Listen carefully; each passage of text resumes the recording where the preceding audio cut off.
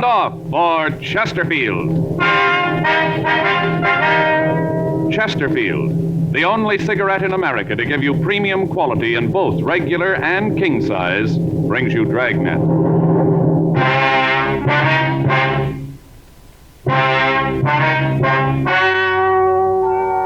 Ladies and gentlemen, the story you are about to hear is true. The names have been changed to protect the innocent.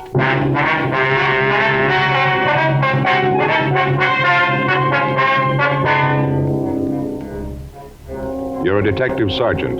You're assigned to homicide detail. You get a call that the body of a dead woman has been found in a closet. There are no leads to her identification. The identity of the killer is unknown. Your job? Investigate. Here's what a leading tobacco publication and the nation's press have had to say about king-size Chesterfields. Tobacco leaf.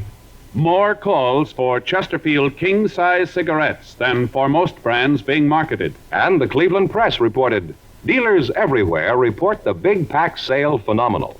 Last week in Cleveland, some areas reported the long-size Chesterfield outsold all other brands. The reason for king-size Chesterfield's amazing success is this.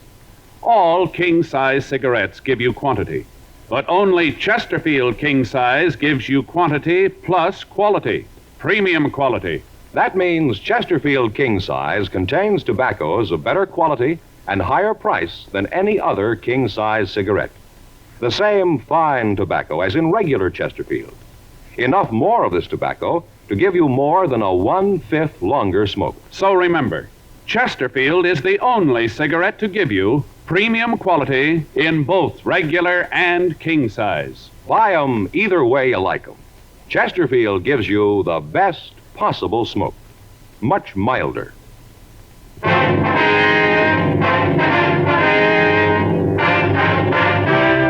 Dragnet, the documented drama of an actual crime. For the next 30 minutes, in cooperation with the Los Angeles Police Department, you will travel step by step on the side of the law through an actual case transcribed from official police files. From beginning to end, from crime to punishment, Dragnet is the story of your police force in action.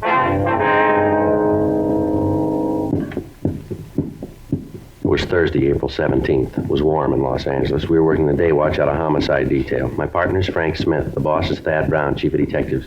My name's Friday. It was 11:36 a.m. when we got to the Greenleaf Apartment Hotel. Apartment 406. Yes? Police officers, ma'am. Oh, yes, come in. Thank you. This is my partner, Frank Smith. My name's Friday. How'd you do? How do you do, ma'am? I'm Lorraine Holden. I'm the one who called you. Terrible thing, just terrible. Yes, Miss Holden. If you just tell us what happened, if you could. Well, Georgia, she's a maid. Well, Georgia was cleaning up in here. She'd finished the apartment, and then she thought she'd check the coat closet right here. Mm-hmm. She opened the door, and there she was on the floor. Ma'am? Dead woman. You can see for yourself. She's right there on the floor. Just terrible. Where's this Georgia now, Mrs. Holden? She's downstairs in my place. She's pretty broken up. Must have been a terrible shock to her. She let out a scream that must have had half the neighborhood on edge. I live down on the second floor in the rear. I thought at first it's something that happened to Georgia. Oh, that girl's got a powerful set of lungs. Yes, ma'am. Who rented this apartment from you? I knew you'd ask that. I've got the receipt book right here on my apron. Just a minute. All right. I put a pencil on the page. Let's see. Yes, here it is. Raymond Bartley. That's what he said. Bartley. You know where this Bartley is now? No, I don't. And that's another weird one. You know what I mean. Ma'am? Well, look in the closets. Look around the places. None of his clothes. Nothing that even tell you he was still here. He's got another week to go on his rent. How's that, ma'am? Well, moved in a week ago. You can see here on the receipt, Wednesday, April 9th. Mm-hmm. Paid me 2 weeks in advance. And you look around this place, and it don't look like he's going to be around here anymore. Mm-hmm. Do you have any idea where he might be? Oh, not the slightest. Did he give you any indication that he was planning to move out? Not the slightest, no, sir. I don't even have an inkling. I'll call the coroner, Joe. Okay. Better get in touch with the crime lab, too. Have them come out. Okay. You mind if I use the phone, Mrs. Holden? Well, not at all. It's right there back in the hall. A little shelf on the wall. Thank you, ma'am. You think Mr. Bartley did it? Do you think he killed the woman? Well, we don't know, ma'am. Did Mr. Bartley rent this room by himself? What? I don't understand. Well, did he register as Mr. and Mrs.? Oh, no, sir. Just plain Raymond Bartley. Do you have any idea who the woman might be? Oh, not the slightest. I never saw her before Georgia screamed and I ran in here. Did you touch anything at all in the room here? No. No, I know how policemen work. I've heard all about that. Don't touch anything department. No, sir, I didn't touch anything. Uh-huh. They're on the way, Joe. All right, fine. Miss Halden, have you ever seen the woman before? No, sir, I haven't. Never saw her before. Just took a quick glance. Terrible, just terrible what they did. Mm-hmm. I wonder if you could give us a description of Mr. Bartley. Well, that'd be kind of hard. Like I said, I don't pay a lot of attention to the people who live here. I just collect the rents and let it go at that. Once in a while, when George is sick, I come in and clean up. Those times I talk to him a little bit, but I'm not the nosy type. You know what I mean. Could you tell us about how tall Bartley is? Well, I have to think about that, too. I guess he was about as tall as you, maybe a little one way or the other. How much would you say he weighed? Well, he was kind of heavy-set little man. I guess he weighs about as much as my husband. That'd be 200 or so. How about his coloring? Would you know? Oh, there it goes again. I tell you, officers, I can't tell you too good. Mr. Bartley was kind of a crowd melter. I beg your pardon? A crowd melter. You put him in a crowd and he just melts away. You never pay any attention to him. You know what I mean? Yes, ma'am. Near as I can remember, he had kind of brown hair and blue eyes, I guess. Was there anything peculiar about him? Did he have any scars, any marks, anything at all about him that'd make you remember him, make him a little easier to... No, not a thing. How about the way he talked? Could you tell where he was from? No, he was just kind of an ordinary man, nothing special. When was the last time you saw Mr. Bartley? Let me see now. I think it was, yes, Monday night. He was coming in. I was just coming back from the grocery. It was about, 6:15. I said hello, and then he said the same hello, and then he went on upstairs, and I went to my apartment. That was the last time. Did Mr. Bartley have any close friends in the building, you know of? No, not that I can think of. Well, did he ever say where he worked or what he did for a living? No, not that I remember. Well, how about references? Did he have any? No, I didn't ask for any. You know if he drove a car? It seems so stupid. Seems like I don't know the answers to any of your questions. I don't know about if he drove a car or not. We don't have any garages in the building. He might have, and I wouldn't know it. I just didn't pay any attention. You know what I mean. Well, did he get any mail while he was here? Would you know that? No, sir, not a thing. All right, we'd like to talk to Georgia if we could. Sure, I'll ask her to come up here. Poor thing's so upset. It's terrible. It's the first time anything like this has happened to me. First time anything like this has happened in the place. I don't understand it. I never bothered the tenants, never caused them any trouble. I don't even know this Bartley. Why do you have to do a thing like this to me? Why me? Well, I don't know, ma'am. Why her?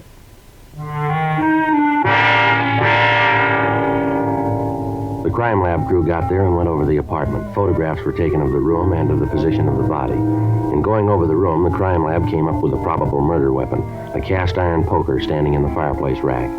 Brown hair, similar to the victim's, was found clinging to the metal. Dean Bergman lifted several partial and some full fingerprints from around the apartment and from the poker itself. He compared them with fingerprints of the maid and eliminated her as a suspect. He rolled the prints of the dead woman. Hers were eliminated from those found in the apartment. We talked to the maid and got the same story that we'd been given by Mrs. Halden. She was unable to add any information to what we already had. We talked to the neighbors in the building. None of them had had any dealings with the missing Ray Bartley. The woman in the apartment next to his told us that on the previous night at about 10:45, she had heard a woman's voice and a loud argument coming from the murder apartment, but she said she hadn't paid any attention to it. 2:42 p.m. Frank and I checked back into the office. I'll call Bergman and see if he was able to identify the woman or make the other prints. Yeah, right. I hope he's done some good. Yeah.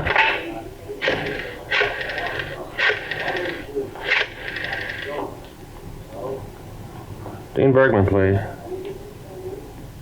Hi, Dean. Frank Smith. Yeah, you been able to make those prints yet? Well, how about the ones in the poker? Yeah. Well, that's the way it goes, huh? Right. Nothing on either of the women's or the ones he lifted from the poker. Well, that helps, doesn't it? He's sending them both on to Washington, see if they have anything. Yeah. Anything on him in R&I? Well, I called down there. They're checking him now. I can't understand it. What's that? Well, how you can rent an apartment to somebody and not know what he looks like? Well, like she said, the manager's probably minds her own business. Yeah, well, I get it. Homicide Friday. Oh, yeah, Lee. Mm-hmm. How about laundry marks? Yeah, how about the poker? Yeah. Mm-hmm. Yeah, well, that figures, doesn't it? Yeah. Okay, Lee, thanks a lot. Anything? Well, he's pretty sure the poker was the murder weapon. Anything to identify the woman? No, not a thing. Whoever did this sure knew what he was doing. Removed everything that could possibly tell us who she was. That puts us in a good position. Yeah, an unidentified body and an unknown killer.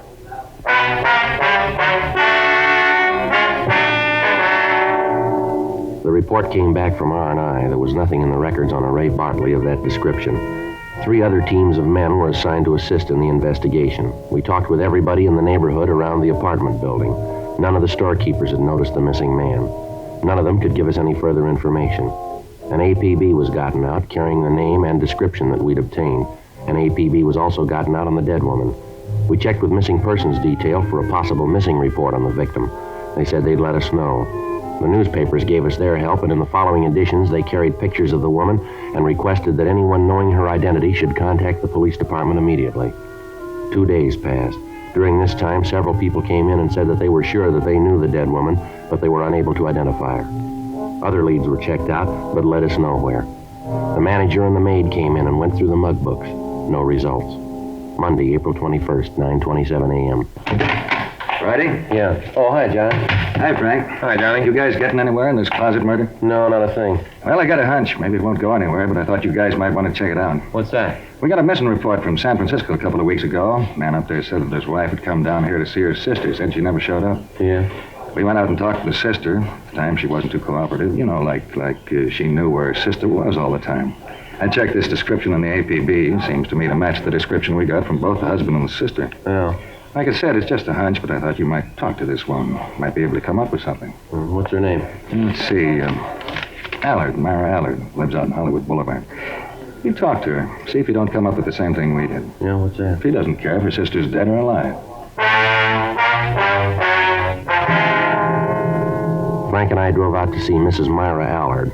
She told us that her sister had written and said that she'd be down for a visit. On the day that she was supposed to arrive, the sister had phoned and told Mrs. Allard that she wouldn't be out that day, but that she'd met some friends on the train and that they were all going out on a sightseeing tour of the city.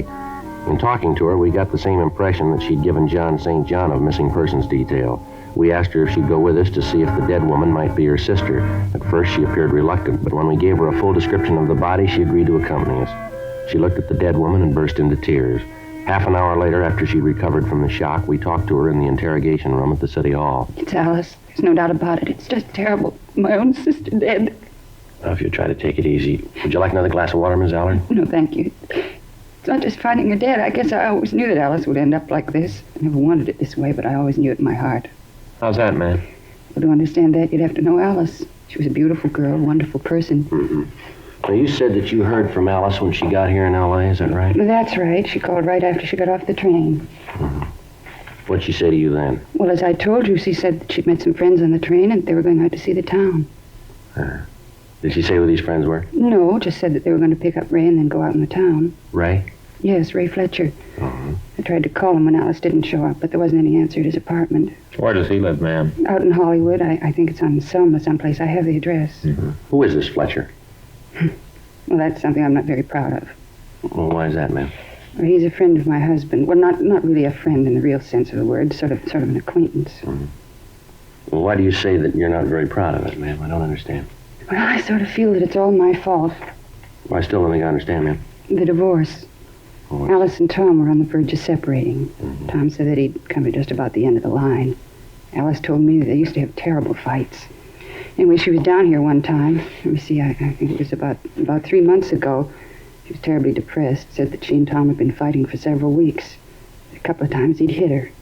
Can't understand it, I really can't. I told Alice I didn't believe it. Yes, ma'am. She showed me the bruises all across her back and shoulders. She said that one night they were going over the bills and Tom just seemed to go crazy. Started to rant and rave about how much they were in debt. Of course I knew why. I told Alice so. I said that it was her fault for driving him, always asking for something new, something else. Uh-huh. She said that she told Tom that if he couldn't afford to keep it the way she wanted to live, that then she'd just have to find somebody who could. That's when he hit her. She left that night to come down here. Terrible. I don't agree with her, but I don't think any man has the right to hit a woman. Yes, ma'am. Well, she moped around the house for a couple of days. Said about how she was never going back to him. I felt kind of sorry for her, even though I don't agree with her. After all, she was my sister. Yes, ma'am, we understand. Well, that night my husband came home, and he brought this Ray Fletcher with him. Met him down at the office. What'd you say, madam? Down at the office. Ray works for the same company. He's a steward on the ship that travels up coast from here to Washington. Anyway, my husband brought him home for dinner. Ray said that we should all go out to eat, so we did. We had dinner and a few drinks, and then Ray brought us home, and he and Alice went on. Alice didn't get in until almost 3:30 in the morning. I see. That night, Ray was here again. He and Alice went out that night, and for the next 4 nights in a row, every night out until all hours. I finally had a talk with her about it. Told her that I didn't think Tom would like it, and that I wouldn't have her doing things like that while she was under my roof. That's when she told me that she was going to divorce Tom, that she and Ray were going to get married. Uh-huh. I told her I thought she was crazy. She didn't know what she was doing, but there wasn't any talking to her. She saw Ray every day. Then she went back up north to get things straightened out. I see. Well, did she follow through with her divorce plans? Well, as far as I know, she did. She wrote me and said that she talked to Tom about it and that they'd reached an agreement, that he'd let her have her freedom. Well, how did he seem to take all this? Well, he called me one night and asked if I knew why Alice was leaving him. He didn't know about Ray. I told him all about it before. I thought that maybe Alice hadn't said anything about it. What was his reaction to it? I almost went crazy on the phone. Tom's a real jealous man. If he could have gotten through the phone wires, I think he'd have taken my head off. He screamed that I'd influenced his wife, that it was all my fault. Well, why didn't you tell the officers from Missing Persons all of this when they were out there, ma'am? I didn't want my husband to know about it. Then, too, I thought that it might be better if Tom didn't know where Alice was. After what he said, I thought it would be better if he never saw her again. What's that, ma'am? That night, we had the argument on the phone. He said that she'd never leave him. Mm-hmm. That he'd see her dead first. The description of Ray Fletcher Mrs. Allard had given us tallied closely with that of Raymond Bartley. She also gave us his address and phone number. It was an apartment house in the southwest section of the city. Frank and I drove over, but found that he'd moved and left no forwarding address. We checked the apartment, but it had since been cleaned and occupied. Again, we ran into the same problem. No one could give us any information as to his whereabouts. We went back to the city hall and ran the name Ray Fletcher through R&I. There was no record on anyone answering his description. We contacted the shipping line where he was employed, and they told us that they'd pull his employment record out of the files and call us back. We contacted the San Francisco Police Department, gave them the full details of the case, and had them check on the movements of the victim's husband, Tom Hudson, as a possible suspect. 4:52 p.m. Frank and I checked back into the city hall. Hudson sure got a motive. Yeah, well, we'll know more when we hear from the San Francisco Department. Huh? Here we go. I'll check the book. Right. Anything? Yeah, there's a message from the shipping company Fletcher works for. Wants us to give him a call. Okay, what's the number? You got it there? Yeah, Hollywood 26709. Okay, I'll call it. Hollywood 26709. 09? Yeah, ask for Mr. August. August. Mr. August, please. So my name's Friday, Los Angeles Police Department. Oh, Police Department, yes, ma'am. Yes, he asked me to call. Mr. August, this is Sergeant Friday. You asked me to call you? Yes, sir, that's right. Raymond Fletcher. Mm-hmm. When was it? Yes, sir. Well, thank you very much, sir. If you think of anything else, we'd appreciate a call. Yes, sir, Michigan 5211. Right. Homicide, huh? Right. Thank you, sir. Bye. Well, we're doing real well. What do you mean? Fletcher sailed for Canada this morning.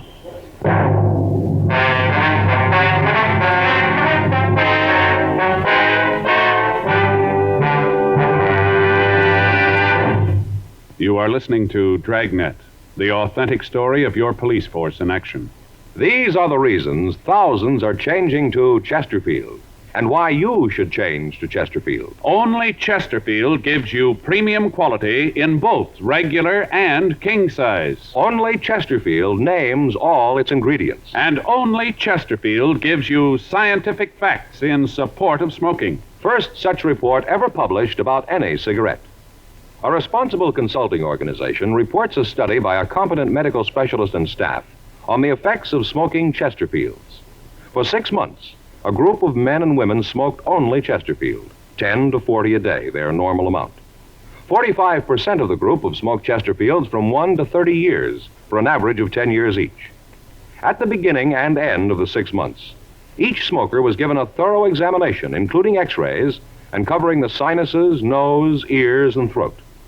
After the examinations, the medical specialist stated, "It is my opinion that the ears, nose, throat, and accessory organs of all participating subjects examined by me were not adversely affected in the 6 months period by smoking the cigarettes provided." Of course, these cigarettes were Chesterfields. Remember this report and buy Chesterfields. Either way you like them, regular or king size. Premium quality Chesterfield, and much milder.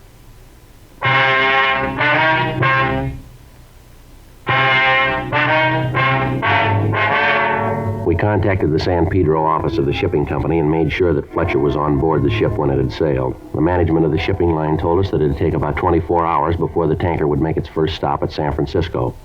We got in touch with the San Francisco Police Department and talked to Inspector Charles Sutton. He told us that they'd place a stakeout where the ship was due to dock and that they would await our arrival. At the same time, Sutton told us that they had conducted an investigation of the dead woman's husband, Tom Hudson, and that as far as they could find out, he didn't have the opportunity to kill his wife. They said that the records at the steel mill where he worked showed that he'd been on the job every day for the past month and a half. Questioning of his neighbors showed that he'd spent his time off working around the house and was seen each evening. Inspector Sutton stated that when Tom Hudson was told of his wife's death, he broke down and said that although there had been some talk of divorce, none of it had really been serious, and that this trip that his wife had taken to Los Angeles was to straighten things out with Fletcher. Hudson flew down to Los Angeles and gave a positive identification of the body. We got in touch with the captain of the ship that Fletcher was on and filled him in on what had happened. He told us that he'd place the man under arrest and hold him in the ship's brig for us when they docked at San Francisco. Tuesday morning, 7:30 a.m., Frank and I checked out and flew up to San Francisco. We met with Inspector Sutton and Inspector Jules Zimmerman. They told us that the ship was expected to dock the following morning at 10:36 a.m. We were waiting when the gangplank was lowered.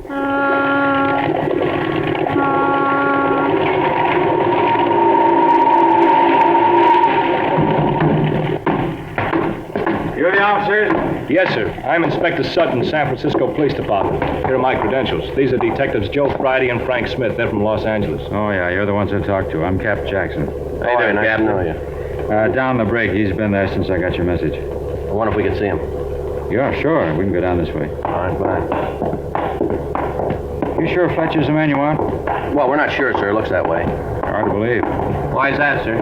Well, Fletcher's been with us for several years. Good man, hard worker. I know he's been studying for his papers. Wanted to be an engineer. Oh. I used to go by his room late at night on my way to the bridge. He'd be there, reading and working on the papers. Sure is hard to believe. Here, we go through here. Okay. Yes, sir. Of course, I knew something had to be wrong. Sir? Well, once in a while, he used to get together with Fletcher on shore. We'd talk about what he was studying. I'd try to help him with his seamanship. This trip I called him. I'd met an engineer that I thought Fletcher would like to talk to. I'd known the guy for years, just back from the Orient. Anyway, I called Fletcher. They told me he'd moved out, hadn't left any forwarding address. Uh-huh. I didn't hear from him at all. Then he called me and wanted to know if he could stay at my place for a few days. Said he had some trouble at the new place he was living. Landlady was giving him a bad time. Uh-huh. Did he say where he'd been staying? Yeah, the, Broadleaf, something like that. Could it be the Greenleaf, sir? Yeah, that's it, Greenleaf. Said the landlady was a real prune, called her a miserable woman. Old Fletcher looked as if he'd been tying one on for about a week when he checked into my place. His clothes were a mess. Come on, it's down here. Okay, fine. When I told Fletcher about this, he was real arrogant. Said he didn't want to talk to anyone. Never seen him run like this before. All right, Fletcher. Police officers are here. Come on out. Come on, Fletcher. Let's go. Now I'll go in.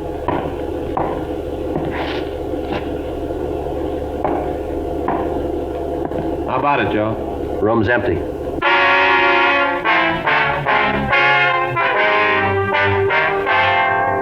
A blockade of the dock area was set up immediately in the event Fletcher had escaped from the ship. All officers in the area began a search. A search of the ship was started. A check of Fletcher's cabin turned up several letters from Alice Hudson. In the letters, she told Fletcher that she was going back to her husband.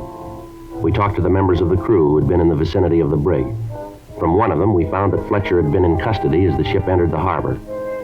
On the floor of the brig, we found a small strip of metal that Fletcher had used to pick the lock of the door.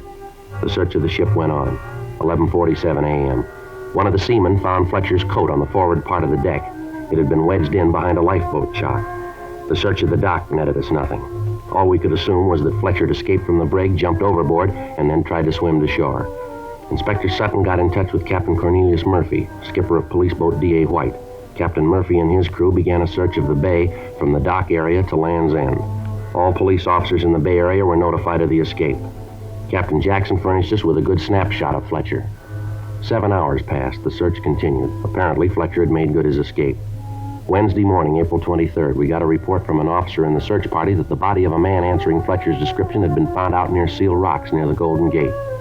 Sutton, Zimmerman, Frank, and I drove out to Land's End. We got out of the car and walked the rest of the way. Watch your step, Frank. Yeah. Every time one of those waves breaks, it makes this ledge like glass. Sutton? Yeah, Joe. You see anything yet?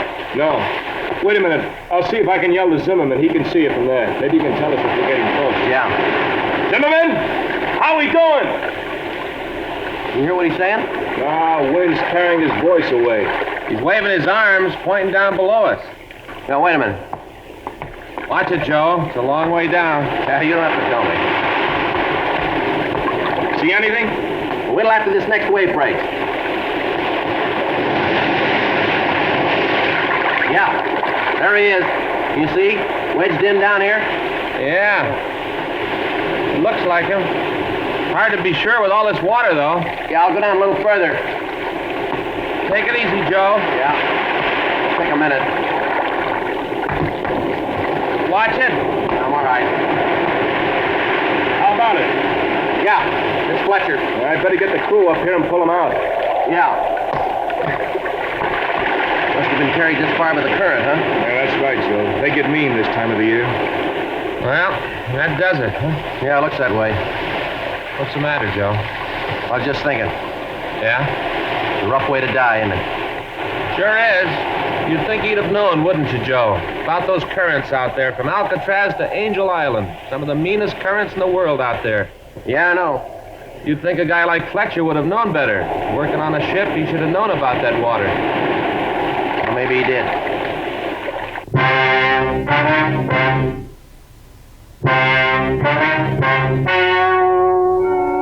The story you have just heard was true. The names were changed to protect the innocent. On April 23rd, an examination was held in the office of the coroner of the city and county of San Francisco. In a moment, the results of that examination. Now, here is our star, Jack Webb. Thank you, George Fenneman. Friends, I just want to leave you with one thought tonight. Chesterfield is the first cigarette to give you scientific facts in support of smoking. Remember the study made by a competent medical specialist and staff. They examined a group of people who smoked only Chesterfields.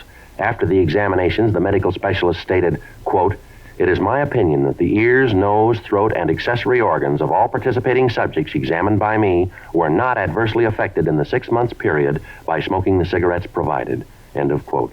Of course, these cigarettes were Chesterfield. Remember these facts and buy Chesterfields, either way you like them, regular or king size. Premium quality Chesterfields, and much milder.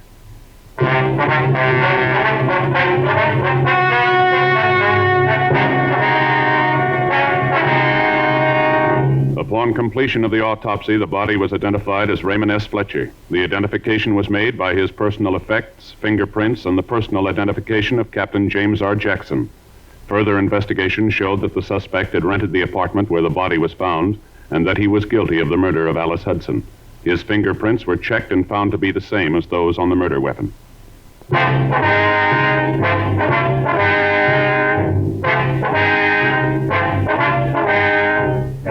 You have just heard Dragnet, a series of authentic cases from official files. Technical advice comes from the Office of Chief of Police W.H. Parker, Los Angeles Police Department. Technical advisors, Captain Jack Donahoe, Sergeant Marty Wynn, Sergeant Vance Brasher. Heard tonight were Ben Alexander, June Whitley, Peter Leeds. Script by John Robinson. Music by Walter Schumann. Hal Gibney speaking. Sound off for Chesterfields. Either way you like them, regular or king size, Chesterfield gives you the best possible smoke.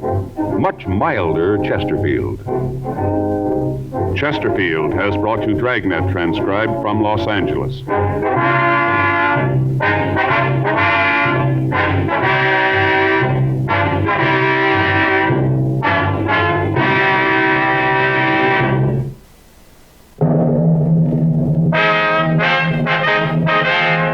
Sound off for Chesterfield.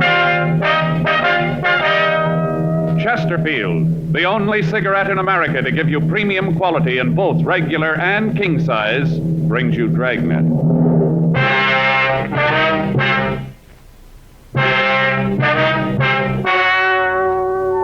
Ladies and gentlemen, the story you are about to hear is true. The names have been changed to protect the innocent.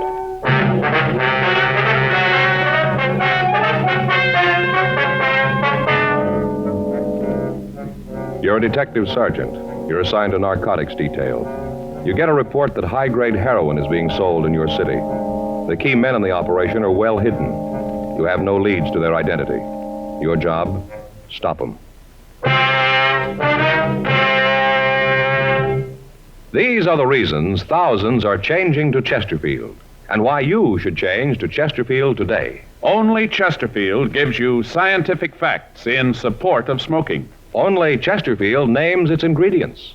Ingredients that give you the best possible smoke. Only Chesterfield gives you premium quality in both regular and king size. That means king-size Chesterfield contains tobacco of better quality and higher price than any other king-size cigarette. It's the same fine tobacco as in regular Chesterfield, and there's enough to give you more than a 1/5 longer smoke. Yes, more than a 1/5 longer smoke from king-size Chesterfield. So remember, Chesterfield is the only cigarette to give you premium quality in both regular and king size. Buy 'em either way you like 'em. Premium quality Chesterfield, and much milder.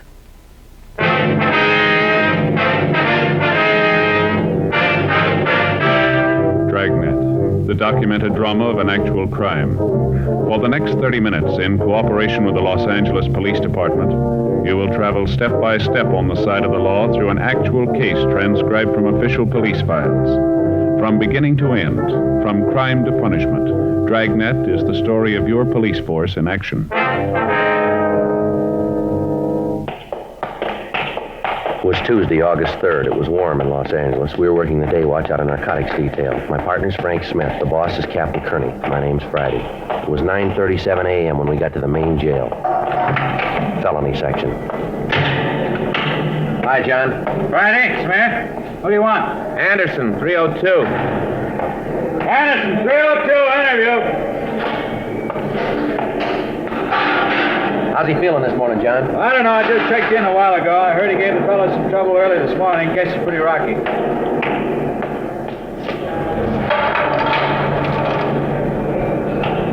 Hi, Anderson. What do you guys want? Want to talk to you. Down this way, Anderson. Hope you guys know I don't feel so good. Terrible night. I hope I never have to go through any more of them. Yeah. You gonna do something about it? What do you mean? You're gonna get me out of here. Let me shove off. You know better than that, Anderson. Yeah. Should have known. You guys don't care. You just don't know. Right in here. Sit down.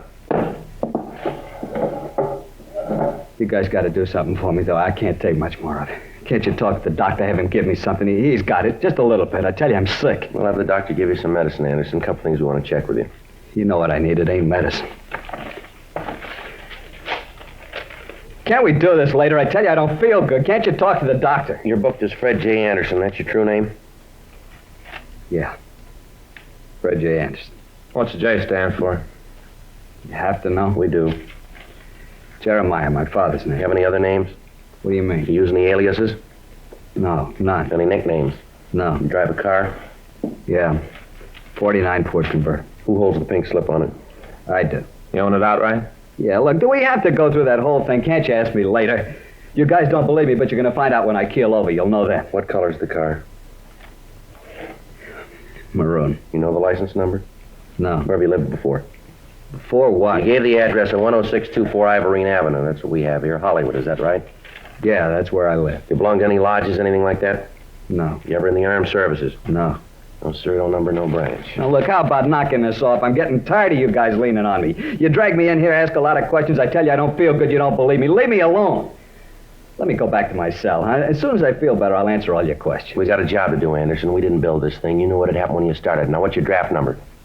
I don't know. Did you register? Sure. Draft card in your wallet? Yeah. Then we can get it. You married? No, not. You were, though, huh? Yeah, a couple of years ago. It didn't work.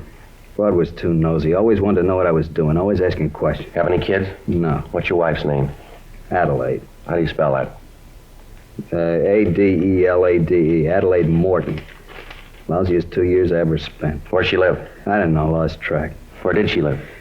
Same place up on Ivorine. I moved out when we got the divorce. I haven't seen her since. May still be there for all I know. How about your nearest living relative? Yeah, how about him? Maybe you got things wrong, Anderson. You're booked in here on a narcotics charge. That's pretty serious. This isn't a game. The sooner you realize it, the better off you're going to be. All right. Nearest relative? My brother lives in St. Paul. I don't know the address. I got it at home.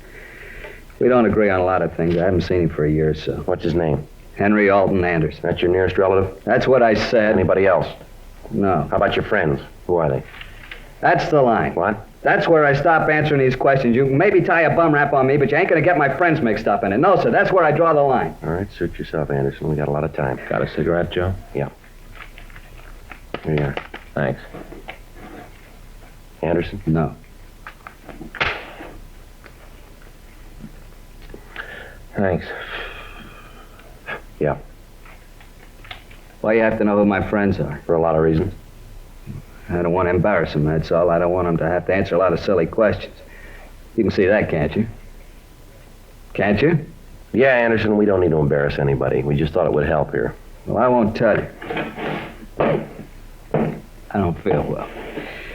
I don't feel well at all. I'm not hooked anyway. You got no right to say that. Look at your arm. I ain't gonna try to con you.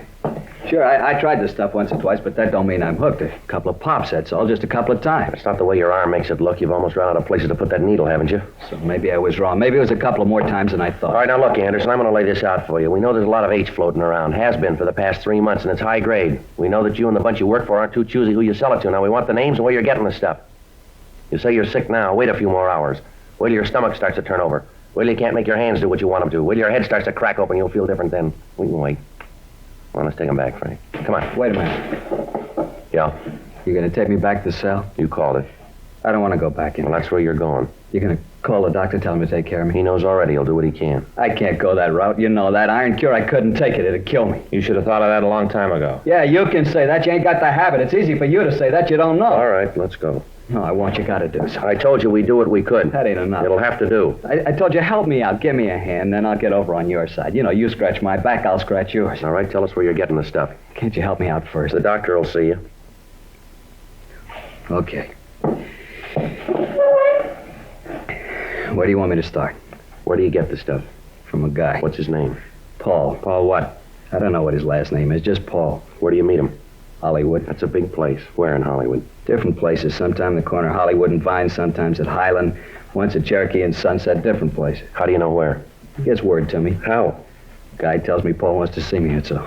What does Paul look like? Big guy, real big. What's he look like? How tall is he? 6'2", maybe 250. What's his coloring? Dark. Looks like he's just come back from the beach. Looks real tan. You guys are gonna help me out, aren't you, after all I done? What color's his hair? Black, curly black hair. How about it? You gonna do me some good? Any marks or scars on him? Huh?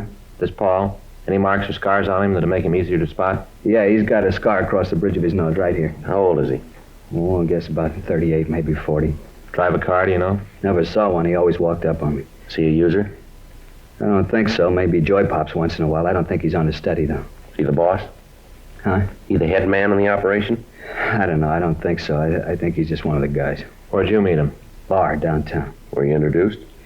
No, he just came up, started to talk to me. We got along, made a deal. I was around trying to make a buy, get a connection. All right. I want you to look at some pictures. See if you can point this fellow Paul out for us. Look, I done my part. I told you. Now you guys got a chit to pick up. When do I get to see the doctor? When are you going to fix me? We'll talk to him. That wasn't a deal. We made no deals. You said you'd give me a hand. We will. The doctor will do everything he can for you. We can't promise you any more than that. Not much. That's the way it is. Lousy deal. Everything's on your side. You know it and you sure ride it.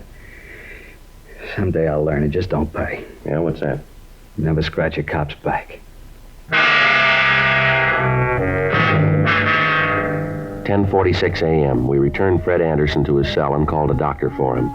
For the past 4.5 months, an organized gang had been selling high-grade heroin. From our informants, we learned that the drug was being made available to anyone who could pay the price.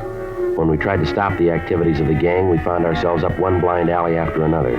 None of the buys we arranged took place. Meets with the higher-ups failed to materialize. When Fred Anderson was picked up, the narcotics found on his person was of the same quality and type that was being pushed around town. 2:34 p.m. We picked up Anderson and took him to the city hall to look at the mug books. He failed to identify any of the pictures. We checked the description of Paul against the people known to have dealt in narcotics, but failed to come up with an identification. Anderson was returned to his cell and held pending trial for violation of the State Narcotics Act, a felony. 4:17 p.m. We checked back into Captain Kearney's office. That's it, Skipper. We're right back where we were 4 months ago. Nothing at all on this Paul, huh? Well, if there is, we haven't been able to find it. You think Anderson's telling everything he knows about it? No, I doubt it. No, that description would fit 100 guys. You got any ideas of where we go from here? Well, yeah, maybe. It might not work, but it's someplace to start. Well, let's hear it. All right, can we take a look at the map over here? From the information we got, the main operation must be taking place someplace down around here, around the harbor area. Yeah? From what we hear, the stuff's there, all right. Problem is how to find a connection. Well, maybe if we just lose a man down there, we thought. Put a man down there and let him work on his own. He might be able to come up with some answers. Pretty risky, Joe. That's a rough place. I wonder if it'd be worth risking a man down there. I don't think we got much of a choice, Skipper. No. But we figured that maybe if I went down there and let it get around that I wanted to make a buy, a big one, maybe they'd come to me. Well, why you? Why not let me handle it? Well, I thought that's the way we figured it. They know you down there. You used to work that area. You're not in any better position, Joe. Fellas walking the streets down there that you've tangled with, they're not about to form any fan clubs for you. Well, we've tried every other way. Informants, leads, every known pusher's been talked to. Still, the stuff keeps coming in, being sold. Where we sit, this looks like one way to get them. All right, how you gonna work it? Well, I figure maybe I'll check into some hotel down there, eat in the places in the neighborhood, be seen around the bars, let it get around that I'm here from San Francisco, want to make a buy, and we'll see what happens. You know anything about San Francisco? Well, I know the place pretty well. I spent a couple years up there when I was in the Army. I still don't like this idea of not being able to tag you, though. Well, there's no other way. Suppose so. How are we going to know how you're making out? Well, I'll get word whenever I can, let you know before the buy, tell you where and when. All right, Joe, you bought a piece of it. I'm not going to tell you what to do, you know, but take it easy. Don't make a target out of yourself. Remember, keep in touch with us. Right, Skipper. Let us know as much as you can, huh? Yeah.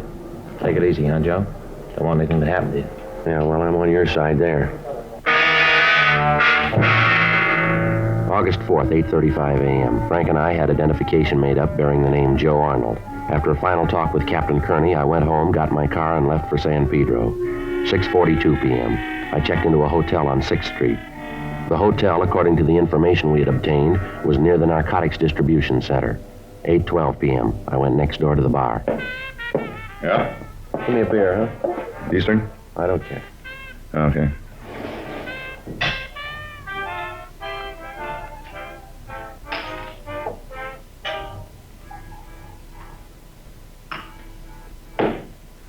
That'll be 30 cents. All right. There you go. Thanks. Not much doing, huh? No, it's pretty early yet. It's a little frantic later. Mm-hmm. You're around here, aren't you? Yeah, I was just down from San Francisco. Nice town. I was up there a couple of years ago. Spent a week. Sure like it.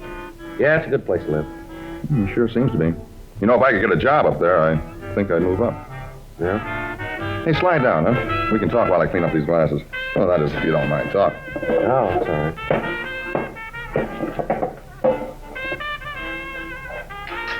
Glasses. Seems like you never get them done. Yeah. You down here on business? Well, I guess you could say that. Uh-huh. Sort of combined, huh? Yeah. And now look at that. What's that? I spent half the day slicing these oranges for old-fashioned, and then people don't eat them. I'll wait to motion. Yeah, I guess it is. What line of business you in? Nothing special. Just moving around. Wherever I can make a buck, I stop. Guess you'd have to call me a promoter, I guess. Is that what you put down in your income tax returns? What? You know, when you fill out your income tax, it says there how you make your living. Where do you put that? Business management. That's good. Business management. Whose business you manage? Mostly my own. Pretty good idea for everybody, isn't it?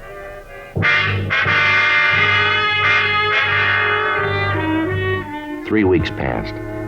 I spent some time in most of the local bars and eating places. On occasion, I'd see other officers from the narcotics detail up in L.A. On each of these meetings, I'd have to pass them by and hope that they wouldn't show any evidence that they knew me.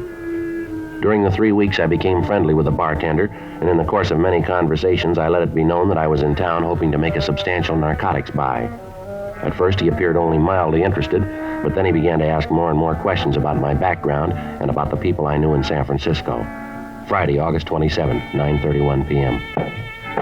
All right, Joe. How goes the battle? I'm moving around. That's about all I can say. Hey, you want a beer? Yeah, fine.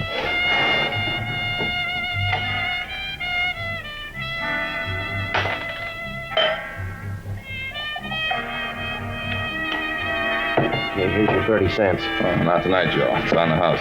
Why, what's the occasion? I got some good news for you, Joe. Yeah? Yeah, I got a friend I want you to meet. I think he can help you make a connection. Yeah, where is he? Now, look, I'm not promising anything, Joe. The guy knows some people and might be able to help you. Well, why are you so interested? I figure maybe I can make a buck or two. Mm-hmm. All right. Is the guy here now? Yeah, he's back there in the in booth. See, with the other guy? Well, that helps. Which one is your friend? The big one. You know, the fellow with the gray suit on, cigar over his nose. Gray suit, huh? Yeah, I see him. Come on, I'll take you back. All right. Nice guy, Joe. You'll like him. Well, what'd you tell him? Just that you were here from Frisco. Said you were interested in the connection if the deal was good. Uh-huh. You make your own deal. Now, look, I got nothing to do with that. You'll really like him. Paul? Yeah. This is the guy I was telling you about, Joe Arnold. This is Paul Ginner. Oh, hi, Joe. Sit down. Bring us another round, will you? Yeah, right away, Paul. You know what you want? Make it snappy, huh? Yeah, right away. Beer, scotch and soda, and old-fashioned Irish whiskey. Yeah, that's right. Leave the garbage out of the old-fashioned. Yeah. Here, sit down, Joe. Yeah, thank you.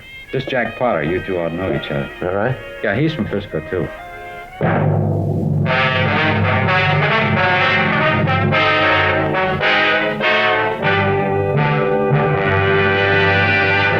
You are listening to Dragnet, the authentic story of your police force in action. Now, a report every smoker should hear. Only Chesterfield gives you scientific facts in support of smoking. First such report ever published about any cigarette. A responsible consulting organization reports a study by a competent medical specialist and staff on the effects of smoking Chesterfields. For 6 months, a group of men and women smoked only Chesterfield, 10 to 40 a day, their normal amount. 45% of the group have smoked Chesterfields from 1 to 30 years, for an average of 10 years each. At the beginning and end of the 6 months, each smoker was given a thorough examination, including x-rays and covering the sinuses, nose, ears, and throat. After a thorough examination of every member of this group, the medical specialist stated, It is my opinion that the ears, nose, throat, and accessory organs of all participating subjects examined by me were not adversely affected in the 6 months period by smoking the cigarettes provided. Of course, these cigarettes were Chesterfields. Remember this report and buy Chesterfields. Either way you like them, regular or king size. Premium quality Chesterfield, and much milder.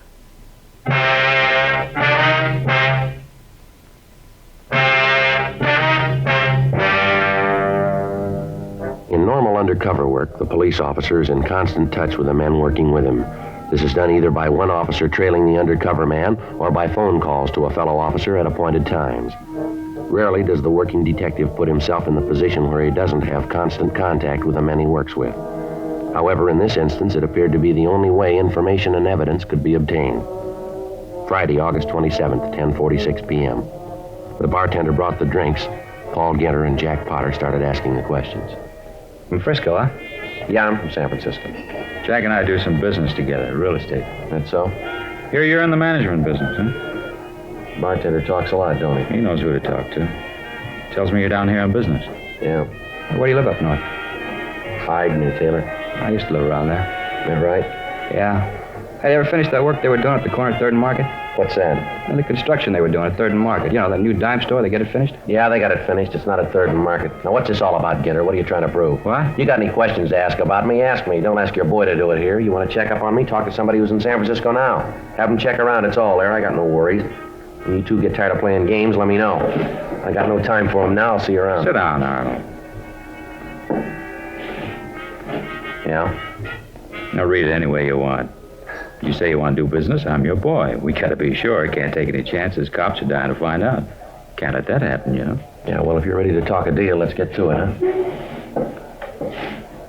You figure to do this business in Frisco? San Francisco? Yeah, that's where I figure to work. You're out of your mind. That town's tight on a drum. Nobody can get under the lid. Now, you look, I don't ask you where you get your real estate. Don't tell me how to manage my business. I want to make an investment for a client. I got 10 grand. That'll buy a whole tract of your lots. Now, are they for sale or not? It's that simple. Well, now, you're in kind of a hurry, ain't you? I've been here for 3 weeks. I don't want to spend any more time than I have to. When can I make the buy? Tell you what, let's take a tour of the town, meet some friends of mine, then we can talk about it. No need to be in a hurry. I got to see it first. I want to make sure it's the same stuff I heard about. Where'd you hear? A few rumbles around. High-grade stuff. That's what I want. Let's go. Can't you call this friend? I don't want to go traipsing all over town. He moves around. Sometimes it's kind of hard to find. Besides, it serves two purposes. What's that? Give you a chance to meet some people.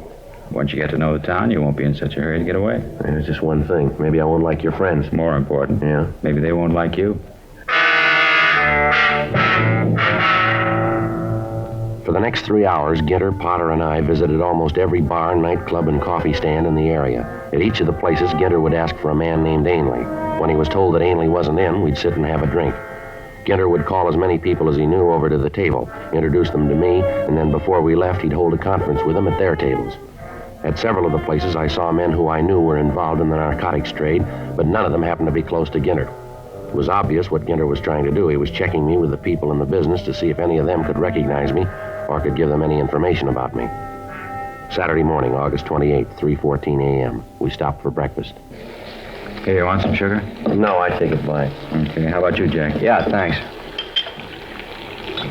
Looks like it might have been a wild goose chase, huh? I don't know where Ainley could be. Why don't you come off of this, Ginter? Yeah, what do you mean? I'm not a new boy. You're about as subtle as a bulldozer. What's the scoop here? Your friends tell you anything about me? I don't know what you're talking about.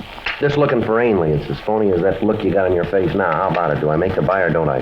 All right, you make the buy. When? You got the money? I'll have it when the buy comes off. 10,000. That's right. Okay, you can pick up the stuff tomorrow night.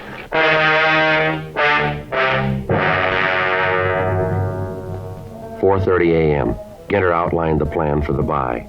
At 7:30 that night, I was to meet him on the corner of Lebanon and Spring Streets. He'd take me to Ainley, who had the plant. 5:29 a.m. I drove back to Los Angeles. I put in a call to Frank Smith at his home and filled him in on the developments. It was arranged for me to be spotted when I got to the corner and then to be followed until the buy was made. At that time, Frank and the other officers working with him would move in and take Ginter and Ainley. I told Frank that I'd leave my car at the corner of 6th and Spring at noon that day. At that time, he would place a briefcase on the back seat of the car. In the briefcase would be packages of cut newspaper with a few $10 bills attached to each stack on the outside. I checked into a hotel down on 5th and got some sleep. At 7:30 p.m., August 28th, I was at the corner of Spring and Lebanon. Hi, Arnold. Hello, Ginter. Where do we go? You got the money? In this case here. Where's your car? Lot around the corner. We have to drive to the meet? Yeah, come on, this way. My car's just around the corner. Don't worry, we'll take mine. All right, no problem. Makes it nice. Here we are. Want to slide in this side? Be quicker. All right. Where do we have to go? It's not far. How come we didn't make the deal in Pedro? Ainley likes to do the big business up here. More people, easier cover. Mm-hmm. When we first pulled away from the curb, I thought I could make out Frank and Captain Kearney in back of us. We drove for about an hour. Ginter cut down every side street in the area. Every place he drove, he kept his eye on the rearview mirror. I was afraid he'd make the tail. He drove out Sunset Boulevard and back down Wilshire, down Spring and over to Hope Street. Along the way, I lost sight of Frank and Captain Kearney. Finally, at 8:36, we pulled up at the corner of Spring and Lebanon.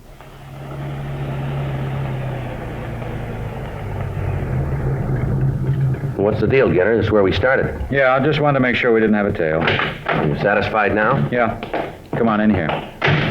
This hotel here? Mm-hmm. Ainley do business in the rat trap like this? He works where he has to. Come on, it's on the second floor. We can walk. You sure this is the same stuff that I heard about? You'll see. Understand, I'm not buying any junk. Don't worry. What we got's good. It's down here.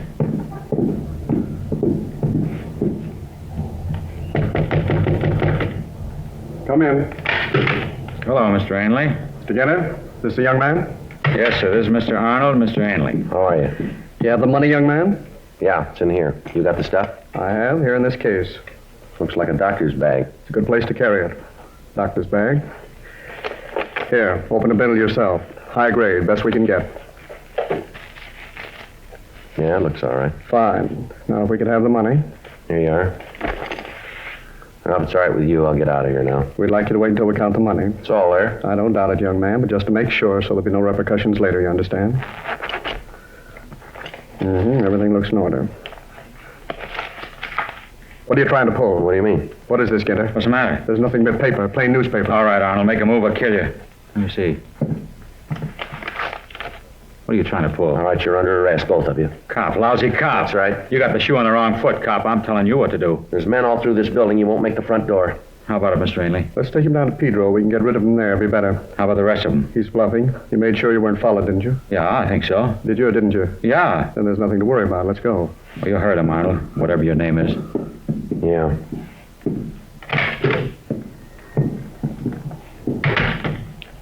walk down, not too fast. I'm parked out front. Good. Right, this is far enough. Come on, don't stall. Don't cause any trouble. You won't make it. Yeah, you bet. Come on. Now move.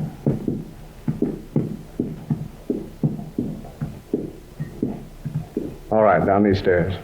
Smith, cover the other side. Yeah. Walker, block off that end of the hall. Right, Captain. You all right, Friday? Yeah, fine. Watch that guy, Frank. I got him. Hold it up, mister. You're not going anyplace. Fool, you stupid fool, Ginter. Can't even lose a tail. Okay, both of you. Hands behind your back. I told you to make sure you weren't followed. I told you. I lost him. I know I did. I tell you, I lost him. All right, let's go. Come on, let's move. You didn't lose him. It's enough talk. Come on. Those guys never learn, do they, Frank? What do you mean? Well, they keep lying right up at the finish, don't they? How's that? Well, Ginter and Ainley there. They'll be arguing all the way downtown about them losing you when you were tailing us. Shouldn't be any argument, Joe. We lost you someplace along Wilshire. But you got here all right. I thought this is the way you played it. No, we just took a guess you might come back to your car. Yeah, it was a pretty good guess for me, anyway. Why? We'd have gotten them sooner or later.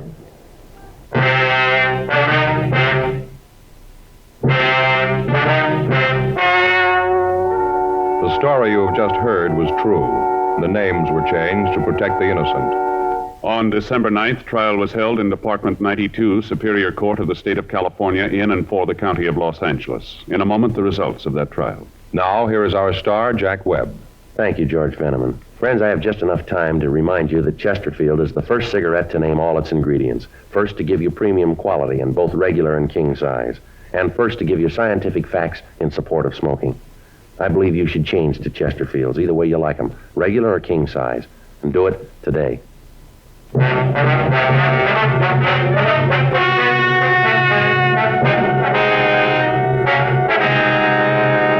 Paul Robert Ginter and James Arthur Ainley were tried and convicted of violation of the State Narcotic Act, a felony. They received sentences as prescribed by law. Violation of the State Narcotic Act, a felony, is punishable by imprisonment in the state penitentiary for a period of not more than 6 years.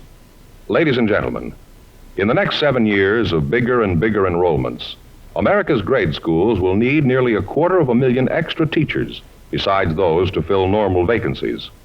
This great need, plus the growing public interest in education and improvements in schools, make elementary school teaching a more rewarding career than ever, a career that high school and college students should certainly consider. Education holds America's future, perhaps your future.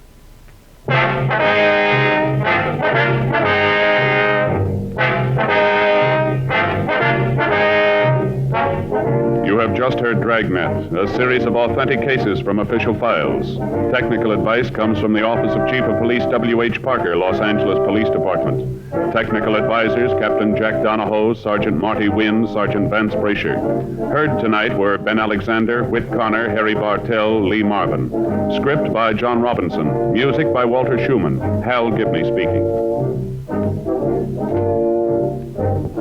Sound off for Chesterfields. Either way you like them, regular or king size, Chesterfield gives you the best possible smoke. Much milder Chesterfield. Chesterfield has brought you Dragnet, transcribed from Los Angeles.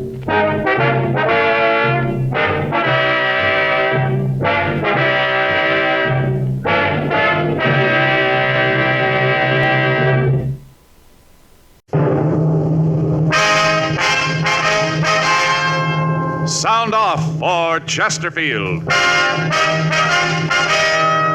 Chesterfield, the only cigarette in America to give you premium quality in both regular and king size, brings you Dragnet.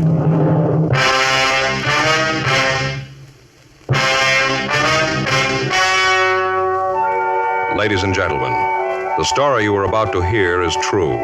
The names have been changed to protect the innocent.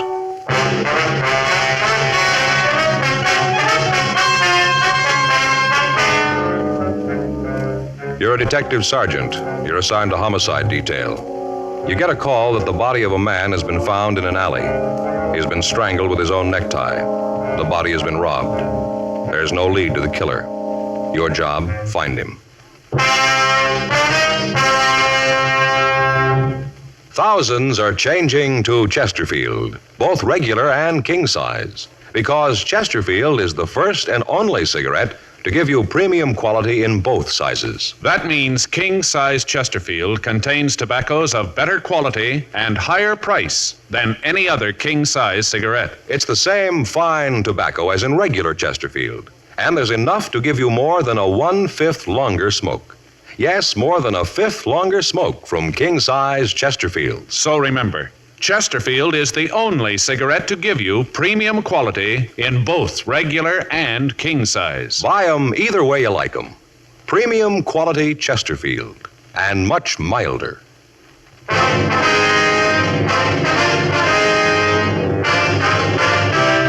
Dragnet, the documented drama of an actual crime. For the next 30 minutes, in cooperation with the Los Angeles Police Department, you will travel step by step on the side of the law through an actual case transcribed from official police files. From beginning to end, from crime to punishment, Dragnet is the story of your police force in action.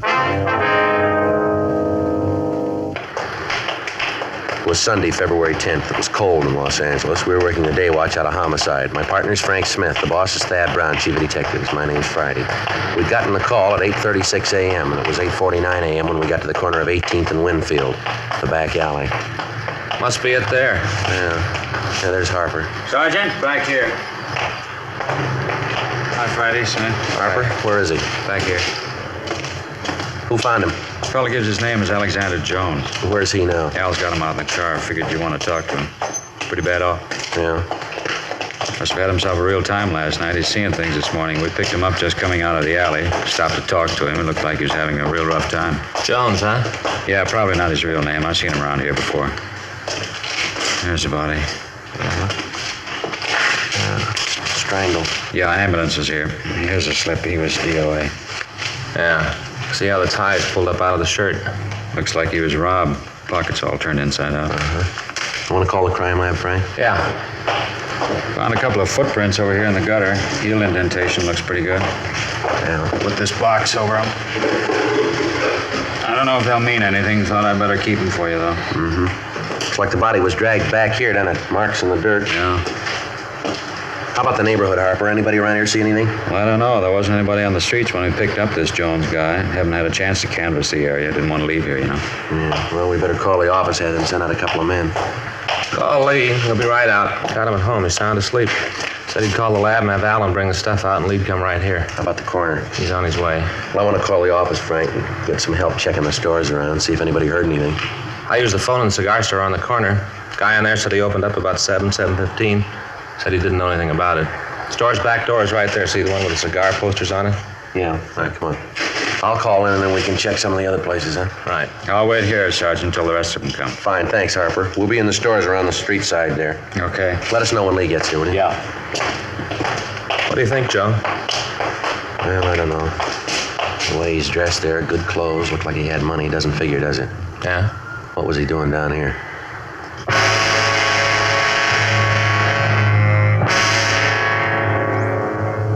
"9:12 a.m. I called the office and 2 teams of men were sent out to help us canvass the area. Frank and I checked with the owner of a liquor store who was getting ready to open for business. He told us that he'd come in early that morning to clean up his store and that he'd taken a load of trash out into the alley at about 8:25 a.m., but at that time he hadn't seen the body. He went on to say, however, that it was possible that it might have been there and he just didn't notice it. 9:26 a.m. Sergeant J. Allen and Lieutenant Lee Jones from the crime lab arrived and began collecting the physical evidence. The body and the surrounding area were photographed. Photographs were taken of the footprints that Officer Harper had found. They were compared with the shoes worn by the victim, but they didn't match. The coroner went through the dead man's pockets but found nothing. Everything had been removed, all his personal effects, if any. The crew from the crime lab went through the alley and found a wallet behind the garbage cans at the rear of the liquor store. There was no money in it, but other papers hadn't been disturbed. Driver's license, social security card, and several business cards in the wallet bore the name of Arthur McKinley. The description on the license matched that of the victim. Comparison of the thumbprint on the driver's license with those taken from the body matched. McKinley's home address was listed as 9722 Willetta Street in Hollywood. The coroner removed the body. 10:52 a.m., Frank and I talked to Alex Jones, the man who had been in the alley where the body had been found. We had him take everything out of his pockets. I don't know what you're talking about. I didn't kill anybody. We didn't say you did. All we want to know is what were you doing in that alley? I went there to get away. From what? People. They're no good. None of them no good. You got a job? Yeah, I work. What do you do? Wash dishes sometimes. Pearl diver? No, sir, I'm no pearl diver. I'm a bartender. I don't feel so good. You got anything to drink around here? You know better than that, don't you? No, I didn't mean booze. Something cold.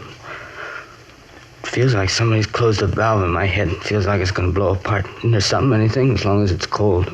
How about a Coke? Yeah, be fine. I'll get it for you. Want one, Joe? No, thanks. Mind if I go with you? Kind of stuffy in here. All right, come on, we'll all walk down. You ever been arrested, Alex? Yeah, a couple of times. Picked me up for being drunk. What's your real name, Alex? Stafford. Alex Stafford, that's the truth. Where you from? Kansas. Mm-hmm. What are you doing out here? Figured that when I got out of the service, I'd come out here and go to work. Yeah? Got out here, spent a couple of days looking for a job, had my muster and out pay about $400. Figured I didn't have to go to work right away. Just a second.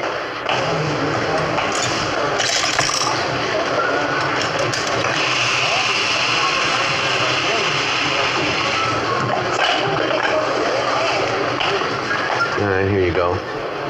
Thanks. You want one, Frank? No, thanks. I want to check R&I and see if they finished the run on McKinley yet.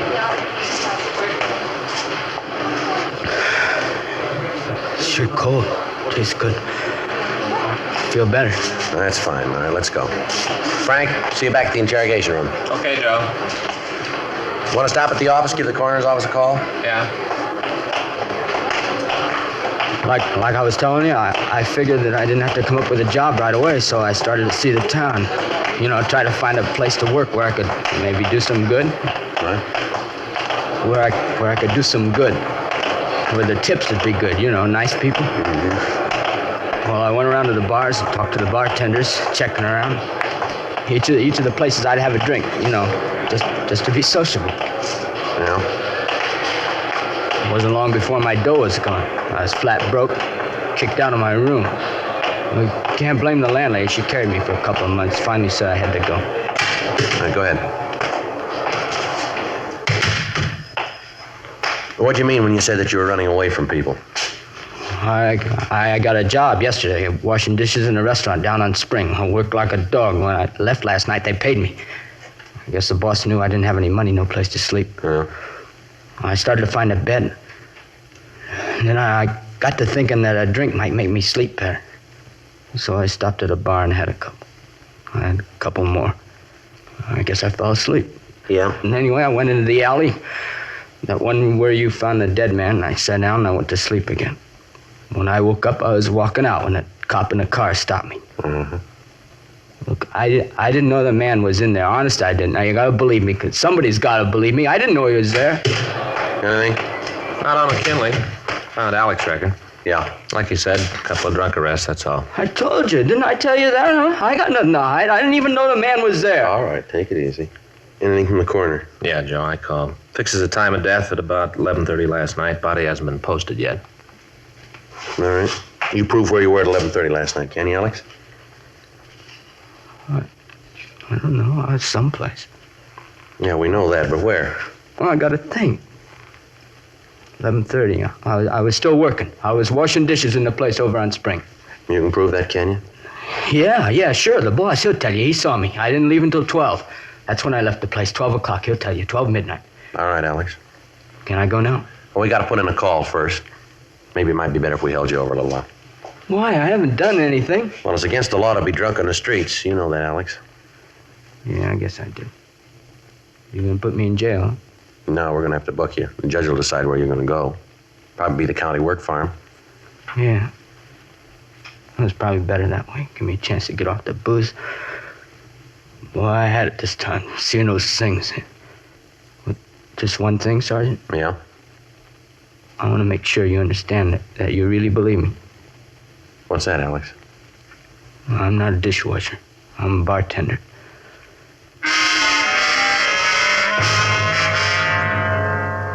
"12:18 p.m. We had Alex Stafford booked at the main jail on a charge of violation of 4127 LAMC, drunk. We called the place where he'd been employed and found that he'd been telling the truth about the time he had left the restaurant on Spring Street. 1:36 p.m. We drove out to McKinley's home in Hollywood. It was a small stucco cottage set into the side of a hill. In front of the house, there was a boy's bicycle and a smaller child's wagon. Frank rang the bell and we waited.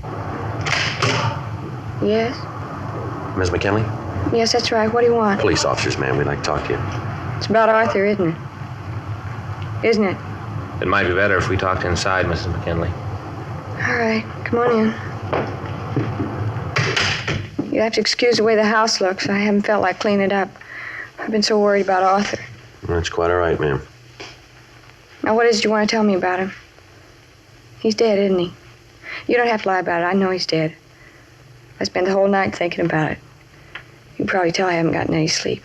I don't want you to lie about it. I want the truth. Arthur's dead, isn't he? Yes, ma'am, he is. I'll have to sit down. Was something we can get for you, Miss McKinley? Water, something like that? No, nothing. Why do you say you knew your husband was dead, ma'am?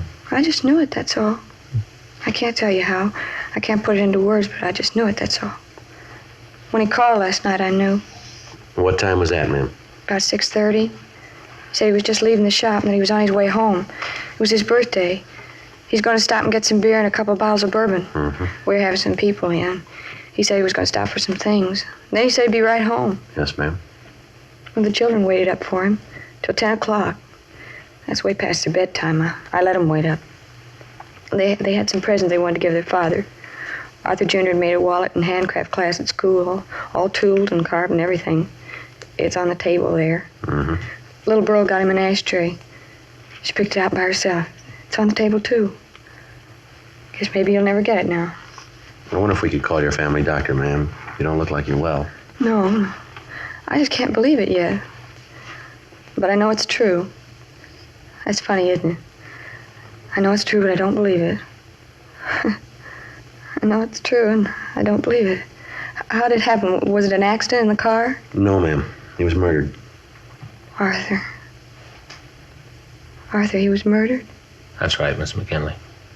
Miss McKinley. There's no Mr. McKinley anymore. He was murdered. I think maybe you better let us call a doctor for you, ma'am, get you something. No, there's nothing a doctor can do. Nothing anybody can do.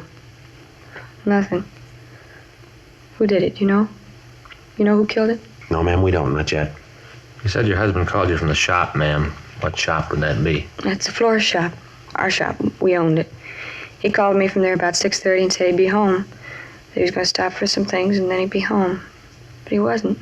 I knew it. I knew it all night. I thought of what I'd say, what I'd do, how I'd feel, but now none of it fits. None of it seems to matter. Nothing matters much. Nothing. He said he was coming right home. Who's your family doctor, ma'am? What'd you say? Your family doctor, ma'am. Who is he? Dr. Simpkins in Hollywood. Dr. Simpkins, Hollywood, 27083. Want to call him? Yeah. He said he was going to pick up a few things and come right home. My husband, Arthur McKinley. You know that, do you? Ma'am? There is no Mr. McKinley anymore, is there?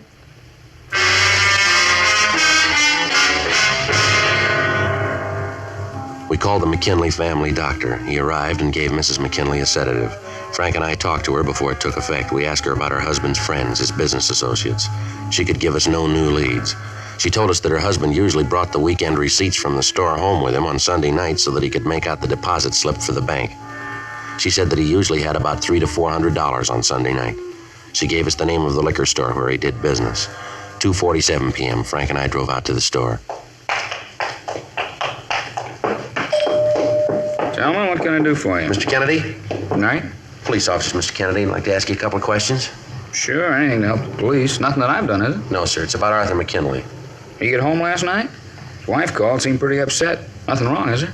Was Mr. McKinley in here last night, sir? Yeah, he was. Let's see, I guess it was about 6:45. Come in, got a case of beer, a couple of bottles of bourbon. Uh-huh. Was there anybody with him when he came in? No, there wasn't. Did he seem all right to you when he was here? What do you mean? Well, was he in good spirits? Did he act like anything was wrong? No, of course that don't mean anything. Sir?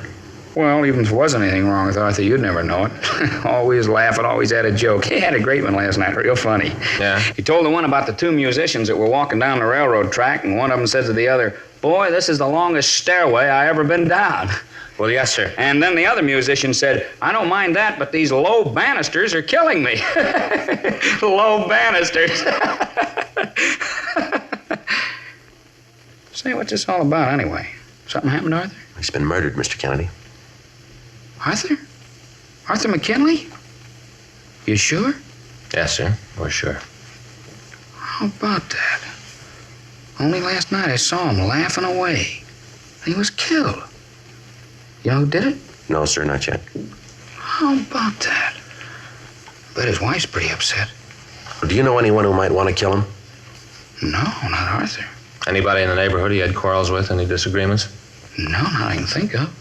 Well, has there been anybody new, anybody you don't know hanging around the neighborhood lately? Anybody who could have known about McKinley's carrying that money around with him? Oh, let me think.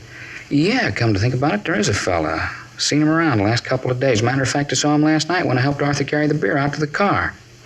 Sure, that's where I saw him. Sir? He was in the car with Arthur.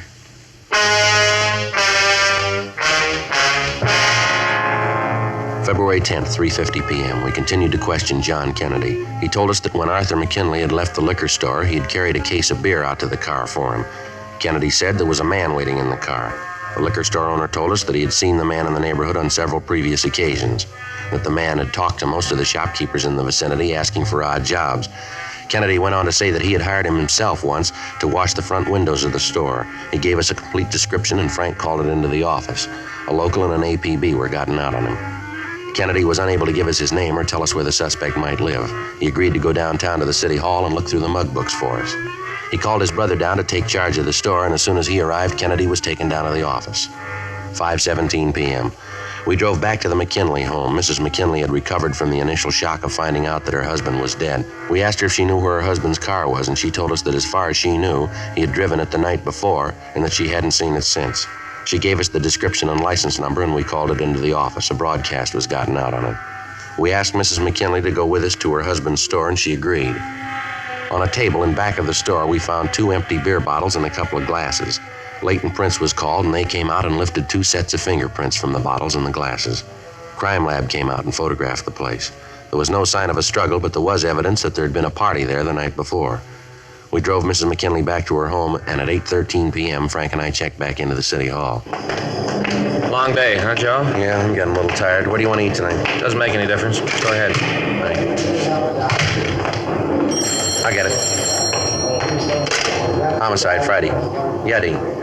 Mm-hmm. They did, huh? Who? Oh, let me get that. Yeah, I got it. Okay, thanks, Dean. Yeah, you bet. Good night. It was Bergman. I made the prints on that bottle and glass. Yeah? A fellow named Fred Girard did time for armed robbery.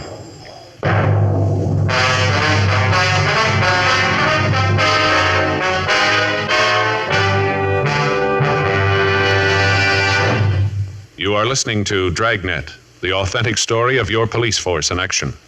We like to give you the facts about Chesterfield so you can be your own judge. Chesterfield is the first and only cigarette to give you premium quality in both regular and king size. Chesterfield is the first and only cigarette to tell you what it's made of.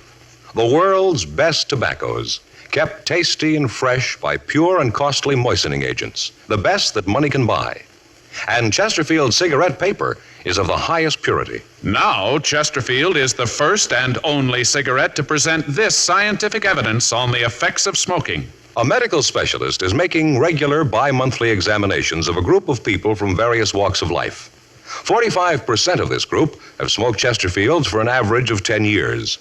He reports that he observed no adverse effects on the nose, throat, and sinuses of the group from smoking Chesterfield. Either way you like them, regular or king size, you'll find premium quality Chesterfields much milder.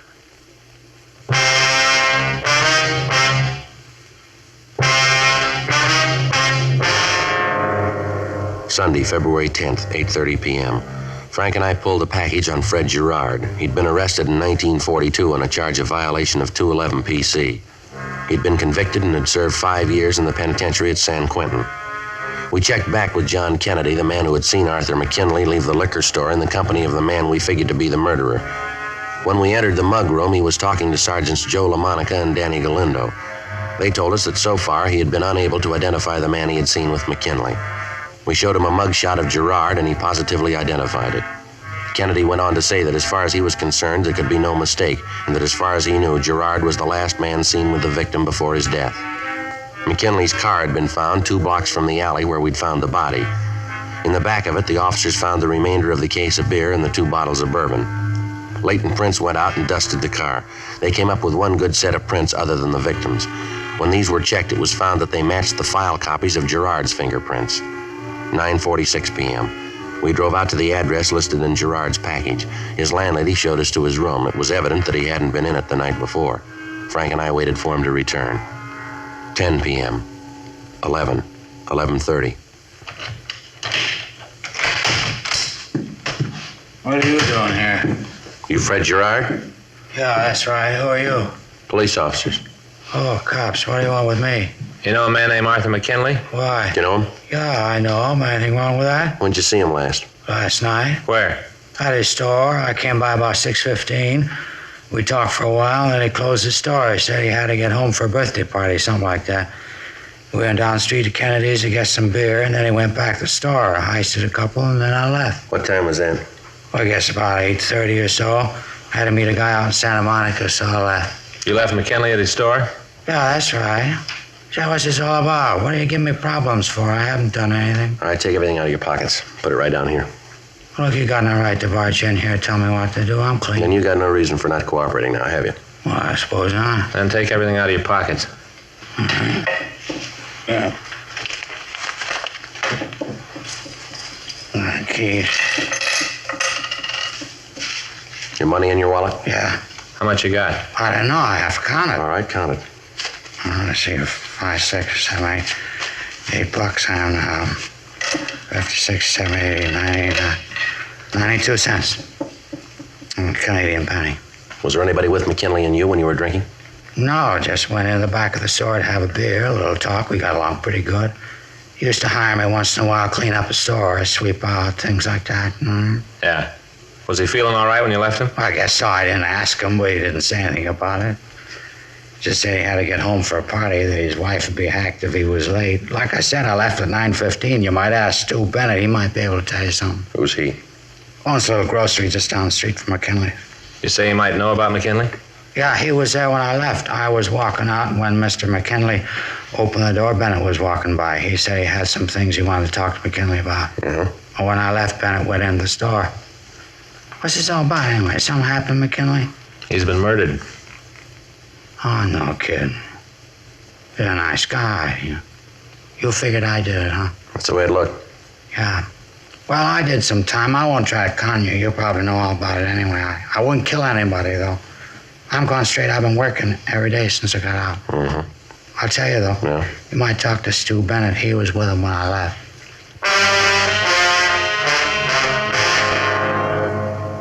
Fred Gerard gave us a complete description of Stuart Bennett. We called the name into R&I, but he had no record. We checked Bennett's store and found a card on the front door that gave his home address. Frank and I drove out to his house. He lived in a new apartment development in the southwest section of town. Monday morning, 12:47 a.m., we rang the bell to his apartment. He's probably asleep. Yeah. Want to try it again? No. Who is it? Like to talk to you. Just a minute. Yeah? Police officers. I'm Frank Smith. This is my partner, Joe Friday. How do you do? Want to come in? Right. Well, what is it you wanted to talk to me about? You know a man named Arthur McKinley? Do you? I knew you'd find out.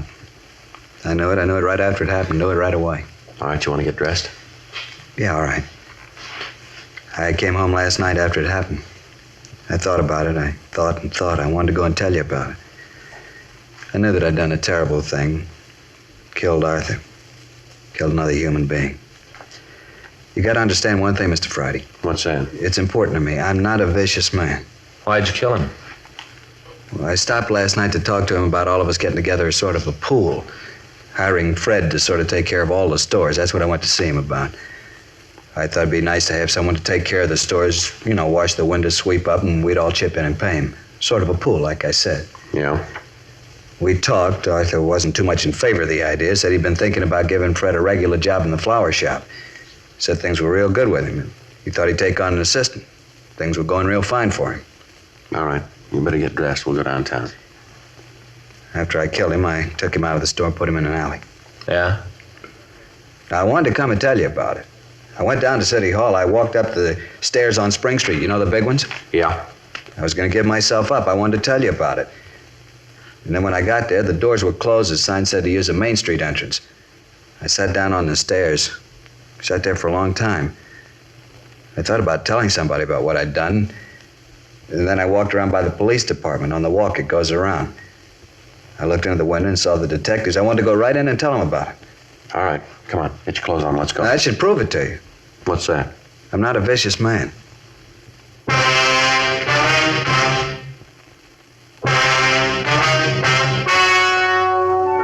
The story you have just heard was true.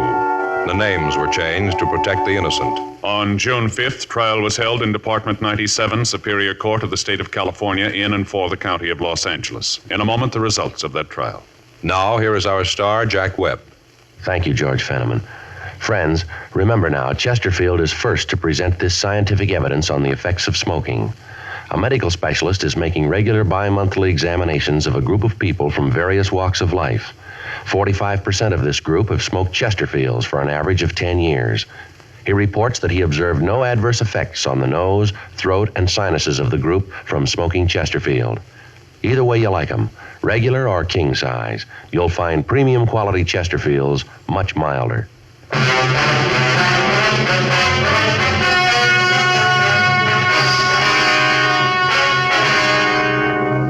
Stuart Carlisle Bennett was tried and found guilty of murder in the first degree. He is now serving his term in the state penitentiary, San Quentin, California. Murder in the first degree is punishable by death or by confinement in the state penitentiary for life.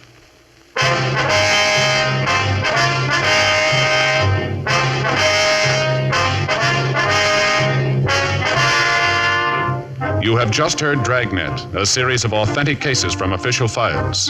Technical advice comes from the Office of Chief of Police W.H. Parker, Los Angeles Police Department. Technical advisors, Captain Jack Donahoe, Sergeant Marty Wynn, Sergeant Vance Brasher.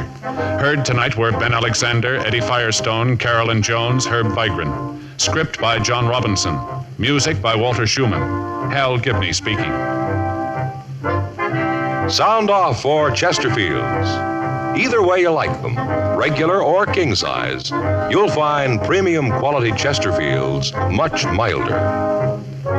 Chesterfield has brought you Dragnet, transcribed from Los Angeles.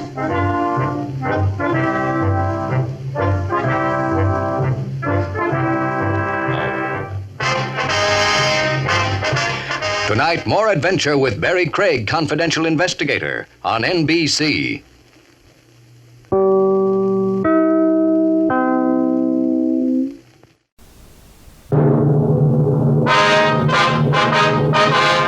Sound off for Chesterfield. Chesterfield, the only cigarette in America to give you premium quality in both regular and king size, brings you Dragnet.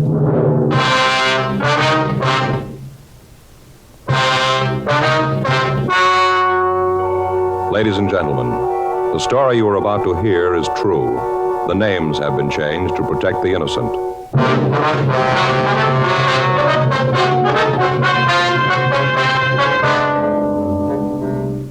You're a detective sergeant. You're assigned to homicide detail. The body of a dead man has been found in the rear of his shop. He has been brutally beaten to death. The killer is unknown. Your job, find him. Thousands are changing to Chesterfield, both regular and king size, because Chesterfield is the first and only cigarette to give you premium quality in both sizes. That means king-size Chesterfield contains tobaccos of better quality and higher price than any other king-size cigarette. It's the same fine tobacco as in regular Chesterfield. There is absolutely no difference. except that king-size Chesterfield is larger. Contains so much more of the same tobaccos, it gives more than a fifth longer smoke. Yes, more than a fifth longer smoke. So remember, Chesterfield is the only cigarette to give you premium quality in both regular and king size. Buy 'em either way you like 'em. Premium quality Chesterfield, and much milder.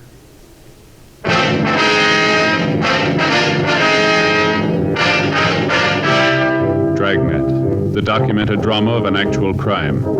For the next 30 minutes, in cooperation with the Los Angeles Police Department, you will travel step by step on the side of the law through an actual case transcribed from official police files.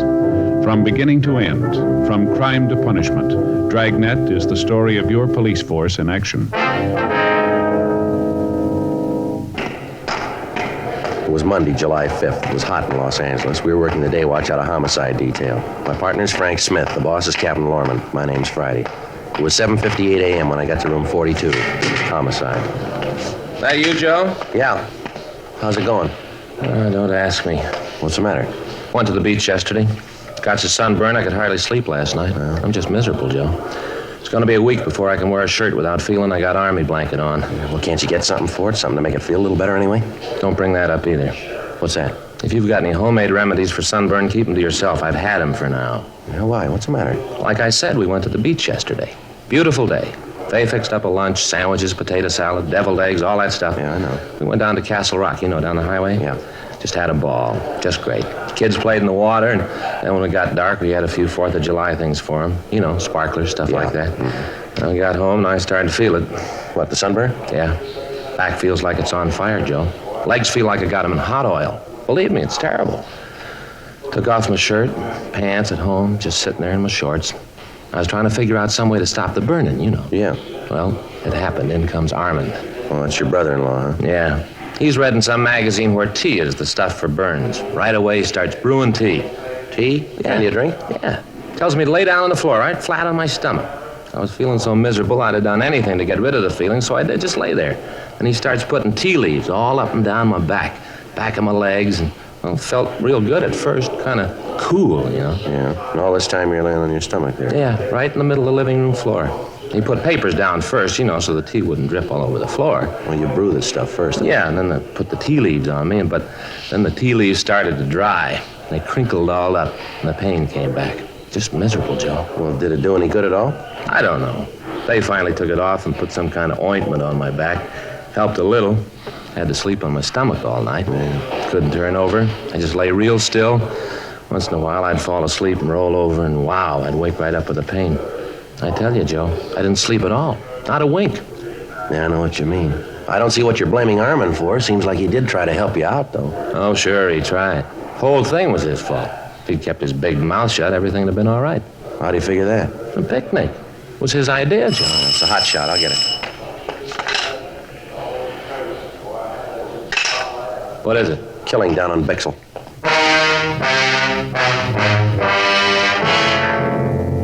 8:14 a.m. We arrived at the address on South Bixel. It was a small neighborhood pawn shop. A radio car had arrived, and the 2 officers had cleared the crowd away from the entrance of the store. One of the officers showed us through a curtain into the back room. Everything was smashed. Glass cases were demolished. Clothing from the shelves had been torn down and thrown all over the floor. At one side of the room, a closet door was half open, and in the closet was the body of a man. We started to talk with George Armstrong, the victim's partner. Terrible. I don't want to look anymore. I don't want to believe it. Anybody would do this to Mark. Mark, is that your partner's name? Yes, Mark Williams, my friend. We've been together the last 15 years. Knew each other for 10 years before that. I don't want to think about it. Would you like to step out here, sir? Front part of the store? Well, would it be all right? Yes, it'd be fine. I'll call the crime lab, Joe. All right, good. Where's the phone, sir? It's back there on the wall. Thanks. I'd like to ask you some questions, if it'd be all right. Yes? You discovered the body, is that right? Well, yes, this morning when I came in, I opened the store like I always do, about, I think it was 7:45, I guess it was, something like that. I see. I opened the front door like I usually do, and then I came in and put the water on for some tea. You can see there, see that hot plate? Mark and I usually have a cup of tea when he comes in. I see. Well, then I went into the back room to hang up my coat. First, I thought that somebody had tried to rob the place. Way things, were scattered all over. Then I saw Mark laying on the floor, and I called you. They're on the way, Joe. Okay. Did you always open up the store by yourself, Mr. Armstrong? Yes, I don't know how it started, but somewhere along the line, I'd open up the place, and then Mark would clean up the shop and close. It's been that way for years. When did you last see Mr. Williams? That is, when did you see him alive?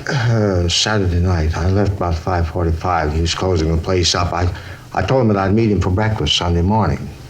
He wasn't there. I tried to call him at home, but there wasn't any answer. His landlady hadn't seen him.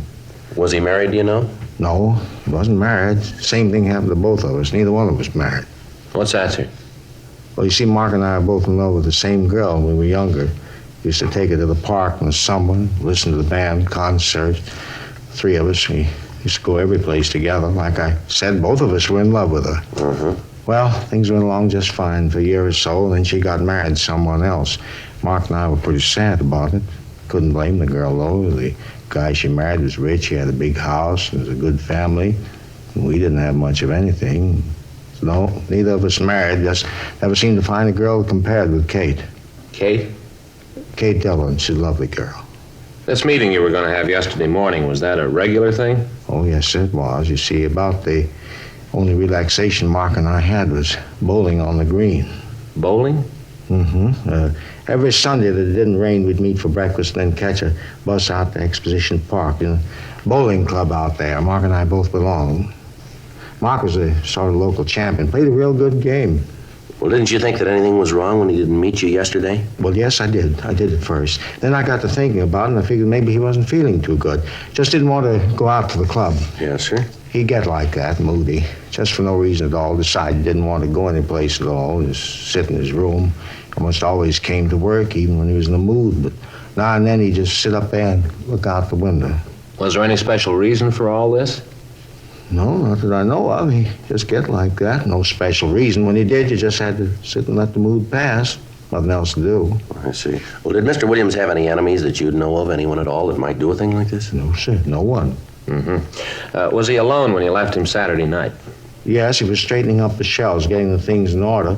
But he was all by himself. No one was here. Well, have you ever had any trouble with anyone in the neighborhood lately? Somebody who might have been looking for trouble, maybe?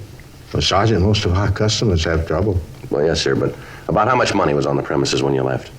Maybe $1,500. Where'd you keep the money? In the safe, right there. You can see for yourself it's all right. Would you mind opening it up just to be sure? Well, if you want me to, but I'm sure everything's okay. If you wouldn't mind, sir. Okay. I know there's nothing wrong here. 43. You can see for yourself that everything's okay, can't you? 16 left. Yes, sir, we just want to be sure. Right to 8. There, you can see it. Is the money kept in that strong box? Yes, sir. Who knew the combination to this safe? I mean, besides you. Just Mark and me. We were the only ones. There, all the money's there. Is there anything else missing from the store? Anything that you can see? Well, Sergeant, look around you. If there was anything, how could I tell? I'd have to take a complete inventory. Well, what difference does it make? How's it going to help Mark? Well, it's pretty important we find out why he was killed the way he was, sir. The beating and all. If you'd look around, you might be able to come up with something.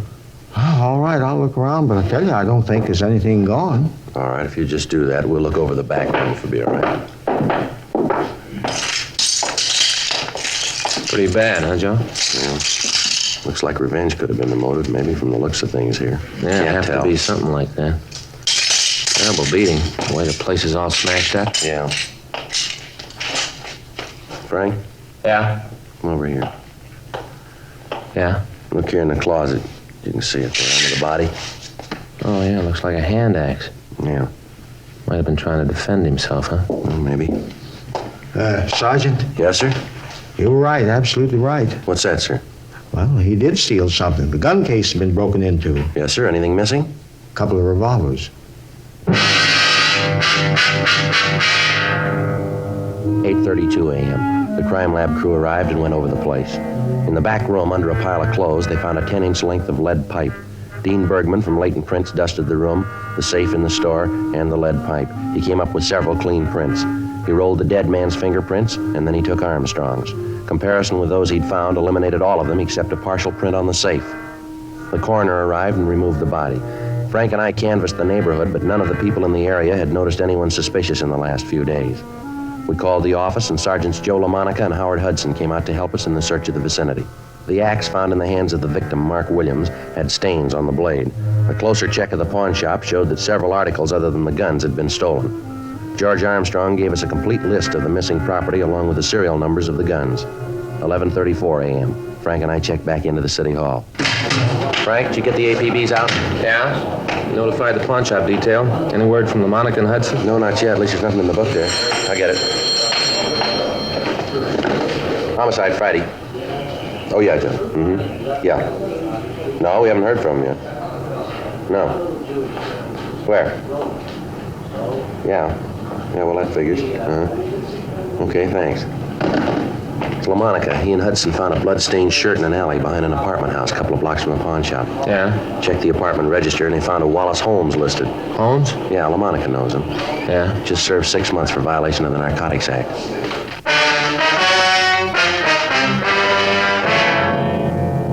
12:02 p.m. We ran the name Wallace Holmes through R&I. He had a record dating back almost 10 years. He'd been arrested twice for violation of the State Health and Safety Code and once on suspicion of 211 PC. We talked to the neighbors in the apartment building where he lived, but they told us that Holmes had been in bed with a bad cold for the past 3 days. Several of them had taken him food on occasion and stated positively that he could not have left the apartment. Bergman checked his fingerprints against those we'd found at the pawn shop. There was no make. A stakeout was placed on the building. 2:15 p.m. We checked with the crime lab to see if Ray Pinker had finished the tests on the physical evidence that he'd collected at the murder scene. Looks like the lead pipe. Can you tell us anything about the killer? Nothing except he's WMA. Well, how about the other bloodstains, Ray? Test out type O, victim's type B. Well, figures that he managed to hit the killer with the axe then, huh? Possible. How about the shirt? Did you find anything on it? We haven't finished the tests on the dust particles we found in the pockets yet. Precipitant test shows it's human blood. Haven't had a chance to group it yet. How about any laundry markings? Anything there, Ray? Yeah, just about to check it. Spread it out here. You want to get those lights, Frank? Yeah, I'll go. Turn on this fluorescent. Yeah. Laundry marking here. Yeah. Looks like RJ. Mm-hmm. Is that right? And there's a number there, too, and there's 769-02. Anything else, Ray? Looks like that's about it. What laundry, would you know? Yeah, I think so. Marking's the same type as Consolidated Central Laundry uses. It's a big place out on Pico. Mm. Handle cleaning for a lot of small neighborhood places in town. I can give you the address. Okay, anything else? Well, he had a 15 neck and a 33 sleeve. Average size, not much help, huh? Maybe I can give you some more when I get through the dust particles in the pockets. Yeah, okay. Wish we had a little more to go on. Well, you got a piece of lead pipe, a stained shirt, and an axe that looks like it's been recently used. Yep. They all connect somewhere along the line. Yeah, all we got to do is find out where. 2:58 p.m. Frank and I drove out to the Consolidated Central Laundry. We talked to the manager, and he looked through the files. He was able to tell us that the shirt had been laundered at a small cleaning place on South Hill. He gave us the address, and Frank and I drove over. We talked to the manager of the shop. Uh-huh. Yeah, it's our number, all right. Yes, sir. Would it be possible for you to tell us who owns the shirt? Yeah, I'll look it up in the book. Let's see, RJ 769-02. Mm-hmm, that's right. Let's see, 642, 98, 7. Yeah, here it is. John Dunlap, address out on 3rd Street. Say, what do you want to know about the shirt for? Dunlap done something? Oh, we're just conducting an investigation here. Oh. Wonder if you'd describe this Dunlap for us. Oh, sure. I've known John for years. Been bringing us things in here for at least 8, maybe 9 years. Could you give us a description of him, you think? Yeah, Johnny's about my size, maybe 5'11". Weighs about 180. How about his coloring? Huh? His coloring, is he dark or light complected? Oh, yeah. Well, I guess you'd say maybe sort of medium. Yeah, medium. Does he have any marks or scars on him? Anything unusual about him? Well, if you asked me that yesterday, I'd have said no. How's that? Well, up till this morning. John came in this morning, and there was nothing that made him stand out up till then. He must have had an accident over the weekend, I guess. I don't understand. Came in this morning, his face was all scratched up.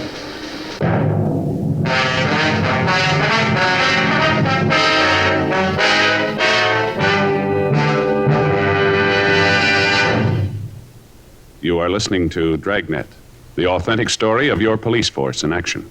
We like to give the facts about Chesterfield so you can be your own judge. Chesterfield is the first and only cigarette to give you premium quality in both regular and king size. Chesterfield is the first and only cigarette to tell you what it's made of. The world's best tobaccos, kept tasty and fresh by pure and costly moistening agents, the best that money can buy. And Chesterfield cigarette paper is of the highest purity. Now, Chesterfield is the first cigarette to present this scientific evidence on the effects of smoking. A medical specialist is making regular bi-monthly examinations of a group of people from various walks of life.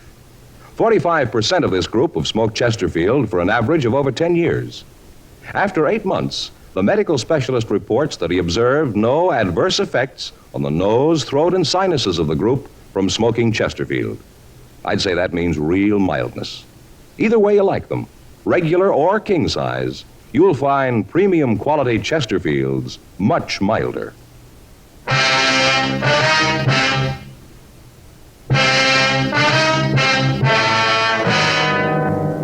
Monday, 5:30 p.m. Frank and I ran the name John Dunlap through R&I. We found no record on anyone answering his description. Meantime, the stakeout on Wallace Holmes' apartment where we'd found the blood-stained shirt continued. Ray Pinker had finished the test on the shirt and found that most of the blood on it was type B. However, there were also small traces of type O. The tests on the dust particles found in the pockets of the shirt netted us nothing. 6:15 p.m. We drove out to the address given us by the cleaning shop. It was a large apartment building. Dunlap was registered in the penthouse. We took the elevator up and rang the bell. Yeah? John Dunlap? That's right. What can I do for you? Police officers would like to talk to you. Police? What do you want with me? Just like to talk to you. Okay, come on in. You can see you caught me in the shower. This is my partner, Frank Smith. My name's Friday. How do you do? How do you do, sir? How do you do? Hey, you mind if I go ahead and get dressed while we talk? I got a date and I don't want to be too late. No, that's all right. Go right ahead. Come on in here. What is it I can do for you, officers? Well, what if you could explain your movement Saturday night? Saturday night? Yes, sir. Well, let's see. I played golf in the morning, got back from the club about 6, I guess. Miserable game, 102, lost $35. Sure was off Saturday. Just a minute, sir. You tell us what clothes you want. We'll get them for you. All right, hand me that shirt there, the blue one, huh? Yeah. Sure, a miserable game Saturday. 3-putted almost every green. Nice-looking shirts, Dunlap. Like them? Well, they're nice-looking. Where do you get them? I have them made. Can't wear store-made shirts. Neck's too long. Collar doesn't fit right. What'd you do after you got home from the golf club? Took a shower, then went out. Had a date. Lousy game ruined the whole evening. Sir? Well, after that crummy 102, I really played the 19th hole. Got pretty loaded. By the time I got to Alice's, I was in a rare mood. Alice? Yeah, Alice Miller. Anyway, I was about a half hour late, and she was fit to be tied. We were supposed to have dinner out in Malibu. Took us about an hour to drive out there, and Alice kept getting madder as we drove. I guess I didn't help things out any. I was in a foul mood and didn't keep it to myself. Yeah? Well, by the time we got there, really going at it, silly thing, no sense to the argument at all, but it just kept building. Either one of you married? Yes, sir. My partner here is. Well, then he knows what I mean. Well, we didn't get down to the beach till about 8:30 or 9. We got out of the car, and Alice said she wanted me to take her back home. I told her we'd just gotten there. She said she didn't care, wanted to go home. Yeah. I told her if she wanted to leave, it was okay with me, and I turned around to walk down to the house. You know, it's pretty dark down there. Uh-huh. Well, I walked right over the embankment. Must have fallen over about 6-7 feet. Didn't hurt myself much, but you can see I scratched up my face. Yeah, we can. Well, the long one, though, I guess it was worth it. How's that? Well, Alice was so scared she ran down to me, and the argument was all over. We went on into the house and had dinner. How long were you there? Well, I guess until, maybe 2:30, 3 in the morning. Got to playing charades. Time just went. You happen to know what blood type you have? What? Your blood type. Do you know what it is? Well, I think it's A, but I'm not sure, though. Uh-huh. You said you had your shirts made to order, huh? Yeah, that's right. Why? Can you tell us how someone else might have gotten one of your shirts? Wait a minute. I don't think I understand just what's going on. Or what is this all about? You come in here and ask a lot of questions. What's it all for? Just routine. Routine what? It's not routine for me to have policemen come in and ask a lot of questions. Where was I Saturday night? Who makes my shirts? Who might have had them? Come on, what's the pitch? All right. You know a man named Mark Williams? Williams? No, Tom Williams sells insurance. No, Mark Williams. No, I don't think I know him, Mark. Anyway, what's he got to do with this? He was killed Saturday night. You figure maybe I did it? Well, a shirt that belongs to you was found near the scene. My shirt? That's right. Same label. Check the laundry markings in it. Your laundryman said it was your shirt, said it was your number. You talked to Harry? Yeah, if that's his name, I guess we did. Well, I don't understand it. Hey, wait a minute. Yes, sir? A couple of weeks ago, I gave a half a dozen shirts to the woman who comes in to clean up the place. She might know what happened. Let me call her and find out. I got her number here someplace. Yeah, here it is. If anybody knows, she would. A couple of weeks ago, told her she could have him. I don't know what's the matter with him. Hello? Mrs. Lambert in, please? Yeah, thank you. Hello, Mrs. Lambert. This is John Dunlap. Oh, just fine. And you? That's good. No, I just want to know what you did with those shirts you took a couple of weeks ago. Well, no, Mrs. Lambert, I did give them to you. I just want to know what you did with them. Uh-huh. I see. Well, can you give me the address? Well, just a minute. I'll get a pencil. Do you have a pencil, officer? Here you are. Thank you. Now, go ahead, Mrs. Lambert. Uh-huh. 47? All right, thank you. No, don't you worry. Everything's all right. Yeah, well, thank you, Mrs. Lambert. Yeah, I'll see you then. Right, goodbye. A real character. Thought I wanted the shirts back. Did she tell you what she did with them? Yeah, said she sold them to a second-hand store down on Bixel.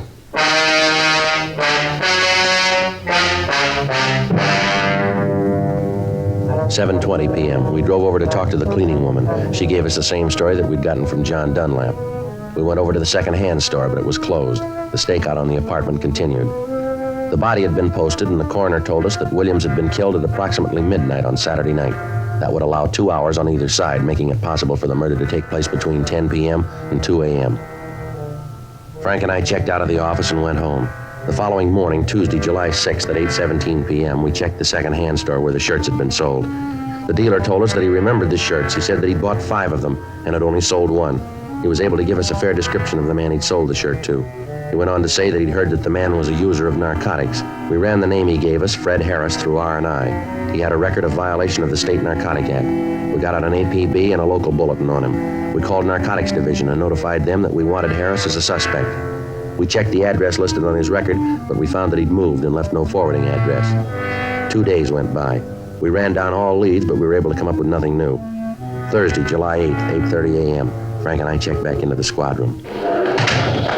Well, there's another one that didn't go anyplace. Yeah, well, he's got to be someplace. I get it. Homicide Friday. Oh, yeah, Joe. Mm-hmm. Yeah. Well, how soon will you be here? All right. Okay, right. Anything? Well, Monica and Hudson, they just picked Harris up.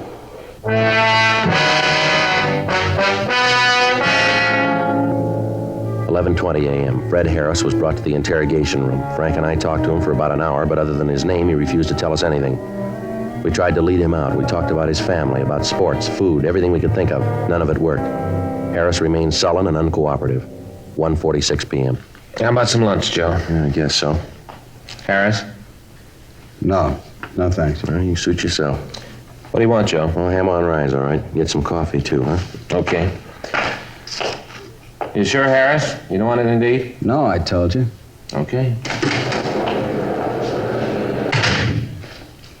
All right if I smoke? Yeah, go ahead.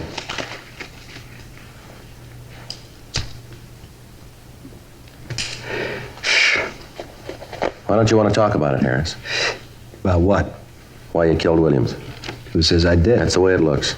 It looks wrong. Well, you figured for yourself, Harris. When you killed the old man, you weren't very careful. You left a couple of prints around the place. Yeah? Shirt you wore, we got that. Found it right where you dropped it. Ran that down, leads right to you. Got the man who sold it to you. Identifies you. Maybe he's wrong. No, you know better than that. When they picked you up, you were carrying some of the things you stole from that pawn shop. You can't account for your time on Saturday night. I told you I didn't do it. I didn't kill the old man. I just don't remember where I was that night. Didn't that happen to you? You go someplace and a couple of days later you can't remember where you were. Doesn't that ever happen to you? Oh, yeah, once in a while. Yeah, you see? How you expect me to remember when you sometimes forget? You a user? What are you asking that for? You got the record. Look it up yourself. Roll up your sleeve. All right. You're a user. You work for a living? Yeah, sometimes. What do you do? Whatever I can. When'd you last work? A couple of weeks ago. You haven't worked since then, huh? No. Where'd you get that stuff they found on you? I don't know. Must have bought it. Any idea where? No. You bought the stuff and you don't know where. Is that what you want me to believe? Believe what you want. I don't care. Well, here's what I believe. You tell me if I'm wrong. I think you went to the old man's pawn shop about closing time on Saturday night. You had a big yen on and no money to make a connection. You tried to rob the old man. He didn't like it and you killed him. You killed him with that hunk of lead pipe we found, the one with your fingerprints all over it. Then you tried to get the safe open and you couldn't. So you wiped it clean, grabbed what you could carry, and you ran out of the store. A couple of blocks away, you calmed down and took a look at yourself. You threw that shirt in the ash can, then you went up to Wallace Holmes' apartment to try to make a connection, didn't you? He tell you all that? No. Now, come on, how about it? Holmes tell you that? Now, look, you're a little mixed up, aren't you? You just answer, you don't ask. Sure, he told you. You never found out if he did. My big pal, Wallace Holmes. After all I'd done for him, if I had a nickel for every pop I shared with that bum and he cops out on me, he blabs everything to you. The one guy I'd have done anything for. Give the guy the shirt off your back, and this is the thanks I get. Well, that's your big trouble, Harris. What do you mean? You ought to hang on to your shirts.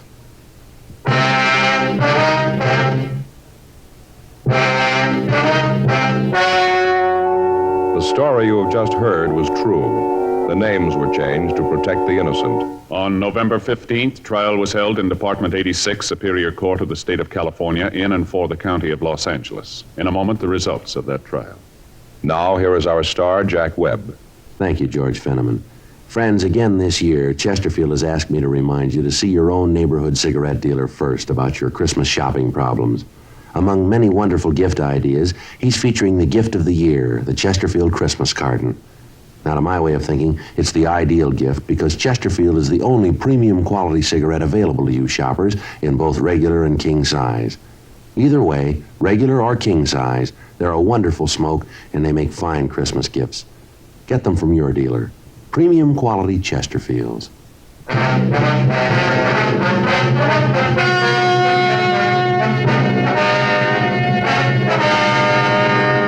Fred Richard Harris was tried and convicted of murder in the first degree. He was executed in the lethal gas chamber at the State Penitentiary, San Quentin, California.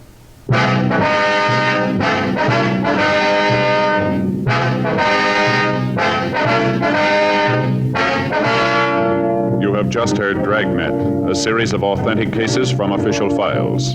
Technical advice comes from the Office of Chief of Police W.H. Parker, Los Angeles Police Department. Technical advisors, Captain Jack Donahoe, Sergeant Marty Wynn, Sergeant Vance Brasher. Heard tonight were Ben Alexander, Vic Rodman, Olin Soule. Script by John Robinson. Music by Walter Schumann. Hal Gibney speaking. Sound off for Chesterfields. Either way you like them, regular or king size, you'll find premium quality Chesterfields much milder. Chesterfield has brought you Dragnet, transcribed from Los Angeles.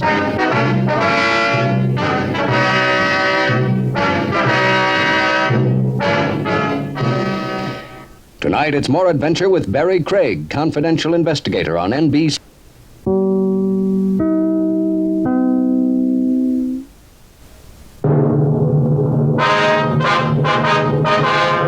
Sound off for Chesterfield.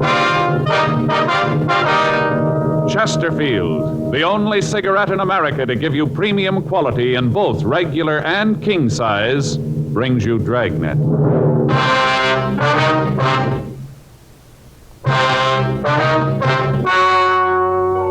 Ladies and gentlemen, the story you are about to hear is true. The names have been changed to protect the innocent.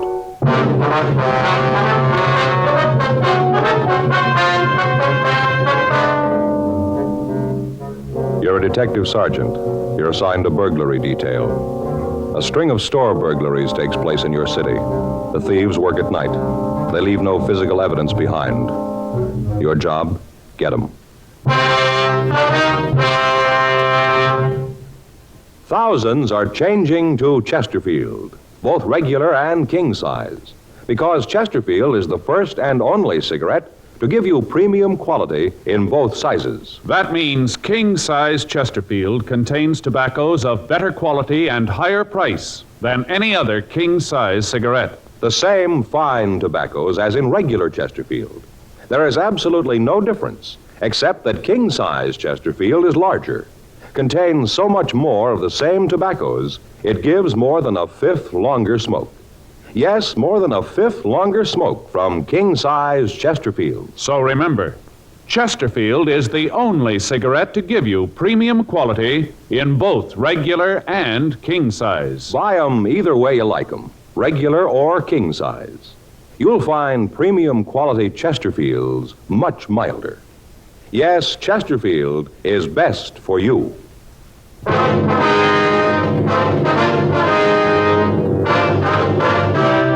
Dragnet, the documented drama of an actual crime. For the next 30 minutes, in cooperation with the Los Angeles Police Department, you will travel step by step on the side of the law through an actual case transcribed from official police files. From beginning to end, from crime to punishment, Dragnet is the story of your police force in action. It was Wednesday, January 23rd. It was cold in Los Angeles. We were working the day watch out of burglary detail. My partner's Frank Smith. The boss is Captain Wisdom. My name's Friday. We were on our way out from the office, and it was 10:36 a.m. when we got to the corner of Constance and Westlake, Nichols' dry goods store. Yes? Something I can do for you, gentlemen? Yes, ma'am. We're police officers. Oh, yes, about the robbery. Yes, ma'am. Are you Gladys Nichols? Yes, I am. I'm the owner. I found out that the safe had been robbed. I think you mean your safe was burgled, Mrs. Nichols. What? Well, your safe, it's a technical term. We refer to it as having been burgled, not robbed. Burgled. Robbed. They took the money out of it. Well, you see, ma'am, a lot of people make that same mistake. A safe is burgled and a man is robbed. Oh, yeah. Well, I came in this morning. I didn't get your name. I'm sorry. My name's Friday. This is my partner, Frank Smith. Well, I'm pleased to meet you. How you do? Like I said, I'm Gladys Nichols. Yes, ma'am. Now, if you just tell us what happened here. Oh, sure. Well, I came in this morning, 8:30, just like I always do. Been doing the same thing for the past 10 years. 8 years at the old location. Always opened exactly 8:30 on the dot. Yes, Miss Nichols. Miss Nichols. I took my maiden name when my husband died. I'm sorry. Go right ahead, please. Oh, sure. I came in at 8:30 this morning, opened the door, and came on in. Everything looked just like it should have. Hung up my coat, then I rolled up the shade on the front window. After that, I opened the safe, and that's when I knew that I'd been burgled. That's right, ma'am. I could tell it right away. Safe was empty, not a bit of money left. Cleaned it right out. Do you know how much money there was in the safe, Miss Nichols? Oh, yes. $423.76. I know exactly. Yes, ma'am. Can't understand it either. It should have gone off. Should have worked. Can't understand why it didn't. What's that, ma'am? Burglar alarm. Oh. Yes, not a peep out of it. Nothing. The man that sold it to me said that if anybody so much as looked at something and thought about stealing it, the alarm would go off. But like I said, not a peep. Oh, I wonder if you'd excuse me for a minute. There's Mrs. Johnson, old customer. Yes, ma'am. It won't take a minute. You bet. Good morning, Vera. Morning, Gladys. I want a pattern and some material. All right. What pattern do you want? Oh, I was over to the Palmquits the other night. Barbara made some of the cutest pillows I ever saw. Looked like pieces of fruit. You know, watermelon, strawberries. Oh, yeah, I know the ones you mean. She said she saw them in a magazine. Sent for the pattern, but I thought if anybody had had it, you'd be the one. Have you? Sure. It's new. I just got it in a couple of days ago. I guess you heard about my being burgled. No. Really? Sure, last night. Those two gentlemen back there from the police come in to talk to me about it. And you were really robbed? Burgled, Vera. A safe is burgled. A man is robbed. Oh. Now, is this the pattern you want? Yes, that's the one. See there? I want to make the slice of watermelon and the strawberry. Think they look real nice on the bench in the parlor. Oh, yes, they sure would. Faye saw those things. Said she wanted to make some. You see them, Joe? No, I never have. They're real nice. Probably not too comfortable, but they sure look pretty. How much material do I need for just the two? Well, I'm not sure. Have to look at the pattern. You want just the melon slice and the strawberry, that right? Yes. Mm-hmm. Well, for the melon, you need, let's see. You want it out of cloth or plastic? What? Cloth or plastic. You can make them out of either. Cloth, I think. Yeah. Faye's going to use plastic. It's better for the kids. Yeah. You'll need 3/4 of a yard of red and a 1/4 yard of green felt for the hull and stem. That's for the strawberry.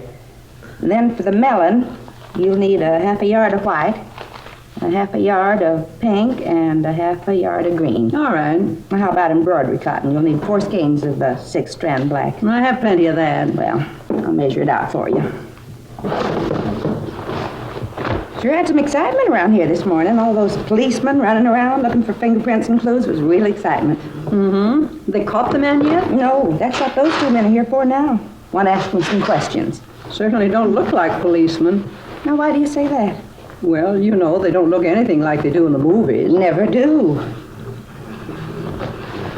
Now, you will need some muslin for this, too. You want to get it now? No, I'll pick it up later. Got to get some batting, too. All right. That's the stuff that gives Faye trouble. What? Batting. You know, the stuff you put inside the pillows. Faye always has trouble with it. Stuff always creeps down to one end of the pillow. You got one real fat end, and the other one just hasn't got anything in it. Kind of uncomfortable when you sit on it. Yeah. Just put that on the bill, will you, Gladys? You betcha. Sure hope you get the burglary all straightened out. Oh, I know they will. Thanks for coming in. Now then, I'm sorry to keep you waiting. That's all right, ma'am. About that burglar alarm. Yes? Well, about the switch. Are you sure you turned it on when you left the shop? Sure, you just bet I did. I always do.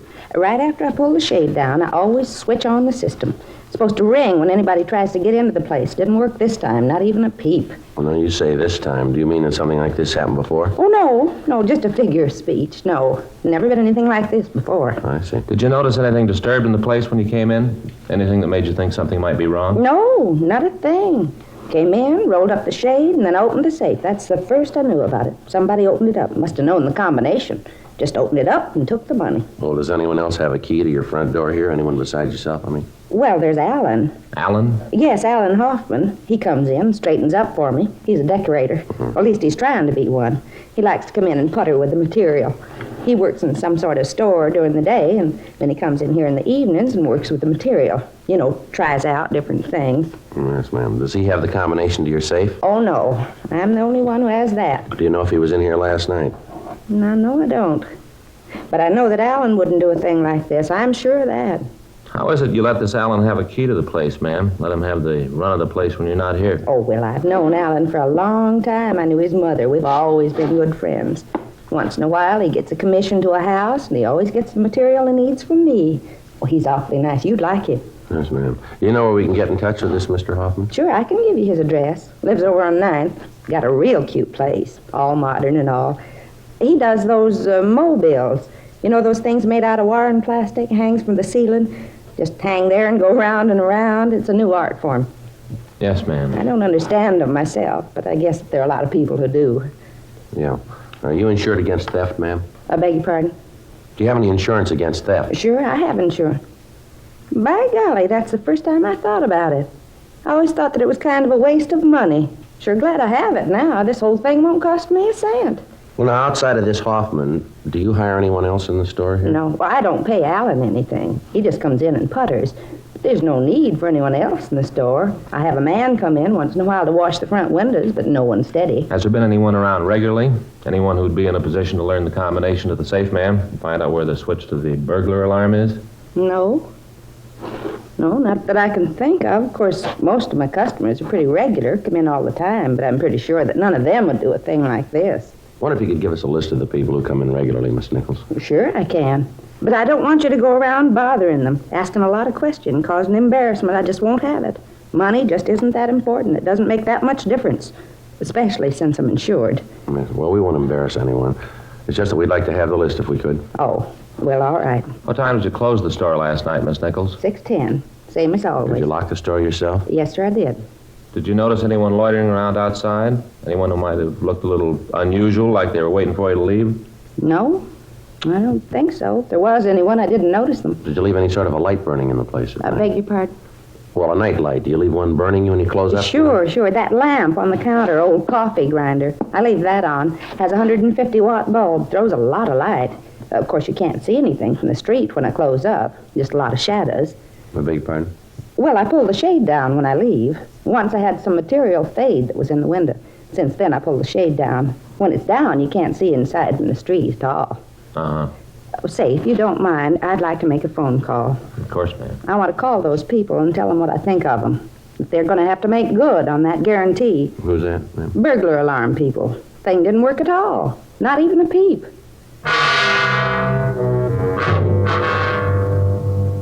11:18 a.m. Frank and I checked by the crime lab to see if they'd been able to come up with any physical evidence from the scene of the burglary. As in the previous cases, there was nothing to work on. For the past month, the series of burglaries had been taking place in the same one-block area. The M.O. in every instance was the same. Somehow, the doors to the shops were being unlocked, the safes rifled, and then closed up again. In those stores where there wasn't a safe, merchandise was stolen. In all of the burglaries, whoever was responsible for them got away without leaving a trace of physical evidence behind. Store employees were interrogated. Owners were questioned. None of them could give us any leads. The MO had been run through the stats office, but they couldn't help us. Stakeouts had been placed on the stores. Extra men were sent out from Metro Division to patrol the streets. The men saw nothing, but the burglaries continued. The thief or thieves seemed to know just what stores were under surveillance and seemed to keep clear of them. Wednesday, 12:14 p.m. We ran the name Alan Hoffman through R&I, but we got no make. Frank and I drove out to his home address on 9th Street. He met us at the door and asked us in. I'm doing some work back here. Mind if I go on with it? No, sir, you go right ahead. Right back here, sun porch. I got a commission to do a place. I'm working on some mobiles for it. Oh, is that right? Yeah, I think I'll call it Doves at Sunrise. Sit down. Any place. Yeah, thanks. Just a couple of questions we'd like to ask you, Hoffman. Sure, what about? Were you in Miss Nichols' shop last night? Oh, no, why? Will you tell us where you were last night? Yeah, I think so. I went to an exhibition of Mobile, a place down on Pico. A friend of mine had a one-man show. Great ideas. Bad color, but great ideas. You prove you were there? Well, sure, if I have to. What's this all about, anyway? I understand you have a key to the shop, is that right? Yeah, Gladys gave it to me. I go down there and check the material, get ideas for decorating. Where do you work, Mr. Hoffman? Right now in a store out on Beverly, antique shop. I want to go in business for myself, interior decoration. I've been working for it a long time. A couple of more good commissions, I'll be able to do it. Mm-hmm. Do you work at night down there very often? You mean at Gladys's? Yeah, that's right. Maybe a couple of times a week. What time do you usually get there? It depends on what I'm doing before. Usually I have dinner, then go by. Well, what's this all about, anyway? Something wrong? Well, you probably know that there have been several burglaries down in that area lately. Yeah, I heard about them. You figure I had something to do with them? Is that it? Well, we're trying to find out who's responsible for them. No, it isn't me. You ever notice anyone around the place when you were there at night? No, not that I remember. Hand me that piece of balsa, will you? Miss Wood here? Yeah. Yeah. Mm-hmm. Here you are. Thanks. No, I've never noticed anyone around there. What time do you finish up at the shop there? Sometimes late as 2, maybe 3 in the morning. Uh-huh. Miss Nichols tell you where the burglar alarm switch is? Sure, I know. Couldn't move around the place without knowing about it. Have half the police force there if that thing ever went off. You got any idea as to how that safe could be opened by someone other than Miss Nichols? No, she's so touchy about that safe. She'd never let anyone get near her when she's opening. Even after she finishes the combination, she twirls the dial so you can't tell what number she stopped on. You've looked, have you? No. I don't like what you're trying to say. Well, we're not trying to say anything, Hoffman. Well, you imply that I might try to knock over that safe. No, we didn't say that. You said the same thing, asking me if I'd try to see the combination. Well, now, just take it easy, Hoffman. If you haven't done anything, you got nothing to be afraid of. Got nothing to be afraid of. I just don't like your remarks, that's all. You ever been arrested? I say, you ever been arrested? Oh, no. A couple of tickets for running red lights, that's all. Can you give us the address of the place where you were last night? Yeah, I suppose so. You guys really think I had something to do with this, huh? We got to check everybody out, Hoffman. You came up on the list. Well, that's all it is, huh? That's all it is. Well, I'll give you the address. You can check there. They'll tell you I was there till about 3:30 this morning, and then we all went out to get something to eat. I came home about 5 this morning. Went right to bed. Anybody see you come in? No, I don't think so. You guys figure it might be an inside job, these burglaries? Looks like it might be, yeah. Well, that's the way I've got it figured. From what Gladys tells me, it's almost got to be. That right? Sure. Well, hand me that piece of red plastic, will you? The what? A piece of red plastic. This here? Yeah, that one. Yeah. There you are. Thanks.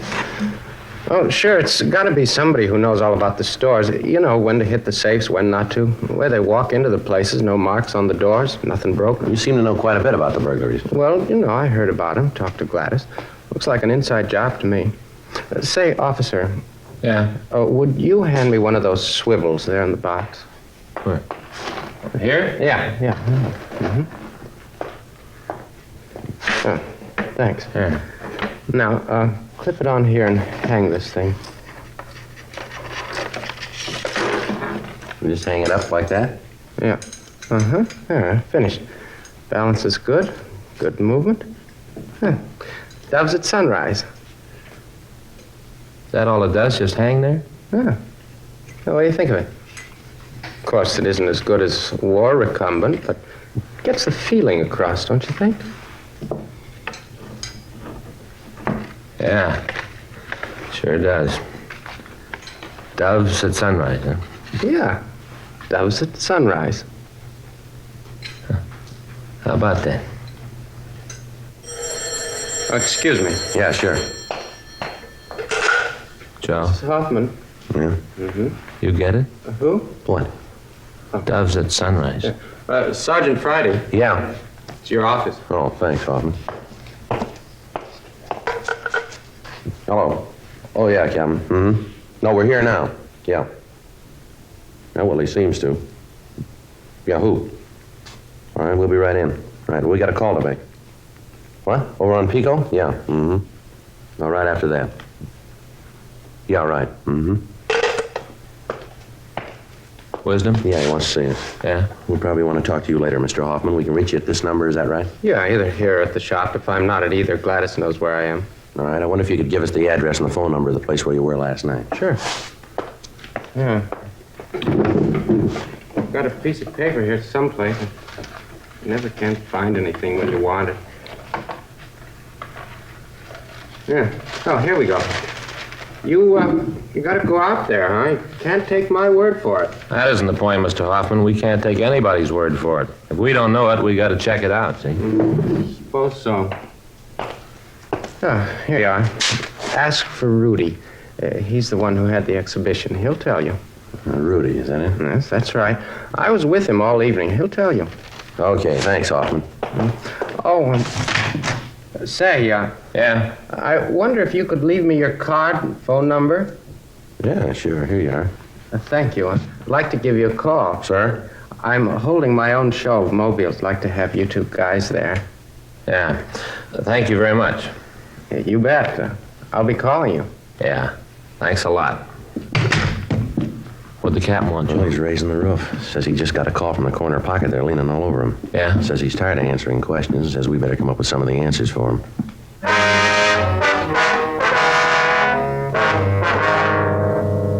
12:58 a.m. Frank and I drove over to check on Alan Hoffman's alibi. We talked to Rudy Nixon. He told us that Hoffman had been with him until around 4:30 that morning. At that time, Nixon had dropped Hoffman off at his apartment. We drove back to the office and ran the name Rudy Nixon through R&I, but we got no make on anyone answering his description. 5:45 p.m., Frank and I reported for stakeout duty. The night went slow and we came up with nothing. The next morning at 8:16 a.m., we checked back into the office. You know, as soon as we get this thing over with, I'm going to sleep a week. Oh, man, you got company. I'm going to tell Faye to send the kids out of town, and if anybody calls me, tell them I just left for Hindustan by fast freight. Well, how'd it go? Nothing, Skipper. Sat there all night, not a thing. How about the other guys? Anything from them, Skipper? No, I just checked with Metro. None of their cars saw anything. The other men out there came in with the same. No, got it. Burglary wisdom. Yes, ma'am. Mm-hmm. Well, what time was it? Right, we'll send a couple of men right out. Here's the address. They hit again.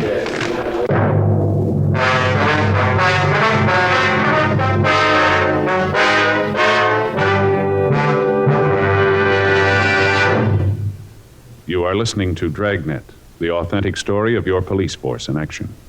Chesterfield is best for you. But let us give you the facts, and then you be your own judge. Chesterfield is the first cigarette to present this scientific evidence on the effects of smoking. A medical specialist is making regular bi-monthly examinations of a group of people from various walks of life. 45% of this group have smoked Chesterfield for an average of 10 years. After 8 months, the medical specialist reports that he observed no adverse effects on the nose, throat, and sinuses of the group from smoking Chesterfield. I'd say that means real mildness. And Chesterfield is the first and only premium quality cigarette available in both regular and king size. So buy 'em either way you like 'em, regular or king size. You'll find premium quality Chesterfields much milder. Yes, Chesterfield is best for you.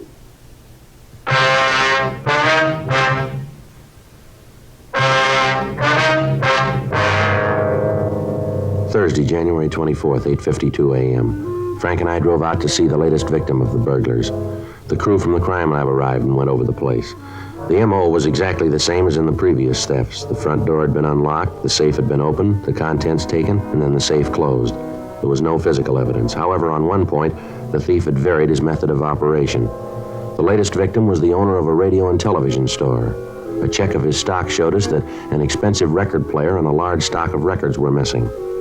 We checked Metro Division, but they told us that none of their cars had reported seeing anyone on the streets carrying anything that fitted the description of the missing merchandise. The serial number of the set was given to us, and a local and an APB was gotten out on it. We talked to Lieutenant Stevens at Metro, and he agreed to double the number of cars cruising in the area that night. 3 more teams of men from burglary were assigned to the stakeout detail. 6:02 p.m. Frank and I checked in for duty. Nothing happened. 2 days passed. Still no new leads. All employees of the stores that were victimized were checked and rechecked. Nothing. Saturday, January 26th. Frank and I were assigned to a toy shop in the middle of the block. We waited. 8 p.m., 9, 10:30 p.m. Nothing. Oh, boy, I'm stiff. Yeah. Joe? Mm-hmm. What time you got? 10:46. I sure wish I could have a smoke. Yeah. I wonder if he's going to show. What do you think? I don't know. Been a long time. 11 o'clock. We waited. From time to time, we could see the lights of the undercover car go by the front entrance. Midnight. 12:30. Still nothing.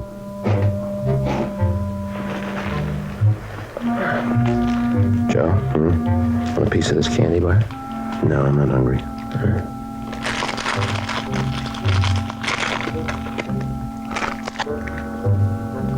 Sure you don't want some? No. I don't know. We've been in every store in this block. Past months, I don't think the guy's going to show. It's kind of stale. Wait a minute. What's that? Somebody moving something. Yeah, sounds like the ventilator, doesn't it? Hey. Wait a minute, hold it.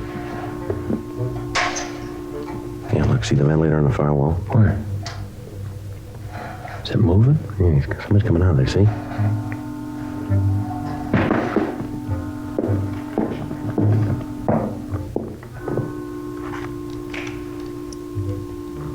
Going for the burglar alarm. See, look at that. What'd he do? Snapped off the burglar alarm. Oh. He's at the safe. Yeah. He's got it open.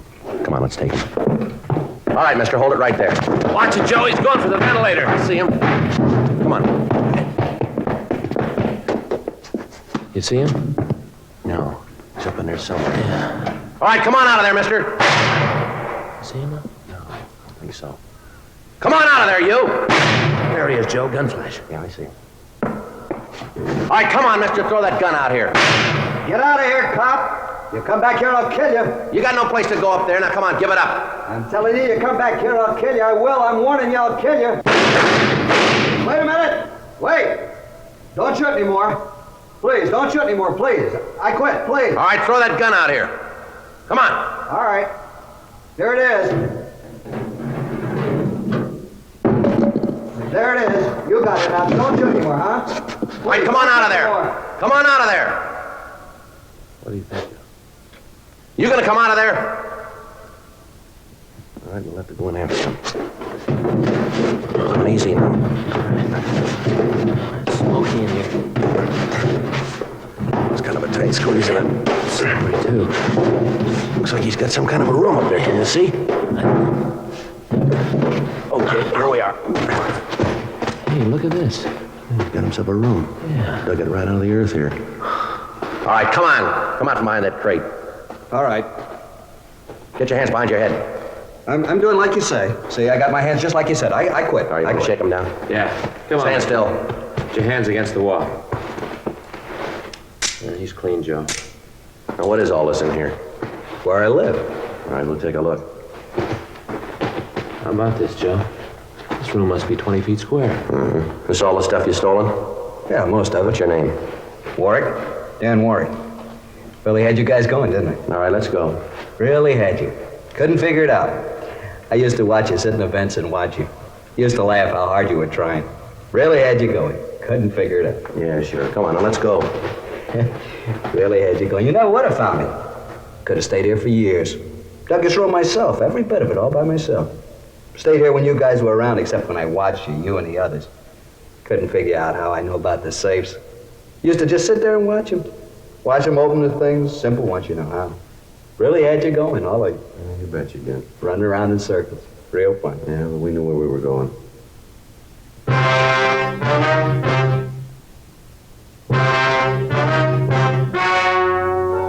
The story you have just heard was true. The names were changed to protect the innocent. On May 17th, trial was held in Department 89, Superior Court of the State of California, in and for the County of Los Angeles. In a moment, the results of that trial. Now, here is our star, Jack Webb. Thank you, George Fenneman. Friends, it's getting a little closer to Christmas, and there's a man right near you, your neighborhood cigarette dealer, who has a lot of fine gift ideas. Of course, he's featuring the gift of the year, the Chesterfield Christmas carton. It's the ideal gift because Chesterfield is the only premium quality cigarette available to you in both regular and king size.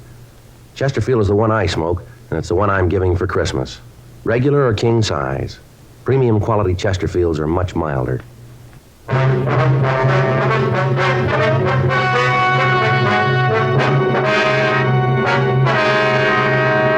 Daniel Robert Warwick was tried and convicted of burglary in the first degree, 5 counts. Said counts to run consecutively. He received his sentence as prescribed by law.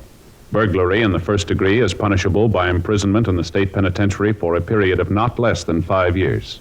Ladies and gentlemen, in the next 7 years of bigger and bigger enrollments, America's grade schools will need nearly 250,000 extra teachers, besides those to fill normal vacancies.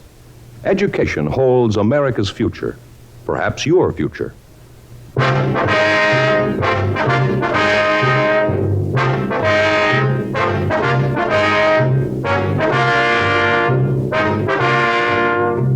You have just heard Dragnet, a series of authentic cases from official files. Technical advice comes from the Office of Chief of Police W.H. Parker, Los Angeles Police Department. Technical advisors, Captain Jack Donahoe, Sergeant Marty Wynn, Sergeant Vance Brasher.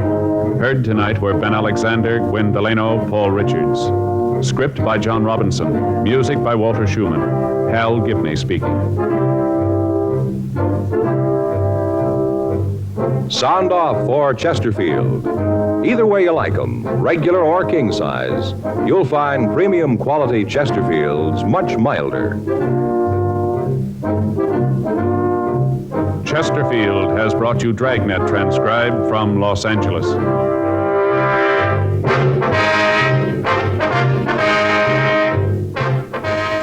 Tonight, more adventure with Barry Craig, confidential investigator, on NBC.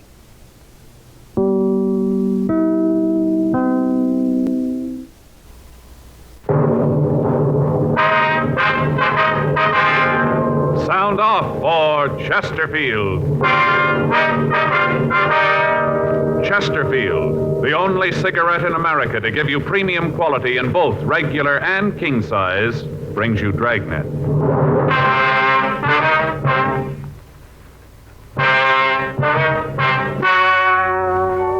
Ladies and gentlemen, the story you are about to hear is true. The names have been changed to protect the innocent.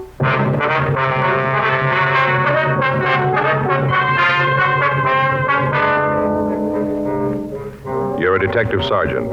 You're assigned to narcotics detail. You receive information that a big buy of heroin is going to be made in your city. You know the location and the man who's going to sell it. Your job? Stop him. Thousands are changing to Chesterfield, both regular and king size, because only Chesterfield has premium quality in both sizes. That means king-size Chesterfield contains tobaccos of better quality and higher price than any other king-size cigarette. The same fine tobacco as in regular Chesterfield. There is absolutely no difference, except that king-size Chesterfield is larger, contains so much more of the same tobaccos, it gives more than a fifth longer smoke. Yes, more than a fifth longer smoke from king-size Chesterfield. So remember, Chesterfield is the only cigarette to give you premium quality in both regular and king size. Buy 'em either way you like 'em, regular or king size. You'll find premium quality Chesterfields much milder. Yes, Chesterfield is best for you.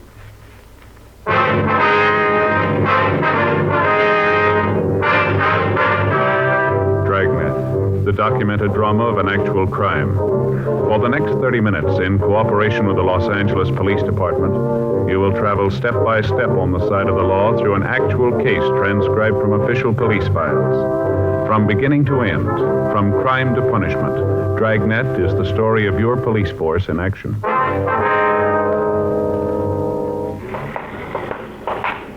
It was Tuesday, April 8th. It was windy in Los Angeles. We were working the night watch out of narcotics detail. My partner's Frank Smith. The boss is Captain Kearney. My name's Friday. We were on our way to the meet, and it was 9:48 p.m. when we got to the corner of Pico and Clanton, the 617 Club. Let's sit back there, huh? Yeah, it looks all right. What time you got, Joe? 9:49, why? Well, this watch is giving me trouble. Yeah? I guess it's getting old. You had it cleaned lately? Maybe that's what it needs. Yeah, a couple of years ago. Ran real good right after that. Just been lately, like I said.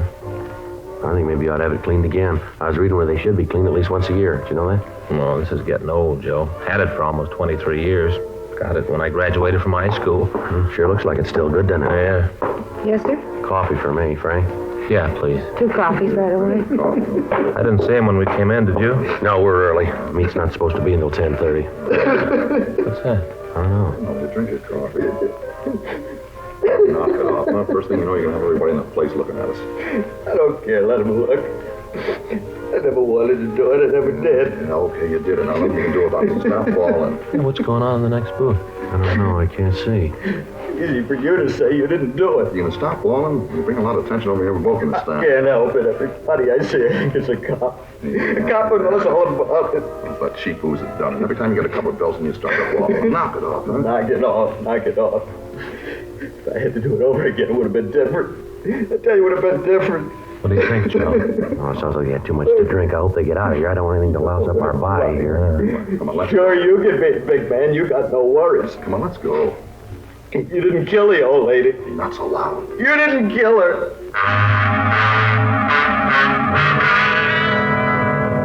Because of the high booth walls, we were unable to tell who was doing the talking. As soon as the men got up to leave the place, Frank and I followed them. Frank stopped long enough to call our contact and postpone the narcotics buy. We followed the 2 men from the bar down the street. They walked up to Spring, and then they split up. Frank followed one of them, I tailed the other. He went directly to a hotel on West 6th Street. He stopped and talked with a hotel clerk, and then he took the elevator upstairs. I checked with the clerk, and he told me that the man's name was Sam Allison. The clerk also told me that Allison had been a resident of the hotel off and on for the past 10 years. He went on to say that every so often Allison would pack up and leave, but that he'd always return. He was unable to give me any information as to how Allison made his living or who the other man might be. 12:10 a.m. I called the office. Frank had checked back in. The man he was following had entered an all-night movie, and in the darkness, Frank somehow had lost him. I went back to the office, and we sent a radiogram to Inspector Charlie Sutton up in San Francisco, requesting all information on unsolved murders in the Bay Area in the last few months. We ran the name Sam Allison through R&I, but we got no make on anyone answering his description. 2:15 a.m. We checked out of the office and went home to get some sleep. The following morning, Wednesday, April 9th, 7:58 a.m., I checked back into the office. That you, Joe? Yeah. The message in the book to call Operator 18 in San Francisco. Would you put the call in? No, I just got in. Figured I'd wait a minute for you to get here. All right, let's take care of it now.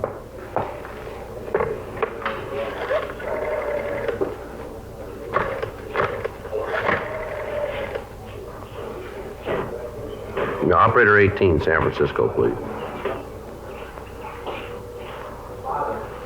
Joe Friday, Los Angeles Police Department, Michigan 5211. Yeah, that's right. Probably Charlie Sutton, huh? Yeah. Yes, ma'am? Oh, Charlie? Joe Friday. Yeah. Uh-huh. When? January 15th, huh? So how'd it happen? Uh-huh. Yeah. Can you talk a little louder, Charlie? Any description? Yeah, I see. Mm-hmm. Where? You sent it right down to us, huh?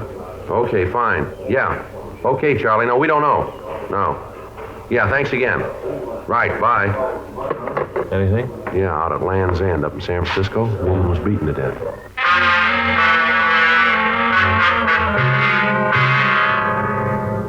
The San Francisco Police Department said that they'd forward all available information on the killing. From what Inspector Charlie Sutton had said, the victim had been robbed and beaten out on the Land's End area.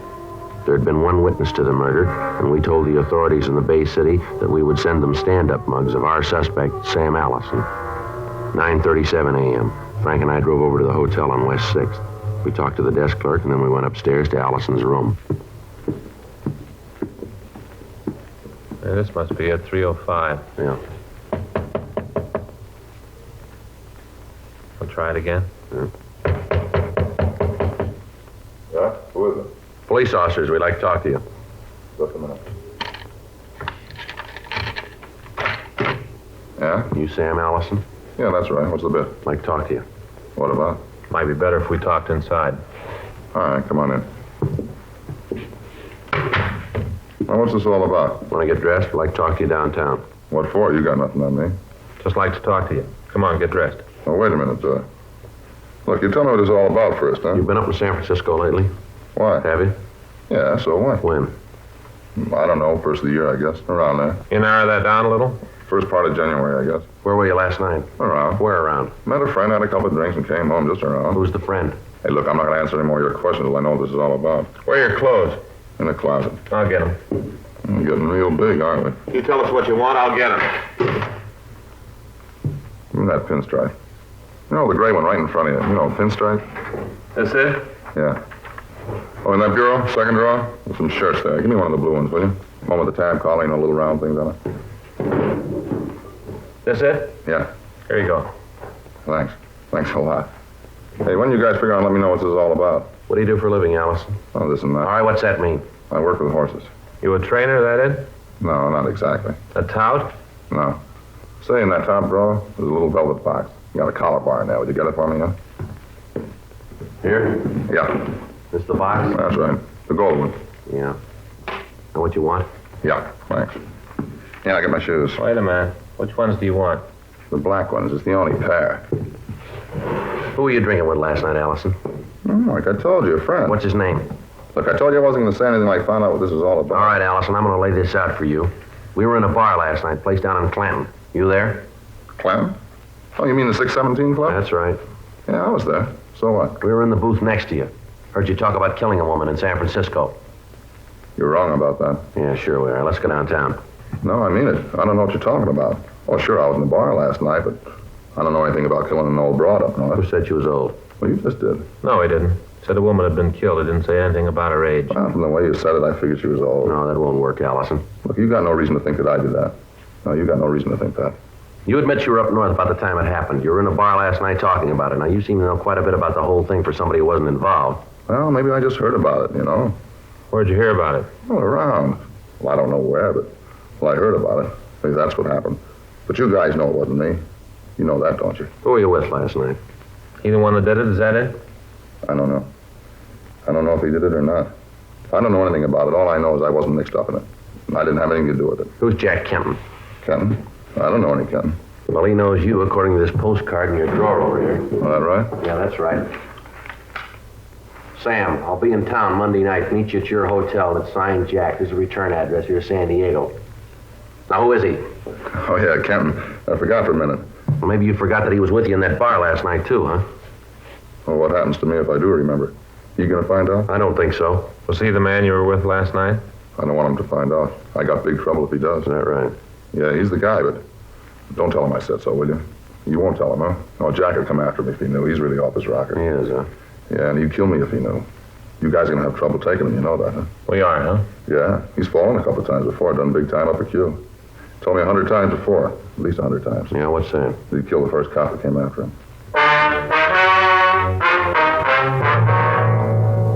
11:17 a.m. Frank and I took Sam Allison down to the city hall. He was fingerprinted and mug shots were taken. A pair of stand-up mugs were sent to San Francisco immediately. We contacted the San Diego Police Department and asked them to put a stake out on the address that was on the postcard we'd found in Allison's room. In the event this Jack Kenton returned, they were to pick him up and call us. While we talked to them, they ran the name through their files and found that he had a minor record in San Diego dating back some 15 years. A check of our file showed that he'd served time in San Quentin for armed robbery and ADW while trying to commit a robbery. We got out a local and an APB on him. We talked to Allison.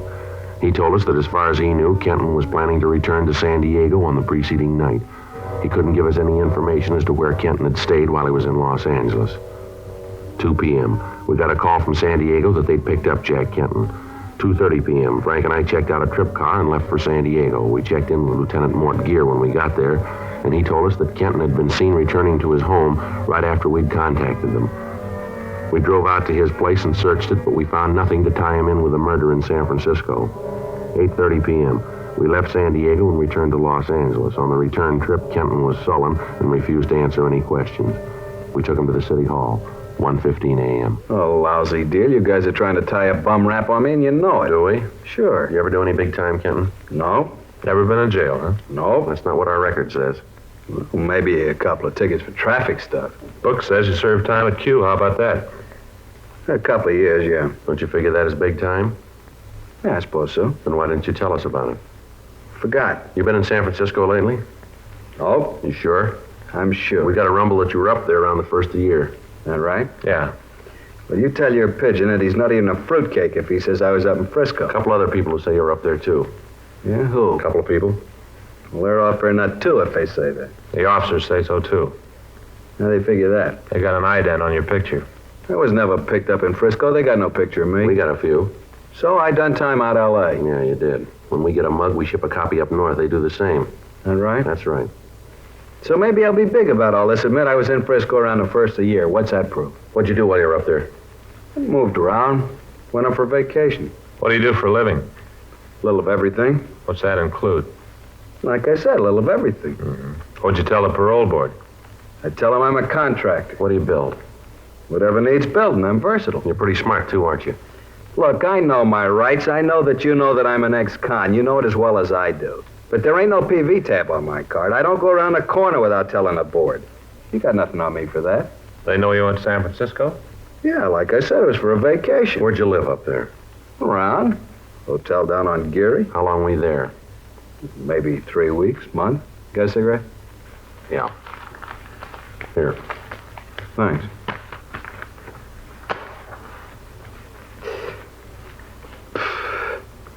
Thanks. What's this all about, anyway? What's the pitch with was I in Frisco? You remember where you were last night? Yeah, I was up here. I came up to see a friend. Who's a friend?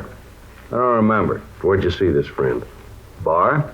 Had a couple of drinks, and I went to a movie. What bar? I don't remember. Someplace downtown. Over on Clanton, maybe? Yeah, could be. Like I said, I don't remember. We figure it was the 617 Club on Clanton. You know more than I do. You were there with Sam Allison, isn't that right? Allison? Don't think I know anybody by that name. He says he knows you. Allison? No, I don't think I know anybody. All right, now let's come off it, Kenton. We know you were there.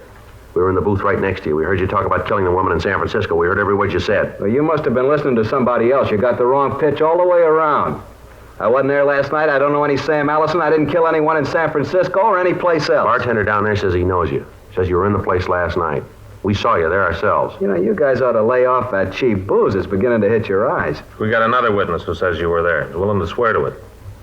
All right, so maybe I was. What's that proof? Why'd you lie about it? I didn't lie. I just forgot. Maybe you forgot about San Francisco, too. Is that it? No, I didn't forget about it. You said you spent your time up north in the bar. Which bar? Cookies. Where's that? On Kearney. You got any way to prove you were there? This Cookies? Sure, talk to Cookie himself. He'll tell you. What's his last name? I don't know. You spend all this time with him, you don't know his last name? Cookie, just plain Cookie. That's all you need to know to get a drink. He ever done any time? Not Cookie. He'll do almost anything to make a buck as long as he doesn't have to work for it. But he's never fallen that I know about. He's too busy watering the booze he sells. You ever get down there Fisherman's Wharf up there? Nope. Never left downtown. And you couldn't have been down there on January 12th, now could you? How do I know where I was on the 12th? I said I wasn't near the wharf. That means on the 12th, 13th, 14th, as far as you want to go. I don't know how else to say it. I wasn't down on Fisherman's Wharf. That where this woman got it? Might have been, yeah. Doesn't make any difference, though. You didn't leave downtown, did you? No, never left downtown. Geary Street for the hotel, Kearney Street for Cookies, that's all. How about Land's End? Ever get out there? Maybe if I write it out, maybe then you'll get what I'm trying to say. I was always downtown. I never left it. I didn't go to Land's End. I didn't go to Fisherman's Wharf. I didn't go to the tea gardens in the park. I never left downtown. You're sure about that? I've told you every way I know how. That's all I can do. Yeah, well, there's something that doesn't jive here, Kenton. What's that? We got a call from San Francisco. They got a girl up there who was out on Land's End on January 15th. She says that she'll identify you as the man who killed the woman that night. She says she's positive. Oh, that's why all this bit about was I someplace on January 12th, huh? Yeah, that's right. Playing it real cozy, aren't you? Well, it won't work, cop. Thanks, but no thanks. I'm having none of it. Now, you guys go and try to figure some other way. You got nothing on me, nothing, and you know it. Now, if you're tired of playing games, either give me my walk-in papers or book me. I'm tired. I want to go to sleep. The girl will be here in the morning, Ken. That's swell. I got to get my sleep then. I want to look real nice for her. All right. Let's go. You know, cop, that's one nice thing about the laws in this state. Yeah? I don't have to do a thing. Just sit and watch. You got to prove it. Any way you slice it, you got to do the work. I don't have to do a thing. Yeah, that's right, Kenton. There's only one little difference. Yeah? We make you, and you got to do the time.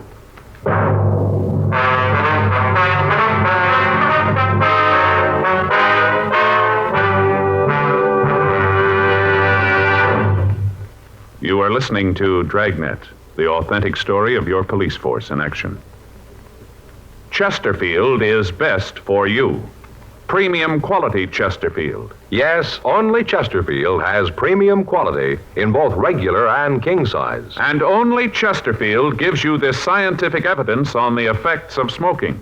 A medical specialist is making regular bi-monthly examinations of a group of people from various walks of life. 45% of this group, about half of them, have smoked Chesterfield for an average of over 10 years. After 8 months, the medical specialist reports that he observed no adverse effects on the nose, throat, and sinuses of the group from smoking Chesterfield. Those are the facts. I'd say that means real mildness. So buy 'em either way you like 'em, regular or king size. You'll find premium quality Chesterfields much milder. Yes, Chesterfield is best for you.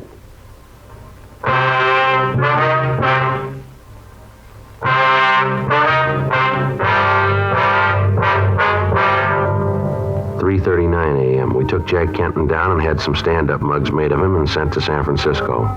Kenton was booked at the main jail on suspicion of murder. 5:26 a.m. Frank and I checked out of the office and we went home.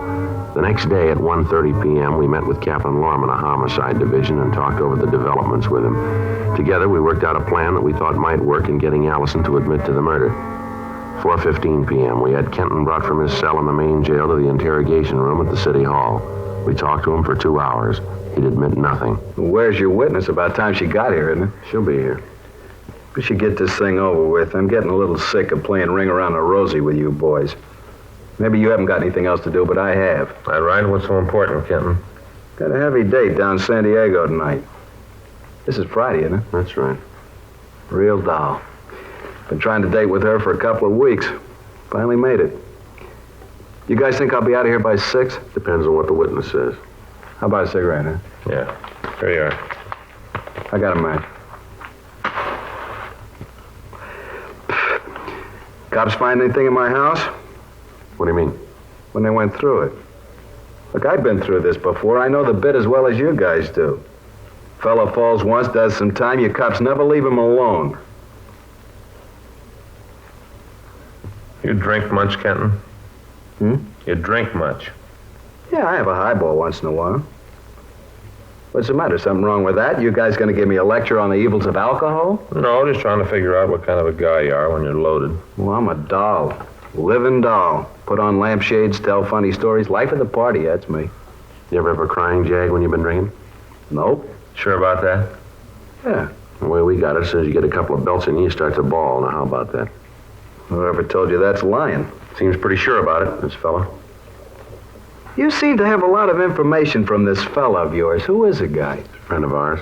Yeah? He sure isn't a friend of mine. Got an idea who it is. Sounds a lot like my friend Sam. That's so. Yeah, old Sam, the working man's friend. Rumble we got says you were with him the night before last, is that right? Oh, yeah. This is the night you guys were in the next booth and heard all the stuff about me killing the old broad. What's this bit about a rumble? You know it and I do. You picked up Sam, he talked his mouth out to save his own skin. You guys are about as coy as a bulldozer. Why don't you come off it? You're not working with an amateur. I've been around for a long time. I know the angles. You guys got nothing on me. You got nothing because I'm clean. Just want to be big men. Got nothing else to do, so you decided to kill a little time by leaning on somebody. I happen to be around, I got a record, so I fit your program real pretty. Well, get off my back. I've had it. Now, either book me on suspicion and I'll sue you for every last dime you got, or let me go. I got a date I want to keep. That's a nice try, Kenton. It won't work. What do you mean? All right, I'll lay out a few things for you. A woman was killed in San Francisco on January 15th. You were in town that day. You got a record for robbery and assault. Woman was robbed and then killed. You got blind one night and you talked all about it. You had a real crying jag and you got worried. You talked about how everybody you saw looked like a cop. They all looked like they knew what you'd done and they were moving to nail you for it. You got a real bad case of the bull horrors. We got a friend of yours who says you could have been the guy. We got an identification from a girl who says you killed that old woman. She's on her way down here now. As soon as she sees you and makes it positive, you had it, mister. Now that's where you sit. You talk real convincing. Makes it sound like you really got something on me. We have, Kenton, and you know it. Let's check and see if that girl's here. Yeah, I will.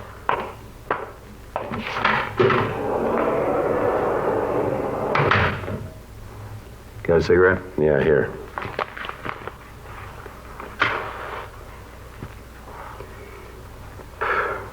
Now, what's the matter, Kenton? You figure maybe we aren't giving you a snow job? No, I know where I stand. I'm just getting a little worried that maybe this girl might make a mistake. Could happen, you know. It's happened before. Is that right? Sure, lots of times. You know, somebody watches a thing like this, they aren't sure what they've really seen. Some college back east proved it. Is that so? Had a deal where one of the students pretended he was going to knock off the teacher. After he'd done it, all the kids gave a different story of what happened. It happens all the time. Yeah. Well, if you didn't do it, then you got nothing to worry about, have you? No, I suppose not.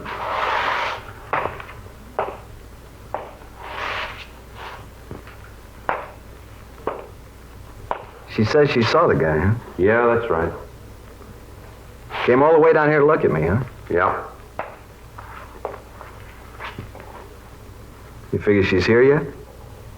Should be. Her plane landed an hour ago. Mm-hmm.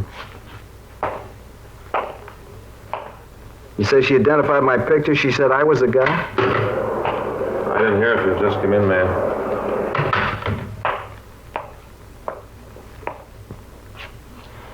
That's him.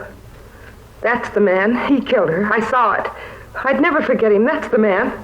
She's crazy. She's wrong. You know that, don't you? She's wrong. Let him touch me. The man's a murderer. He killed the old woman. I saw him. Beat her to death. I saw him do it. All right, lady. Okay, Frank. All right, Miss Carter. You want to step outside? Oh, yes, please. I want to get away from him. I don't ever want to have to look at him again.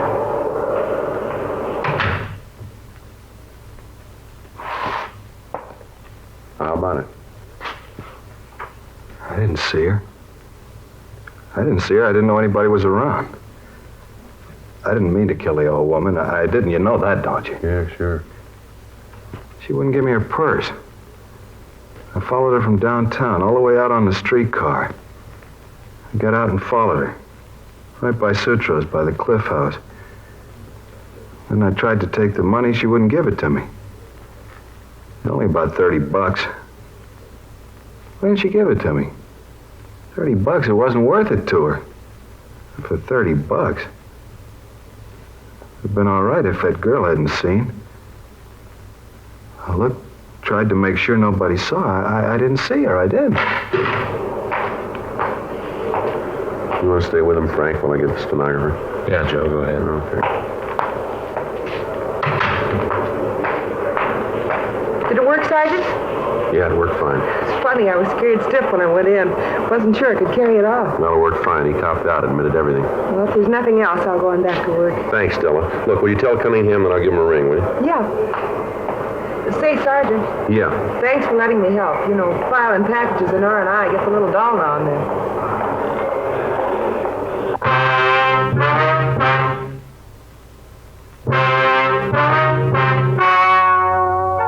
The story you have just heard was true.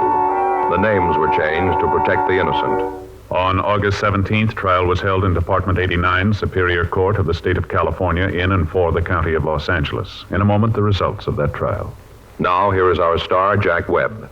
Thank you, George Fenneman. Friends, it's getting a little closer to Christmas, and there's a man right near you, your neighborhood cigarette dealer, who has a lot of fine gift ideas. Of course, he's featuring the gift of the year, the Chesterfield Christmas carton. It's the ideal gift because Chesterfield is the only premium quality cigarette available to you in both regular and king size. Chesterfield is the one I smoke, and it's the one I'm giving for Christmas. Regular or king size. Premium quality Chesterfields are much milder.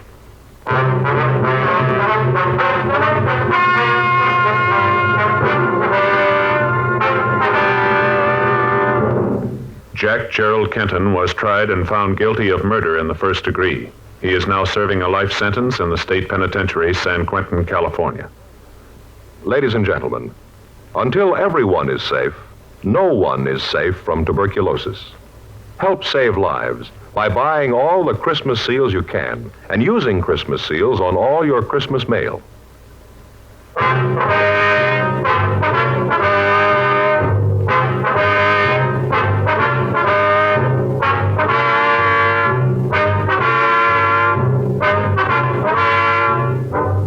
You have just heard Dragnet, a series of authentic cases from official files. Technical advice comes from the Office of Chief of Police W.H. Parker, Los Angeles Police Department. Technical advisors Captain Jack Donahoe, Sergeant Marty Wynn, Sergeant Vance Brasher. Heard tonight were Ben Alexander, Virginia Gregg, Harry Bartell. Script by John Robinson.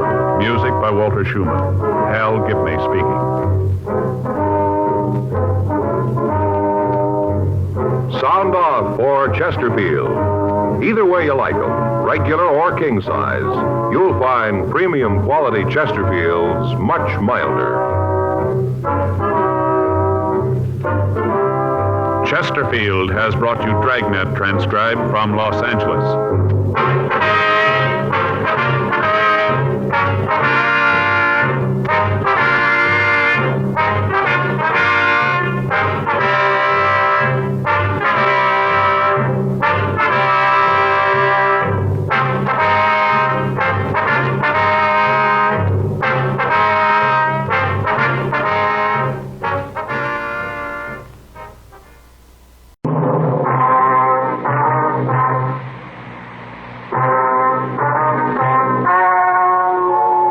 Ladies and gentlemen, the story you are about to hear is true. The names have been changed to protect the innocent.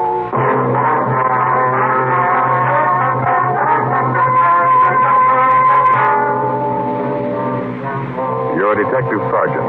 You're assigned the homicide detail. A small boy is reported missing from his home. His age, 9 years. Foul play is suspected. Your job, find him.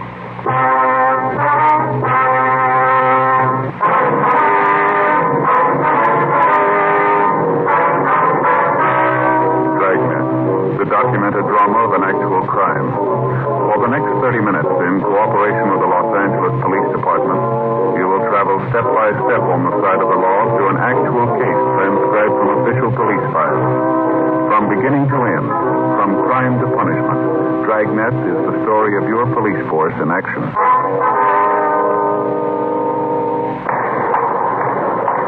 It was Thursday, December 22nd. It was cold in Los Angeles. We were working the night watch out of homicide division. My partner is Frank Smith. The boss is Thad Brown, chief detective.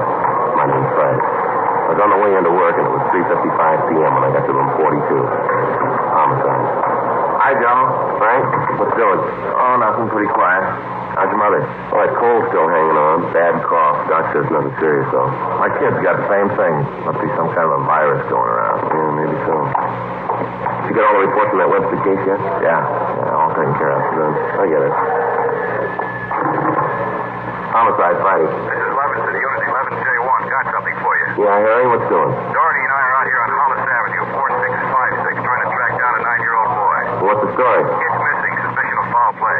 Yeah, how long has he been gone? About 2 hours. Looks like a job for homicide. How do you figure? The kid was last seen playing in the backyard of his home. Yeah? We checked over the yard. Did you find anything? Blood stains, lots of them. They look new. Frank and I left a message for Chief Detective Thad Brown. Then we went over to the crime lab, picked up Ray Pinker, and drove out the Arroyo Seco Freeway to Hollis Avenue. It was an average neighborhood. Number 4656 was a one-story green stucco residence situated on the corner of Hollis Avenue and Harrison Drive. Beyond the backyard was a tract of undeveloped land, covered with scrub oaks. Harry Levinson from Highland Park Juvenile was waiting for us in front of the house. Back this way, fellas. You coming, Ray? Well, I got my bag. Who notified you the boy was missing, Harry? The mother said she went down to do some Christmas shopping about 11 this morning, left the boy home. Came back about 2 this afternoon, he was gone. What's the name? Johnstone. The kid's name is Stanley, 9 years old. The gate open like this when you got here? Yeah, we haven't touched a thing. There's a thing over here, Mr. Tinker, along the edge of the walk there, you see? Yeah, let me see. Quite a few things. Looks like it might be blood. Try some benzidine on. There we are. See what happened. Where's the kid's mother now, Harry? She's in the house. Doherty's talking to her. Did you talk to any of the neighbors? Yeah, the people next door, the ones on this side. They couldn't tell us anything. There it is, fellas. Yeah, right. These spots I covered with benzidine, they're turning blue. Blood stains, all right. Can't say definitely whether it's human or animal. You have to come back to the lab and run it through? Yeah, biological precipitin test. Any one of those glass vials in the bag, will you? One of these? Mm-hmm. Here you are. Thanks. Scrape some of these flakes off for the test. There we are. How soon can you type the blood for us, Ray? Precipitin test won't run more than 20 minutes. Take 3-4 hours to run a blood grouping, though. Huh? That's it. Anything else you want to check? Anything else? Yeah, right here under this tin can. Empty shell.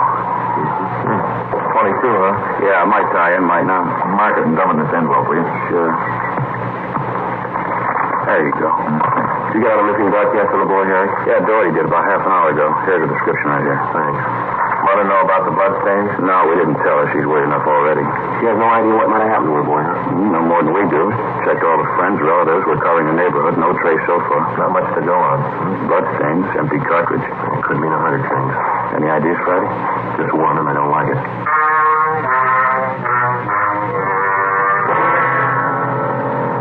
4:30 p.m., Thursday, December 22nd. The neighborhood search for 9-year-old Stanley Johnstone continued. Ray Tinker went back to the crime lab to start the precipitin test and the blood grouping. Levinson and his partner Doherty from Highland Juvenile stood by. We called Chief of Detective Thad Brown, and he ordered up a special detail to aid in the search for the missing boy. Frank and I questioned the boy's mother, Mrs. Ruth Johnstone, a woman in her early 40s. She seemed fairly calm under the circumstances. Mrs. Johnstone, is your boy Stanley in the habit of wandering off without telling you where he's going? No, he's not in the habit of wandering off, but he has done it before. When was the last time, Miss Johnstone? You don't have any children, do you, Sergeant Friday? No, ma'am. Well, there comes that time in every young boy's life when he feels that it's time to leave home. Go out on his own. Usually happens somewhere around 8 to 10. Yes, ma'am. I think I know what you mean. I have a boy. Then you know how it is. My husband and I scolded Stanley one afternoon after school, and he was quite put out about it. Thought George and I were unfair. Packed a few of his things and left. Well, how long was he gone, ma'am? No time at all. About 2 hours. I was worried about him, but my husband said to leave him alone. Said every boy had to go through that stage. Well, then you think he's run away from home again this time, do you? Yes, I think so. He's been gone about 4 hours now, and I have a funny feeling about it. Did you and your father happen to have some misunderstanding with the boy recently? Well, that's just it. We haven't. I don't mind telling you now that we're talking about it. I'm getting worried. Any place around that you might like to visit? A hobby shop or a playground, something like that, where he might be? Yes, there's Jensen's model shop, Little Helen Woods, but I've already called there, and he hasn't been seen all day. I've called all of his friends, and they have no idea either. Mm-hmm. We'd like a list of all of his friends and the places that he was known to frequent, ma'am. That's all right. I'll give them to you.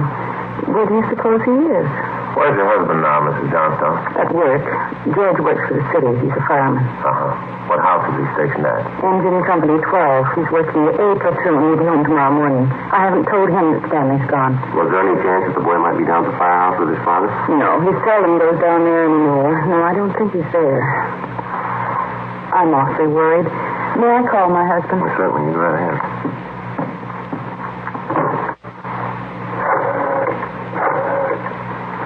I know George will be worried. Stanley's been gone too long. Hello? May I speak with George Johnstone? This is Mrs. Johnstone. Thank you. I hate to call George at his work. Yes, sir. Does your husband own the gun, ma'am? Yes, he does. What caliber, would you know? It's a .45 automatic. He's got it. George? Well, this is Ruth. George, is Stanley down there with you by any chance? Oh, no, I can't find him anywhere. He wasn't here when I came home from doing my shopping.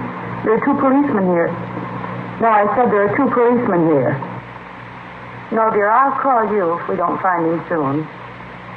Oh, all right. Yes, you too. Bye. I didn't think he'd be with George. Oh, that .45, is that the only gun in the household? Yes. Why are you asking about guns? Has anything happened that you're not telling me about? No, ma'am, just routine checking. We'll have to take a look at that 45 if you don't mind. Maybe I should tell you we do have another gun in the house, but it's all wrapped up. George bought it for Stanley's Christmas present. Well, if we can look at it, please. Yes, will you have to unwrap it? I'm afraid so.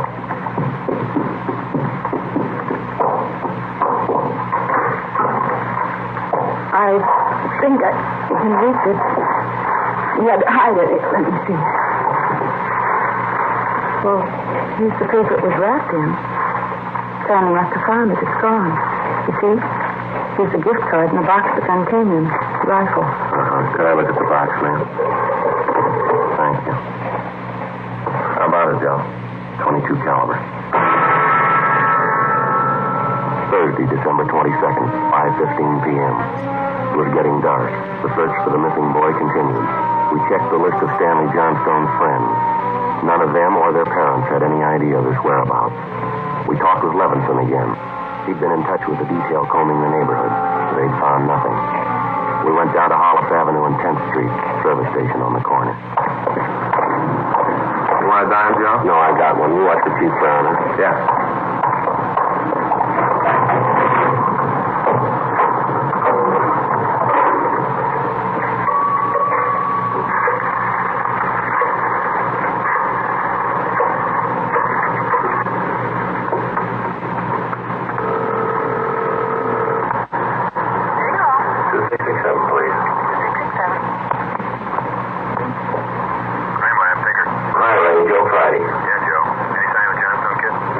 How are you coming? Nice disturbance test. It's human blood.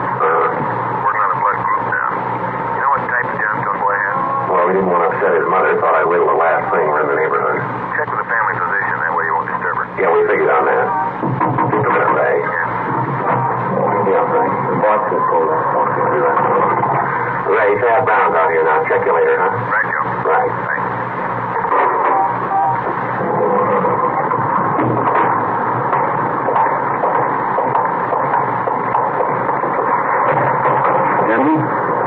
How's it going?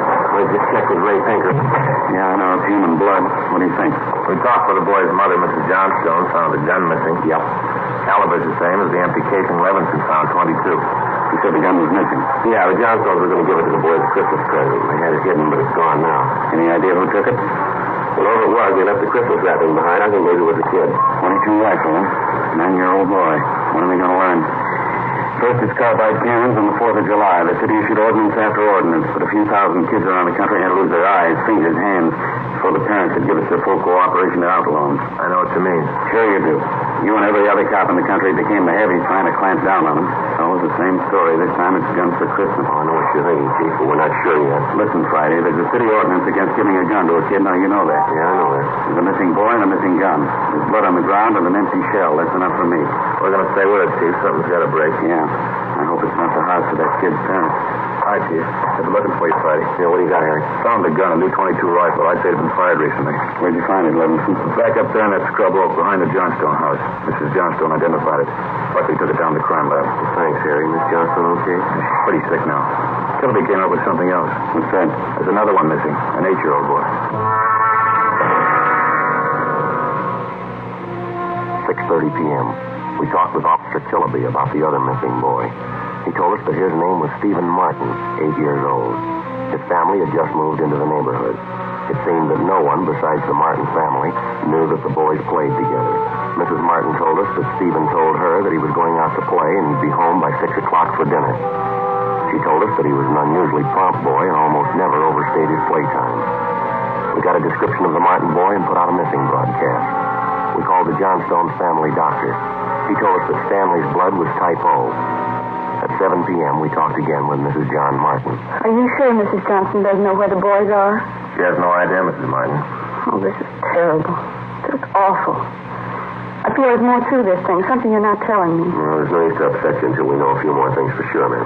Then you are holding something back. Well, please try not to worry, Miss Martin. There's certain questions we have to ask, routine questions in any kind of investigation.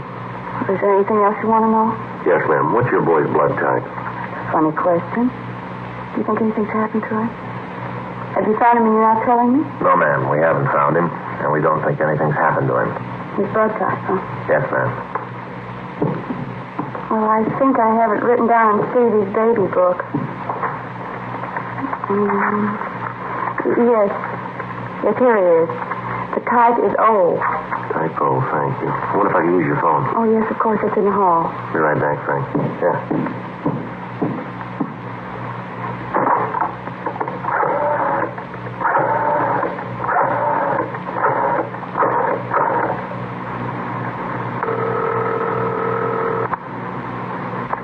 City Hall.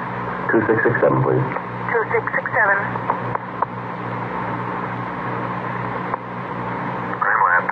Hi, Ray. It's Friday. Yeah, did you get the blood types on the two missing boys? Yeah, both type O. So were the stains, Joe. Type O.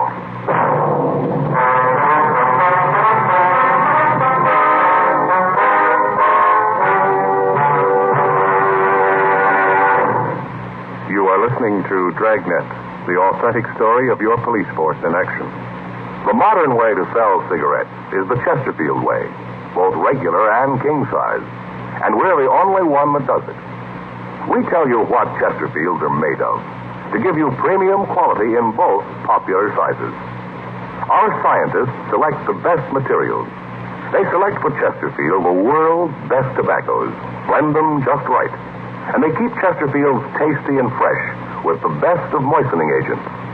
Now here's something else that's completely modern about Chesterfield. People smoke. 8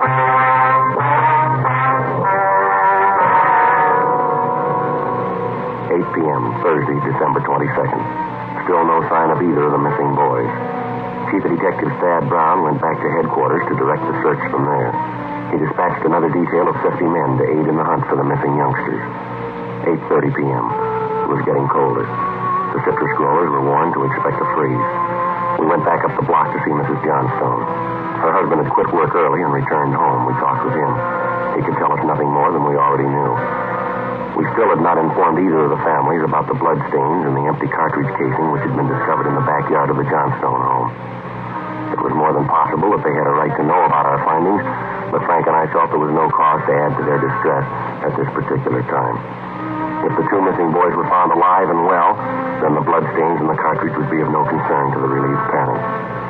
At 8:40 p.m., Frank and I left the Johnstone house and went to the home of Mr. and Mrs. John Martin. Mrs. Martin, you said your husband worked at a market. Yes. He telephoned about 15 minutes ago and said he was closing up right away. He'll be here any minute. I do wish Stevie would call or come home. It's so cold out tonight. All he had on was a thin cotton jacket. Well, try not to worry. We're doing everything we can. He'll be all right. Stevie's father's such a sensitive man. He and the boy are so close. I know he's terribly upset. Yes, Sam. Are you sure there's no place you might have forgotten? Some place where the boy might be? No place. No. If anything's happened to the boy, it'll just kill John. Mrs. Martin. You just sit still. I'll get it. Thank you. Joe? Yes, Harry. Johnstone case been found.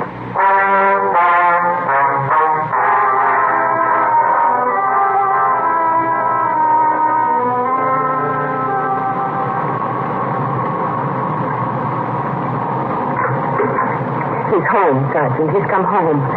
Thank God he's all right. Well, where's he been? Did he tell you? No, he didn't. His clothes are all dirty and he's acting strange. I've never seen him like this. How do you mean, Mrs. Johnstone? Well, he just came in the front door and said, "Hello, Mom," and then he sat down in a chair and stared at the floor. He talked to his father and me.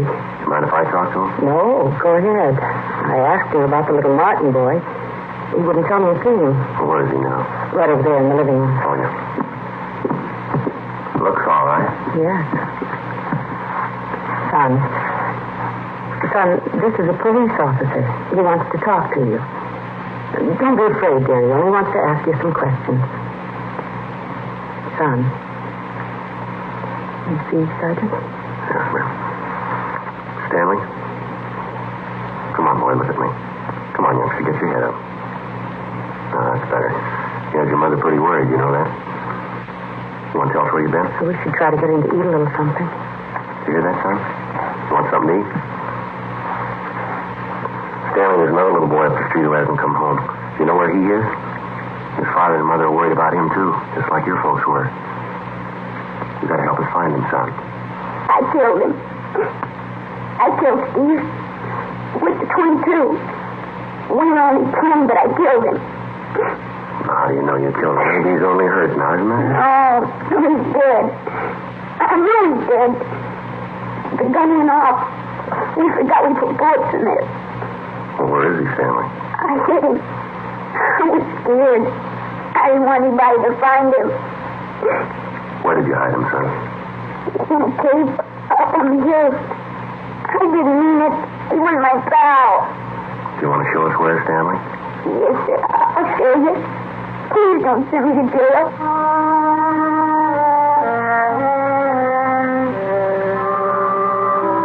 9:15 p.m., Thursday, December 22nd. 9-year-old Stanley Johnstone led the way up the hill behind the backyard of his home. He showed us the wagon he'd moved the body in. His father came along with us. About 50 feet from the crest of the hill, the boy pointed to a thicket of scrub oak. There we found a small cave holding the body of Stephen Martin. There was a single bullet wound in his chest just below his heart. He was dead. We covered the body. Stanley, how did it happen? Well, I knew my folks were going to give me a bill for Christmas. I knew where it was and I got it. There was a box of bullets with it. Were you pointing a gun at Stephen, son? No, sir. No, sir, I wasn't. It was Steve trying to play with it. I was chasing him. He tripped over that stump and he fell. The gun hit him in the stomach and went off. Well, why do you think you killed him if you're telling us the truth here? I'm telling the truth. Honest, it's the truth. All right, I believe you, son. But why do you think you killed him? It's my gun. It saved me life. I didn't go get it. I should have waited till Christmas. It's all my fault. Where have you been all this time? In the cave with Steve. What were you doing in there, son? I was praying. I was praying for God to make him alive again.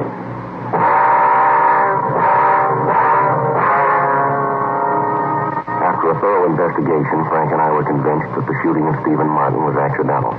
Ray Pinker's findings substantiated the Johnstone boy's story, even to the smallest detail. We put in a call to the coroner's office and acquainted him with the facts. He designated a local mortuary to handle the body pending autopsy and granted us permission to remove the body to the Martin home. Mrs. Martin collapsed. The family doctor was called. Frank and I sat in the living room to wait for John Martin, the dead boy's father. Ada? Ada? Mr. Martin? Yes. You the police? Yes, sir. Where's Edith? Where's my wife? Has my boy come home? Well, have you found him? Yes, sir. Where is he? Steve? Stevie? Where's Steve? He's hurt, isn't he? Yes, sir. Where is he? I want to see him. He's hurt pretty bad, Mr. Martin. Oh, where is he? I want to see him. How bad? Pretty bad.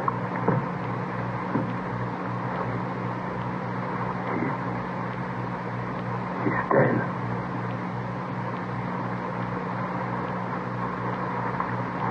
All right, if I go in. Yes, sir, if you want to. Will you go with me? Yes, sir.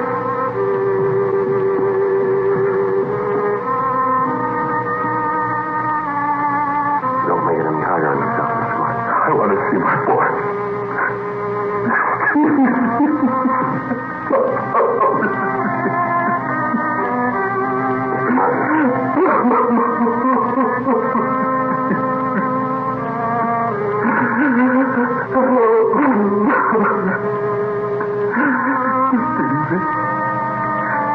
Listen to me, son. I got a lot of nice things for Christmas. Everything you wanted. It was just a string of cars for the train. And one with a searchlight on it really works, son. I got the switch you wanted. Oh, no. Oh, it's never this way.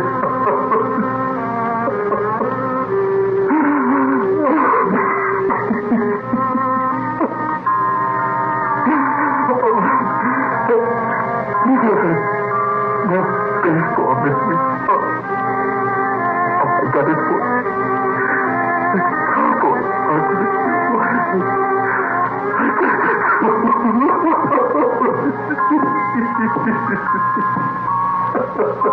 Mr. Martin.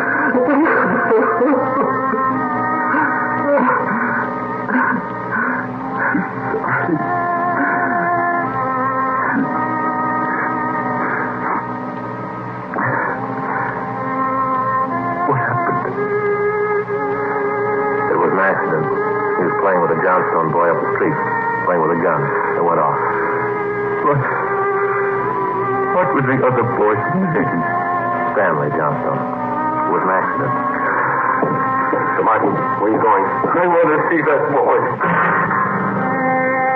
We had no idea what the dead boy's father had in mind. We didn't feel that we should try to restrain him. We went along with him up the street to the Johnstone home.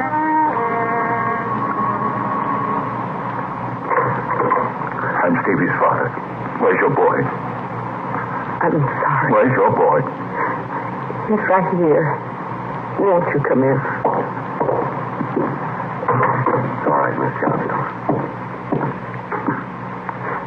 You were the boy that was with Stevie. Yes, sir. What's your name? Stanley. I'm sorry, Mr. Martin. I know it wasn't your fault, Stanley. I wonder if you'd do something for me. Yes, sir. I've got a lot of nice presents for Stevie. I know he'd want you to have them. I want to give them to you. Christmas Eve.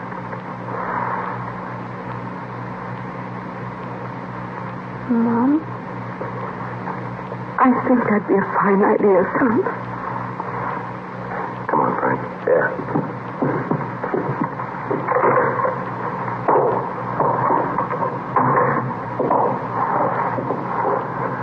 Well, what's it all prove, Joe?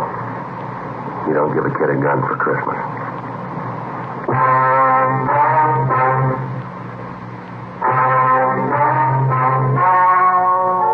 The story you have just heard was true. The names were changed to protect the innocent. On December 24th, the coroner's inquest was held in the county morgue, county of Los Angeles, state of California. In a moment, the results of that inquest.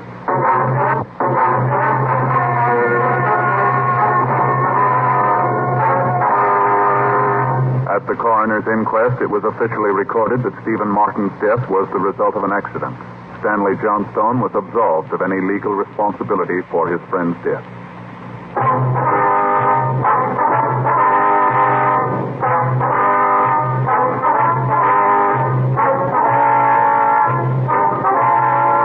Just heard Dragnet, a series of authentic cases from official files.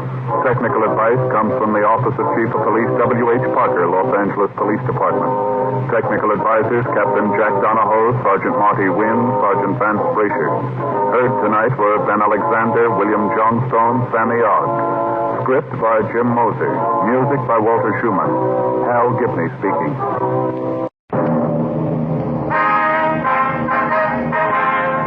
Sound off for Chesterfield. Chesterfield, the only cigarette in America to give you premium quality in both regular and king size, brings you Dragnet.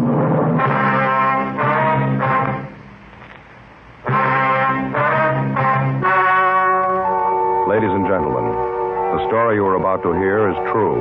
The names have been changed to protect the innocent.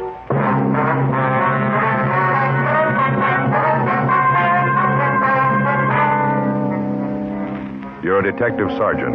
You're assigned to robbery detail. A series of holdups takes place in your city. The victims are managers of large markets. You've got a description of the suspect. Your job, get him. Thousands are changing to Chesterfield, both regular and king size, because only Chesterfield has premium quality in both sizes. That means king-size Chesterfield contains tobaccos of better quality and higher price than any other king-size cigarette. The same fine tobacco as in regular Chesterfield. There is absolutely no difference, except that king-size Chesterfield is larger. contains so much more of the same tobaccos, it gives more than a fifth longer smoke. Yes, more than a fifth longer smoke from king-size Chesterfields. So remember, Chesterfield is the only cigarette to give you premium quality in both regular and king size. Buy 'em either way you like 'em, regular or king size. You'll find premium quality Chesterfields much milder. Yes, Chesterfield is best for you.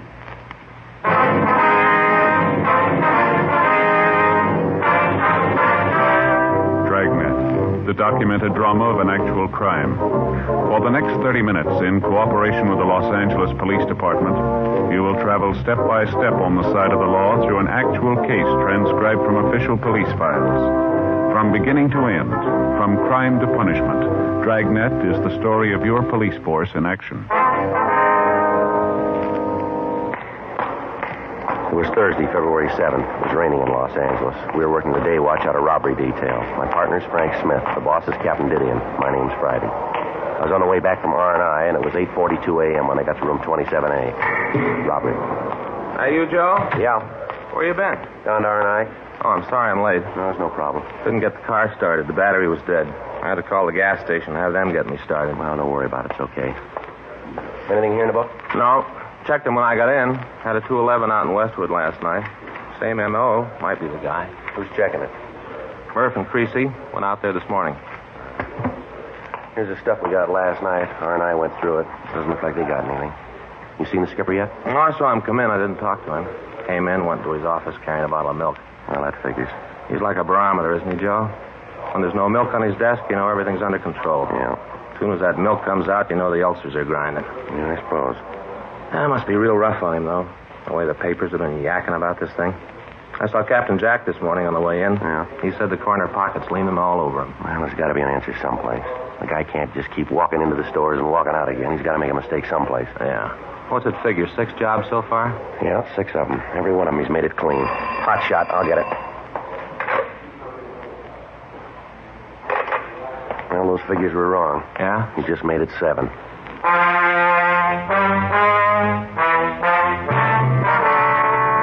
For the past 2 months, a holdup man had been hitting markets throughout the central area. In each case, the description of the bandit was the same. His M.O. tallied with that used in other robberies. In each instance, the bandit had been waiting for the manager of the market when the store was open. At gunpoint, the suspect would force the manager to accompany him around the market. He'd push a wire food cart in front of him as they walked. He'd pick up various merchandise and place it in the basket. He'd then force the manager to open the safe, clean it out, lock the manager in a cold storage vault, and walk out of the market pushing the food cart in front of him. Special stakeouts had been arranged at the markets. Extra units from Metro Division had been assigned to patrol duty, but the holdups continued. 9:22 a.m. Frank and I got to the address of the latest robbery, the county market at the corner of Olympic and Maryland. A radio car was there when we arrived. Come in. Yes, something you wanted? Police officers. It's my partner, Frank Smith. My name's Friday. Hello, I'm Arthur Scott. I'm the manager here. You got that man did this yet? No, sir, not yet. I wonder if you could tell us just what happened. Sure. You know where the other officers are, Mr. Scott? Outside someplace. They were talking to the others, getting names and addresses, something like that. You want to check them, Frank? Yeah, sure. Fine. I wonder if you'd mind telling me just what happened.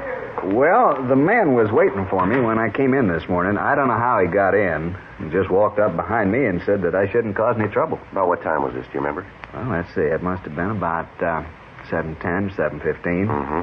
Yeah, I came in the front door. Everything looked all right. Walked back here on my way to the office. He just came up in back of me. Yes, sir. Had this gun. He pointed at me, told me not to cause any trouble, like I said. What kind of a gun was it, would you remember? It was just a gun. He pointed it right at me. Well, I understand that, sir. Do you remember if it was an automatic or a revolver? I guess it was a revolver, long barrel. I could see the bullets in it. I knew it was loaded. I wasn't going to mess with him. Yes, sir. Now, what happened after he walked up to you? He told me that if I went along with him, I wouldn't get hurt. And then he walked me up to the front of the store by the check stands, took one of the baskets, and started to walk along the racks. Made me walk in front of him. Real nervy. Took his time. Mm-hmm. Well, while we walked along, he'd take things out of the displays. Well, what kind of things? Well, you know, different kind of cheeses, caviar. Took some special artichoke hearts. Things cost $1.50 a jar. Expensive. Yes, sir. What did the man look like, Mr. Scott? Can you give us any kind of a description? Well, that's kind of hard. He had on this big overcoat and a brown hat pulled down, and then the black mask over his face. I couldn't get a very good look at him. Well, how old would you say he was? Oh, boy, I'd have to guess on that. Maybe 50, 55. Looked that old anyway. About all I could see was the bottom part of his face, like he was pretty old. Mm-hmm. How about the color of his eyes? Could you see them? Yeah, through the mask they were blue. Real light blue, kind of watery. About how tall would you say he was? Maybe 5'2" or 3. Short little man. Mm-hmm. How about his weight? Real little, like I said. I don't think he weighed more than 130. That'd be outside, too. Was there anything unusual about him? Anything at all that you could remember? No, not that I can remember. Anything in the way he talked? Some accent of any kind? Anything like that? No, nothing at all there. Mm-hmm. How about the coat he was wearing? What color was that? Do you remember? It was a dark brown, sort of a herringbone. Looked real old, like it'd been worn for a long time, kind of frayed around the edges of the cuffs. You know, around here like this, and the buttonholes on the coat were all torn, too. Oh, excuse me. Yes, sir, go right ahead. Scott? Yeah. How much? Yeah, and how much case? Mm-hmm. That's not too bad. Yeah, we'll order 25 cases of it, huh? We'll use it as a loss leader this weekend. Okay. Well, don't bother me about it now. You do what you think. Okay. Seems like nobody can do anything but you. Give people a little responsibility, they hardly ever know how to use it. Yes, sir. Wonder if you'd go ahead with your story. Hmm? Well, right after this man picked up the food? Oh, well, at first I thought he was going to take that. And then I got thinking about the stuff in the papers. You know about the Black Mask Bandit? Yes, sir. Well, I got thinking about that, and then I knew who he was. I tried to get as much information about him as I could. Not much, anyway, about this time. Must have been 7:30 or so. Jack Thomas came in. He works in the vegetable department. And right away, this guy said for him to get in the back. You mean back here? No, back in the meat department. Put him right in the refrigerator. Well, what about the other employees? What happened when they came in? He'd make them get back in the refrigerator. Cold. People were pretty lucky. Being as how it was cold outside, most of them had coats on. Would have froze if they didn't have. I understand. Customers, too. They'd come in, he'd put them in the refrigerator. There was 14 people in there when he got through. A couple of kids, too. Came in with their mothers. I see. Well, then he took me back to the safe, made me open it. I thought about saying no, but it's a little safe, you know, down low. Yes, sir. Well, I knelt down to work the combination. I looked up at him, had the gun pointed right at my head. I looked right into the barrel, saw the bullets in the cylinders. I was scared, and I opened the safe. He took the money and put it in a paper bag and dropped it into the basket. And he put you in the refrigerator, too, did he?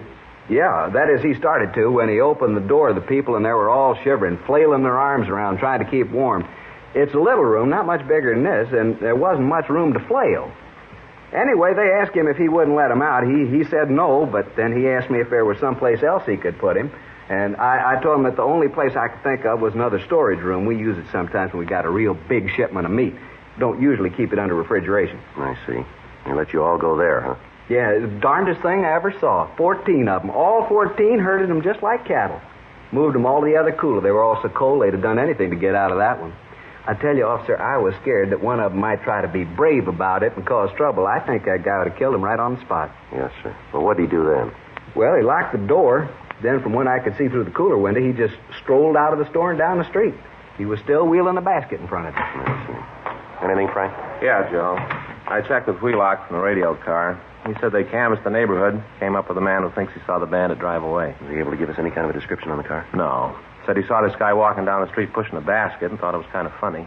Didn't pay too much attention to it. Saw him get into a late model Ford and drive away. Couldn't give a very good description of the car. Said it was a dark color. Not sure about the year. The guy still had that mask on? No. Didn't have the mask, but the fellow didn't notice anything about his face. Can't help us much there. He's going to come down and look for the mug books. Oh, that's good. Do you have any idea how much money was taken here, sir? Well, no, I can't tell you to the penny, but I figure about $3,500. You usually keep this much money on hand, do you? No, not as a rule. I didn't get to the bank yesterday. We had an inventory sale going on. I just didn't get the chance. Did the bandit take anything you think might help us identify him? Anything from the safe that you might be able to describe? No, not a thing. Just the money. Of course, that's enough. There wasn't much in there. A wristwatch that was lost here in the store. He looked at that but threw it back into the safe. Was he wearing gloves, do you remember? Yeah, he was. Looked like pigskin, sort of a light tan. Mm-hmm. Oh, I know what you're thinking about, fingerprints. No, with those gloves, he wouldn't leave any. Yes, sir. Say, officer. Yeah? You talked to the other officer that was here, the one in the car? Yes, sir, I did. He was kind of in charge of the people in the icebox, took care of them. Was any of them hurt? No, sir. Some of them were pretty cold, but they were all right. Yeah, we keep that box turned way down to sub-zero. Yes, sir. I wonder if, as police officers, you'd mind talking to those folks. They're all good customers here. I'd hate to lose them to Frenchie's Fine Foods down the street. Where's that, sir? Frenchie's Market just down the street. He's going to make a big thing out of this. By noontime, it'll be all over the neighborhood. Well, I'm sure none of your customers will blame you, sir. Well, no, officer, it ain't exactly that. That Frenchie's going to make a big reputation on my back. Well, Mr. Scott, markets have been held up before. Yeah, but not with our motto.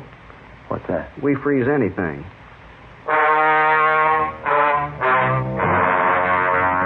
9:46 a.m. Frank and I continued to talk to Arthur Scott. We questioned him about the actions of the holdup man, but he was unable to give us any new information. The crime lab came out and checked the store. The M.O. was the same. He'd entered through a rear window. Tool marks were found. Photographs were taken. No other physical evidence was found. 10:14 a.m. We drove back to the office and checked with Captain Didion. 3 other teams of men were assigned to help us in interviewing the people who had been locked up in the refrigerator. None of them could add anything to what we already knew. Because of the age of the bandit and the smoothness with which he operated, we had a hunch that he might have served some time in a state prison. Frank and I checked out a trip car and drove up to Folsom Penitentiary.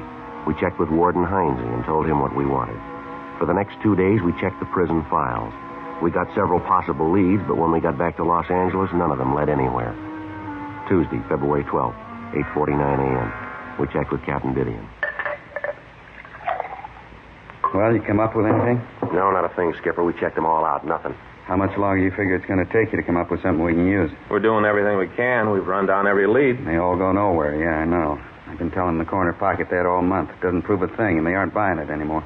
Well, Frank and I got an idea, Skipper. It's kind of wild, but might turn it. Well, let's hear it. Well, if you take a look at the map over here. In the last 2 months, he's hit 7 places here. Here, through here, and up and through here. Not much of a pattern, but maybe there's enough to work on here. Mm-hmm. From the way he's worked in the past, he's going to be waiting in the stores when the manager comes in. So the problem is to find some way to check the managers after they first get to the stores. So? Well, so most of the stores open about 8 o'clock. From what we've been able to check out, the managers get in about 6:30 to 7. We make arrangements for them to call the office after they're in the stores, and they've checked them through. How are you going to work the calling? Well, Frank and I figured that if we could stagger the call, so we'd get one at, say, 6:30, next one at 6:31 or 6:32, and so forth. We allow them 5 minutes leeway. If we haven't heard from them in that time, then we know something's wrong. Sir. How many men do you figure you're going to need to do this? Well, maybe 2, 3 other teams. Those and the men from Metro that we have now. It's wild, Skipper, but it's about the only thing we got left. How long will it take you to check with the store owners? Well, maybe 2, 3 days. We figured that we'd keep it in this area right over here. It seems to be maybe where he'll hit next. Is all we can. Now, just a minute. Robbery, Didion. Yeah. When? They sure about the ammo? Mm-hmm. Description? Send it in, will you? Right. Better enlarge that area. What do you mean? You just hit in Sacramento.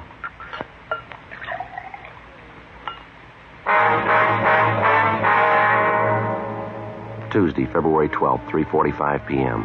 Frank and I talked on the phone to Fritz Kaminsky, chief of police in Sacramento. He told us that the market bandit went through the same sequence of events that had characterized his operations in Los Angeles.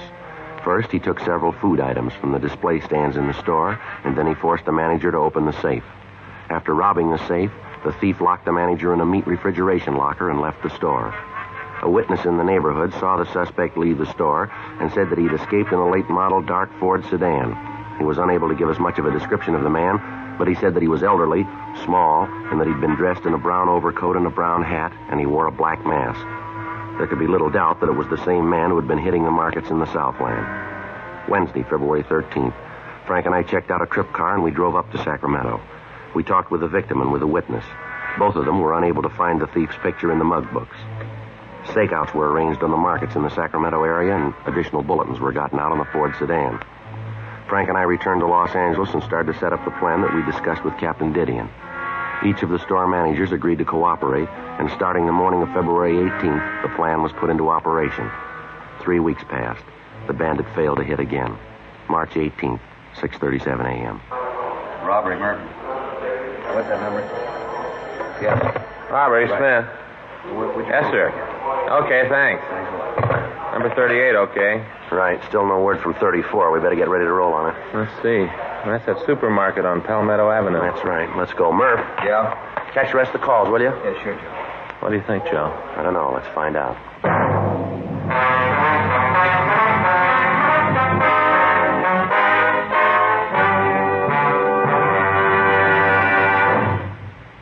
You are listening to Dragnet, the authentic story of your police force in action. The modern way to sell cigarettes is the Chesterfield way, both regular and king size. And we're the only one that does it. We tell you what Chesterfields are made of to give you premium quality in both popular sizes. Our scientists select the best materials. They select for Chesterfield the world's best tobaccos, blend them just right. And they keep Chesterfields tasty and fresh with the best of moistening agents. Now, here's something else that's completely modern about Chesterfield. People smoke Chesterfield, and we tell you what happens. Scientifically, but simply. A medical specialist is making regular bi-monthly examinations of a group of people from various walks of life. 45% of this group have smoked Chesterfield for an average of over 10 years. After 8 months, the medical specialist reports that he observed no adverse effects on the nose, throat, and sinuses of the group from smoking Chesterfield. I'd say that means real mildness. And finally, we ask you to try Chesterfield and prove what we say. Chesterfield is best for you. They're much milder, to give you all the pleasure that the modern cigarette can give.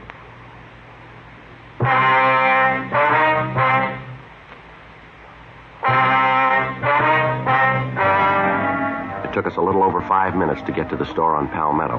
As we went by the place, we couldn't see anyone through the front windows. The store looked empty. Frank pulled the car into the parking lot next door to the store, and we walked around to the front. How about it? No, I can't see anything from here. You want to cover the back? Yeah. I'll give you time to get back there, then I'll go in the front. Right. Watch it.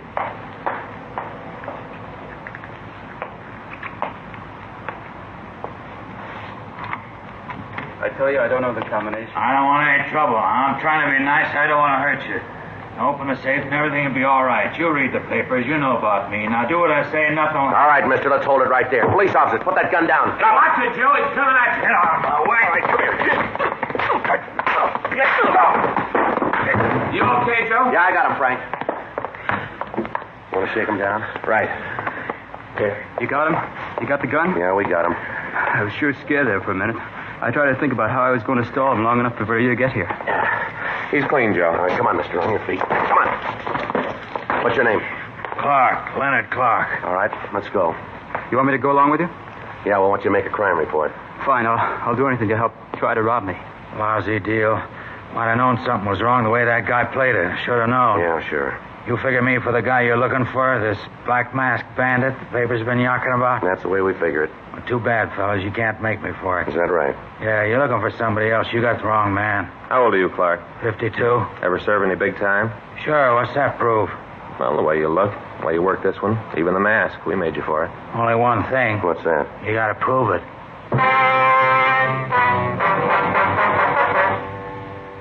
8:30 a.m. We took Leonard Clark downtown to the city hall. We talked to him for about an hour. He admitted trying to hold up the market, but he insisted that he was not the Black Mask Bandit. He told us that he'd read about the holdups in the paper and that it seemed like an easy way to pull a robbery. He told us that he'd used a pinch bar to jimmy a rear window in the market, and then he entered the place. He told us that he'd waited for the manager to come in, and then he tried to get him to open the safe. Sergeants Murphy and Creasy went out to his home. They found nothing there to tie him in with the other robberies.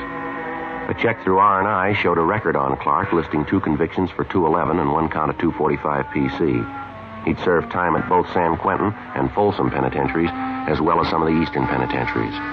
Mugshots of Clark were shown to the victims of the Black Mask Bandit, and they said that it was a possibility that he could be the man who'd robbed them. Friday, March 21st, a special show-up was arranged, and the victims were asked to be present. We explained that the questions asked were for the express purpose of acquainting the victims with the suspect's voice. Clark was brought out on the stage and asked his name. Leonard Clark. What were you arrested for? I don't know. You must know what you're being held for. They say I'm the Black Mask Bandit. Are you? No. Were you armed when you were arrested? What? Were you armed when you were arrested? Yeah. What kind of weapon were you carrying? .38 revolver. Leonard, could you speak a little louder, please? 38 revolver. How long you been in jail? Since Tuesday. Where were you arrested? Market out on South Palmetto. It's a long street. Where on South Palmetto? 1721 South Palmetto. What were you doing there? Was arrested for trying to hold up the place. You ever done any big time? Huh?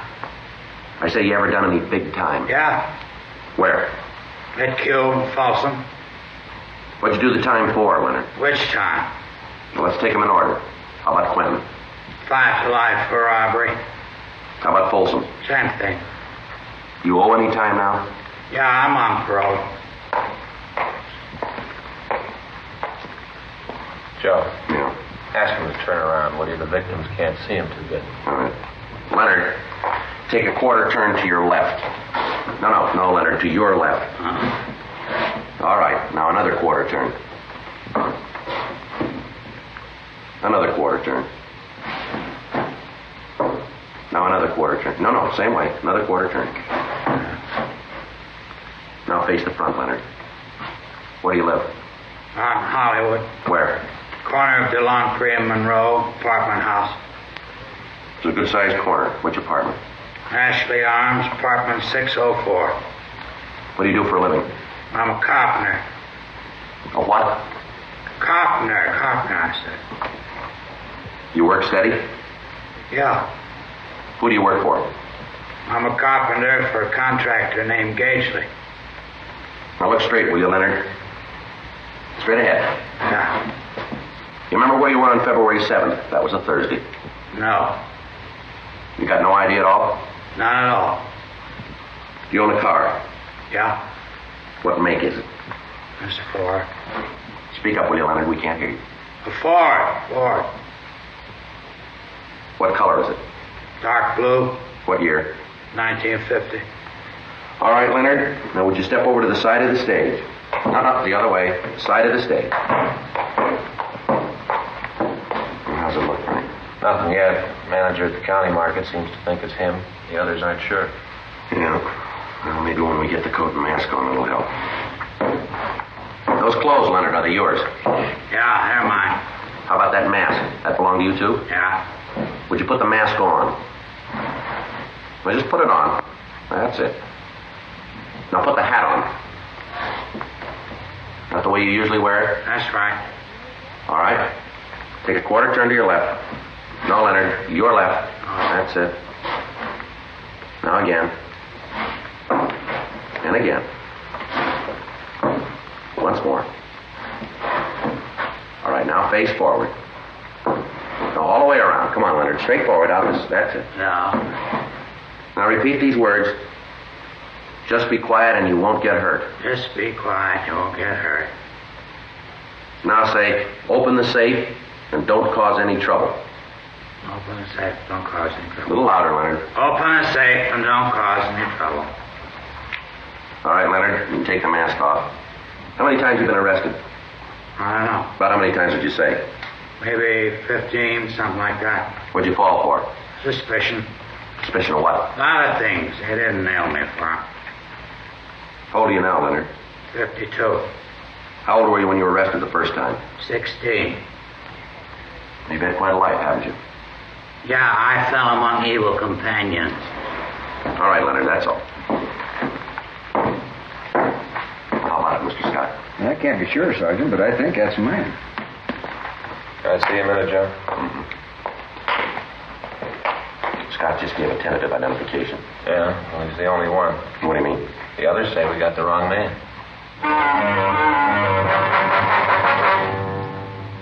11:45 p.m. We returned Leonard Clark to his cell. Frank and I continued to question the victims of the Black Masked Bandit. Only one of them was able to give us a tentative identification. Clark would be filed on the following morning for attempting to rob the market on Palmetto Avenue, pending investigation on the other charges. The working detective has come to know that many times at a show-up, identifying witnesses sometimes become confused, sometimes fail to speak up for one reason or another, sometimes due to fear, the idea of incriminating a man, thus making the officer's task of bringing a suspect to justice all the more difficult.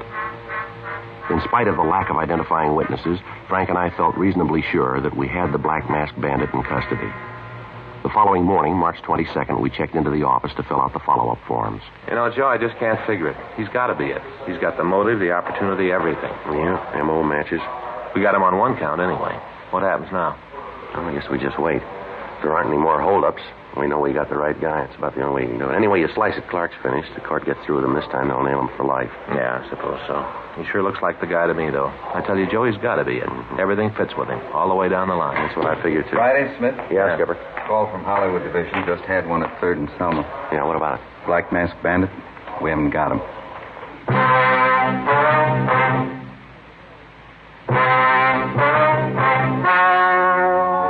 The story you have just heard was true. The names were changed to protect the innocent. On July 17th, trial was held in Department 89, Superior Court of the State of California, in and for the County of Los Angeles. In a moment, the results of that trial. Now, here is our star, Jack Webb. Thank you, George Fenneman. Friends, all of us who sell Chesterfields want to thank you for making 1952 such a wonderful year, both for Dragnet and for Chesterfield. Remember, Chesterfield makes it possible for us to bring you Dragnet, and in return, we hope you'll try our cigarette, because Chesterfield is best for you. Premium quality Chesterfield. Either way you like them, regular or king size. They're much milder.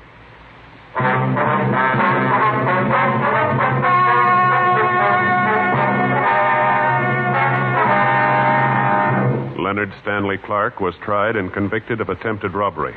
Because of his previous criminal record, he was sentenced to life imprisonment without possibility of parole. He is now serving his term in the state penitentiary, Folsom, California. Next week, The Big Mask, Part 2. Ladies and gentlemen, as an investment, bonds are better than ever. So whether you already buy on the payroll savings plan where you work or the bond-a-month plan where you bank, get an extra bond for defense tomorrow.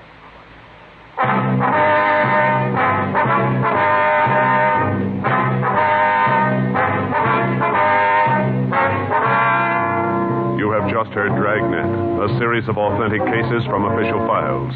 Technical advice comes from the Office of Chief of Police W.H. Parker, Los Angeles Police Department. Technical advisors, Captain Jack Donahoe, Sergeant Marty Wynn, Sergeant Vance Brasher. Heard tonight were Ben Alexander, Whit Connor, Harry Bartell. Script by John Robinson. Music by Walter Schumann. Hal Gibney speaking.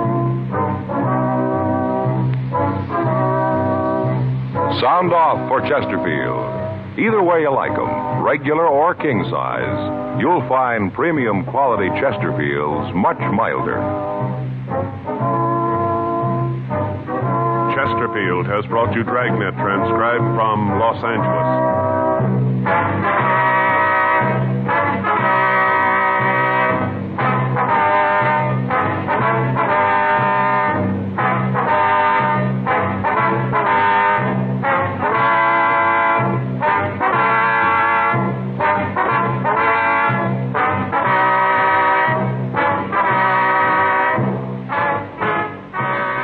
Tonight, there's more adventure with Barry Craig, confidential investigator, on NBC. Sound off for Chesterfield. Chesterfield, the only cigarette in America to give you premium quality in both regular and king size, brings you Dragnet.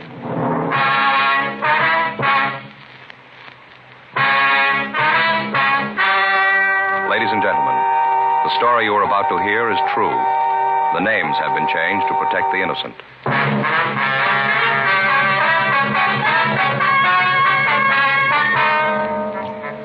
You're a detective sergeant. You're assigned to robbery detail. For the past 6 months, the managers of large markets in your city have been the victims of a hold-up man. You thought you had the suspect in custody. You were wrong. Your job, get him.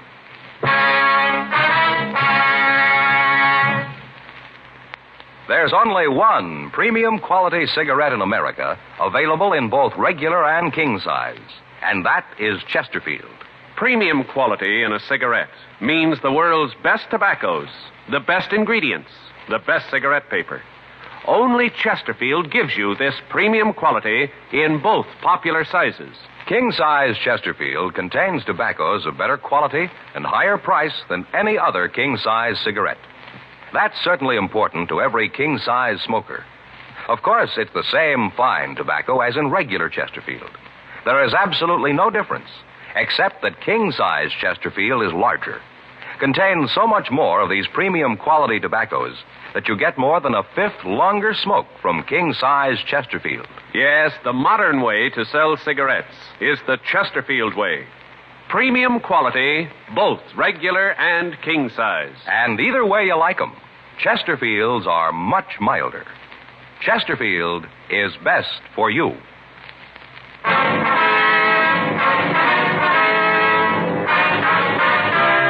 Dragnet, the documented drama of an actual crime. For the next 30 minutes, in cooperation with the Los Angeles Police Department, you will travel step by step on the side of the law through an actual case transcribed from official police files. From beginning to end, from crime to punishment, Dragnet is the story of your police force in action. It was Saturday, March 22nd. It was cold in Los Angeles. We were working the day watch out of robbery detail. My partner's Frank Smith. The boss is Captain Didion. My name's Friday. We were on our way out from the office, and it was 9:36 a.m. when we got to 4623 Linwood, bakery shop. Yes, sir. Can I help you? Police officers, ma'am. Oh, yes, you want to see Mr. Jenkins. He's in the back. Right through that door. Thank you, ma'am. How is Mr. Jenkins? Well, he's all right. Got a bad cut on his head. The ambulance was here. Uh-huh. Do you know if there are any witnesses? I don't know. The other officers are checking it now, I guess. Mm-hmm. About how long have they been here? I'd say 10 minutes. All right, ma'am. Thank you. Who is it? Police officer, sir. My name's Friday. This is my partner, Frank Smith.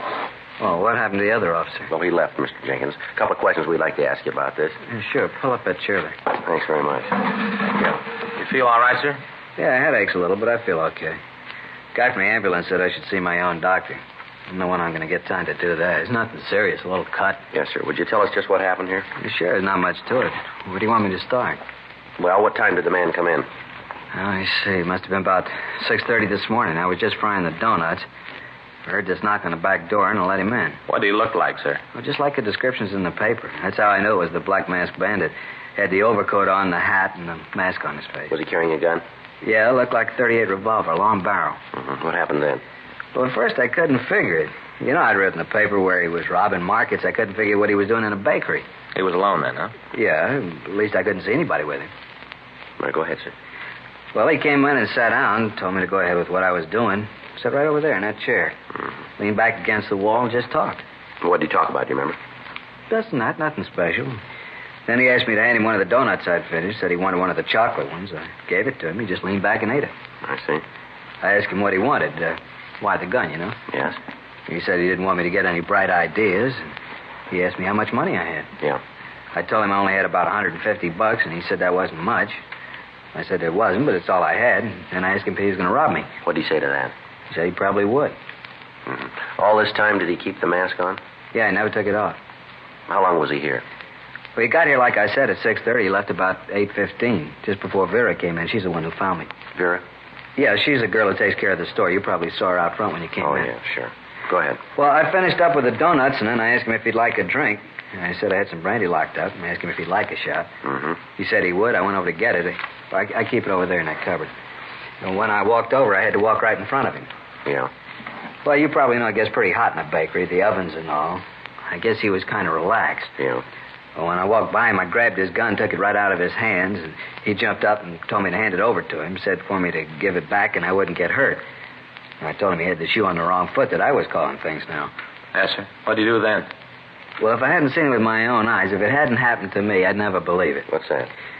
When I took the gun away from him, he looked real surprised. That's when I told him that I was the boss, and he just stood up and started to walk toward me. I told him to stop. I pointed the gun at him, told him to stay where he was. Yeah? But he didn't stop. He kept coming right at me. I told him again, but he kept right on walking. And then I fired at him. Well, it wasn't any farther away from him than 10, maybe 15 feet.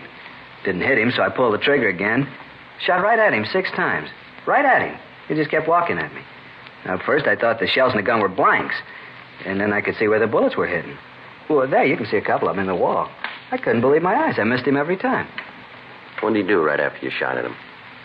When I fired the last shot, the gun clicked a couple of times. He just stopped and laughed. He said that I'd run out of bullets and that I'd better give the gun to him. Did you?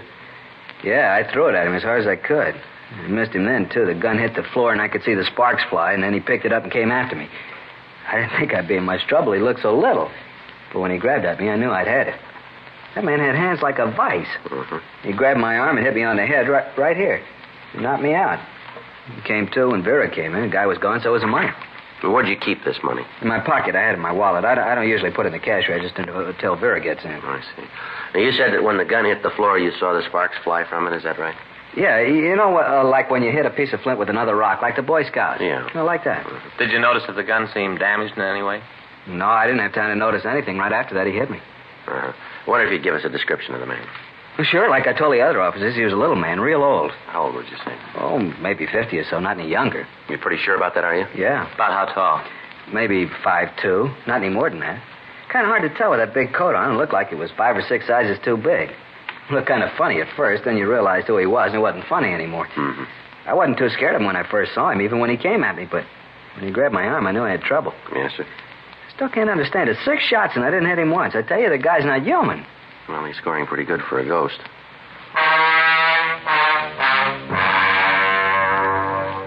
10:02 a.m. The crew from the crime lab came out and went over the bakery. Ray Pinker removed the slugs from the wall and the floor and took them back to the lab. The bandit, as usual, had worn gloves, so there was no possibility for fingerprints. A search of the neighborhood failed to turn up any new leads. None of the people in the immediate area had seen anyone answering the description of the Black Mask Bandit. Additional supplementary bulletins were gotten out, and all of the cars in the surrounding vicinity were alerted. The stats office had made run after run on the M.O. of the bandit. The leads they gave us were all checked out. All gunsmiths were alerted in the event that the suspect's weapon had been damaged and that he might try to have it repaired. All leads were checked and rechecked. They netted us nothing. Informants were questioned and re-questioned. The plan that had been worked out for checking with the managers of the supermarkets in the city was continued. 3 weeks passed. The bandit hit again, this time a market just outside of Eagle Rock. The M.O. was the same as had been used in the previous robberies. However, in this one instance, the market didn't have a storage refrigerator, so the thief locked the manager in a back room. In locking the door, the suspect had taken off his gloves, and Leighton Prince was able to lift a partial print from the doorknob. It wasn't enough for classification, but Bergman said that if we apprehended the man, he'd be able to identify him for us. June came and went. July, August. The bandit had been operating without interference for almost a year. He'd widened his theater of operations. Reports had come in from San Francisco to Stockton, from San Diego to Pomona. In each case, the suspect seemed to know what markets were being staked out, and he stayed away from them. The legwork continued without result. Tuesday, August 19th. Frank and I checked back into the office. Man, I never see it to fail. Every time we have lunch at Sal's, I eat too much. Yeah, he puts out a good lunch, doesn't he? Too good. Want to check the book? Right. Anything? Well, call from Jerry. Informant? Yeah. Says he can't get with me tonight. He'll call in the morning. Friday, Smith? Yeah, Skipper. Yeah. Come on in here, will you? Right away. Sit down. All right. Well, what is it? You guys been on this Black Mask thing how long now? Well, it's going on a year, isn't it? You're no closer to him than you were when you started. Not much. You know you're tying up half the men at Metro. You got this town covered like a blanket, and you still can't turn the guy. We're doing everything we can, Skipper. I've been telling you for the last 6 months that I wasn't going to buy that anymore. I mean it this time. Now, just exactly what have you got on the guy? Well, I think you know it just as well as we do, Skipper. Description, M.O., even the partial print Bergman lifted from that place out in Eagle Rock. We've been over it 100 times. There's a lead that we haven't run out and then checked over again. Nothing new on the information from Folsom? No, nothing. We've had 5,000 circulars printed. They're scattered all over the country. Doesn't look like the guy's ever done time before. The way it works, you'd think he knew exactly what we were doing. We cover the markets, he hits the bakeries. We cover the bakeries in L.A., he hits in San Diego. They cover the stores, then he hits up north. Where we are, he ain't. How about the car, the Ford? No, nothing. We got no license. You ever hear anything on the damaged gun? No, he never tried to have it fixed that we can find out about. He's gotten a hold of another gun someplace. Latest reports say he's using a revolver with a 2-inch barrel. Well, where do you stand now? I don't know.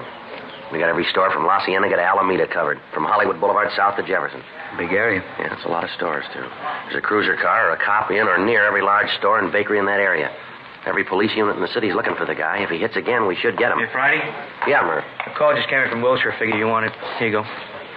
Thanks. What is it?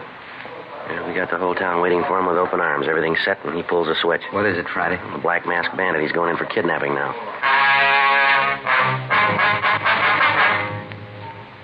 The local broadcast stated that the manager of one of the big supermarket chains in the city had been taken from his home about 2:30 in the morning.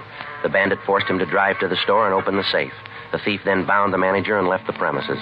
The manager gave us a complete description of the bandit, and locals and APBs were gotten out on him. In this instance, the thief didn't use his own car. He forced the manager to drive his car to the market. The manager told us that when they'd left the house, he hadn't seen any other cars on the streets. Tuesday, August 19th, 5:20 p.m. Frank and I got in touch with Lieutenant Dick Tiernan of the Sheriff's Robbery Squad. Together with him, we worked out a plan to try to keep the homes of the managers under surveillance. In addition to this, men from the Sheriff's Department aided in canvassing the houses of the owners and managers. Each car was assigned 3 houses, while other cars covered 3 markets each. A month passed. The Black Mask Bandit hit 5 times, each time in areas which were not under direct surveillance. Friday, September 26, 5:20 a.m., we got a call at home that there had been another kidnapping, this time an elderly market manager and his wife. Frank and I drove out to see them. The radio unit had returned them to their home. Yes? Mr. Gunther? That's right. Police officers, Mr. Gunther. Oh, yes. Come in. You have some sort of identification? Yes, sir. Here's my ID card. My name's Friday. This is my partner, Frank Smith. How do you do? Mr. Gunther. Come into the living room, won't you? Thank you very much, sir. Sit down. Hope you didn't mind my asking about your identification. Just that the way things have been happening, you can't be too sure. Yes, sir. We understand. Now, I wonder if you'd mind telling us what happened. Sure. Awful thing. Awful. Just can't believe that a man his age would do a thing like this. Seems that he'd know not to be so cruel. Yes, sir. Just what did happen? Well, last night, must have been about 2 or 2:30, I woke up with this flashlight shining in my eyes. Mm-hmm. First, I didn't know what it was. Just this real bright light, you know. Yes, sir. Well, right away, of course, I knew there was somebody else in the room. About that time, Agnes woke up. Agnes is my wife. Yes, sir. Anyway, she woke up, wanted to know what was going on. I told her I didn't know. All this time, that light didn't move. Just stayed in one place and shone right in my eyes. Yes, sir. Then we heard this voice tell us to get out of bed. Said he wanted me to go with him. I told him to get out of the house, that I didn't want any trouble. If he wanted money, he'd find all we had in the house right on the dresser with my wallet. Mm-hmm. Could you see who the person was, sir? No, not then. The light and all. But I got out of bed, and then I could see. A little old man with a black mask over his eyes. How could you tell his age, sir? Well, just could, that's all. Little beady eyes, and his mouth mean. Never saw a mouth like that on a young man. His voice was old, I could tell. Yes, sir. Well, he told me to get dressed. Said that I should hurry up about it. Was he armed? Could you tell that? Yes, I could see it. He was holding a gun. All this time, Agnes was yelling at him to get out of the house. She's not well, you know. Yes, sir. Agnes, she has a bad heart. Uh-huh. Been with a doctor for years. Takes pills and medicine. That's a big reason that I did what he said. I didn't want there to be any trouble to get Agnes excited. I understand. Well, finally I told him if he'd get out of the room and leave her alone, I'd do what he wanted. Not to give him any cause to hurt anyone. Mm-hmm. Then he did about the meanest thing he could have done. Told Agnes to get out of bed. Said for her to get up and get dressed and go with us. Just can't understand why he'd want to do a thing like that. Just plain meanness. Yes, sir. Did your wife do what he said? Well, at first she said she wouldn't do it. Really told him off. I thought he'd maybe get mad and hit her. He is mean enough to do it. Mm-hmm. Well, finally, I asked her to do what he wanted. Figured that'd be the easiest way of getting him out of the place. I thought that maybe I could talk him out of taking her with us, but I couldn't. He made you leave the house then? Yeah, told me to get the car out of the garage, and then he and Agnes get in the back seat. Made me drive down to the store. Did you notice any other cars in the area? Any cars parked near your house that weren't usually there? No. On the way to the store, though, I saw a police car. I thought about trying to attract their attention. He must have thought about it, too, though. Why'd he say that? Well, he told me that if I did anything to call attention to us, he'd kill Agnes. I think he would have, too. I didn't do anything to get him upset. Yes, sir. Well, we got to the market, and he made me open the safe, and then he took the money and tied us up. I begged him not to tie Agnes. I've never done that before, Sergeant. I'm 52, and I've never begged a man for anything, but I did this time. Begged him not to kill Agnes. I knew that if he tied her up like he said he was going to, it'd kill her. Pleaded with him, but it didn't do any good. Tied her up and put that tape over her mouth. One thing I can say for him, though, just one. He called the police and told them where we were. If he hadn't done that, I think we'd have both died. Agnes almost suffocated. Where's your wife now, Mr. Gunther? In the other room. Doctor's with her. He gave her a sedative. Awful thing, Sergeant. I just don't know how anyone could be that mean. Just one reason we can think of. What's that? He's had a lot of practice. 11:30 a.m. We talked to Mrs. Gunther. She told us pretty much the same story that we'd gotten from her husband. The police car in the area was contacted, but they reported that they hadn't noticed the Gunther car. The unit that was patrolling the area around the store was contacted.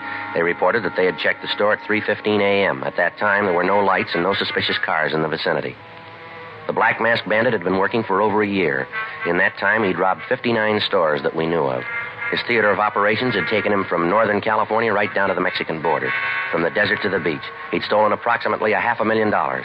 The entire nation had received communications carrying the description of the suspect. The entire facilities of the police and sheriff's departments in Los Angeles were devoted to apprehending him. Thousands of man-hours had gone into stakeouts and searches.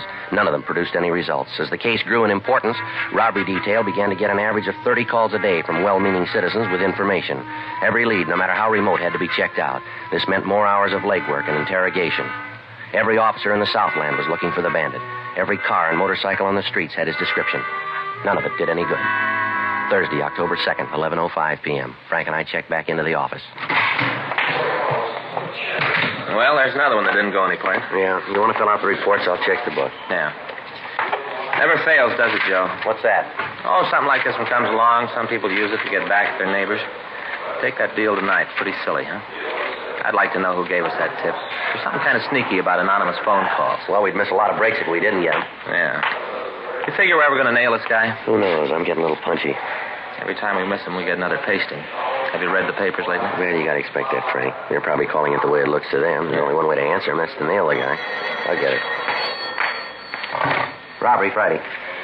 Yeah, that's... Oh, what's that? Can you speak a little louder? I can't hear. That's better. What? Uh-huh. When did this happen? Yeah. What's the address out there? Yeah, the street. Now, give me the number. That's right. All right, you bet. We'll take care of it. Right. Bye. Looks like something here. Market manager's son. Yeah? Says someone's just kidnapped his father.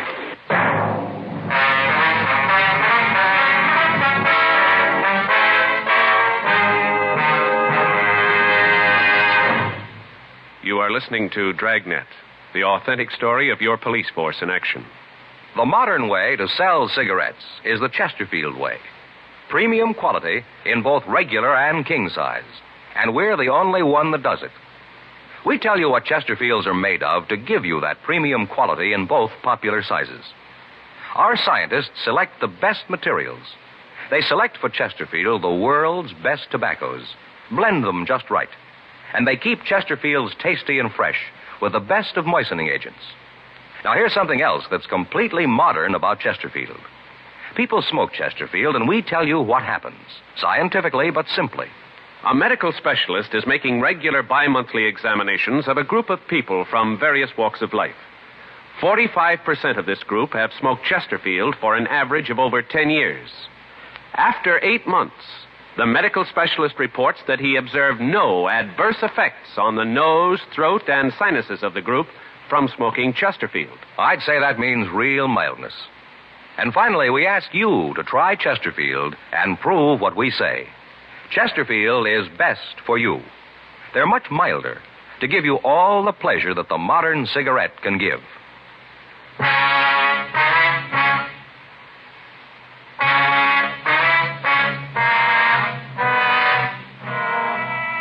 11:23 p.m. Frank and I checked the manager's name on the list. We got the address, and 7 minutes later, we pulled up in front of the store.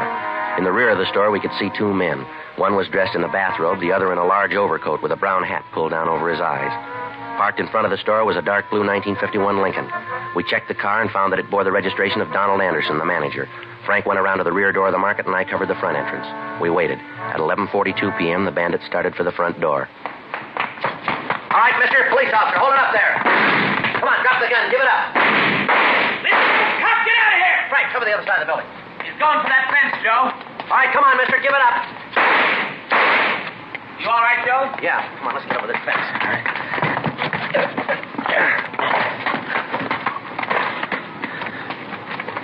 He's not over here. No, we missed him. He must have got over that wall. I'll get back to the car and notify the radio units. All right. You think you hit him? I don't know. I might have. Well, let's check the ground by the fence. You got your flashlight? Yeah, here it is. Hold it, Joe. Yeah? Here. See? By the fence. Oh, yeah. Blood stains, quite a few of them. I'll stay here and check. Okay, I'll be right back. Watch yourself. Yeah.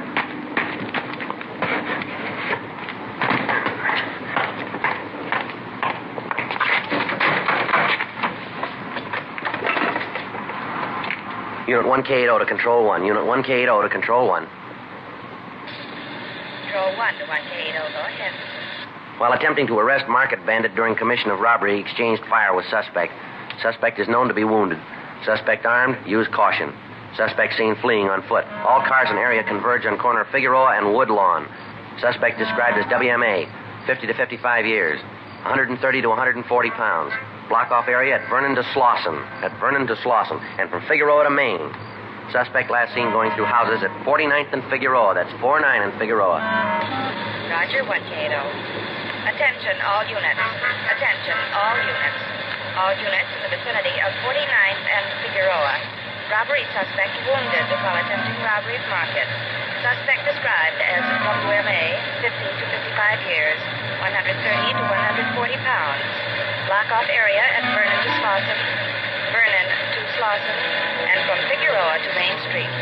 Suspect last seen going through houses at 49th and Figueroa. Unit 1K80 to Control 1. Unit 1K80 to Control 1. Control 1 to Unit 1K80, go ahead. Suspect is known to be armed. Approach with caution. Use caution. Unit 1K80 to Control 1, KMA 367. All units. Robbery suspect at 49th and Figueroa, known to be armed. Approach with caution. Repeat. Approach with caution. What do you figure, Frank? Well, he's in here someplace. Let's find him. In the next 3 hours, 37 police cars combed the area. Every possible hiding place was investigated. A house-to-house search was started.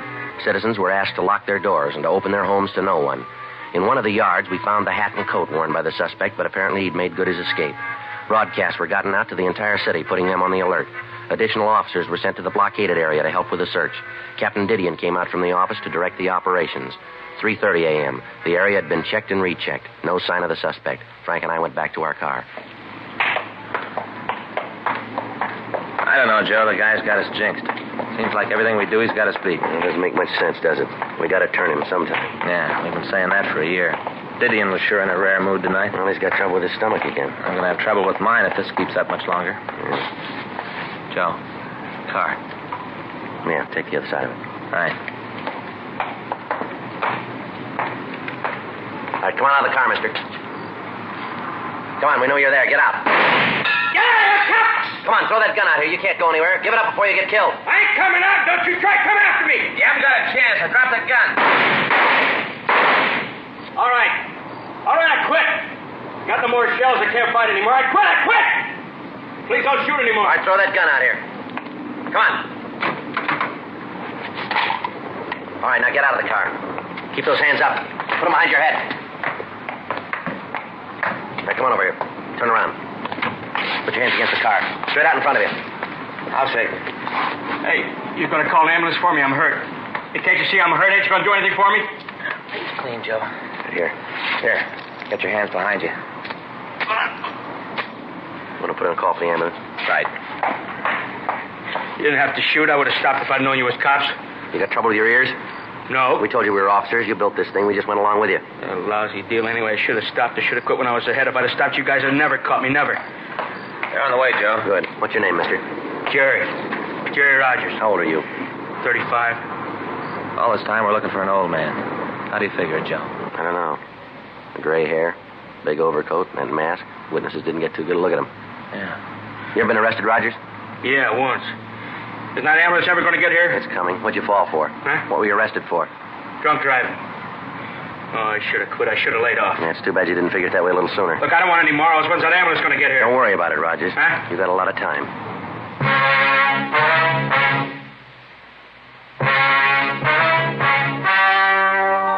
The story you have just heard was true. The names were changed to protect the innocent. On February 4th, trial was held in Department 87, Superior Court of the State of California, in and for the County of Los Angeles. In a moment, the results of that trial. Now, here is our star, Jack Webb. Thank you, George Fenneman. Let me tell you again why Chesterfield is best for me and for you. Now you have scientific evidence on the effects of smoking. No adverse effects on the nose, throat, and sinuses of the group from smoking Chesterfield. And remember, Chesterfield is the only cigarette to give you premium quality in both regular and king size. I'd like you to buy Chesterfields and prove that Chesterfield is best for you. Regular or king size, they're much milder to give you all the pleasure the modern cigarette can give.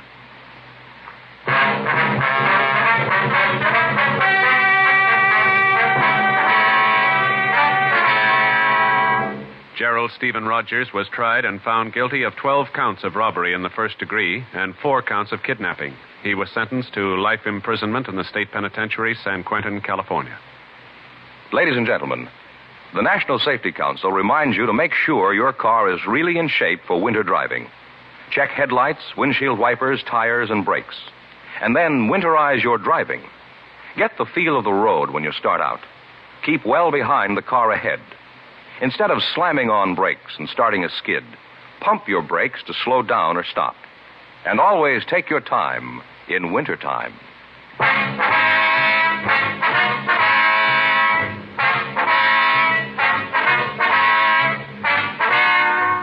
You have just heard Dragnet, a series of authentic cases from official files. Technical advice comes from the Office of Chief of Police W.H. Parker, Los Angeles Police Department. Technical advisors Captain Jack Donahoe, Sergeant Marty Wynn, Sergeant Vance Brasher. Heard tonight were Ben Alexander, Ralph Moody, Harry Bartell, Jack Crucian. Script by John Robinson. Music by Walter Schumann. Hal Gibney speaking. Sound off for Chesterfield. Either way you like 'em, regular or king size, you'll find premium quality Chesterfields much milder. Chesterfield has brought you Dragnet, transcribed from Los Angeles.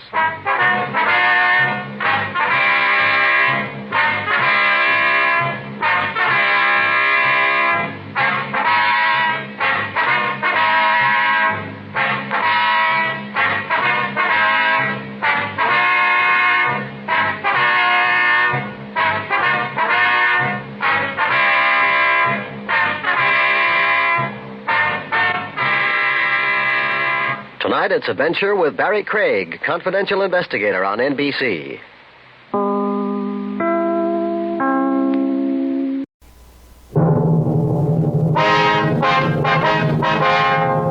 Sound off for Chesterfield.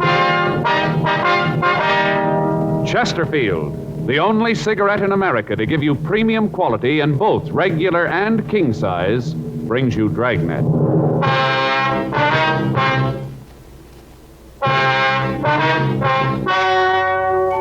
Ladies and gentlemen, the story you are about to hear is true. The names have been changed to protect the innocent.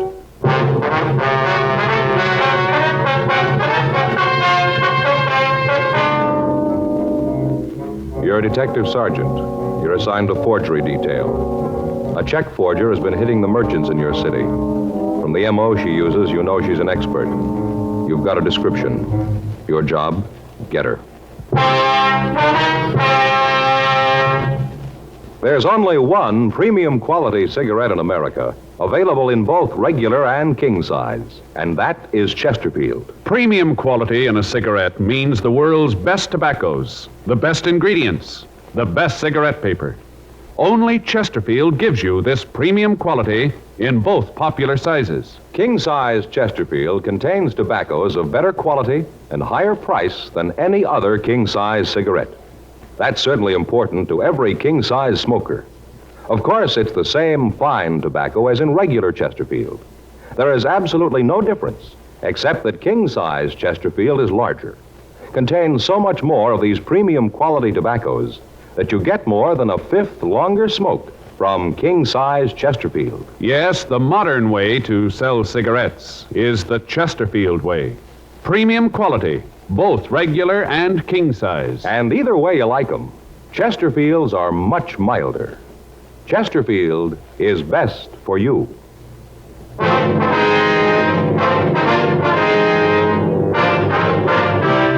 Dragnet, the documented drama of an actual crime. For the next 30 minutes, in cooperation with the Los Angeles Police Department, you will travel step by step on the side of the law through an actual case transcribed from official police files. From beginning to end, from crime to punishment, Dragnet is the story of your police force in action. It was Wednesday, February 6th. It was cool in Los Angeles. We were working the day watch out of forgery detail. My partner's Frank Smith. The boss is Captain Welsh. My name's Friday. I was on my way back from the forgery office, and it was 10:22 a.m. when I got to the mugroom. I'm sure about it, officer. If I ever see that woman again, I'll know her. Don't you have any doubt about it, I'll know her. Yes, ma'am. Now, if you'll just look through this book, please. Have you seen anyone who might be the woman, Miss Parkinson? No, not yet, Sergeant, but if she's got her picture in here, I'll find it for you. Never forget that face. So sweet and kindly. Sort of reminded me of my mother, rest her soul. I think that's why I cashed the check for her. I never would have done it if there hadn't been something like that. Yes, ma'am. I wonder if you'd mind running over it again for us. Might have been something you forgot, maybe? No. I wouldn't forget anything about her, but I can tell you about it if you'd like. All right, fine, Miss Parkinson. If you just start at the beginning again. Fine. Would you mind calling me Ethel? I don't much care for formality. Feel better when people call me by my given name. Yes, ma'am. If you go right ahead, please. Well, this morning's when I found out about it. Like to keeled right over when the check came back from the bank. Opened up the other mail, mostly from people who want to sell me things for the store, and there it was. Letter from the bank with a check inside. Stapled to one of those forms, you know, the kind they just check with a pencil. Uh-huh. Well, like I said, there it was. Place that was checked said the account was unknown. Well, you can just bet I got on the phone and called the bank people. Yes, ma'am, I understand. I told them they'd made some sort of mistake, that they'd better set it right. I was so sure that she wouldn't do a thing like this. Well, you know how banks are. They said they'd check it for me, and I waited on the phone while they did. And they said it wasn't any mistake. Well, you can just bet that I was hopping mad. Yeah, well, what kind of identification did the woman use to get you to cash the check? Well, she had several letters from her son. At least that's who she said they were from. I just bet she hasn't even got a son. Well, sir, I'll bet she hasn't. Well, do you usually cash checks with that little identification? No, I don't, as a rule. Usually ask for a driver's license, then a social security card. Figure that if a person's got one of those, that means that he's working. Figures that the check is good. Mm-hmm. Well, that's not always true, you know, ma'am. Don't I know it now? You just bet I do. Last time I'll cash a check for anyone that I haven't known for 10 years. Mm-hmm. Had you seen this woman around your store before this time? I've been trying to think about that. The shop isn't very big, but we do a pretty good business. Sometimes there are several people waiting. Get in a hurry, you know, and you aren't sure who you talk to. Yes, ma'am. Seems to me I've seen her in the store before, but when I stop and really think about it, I'm not too sure. You know how that is? Yes, ma'am, I do. When you boil it right down, I don't think I have seen her before. She just had one of those faces that you figure sure you know. Looked like such a lovely person. I see. About how old do you figure she was, ma'am? Well, like I said, I guess about 62, maybe a little older. Uh-huh. Might have been 65. Not much over that, though. Such pretty hair. Pure white, had it fixed in a real soft wave over her forehead. Old-fashioned kind of. Wore it in a bun, you know. Ma'am? Bun. Had the hair all rolled up and then pinned up back. Here. Back of her neck. And it was white, you say? Her hair was white? Yes. Looks so nice to see a woman act and look her age. So many of them try to look younger, you know. Yes, ma'am. How about her clothes? Oh, she was well-dressed. Had a sort of teal blue suit on, a black coat. Looked kind of like it might have been cashmere. Looked real nice. Little string gloves and all. You say she was a small woman, is that right? Yeah, she was little. Stood real straight, you know, shoulders back. But she was a little one, not more than 5'1" or maybe 2. Mm-hmm. Would she be slight or heavy? Beg pardon? Well, how much would you say she weighed? Maybe 100 pounds. Say she wasn't much heavier than that. No, sir, 100 pounds. Was there anything unusual about her, anything that might make her stand out? No, I don't think so, except maybe it was the perfume. Ma'am? Perfume, you know, how you kind of expect a little old lady to wear something kind of mild, like violet, maybe. Something light. Yes, ma'am. Well, she had a real heavy perfume on. Smelled kind of like a French scent. Real heavy, like I said. It was one thing I couldn't figure out. What's that, ma'am? Well, she did have nice clothes and all, but all in all, she didn't look like she had a lot of money. Just moderate, you know? Mm-hmm. Well, that perfume must have been expensive. Must have cost a lot. Well, I guess she's making enough to afford it, ma'am. 10:34 a.m. Mrs. Parkinson continued to look through the mug books. She was unable to identify the woman who had passed the bad check. The merchants of the city had been victimized for the past 3 weeks by a forger. All of them described her as a kindly old lady using letters from her son in the East as identification. Frank and I had run the description we'd gotten through R&I with no result. The stats office had made several runs on the M.O., and all leads furnished by them had been checked out, but they led us nowhere. We'd obtained copies of the forged checks, and they'd been processed by Don Meyer in handwriting, but he'd been unable to offer us any new information. The names on each of the checks were different. We checked each of them out, but the leads went nowhere. All of the stores in the central area had been alerted. Descriptions had been distributed to the neighborhood merchants, but the check passing continued. We checked with our informants, but they failed to come up with any information. 2 weeks passed. The woman hit 12 more times. Her take was estimated to be over $2,500. The checks she passed were always for the same amount, $50. When it seemed necessary, she would purchase merchandise in order to cash the check. The articles she chose were in a price range so that the store owner would often cash the check rather than lose the sale. Thursday, February 21st, 8:34 a.m. Frank and I got back to the office. I'll get it. Forgery, Friday. Yeah. All right, where? How soon? All right. No, we'll see you there. What is it? Harry Allenson. Informant? Yeah, says he wants to see us right away. Yeah? Says he knows the woman we're looking for. The working detective knows that he's usually only as good as his informants. Quite often, when all other means of bringing a case to a successful conclusion have failed, the only thing that'll break it is information supplied by an informant. A detective will protect his informant. For as long as the informant can operate, the detective is assured of a steady flow of information. 9:45 a.m., Frank and I drove over to the coffee shop at the corner of Crawford and Spring Streets. Harry Allenson wasn't there when we arrived. We sat down and ordered a cup of coffee. Oh, that's good and hot. Yeah, it is. Hey, pass the sugar, will you, Joe? Yeah. There you go. Thanks. Okay. Wonder where Allenson is. What time did he say he'd be here? 9:45. Well, it's only a couple of minutes after that now. He'll be here. Wonder how right his story is. What did he tell you on the phone? Well, nothing, just that he knew what we were looking for. Said if we'd meet him here, he'd fill us in. There he is. Oh, yeah. Righty, Smith. Harry? Sit down. Yeah. Sorry I'm late. Got hung up in traffic. Oh, you got a car now, Harry? No, I missed my streetcar. Had to wait for another. Say, you guys had breakfast yet? Yeah, we did a little earlier. You mind if I have something to eat?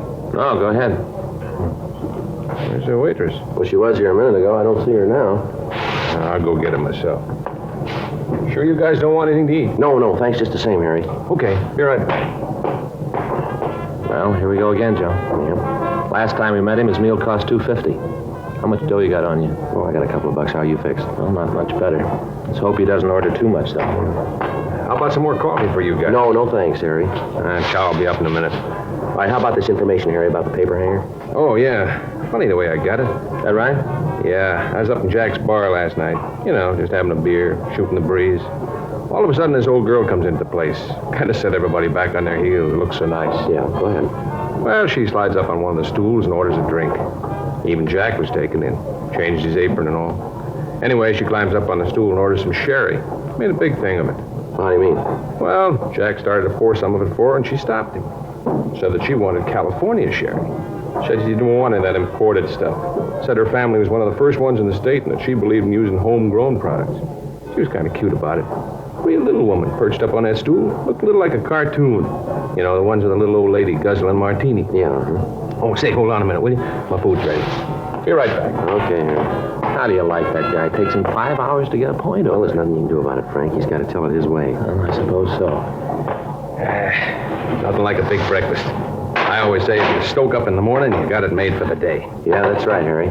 Farm breakfast, they call this. Tell you, that's eating. Oh, look at that sausage.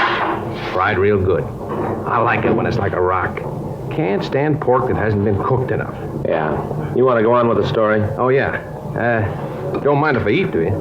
Got a big day today. A lot of things to do. No, you go right ahead, Harry. All right. Well, like I said, this old broad ordered the sherry. Well, time went on. She must have had 3 or 4 of them. Yeah. A couple other guys came in, and I moved over to make room for them. Ended up sitting right next to the woman.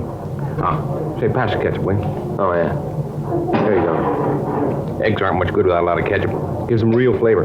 Yeah, Harry, could you get to the point maybe a little sooner? Oh, well, first off, I noticed this perfume this broad's wearing. Well, now I tell you, it's been a long time since I smelled anything like that. Real heavy, like the stuff they sell in France. Yeah. Didn't fit the woman. Now, sir, didn't seem to go with the rest of her.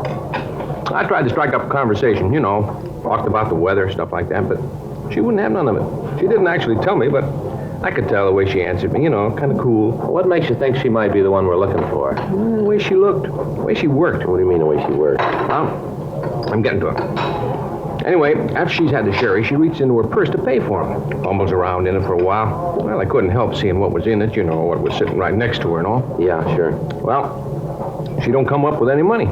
And she starts going through her pockets. Still can't find any money. Finally, she asked Jack.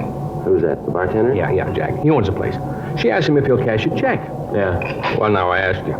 Either one of you guys know Jack? No, I don't think we do, Harry. No, I don't. Well, Jack wouldn't cash a check for the treasurer of the country. Not even if he had the president to vouch for him. Been stung too many times. Yeah. Well, this old gal gets to him, see? I can see him start to go. He kind of hems and haws around all the time. He's trying to figure out a nice way to say no to her. Finally, he just ups and says it. Well, right after he kind of waits and expects her to tell him off for being so mean to somebody like her, but she doesn't. Just kind of hunches her shoulders and then starts digging in her purse again. Takes everything out, puts it on the bar. Yeah. Well, it happens that her driver's license is lying right there on the bar in front of me. Couldn't help but read it, you know. Yeah, we know. Well, I saw her name. And I asked her if she'd let me buy the wine for her. Mm-hmm. What'd she say to that? Well, when I called her by name, she acted kind of startled, like she didn't expect it. And then she kind of smiled and said she was financially embarrassed at the moment. Something about coming away from the house without any money, but she said she thought it'd be very sweet of me if I'd take care of the tab. So I paid Jack the money, and I asked her if she'd like another one. She said she didn't think so, and then she got all her stuff together and put it back into her purse and thanks me. Then she got up and left. Yeah, well, what was the name on the driver's license? Do you remember that? Yeah. Got it written down here someplace. After she left, Jack and me got to talking about her, and then it hit me that she might be the one you're looking for. So I jotted down the name. You ever see this woman before, Harry? No, never laid eyes on her before she walked into Jack's last night. Now, here it is. Mm-hmm, thanks. Yeah, that's the name at the top of the paper. Right under, that's her address. The name on the piece of paper was Lillian Halstead. It was a new name in the case. It gave an address out near Bel Air.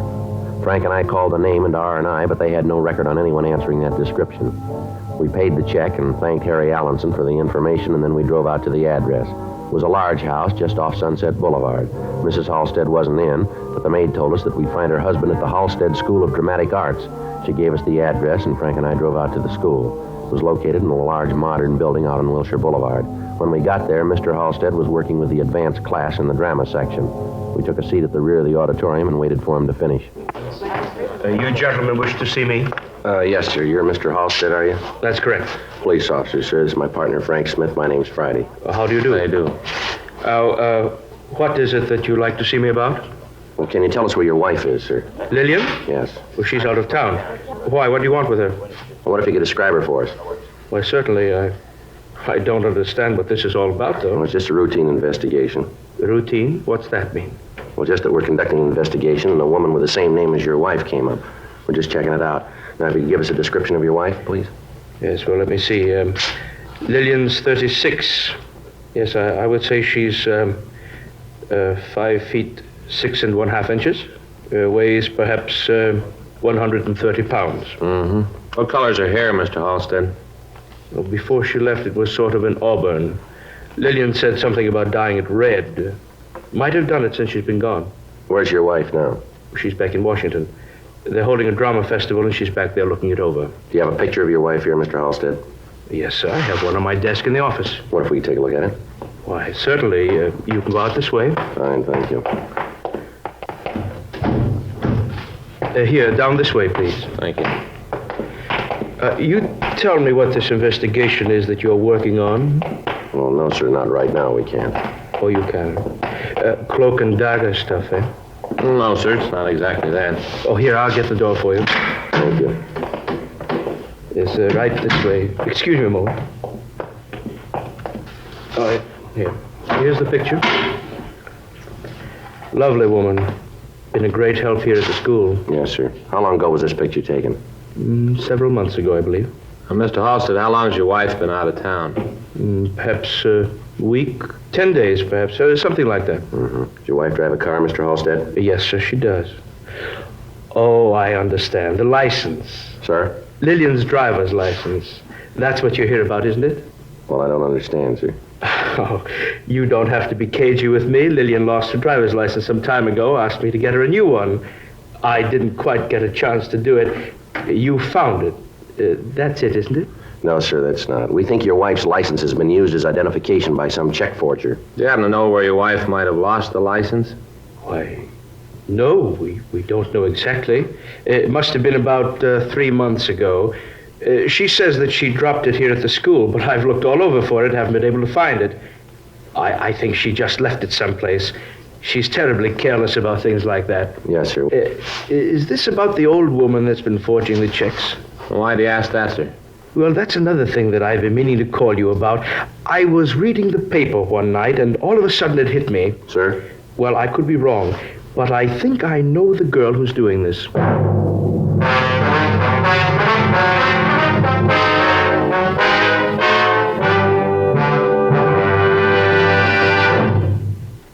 You are listening to Dragnet, the authentic story of your police force in action.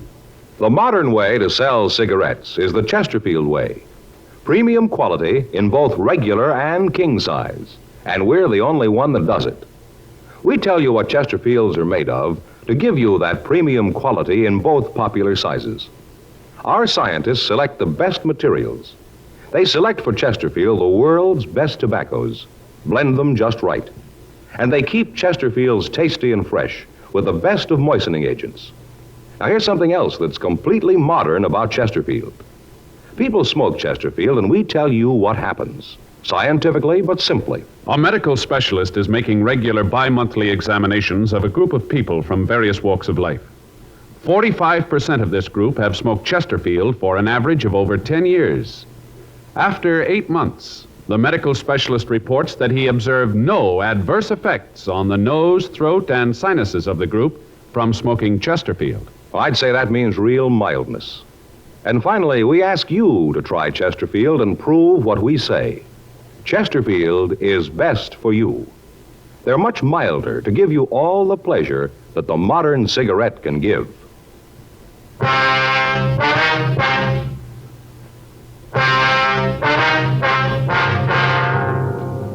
2:37 p.m. We ran the name Bert Halstead through R&I, but we got no make on anyone answering his description. Halstead told us that he thought we might be looking for a girl he identified as Peggy Small. He told us that the Small girl had enrolled in the dramatic school over a year before. We asked him if he had a picture of her that we could have, and he told us that he thought there was one in the files. He took us down the hall to the registration office and checked his files. He located a picture of the girl and handed it to Frank. Just why do you think this might be the girl we're looking for, Mr. Halstead? Well, it's the oddest thing, officer. Peggy. Oh, that's Miss Small. Yes, sir. Well, Peggy came to us about a year ago, as I said. She came out here to the coast from some little town in Idaho, I think it was. I'd have to check her entrance application to be sure, but I think it was Idaho. Yes, sir. Well, instantly I knew that this girl had talent, real talent, deep down, talent. Right off the bat, she had the feel. Would have been a fine character actress. Well, why do you say would have? She didn't want to work. Wasn't interested in anything but learning how to be an old woman. Sir? All she was interested in was learning to act like a little old woman. Huh. We have a theory here at Halstead. Don't act, live. She did just that. Learned the makeup problems, dress, walk, everything. She even used to practice writing like a woman of 60 or so. I used to see her practicing by the hour. Did she ever give you any reason for all this? No. I asked her once, but she said that this was the way she wanted it. Now, I thought that she was trying to tell me to keep my nose out of her affairs in a nice way, so I didn't ask her again. Mm-hmm. Now, we have presentations here, each term the class presents a play that's been written and produced by the students themselves. Yes, sir. Peggy would always do the oldest female part in them. Never was interested in anything else. She had several good offers, but for some reason she did not take them. What do you mean by that, sir? Well, one night a talent scout from one of the majors came out to see our play. Well, he was quite... Majors, the studio. I see. He was quite impressed with Peggy, offered her a term contract, good money. She'd have done well, but she just was not interested. I just can't understand it. Well, do you know where she is now? No, officer, I haven't seen Peggy since she left here. That was about 4 months ago. I wonder if you could tell us where she lived when she was enrolled here. Certainly. I have the address on her enrollment card. Well, that's fine. We'd like to have the names and addresses of any of her close friends, too, if we could. Oh, certainly glad to help. You think it could be her, Peggy, the woman you're looking for? Well, it could be, yes, sir. Odd. Now, I got to thinking about it when I read about it in the papers. Right away, it made me think of Peggy. How she used to talk about acting. Well, how's that, sir? Well, she used to always say there was only one reason for doing anything, and that was to come out on it. That was the trouble with most people. They just didn't know where they wanted to end up. But she knew where she was going. Well, maybe she was right. I beg your pardon? She's the one we're looking for, we know, too.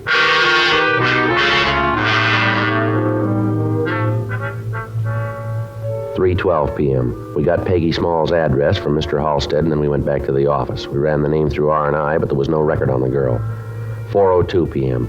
Frank and I drove out to the last known address of the Small girl. It was a boarding house on 92nd Street. Peggy Small wasn't in, but the landlady told us that she usually didn't get back from work until 7 or 7:30. We asked if she knew where the girl worked, but she told us that she didn't. We arranged for a stakeout on the house, and at 4:37 p.m. we checked back into the office. You want to check the book? Right. Anything? I don't think so. There's a call from Faye. Wants to know if I'll be home for dinner. I better give her a call, Joe. Mm-hmm.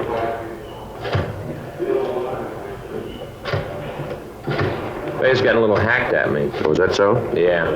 Last 3 nights she's waited dinner for me and I didn't make it. Mm-hmm. Hello, honey. Yeah. Well, I don't know yet. Yeah? Well, I think so. I know. Well, maybe another hour or so I'll know. Yeah. Okay, honey. Bye. Well, if I don't make it tonight, she's going to scalp me. I get it. Forgery Friday. Yes, ma'am. What's that address again? All right. Yes, ma'am. We'll be right there. Well, your dinner's going to have to wait again. Why? Dry goods store out on Main. Forger's there now. In the process of the investigation, the police department had alerted the merchants throughout the city to the method of operation of the woman forger. Thousands of printed circulars had been distributed bearing her description. An artist's conception of the woman had been published in the daily papers, and the drawing had also been broadcast over the local television stations. The clerk in the store we'd gotten the call from had noticed a similarity between a woman waiting to cash a check and the description. From the information we'd gotten on the hot shot, the woman was waiting for an authorization for the check. When Frank and I got to the store, we met a small elderly woman. She produced identification in the form of a driver's license bearing the name Lillian Halstead. Frank and I asked her to go with us to the city hall for questioning. A policewoman was called, and the interrogation started. One look at her, and you could see that she was covered with a heavy makeup. I want you gentlemen to know that I resent the implication you're making. The idea of trying to make me out a vicious criminal. Ma'am, we're not trying to embarrass you. We just want to get to the truth here. I'm giving you that. I'm telling you what you want to know. All right, now let's get it over with. What's your name? Lillian Halstead. Is this your driver's license? Yes, it is. Then the thumbprint on it should be yours, too. Is that right? I'd imagine so, yes. Well, then suppose we go down the hall and take your fingerprints and compare it, huh? Now, you look here, young man. I know my rights. You're not dealing with some little schoolgirl this time. I've lived a long time, and I know just exactly what you can do and what you can't do. I know, for instance, that you can't take my fingerprints unless you want to arrest me for something. If you want to make a fool out of yourself to that extent, then you go right ahead and do it. And mark this well, young man. I'll sue you for every nickel you own. I'll let the papers know about this. They love to know how you treat old women. They just love to know. You ever been mistreated in any way, ma'am? No, and I don't intend to be. There's a man on the way down here, ma'am, the name of Halstead. Wife's name is Lillian Halstead. That driver's license we found in your purse, the one you claim is yours, that's registered to his wife. He's coming down here to tell us that you aren't his wife, that you stole that license, that you were a student in his dramatic school. Now, why don't you save us all a lot of trouble here? Why don't you admit that you're the woman we're looking for, that you're Peggy Small, you're no old woman? Come on, how about it, Miss Small? All right, I lose. Guess I should have known. Mind if I take this wig off? It's kind of warm in here. We've been kind of waiting for it. Go right ahead. It was a good racket while it lasted. Crummy driver's license. I was doing all right as long as I used the letters. They should have been good enough for me. I should have known. What'd you do with the money? I've got it all, every last nickel of it. I almost had enough, too. Enough for what? To leave this lousy town, get out of here, go back east, New York. A couple more pieces of paper and I'd had it made. Could have left. Almost showed him good. Ma'am? Phony town. Months I pounded on doors, talking to agents, casting directors, talking to anybody who'd listen to me, trying to get a job, trying to get a break in pictures. None of them would talk to me. Wouldn't even see me, this phony town. Yes, ma'am. They wanted character women. Didn't want any young women, character women. That's what they wanted. Well, I got to be the best of them. They didn't want me the way I am. I didn't want to work any other way, none. Had you fooled, didn't I? Had the whole town fooled. All of them. Phony place. I was going back east, back to New York. They know talent back there. They recognize it. They know whether you're real there or whether you're just a phony. They know it there. Yes, ma'am. We know it here, too.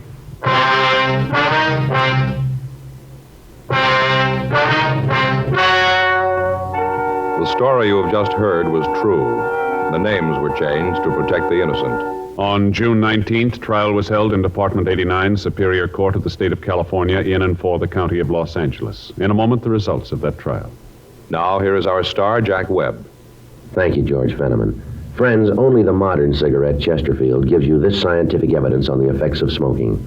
No adverse effects on the nose, throat, and sinuses of the group from smoking Chesterfields. And only the modern cigarette, Chesterfield, gives you premium quality in both regular and king size. Now, I know Chesterfield is best for me and best for you. Buy them, regular or king size. Either way, they're much milder to give you all the pleasure the modern cigarette can give.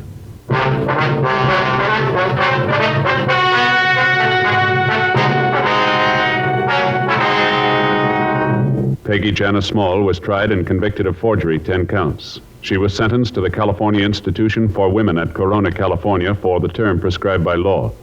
Forgery is punishable by imprisonment for a period of from 1 to 14 years in the state penitentiary.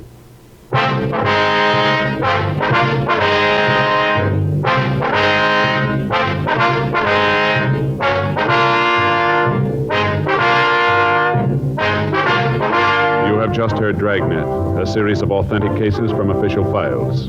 Technical advice comes from the Office of Chief of Police W.H. Parker, Los Angeles Police Department. Technical advisors Captain Jack Donahoe, Sergeant Marty Wynn, Sergeant Vance Brasher. Heard tonight were Ben Alexander, June Whitley, Jack Crucian, Gene Tatum. Script by John Robinson. Music by Walter Schumann. Hal Gibney speaking. Sound off for Chesterfield. Either way you like them, regular or king size, you'll find premium quality Chesterfields much milder. Chesterfield has brought you Dragnet, transcribed from Los Angeles.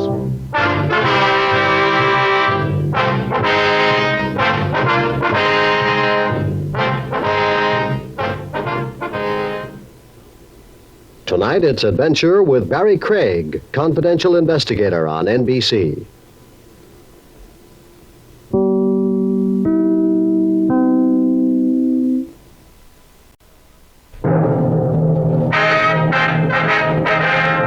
Sound off for Chesterfield. Chesterfield, the only cigarette in America to give you premium quality in both regular and king size, brings you Dragnet.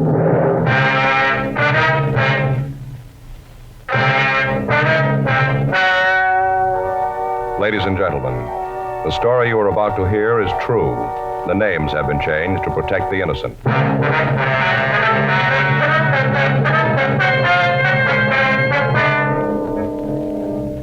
You're a detective sergeant. You're assigned to homicide detail.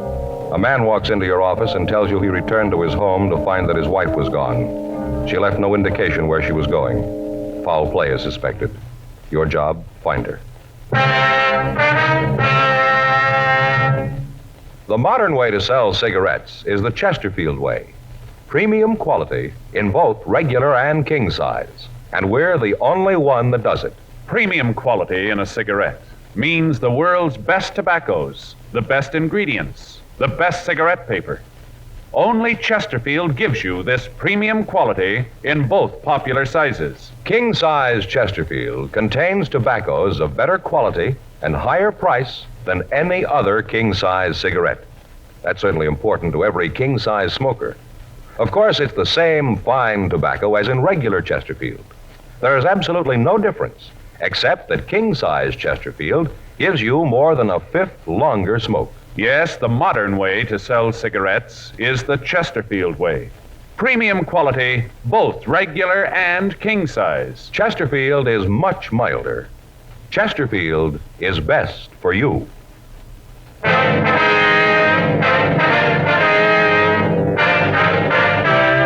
Dragnet, the documented drama of an actual crime. For the next 30 minutes, in cooperation with the Los Angeles Police Department, you will travel step by step on the side of the law through an actual case transcribed from official police files. From beginning to end, from crime to punishment, Dragnet is the story of your police force in action. It was Tuesday, July 7th. It was hot in Los Angeles. We were working the night watch out of homicide detail. My partner's Frank Smith. The boss is Thad Brown, chief of detectives. My name's Friday. I was on my way into work, and it was 4:58 p.m. when I got to room 42. Homicide. John, that you? Yeah. Been here long? No, I just got in. Sure a beautiful day, isn't it? Yeah, summer's really here, isn't it? This daylight saving time makes a difference. Got a lot more time, seems like. Made me think about my vacation. Well, you're doing a couple of weeks, aren't you? Yeah, first part of August. Mm-hmm. Figured out where you're going yet? Yeah, Fay and I talked it out. You know, Joe. Oh, what's that? I think maybe I had Armand figured wrong. Armand? That's your brother-in-law? Yeah. Mm-hmm. This year, Fay and I got to talking where we're going to spend the vacation. Fay wants to go up to Big Bear. I'm saying Mexico. Yeah? You know, I figure a little fishing. I hear the yellows are hitting pretty good. The what? Yellowtails. Oh, yeah. You don't fish much, do No, you? I don't fish at all, you know. Well, they're supposed to be hitting pretty good, but Fay can't see Mexico. And darn if old Armin doesn't chime in and say he thinks Mexico's a great idea. Well, that's swell. Yeah, tells Fay all about the beaches down there and how good the food is, all about the air, healthy. You know, really sells her. So that's where you're going, huh? No, Fay didn't buy it. Going to the mountains. Well, fishing's supposed to be pretty good up there, too, isn't it? That's what I read, I guess. I don't know. Suppose so, but old Armin, how do you like that guy? He sure surprised me. Yeah, maybe he's going to work out, huh? Yeah. I'll get it. Okay. Homicide, Friday. Yes, sir, it is. I beg your pardon. Could you talk a little louder? Yes, sir. Uh-huh. Yes, sir. Well, when was that? I see. When? Yes, sir. What was that address again? All right, I have it. Yes. Yes, sir, that's right. We'll be right out. Right, bye. Well, we got one to roll on. Kidnapping out in Hollywood. The man on the phone gave his name as Henry Wagner. He said that he'd come home from work and found that his wife was gone. He said on the phone that he'd found a note demanding ransom and cautioning him against calling the police. 5:22 p.m. Frank and I arrived at the house on Temple Hill Avenue. We parked the car down the street from the house and went up to the front door. Frank would remain in the car for a few minutes and then follow. In that way, if the kidnappers were watching the house, they wouldn't be as likely to know that we were working on the case. I rang the bell and waited. Yes, you the police? Yes, sir, that's right. My name's Friday. Oh, hello. Come in, please, quickly. I don't want them to see you. Who's them, sir? The kidnappers. They might be watching. I don't know what I'm going to do. Terrible thing to have happen. Just doesn't make sense. All right, now, sir, if you just try to calm down and tell me what happened here. We want to start right from the beginning? All right. I got home from school about 4:30. Myra wasn't here. I looked at the house for her, figured, like you said on the phone, that she might have gone to the store. When I couldn't find her, I started looking for a note. That's when I found the ransom demand right there on the coffee table. And you said you got home from school, is that it? Yes, I teach political science at the university. Well, when did you last see your wife?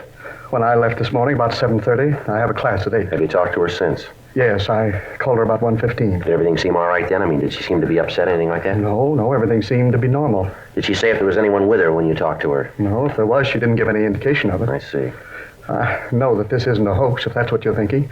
I know that Myra wouldn't do a thing like this. She's a serious woman. I guess you might say that she had a rather dull sense of humor. No, I know that she wouldn't do a thing like this as a joke. Well, no, sir, it's not that. I'm just trying to get all the facts here. I wonder if I can see the note. Yes, I left it over here on the desk. That'll be my partner. I'll let him in if it's all right. There, Frank. Yeah, money. See here? Yep. Mr. Wagner, this is my partner, Frank Smith. How do you do, Mr. sir? Wagner. How do you do? I'll get the note. Well, I'd rather you wouldn't handle it anymore, sir. Oh, all right. You going to try to get some fingerprints from it? Is that right? Well, that's the idea, yes, sir. You read it, Joe? Yeah, it's made up of newsprint. It's been cut out of the paper. Looks like one of the morning papers. Yeah. I'll read it to you. It says, put $10,000 in 5s, 10s, and 20s in a shoebox. Make sure the bills are unmarked. On July 8th, drive up Deer Canyon Drive at 10:30 p.m., 5 miles past the turnoff. You'll see a white string across the road. Drop the shoebox out of the car, go on back home. Your wife will be returned. Don't tell the cops. If you tell anybody, we'll kill your wife.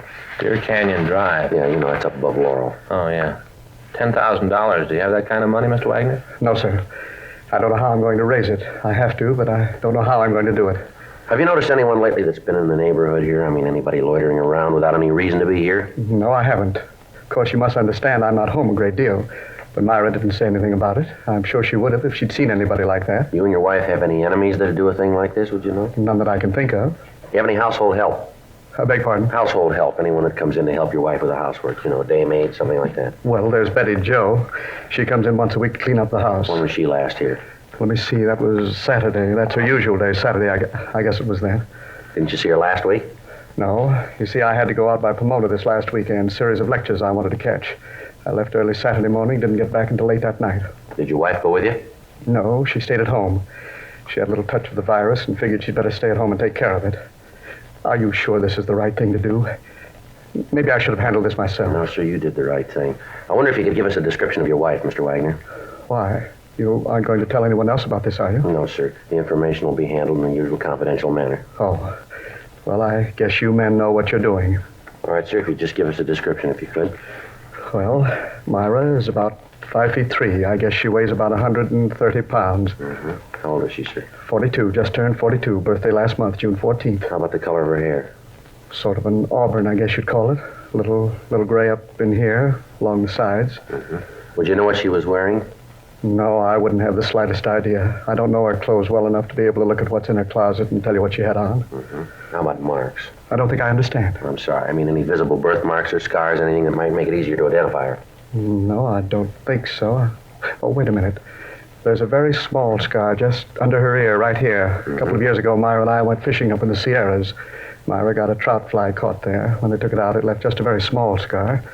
But I don't think you'd be able to see it unless you were really looking for it. Anything else outstanding about her? No, there isn't. I wonder if we could have a photo of her. Do you have one? Of course. Wonder if you'd give us the address of this Betty Jo? Surely. I think Myra kept it in the phone book. I'll look for you. Do you think they'll really do it, officer? Kill Myra? Well, we're going to try to stop them, sir. I don't think so. Well, how about the money? Should I get it together? Not a lot of time if I have to meet them tomorrow night. We'll take care of that. Here's the address. Thank you, sir. I don't know what I'll do if they hurt Myra. Just don't know. It's odd, isn't it, Sergeant? What's that? Myra and I have been married for 22 years. I guess I always just took her for granted. Haven't been separated at all during that time. Just took her for granted. Yes, sir. I guess you have to lose something before you know what it's worth. 5:43 p.m. We asked Mr. Wagner not to touch anything in the house. We told him that after his wife had been returned and our men could move safely about the neighborhood, the house would be gone over for physical evidence. 2 men came out from the office and a stakeout was placed on the house. The note was taken downtown and photographed. Dean Bergman lifted several clean prints from it. However, comparison with those taken from Mr. Wagner eliminated them. The maid, Betty Jo, was contacted, but she could tell us nothing. In the meantime, Sergeant J. Allen of the crime lab prepared a shoebox as directed by the abductors. Dummy packages of money were placed in the box, and the container was wiped clean of all fingerprints. The area where the meet was to take place was staked out. The following morning, Wednesday, July 8th, Henry Wagner went to teach his classes at the university as usual. Late in the afternoon, he returned home, and at 9:45 p.m., he got into his car and left the house. I'd gotten into the back seat of the car earlier, and I kept out of sight. In an undercover unit behind us, Frank, Lieutenant Gorham, and Gil Encinas kept us under observation in the event that we missed contact with the kidnappers. 10:26 p.m. We turned off Benedict Canyon onto Deer Canyon Drive. I hope I'm doing the right thing. I can't help thinking of what they might do to Myra. Well, try to take it easy, Mr. Wagner. We know how you feel. Everything that can be done has been taken care of here. That's what you've been telling me for the past hour. Doesn't make me feel any better about what's happening. Can you still see that car behind us? No. I think they dropped back when we turned off Benedict. How's it look up ahead? Can't see much. Dark. How far off the canyon have we come? About 4.5 miles. You got your box right there ready to throw it out? Yes, sir. Right here on the seat. All right, now remember, when you toss it out, try to lift it by the strings. Right, I'll remember. I just hope we're doing the right thing. I'll never forgive myself if anything happens to Myra. $10,000 just isn't worth it. Wait a minute. There it is. String across the road. See anybody around it? No, so dark. I can't see anything but what's in front of the car. How close are we to the place here? About 50 or 60 feet. All right, now take it slow. Don't give any indication that you aren't doing exactly what they told you to. And remember, don't handle that box. Hold it for the string. All right. We're here. I'm throwing the box out. All right, now close your door. What now? Go up the road a little, and then turn around and drive back. Act like everything is just the way they told you to handle it. All right. Take it easy now. We can turn around here. All right. You see anyone move for the money? No, not yet. Maybe when I get turned around. Just a second. There's a driveway here. Oh, it's pretty dark back there. All right, can you see anything at all? Nothing there. I don't see anyone. All right, now just keep driving. If there's anybody to pick up the money, it'll look better if you don't cause any trouble. I don't know about all of this, Sergeant. Somehow I still can't get the idea out of my mind that we've done the wrong thing. That they know all about it, and that they're going to kill Myra. Now, there's no reason that they should know that there's anything wrong, Mr. Wagner. From what they can see, you're doing just what they told you. They got nothing to tell them any different here. But what if they found out? What if they know that you're working on the case? What if they know about it? They might kill Myra. I'd never forgive myself. I never should have told you about it. I should have taken care of it myself. They'll kill her. I know they will. They'll kill her because you're working on it. The way it is now, she hasn't got a chance. No, you're wrong there, Wagner. The odds are on her side now. 10:45 p.m. Henry Wagner and I left the meeting place. About a mile down Deer Canyon Drive, Wagner dropped me off, and then he started down Benedict Canyon Drive and continued on home. I met with Frank, Lieutenant Gorham, and Sergeant Gil Encinas, and we started back on foot. We cut off the road and waited on the hill overlooking the meeting place. Frank told me that they'd seen no activity on the road while Wagner and I were making the meet. We moved in closer. 11:30 p.m. No sign of the kidnappers. The moon came up and we could see the white string across the road. In a patch of manzanita, we could see the shoebox containing the dummy packages of money. We waited. Midnight, 1:30 a.m. Still no sign of the kidnappers. 2:30. 4. At 4:45 a.m., the sun came up and Frank and I left the area. Lieutenant Gorham and Sergeant Gil Encinas continued to stake the meeting place. If the kidnappers had been in the vicinity, we'd missed them. Our only course now was to wait for them to contact Henry Wagner again. 8:15 a.m. Frank and I checked out and went on home to take a shower and get something to eat. At 11:12 a.m. Thursday morning, we checked back into the office. Rough night, huh? Yeah, there's nothing to show for it. Anything from Gorman and Encinas? No, I don't see anything. There's one thing I found out. What's that? I need a heavier coat for nights. Yeah? Saw an ad in the magazine. Advertised those English duffel coats. Look real good. What? Duffel coats. Wore 'em in the North Atlantic during the war. You know, Joe, they're real heavy. Got a hood that comes up. Should be real warm. A hood? Yeah, you know, like a monk wears. When you aren't wearing it, looks just like a collar. When it gets cold, you raise up the little gimmick, and there you are, warm as anything. You know, Frank, somehow I just can't see you in there. Yeah? Well, I noticed you weren't any too warm last night. Next time we do duty like that, I'm going to be ready for it. Yeah, it's just like a monk. I'll get it. Homicide Friday. Yes. Oh, yes, mister. When was that? Uh-huh. Yes, sir, right away. Well, that's it. Huh? The Wagner woman, she's home.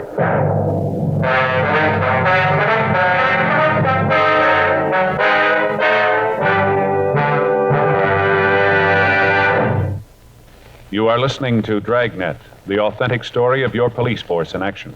Friends, you'll remember some months ago we read you our first report, the 6 months report on the effects of smoking. Then more recently we read you the 8 months report. Now here is the latest one.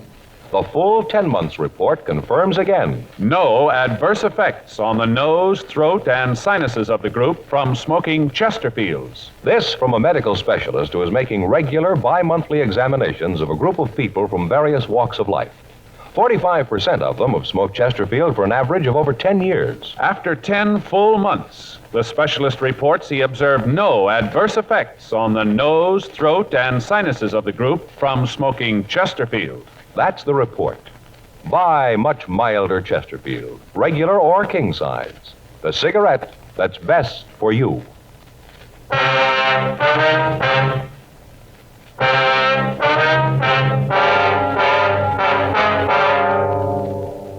11:30 a.m. Frank and I drove out to the Wagner home. The officers on stakeout told us that Mrs. Wagner had walked into the house at about 11 o'clock that morning. As soon as she'd gotten inside the house, she collapsed. The family doctor had been called, and she was treated for shock. Other than some scratches on her arms and around her face, she was unharmed. The officers told us that they'd been unable to interrogate her so far. We talked to the doctor, and he told us that we could talk to her until the sedative took effect. Honey, these are policemen. They want to ask you a few questions. What? Police officers, honey. There's Mr. Friday and there's Mr. Smith. Oh, yes. They want to ask you some questions, dear, about the people who took you. Oh, all right. It won't take very long, Miss Wagner. That's all right. I want to help you get them. All right, now, if you just tell us how it happened. How it happened? Yes, ma'am. Sergeant, you have to do this now. Maybe later when she's rested. Oh, I'm sorry, Mr. Wagner. We haven't got much choice here. We'd like to get to the people who did this. If we wait until later, we might not be able to get them. Yes, I didn't think of that. Well, if the doctor says it's all right, go ahead. Ms. Wagner, Yes? do you know the people who did it, the people who took you? No. You never seen them before? No, never. All right, now, could you just tell us what happened? I guess so. They came to the door about 2:30. Who were they, ma'am? Well, I just saw a man. Later, when we got into the car, there was a woman, too. All right, go ahead. They told me that Henry'd been in an accident, that he'd been hurt, that he was at the hospital. Said they wanted to take me to him. Yes, ma'am. I didn't know any different. I went with them. I thought that Henry was hurt. I didn't know any different.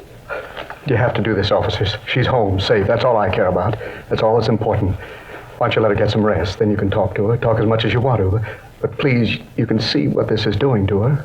Yes, sir. Now, look, this isn't any easier on us. We've got a job to do here, like we had when she was gone. We know how you feel, but we'd like to get to those people. It's all right, Henry. I'm all right, dear. Where'd they take you, ma'am? First, I think they were going to take me to a house near here. I didn't notice the street, but it was near here. I'm sure of that.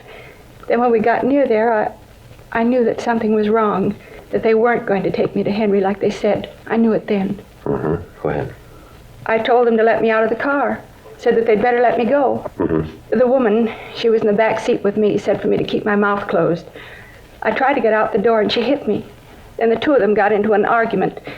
The man started to yell at the woman that it wasn't any good, that they'd better forget the whole thing. And the woman said that they'd gone too far for that now, that they had to go through with it. Uh-huh. Well, then they put a blindfold on me, tied my hands and blindfolded me, and then they started to drive. Well, at any time, did either of them use a name, you know, and talking to each other? No, I don't think so. At least if they did, I don't remember it. Mm-hmm. Go ahead, Miss Wagner. Well, then they started to drive. I couldn't see where they were going, but I know that they headed out the Arroyo Seco toward Pasadena. I could tell from the way we went. Then I heard the woman talk about the turnoff to get on the Seco. Right then, the man told her to shut up. Yes, ma'am. We drove for quite a while and then stopped. They made me get out and took me into a house.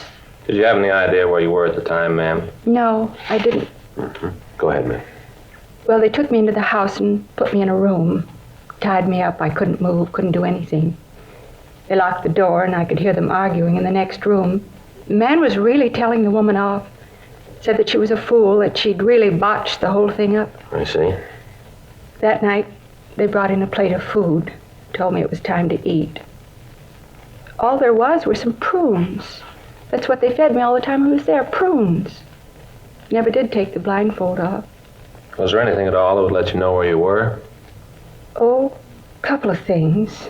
They're probably kind of silly, but maybe you can make something out of them. What's that, ma'am? Well, there was a clock that was in the room where they had me, one of those chime clocks, tolled every 15 minutes, like Westminster chimes. Yes, ma'am. I don't think it was a very big clock. Chimes sounded small. Mm-hmm. Then there was a train. Trains?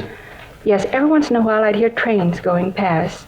Sounded like they were near, maybe a couple blocks away, not much more than that. But do you think that you could give us a description of the man and woman, Miss Wagner? Yes, I think so. First, I was so upset with thinking that Henry was hurt that I didn't notice, but I think I can describe them for you. All right, ma'am, that'll be fine. There's one thing, though. What's that? I'd be positive if I saw them. 12 noon, we continued to talk to the Wagner woman. She gave us a description of the man and woman who had kidnapped her and a description of the car they'd used. We called the information into the office, and a local and an APB were gotten out. We ran the description through R&I, but we got no make. 2:45 p.m. As one of the possibilities for identifying the locality described by Mrs. Wagner, Frank and I left the house and drove to the office of one of the milk companies in the city. We talked to the driver that handled the area in which Mrs. Wagner said the kidnappers were going to stop. He couldn't identify the man and the woman from the description. We checked 2 more milk companies, and on the 3rd, we got a tentative identification. The driver of the route told us that we could be asking about a Mr. and Mrs. Thomas Harper, he thought. He gave us their address, and Frank and I drove out there. On the way, we called the names into R&I and had them make a check for us. They said they had a record on a Thomas Harper who answered the description. He'd served time in San Quentin and in Folsom penitentiaries. He'd been sentenced both times for armed robbery and ADW. There was no record on Mrs. Harper and no wants at the present time for her husband. 5:57 p.m. Well, we better try it again, huh? All right. Probably aren't in. There's a car parked down the street here. Could be theirs. Checks on that description we got from the Wagner woman. I think somebody's coming. Yeah, what do you want? You Thomas Harper? Yeah, that's right. Police officers would like to talk to you. What about? Just like to talk to you. All right, come on in. Who is it, Tom? Cops. What do they want? Say they want to talk. I don't know what about. Just a routine investigation. Who are you trying to kid? What do you mean by that, Harper? Somebody's done something, you need a pigeon. I got a record, so I'm right for you guys to lean on. What's the matter? You got something to worry about? Not a thing in the world, but I know you guys, you're going to try. What do you want, anyway? You people tell us your activities for the past 4 days? What for? Just tell us, will you? Yeah, tell us. You got an angle where you wouldn't be here. You're trying to pin something on us, and you know it. You want to tell us what you've been doing? We haven't left the house at all. Can you prove that? Prove it to who? You? You got no right to come in here and ask a lot of questions. She's right. You haven't got any right to do that. Now, either you pull us in or you get out of here. All right, Harper. We're getting ready to leave anyway. We'll see you later. Yeah, let's go, Frank. Right. You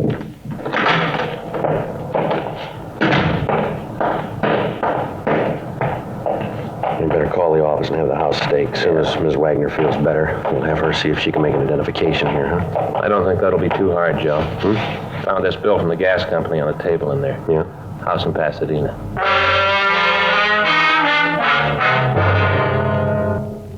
Harper's mugshot had been pulled and sent to the Wagner home for identification. Mrs. Wagner was still under sedatives.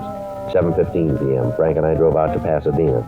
We got in touch with the police department out there, and 2 officers were assigned to accompany us to the address on the gas bill. The house was unoccupied, and there were advertising papers strewn all about on the lawn. With the officers, we entered the house and went through it. In some of the rooms, there were pieces of furniture, and in the living room of the house, we found a mantel clock that chimed on the quarter hour. On an end table, we found a ball of white string that looked like the same type that had been used to mark the meeting place up on Deer Canyon Drive. In one of the back bedrooms, we found prune seeds scattered around on the floor. A stakeout was arranged on the house. We contacted the men watching the Harper residence and found that the suspects were still there. 9:56 p.m., Frank and I arrived back at the Harper home in Hollywood. The lights were out and the house was dark. Frank went around to the back of the house.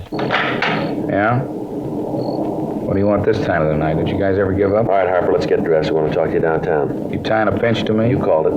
For what? Kidnapping. You're out of your mind. Come on, get dressed. Who is it, honey? Cops say we kidnapped somebody. What? Fuzz has an idea we kidnapped somebody. You're kidding. Afraid not, Miss Harper. You better get dressed, too. Anybody else in the house? Yeah, we take in boarders. Don't get smart. Where's that door go? Bedroom. Just the one bedroom here? That's right. We're roughing it. Just the kitchen over here? Yeah. All right, come on. How about the bath? In there. All right, we'll all go. Come on.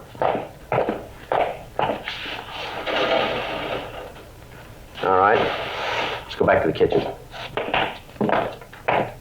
This door go out the backyard? You're a cop. You figure it out.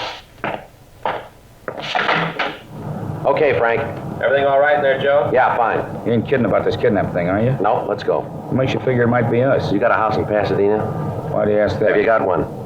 No. You're lying. Property records in Pasadena say you have. We checked the house. Matches the one we're looking for. That right? That's right. We got the woman you kidnapped. She's identified your picture, you and your wife. She couldn't identify me. I haven't got a record. You ain't taking me no place. Frank, get out of my way. Hold it. Hold it right there. All right, come on your feet. Now shake it. He's clean. Hands behind you. I told you what had happened. I told you we should let her go right away. I told you. Oh, shut up. You and your bright ideas. 10 grand easy. You and your bright ideas. Well, look what it got us. Look, Buster, you didn't yell when you thought of getting your hot little hands on that dough. You were all for it then. Well, we lost. What do you want me to do about it? Break down and bawl? Should have known from the beginning. I had nothing but trouble with you from the start. Always wanting something easy. Always wanting big money. Never satisfied. That's the trouble with kids. Bad losers. Great winners, but bad losers. Well, you're a big boy now. You lost. That's all there is to it. Stop whining. Easy for you to say. To get through with me, I'll be in for life. You got no record. She has now. Let's go.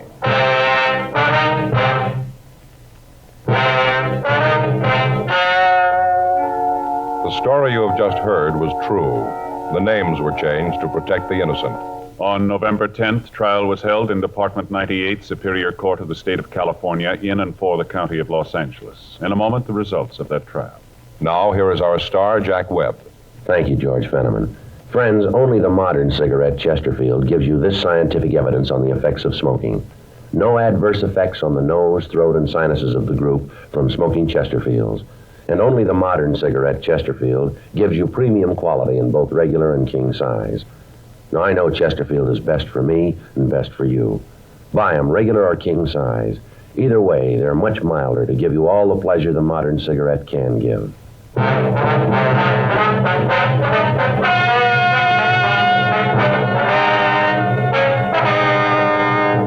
Thomas Fenton Harper was tried and found guilty of kidnapping. He was sentenced to life imprisonment in the state penitentiary, Folsom, California, without possibility of parole. His wife, Alice Mabel Harper, received a like sentence and is now in the California Institution for Women, Corona, California. Ladies and gentlemen, would you give a few dimes to help a child out of the smallest prison in the world, an iron lung? Well, that's what you're doing when you join the 1953 March of Dimes. Remember, crippled children are depending on your help. So give your dimes and your dollars to the 1953 March of Dimes.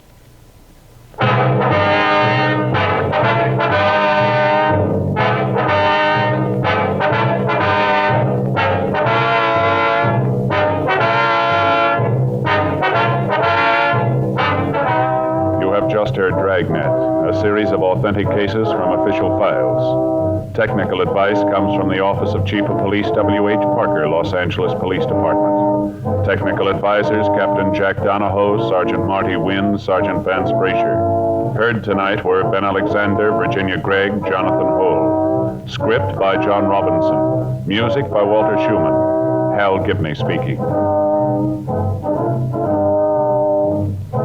Sound off for Chesterfield. Either way you like 'em, regular or king size, you'll find premium quality Chesterfields much milder.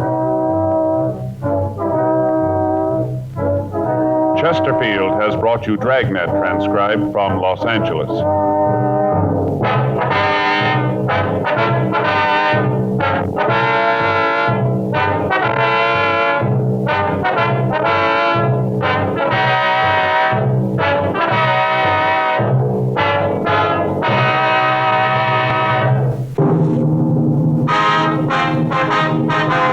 Sound off for Chesterfield. Chesterfield, the only cigarette in America to give you premium quality in both regular and king size, brings you Dragnet.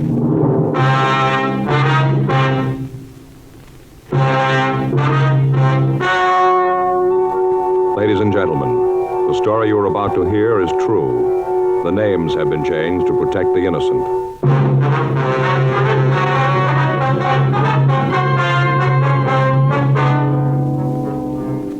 You're a detective sergeant. You're assigned to narcotics detail. A steady flow of heroin has been making its way into your city. Most of it has fallen into the hands of teenagers. You don't know the source or the head man of the operation. Your job, stop it. The modern way to sell cigarettes is the Chesterfield way.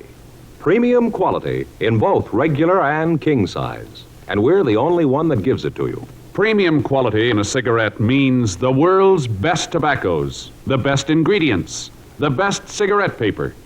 Only Chesterfield gives you this premium quality in both popular sizes. King size Chesterfield contains tobaccos of better quality and higher price than any other king size cigarette. Well, that's certainly important to every king size smoker. Of course, it's the same fine tobacco as in regular Chesterfield. There is absolutely no difference, except that king-size Chesterfield gives you more than a fifth longer smoke. Yes, the modern way to sell cigarettes is the Chesterfield way. Premium quality, both regular and king-size. Chesterfield is much milder. Chesterfield is best for you.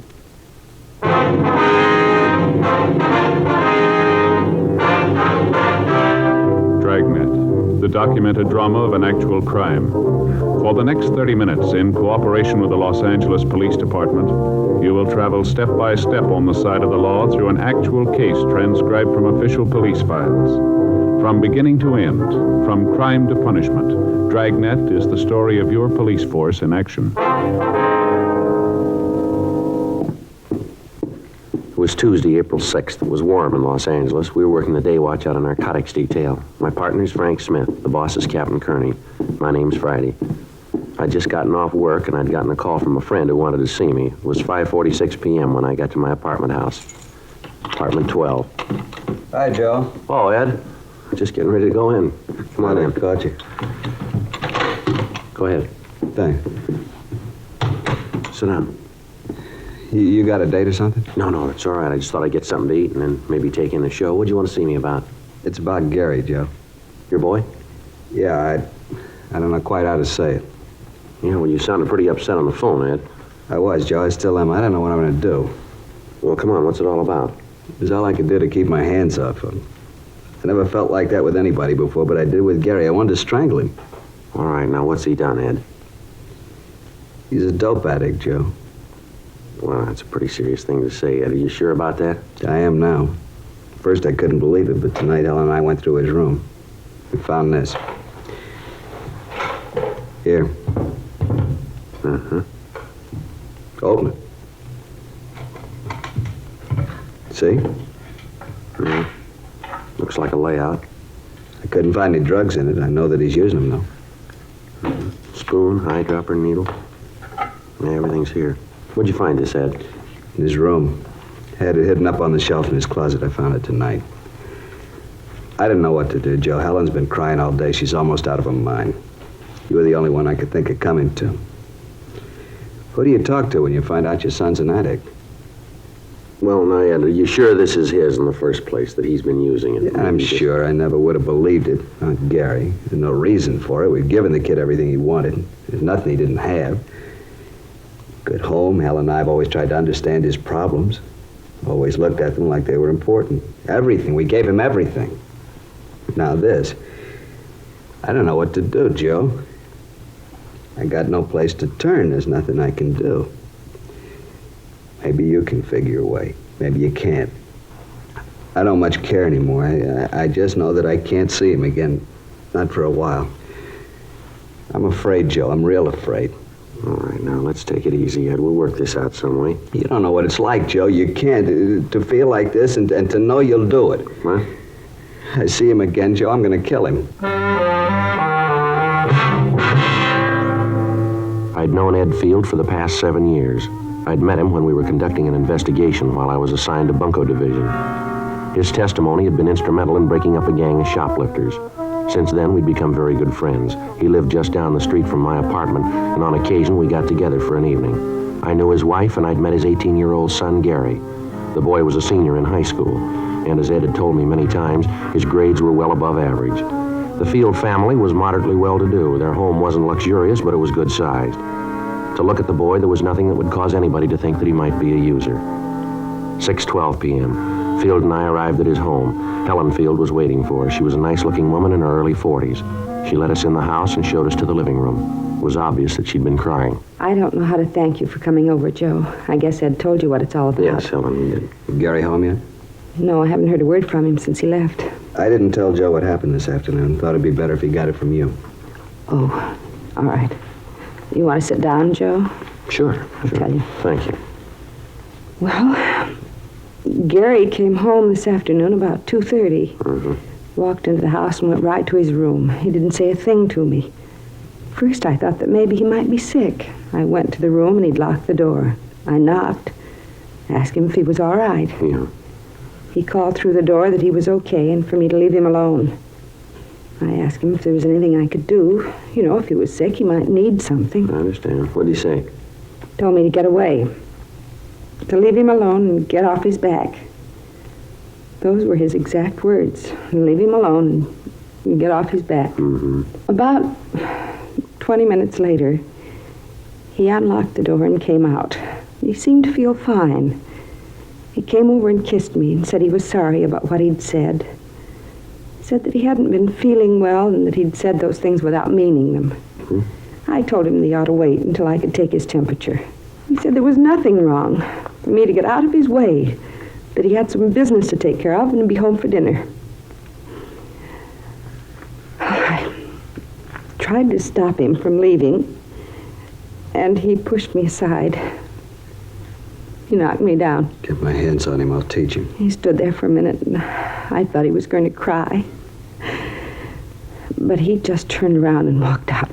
Well, you any idea where he might have gone? What this business was that he was going to take care of? No, not the slightest idea. You can see what we're up against, Joe. I'm afraid to even see the boy. Yeah.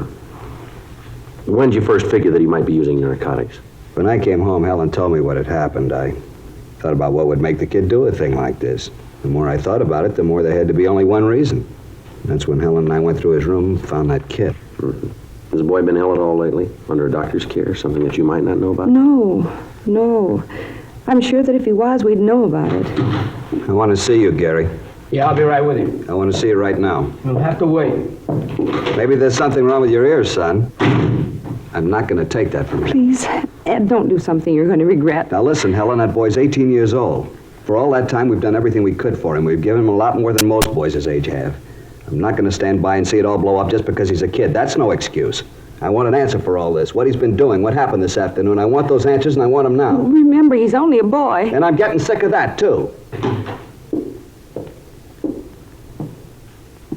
Where is it? Now, listen, boy, I know what's been going on. I want to talk to you about it. I don't want you to lecture me. All I want to know is where's the kid. Take it easy, son. What are you doing here? I asked him to come over. You didn't turn me in, huh? Your dad asked me to come over to see if I could help here. I don't need nothing from you, cop. I want the layout. Where is it? You aren't going to use that anymore. I want the layout. I gotta have it. Where is it? Please, Gary, don't get your father any more mad than he is. I don't care how sore he is or how sore he gets. I want the layout. I want it now. I can't think of any more simple way to say it. If I have to take it away from you, then I'll do it your way. You lousy bum. I'll teach you to talk to All right, take it easy, Ed. This isn't going to get you anywhere. Now, come on, settle down, both of you. Get out of here. Get him out of here. Joe, I swear I'll break him in two. Please, Ed, Joe, do something. Let him go. Let him go. It's about time he found out I'm old enough to call things my way. Go on, let him go. I'm not afraid of him. I'm not afraid of you either, cop. I'm not worried about anybody. All I want is that kit. I gotta have it. I got it. I'll give it to me and we can talk then. I gotta have it fixed. I got it. Joe, do something, please. All right, come on, sit down. Sit down, boy. This has gone far enough here. Now, let's get a few things straight. You're not going to have any more of that. We'll see that a doctor looks at you. He'll do what he can, but you've had it. No more narcotics for you, now face it. You want me to tell you where you stand? You're a user. Any way you slice it, this had to happen. I don't want anything from you. Why don't you just leave me alone? I can't do that. Let me see your arm. Come on, roll up your sleeve. Do what he says, Gary. Yeah. Both arms, huh? I'd take a joy pop once in a Now, while. don't con me, Gary. You got it bad, and it's going to get worse. You didn't get that arm from chipping with the stuff. The kit we found. You don't need to lay out that big to joy pop. You've been mainlining it for quite a while. I know it, and so do you. You holding now? Come on, boy, answer me. You holding now? Yeah? Well, let's have it. I'm not going to give it to you. You got no choice, son. Either you give it to me or I'll take it. All right, here it is. How big a habit you got? Not big. How big? Couple of bucks. Now, come on, boy. Let's have a straight answer. 25 a day. $25 a day. That's a lot of narcotics, isn't it? That's what it takes. Where's it come from? Come on, who's your connection? You maybe got me, but I'm not going to be a fink. You got to let me go at that. I can't do that. Now, where'd you get this stuff? How about that doctor? You going to do something about that? We'll talk to him. Talking to him ain't going to do any good. I got to have a fix. I'm going to fall apart. Come on now, be a pal. Let me have a fix. I'll tell you all about it then. You got the kit. You got the stuff. Come on, be a sport. No huh? go. You can't do it. Come on, let's go downtown. You're going to take him to jail, Joe? I'll take him down to Georgia Street Receiving Hospital. The doctor can look at him there. We're going to have to hold him for a while, Miss Field. Why'd you do it, Gary? Why? Can't you tell me? Is it something your father and I have done? There's got to be a reason. What is it? Oh, please, Gary, tell me. Come on, let's get out of here. Can we see him after he gets there, Joe? Yeah, I'll call you, Ed. Don't you want to say goodbye to your mother, son? Why? I wouldn't prove anything. Yeah, I guess that's the way you'd look at it. I broke the law. Now they're going to make a convict out of me. I didn't call him. You did. How are you going to explain that to her? You turn your own son in. How are you going to tell her about it? I hope you're real happy now. I'm not proud of it, son. There's one thing I'd like to ask. Yeah? What have you done to her? 8:30 p.m. I called Frank Smith and filled him in on what had happened. He said that he'd meet me at Georgia Street Receiving Hospital. I took young Gary Field down with me and had a doctor check him over.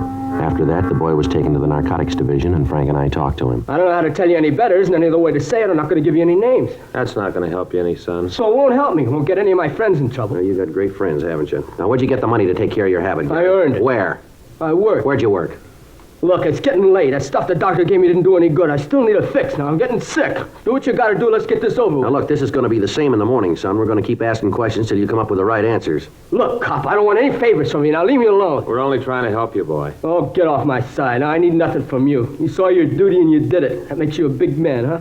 I know you'll both make lieutenant. Now, beat it, All right, huh? that's enough of that. Now, there's a couple of things we'd like to set you straight on. Maybe help you to figure where you stand in this. Oh, here it comes. What do they do? Give you a license to preach when they hand you the badge? That's enough of that, youngster. Come on, get off my back, cop. If my old man hadn't turned fink, you'd never have got me. Where you going? I'm getting out of now, here. sit down. Sit down. All right, young fella, you want to be a big man? That's the way it's going to be. I'm going to tell you that you get no special treatment here because I know your parents. You'll be treated just like any other user. You're getting a little of the edge because you're a youngster. There's not a pound of honesty or integrity in your distorted mind. The simple way would be to drop you in a cell and let you sweat out the cure, let you fall apart if you had to. Let me tell you this. We're going to get the connection that's been supplying you, and then we're going to get the man behind him. I don't much care about them, but I do care about the kids around you. You got a big habit. It takes a lot of money to keep up a habit like that. I've seen kids like you before, and there's only so many ways to get that money. You steal it or you start pushing narcotics yourself. I don't think you're stealing, so you got to be pushing it. That means that you probably got other kids hooked on it. Other youngsters that have got trouble because of you. Mules that are dragging your wagon for you. Your folks will maybe forgive you for what you've done to them, but they'll never be able to buy what you did to the other kids.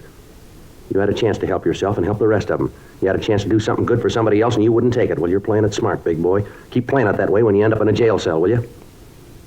You through, cop? Yeah, I'm through. Fine, let me get some sleep, huh? Let's go, Frank.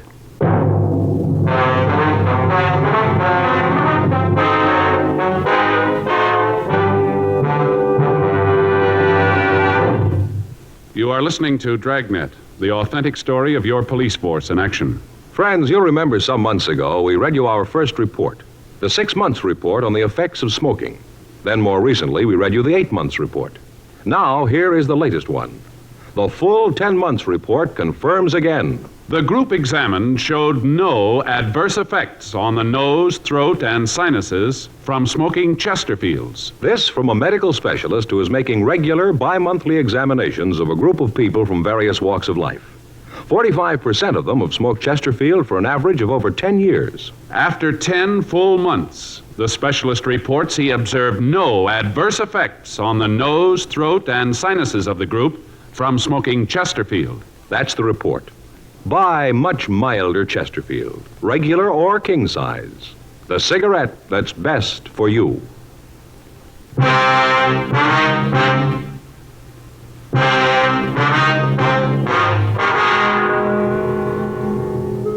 Gary Field was taken to the main jail and booked.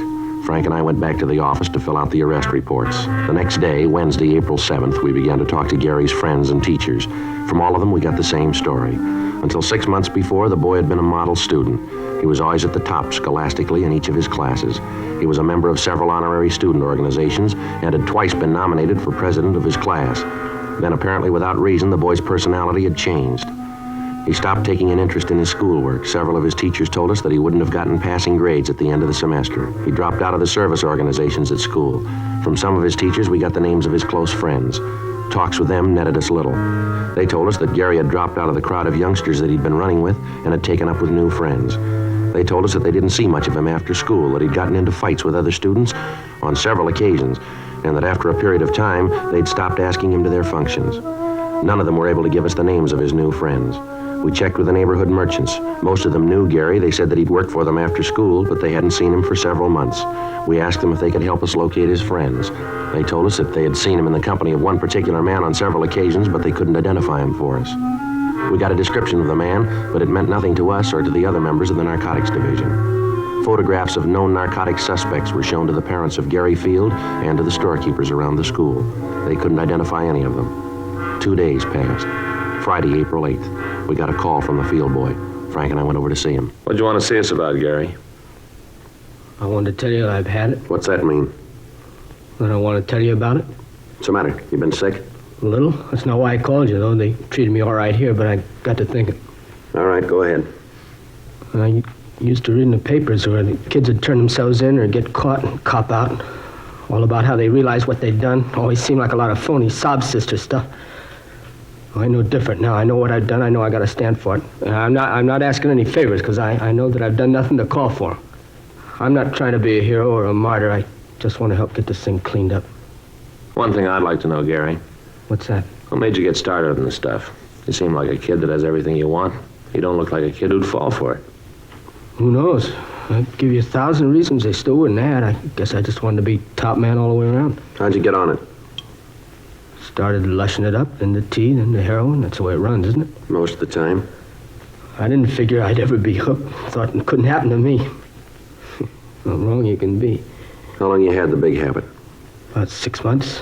Chippied with it about the same time before then. Where'd you get the money? Yeah, guess we had to get to that, huh? That's right. Where'd you get it? Well, I got some kids pushing this stuff for me. Worked for a while. Wasn't enough. By that time, the kids were hooked themselves. I was the only connection they had. They had to do business with me or do without it. Yeah. I told them that if they couldn't pay me in cash, I'd take merchandise. They'd bring it. I'd sell it. That way we both came out all right. They got their H, I got mine. You mean you got them to steal, that it? Yeah, I guess so. I never asked where they got the stuff. I just took it and sold it. That and the stuff they sold for me, I made out. These kids pushing H for you? No. Well, they're shoving tea. I sell it to them for 4 bits a stick. They get up to $1.50 for it. You know where they peddle it? No, I never asked. All I was interested in was if I got mine. All right, give us their names, will you? Guess that's the only way, huh? That's the only way. Okay, I'll give them to you. How about your connection? Who's he? Guy named Jack? Jack who? I don't know, honest. I really don't. Where'd you meet him? Drive-in downtown. Where?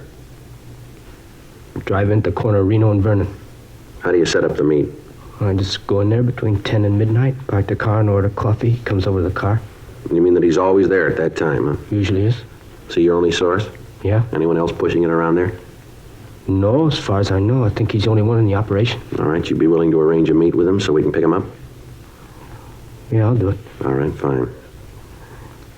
Sure want to see the folks. I got so much to make up for. That's right, you have. Don't think I'll live long enough to do it all. 9:32 a.m. We got a description of the suspect known as Jack and also the names and addresses of the teenagers involved. Frank and I contacted the juvenile authorities and gave them the information.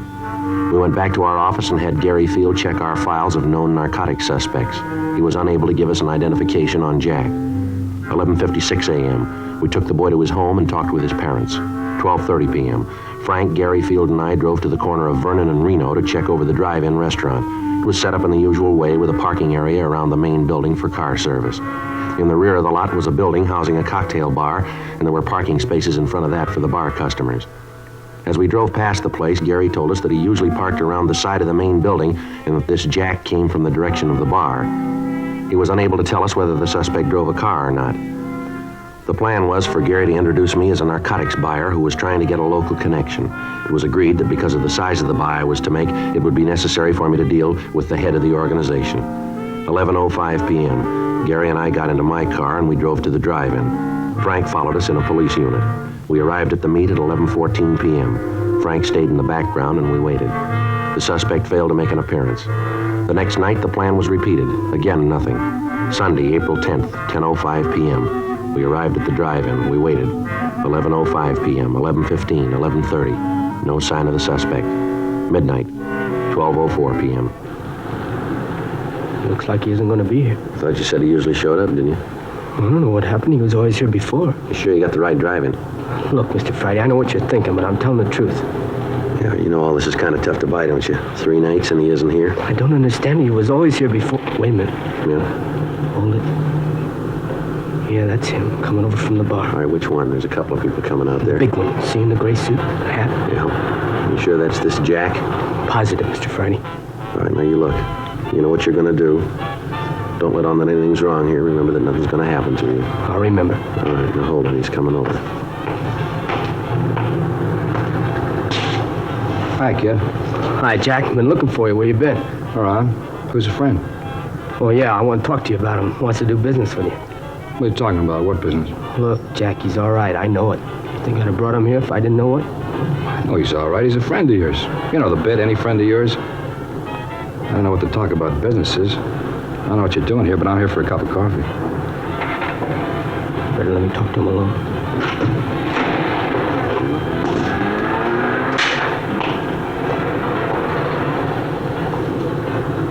What are you trying to prove, bringing the guy here? Who is he?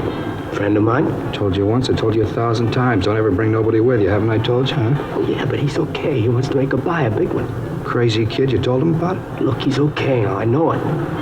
Look, Jack, we both stand to do all right from this. I kind of figured if he bought from you, you might give me a little piece of it. You know, sort of to say thanks for the business. How long you known this guy? Long time. How long? A couple of years. How come I never seen him before? He doesn't hang around this part of town. What's he doing here now? Like I said, trying to make a buy. Where'd you meet him? Before I met you, I used to buy stuff from him. He moved out of town, went up north, does business up there. Last couple of days, I couldn't get in touch with you. I ran into him. He fixed me up, and then he told me he wanted to buy. Right away, I thought of you. All right, I'll talk to him. But I ain't making no deal. You just talk to him. You'll find out everything's okay. All right. You let me do the talking.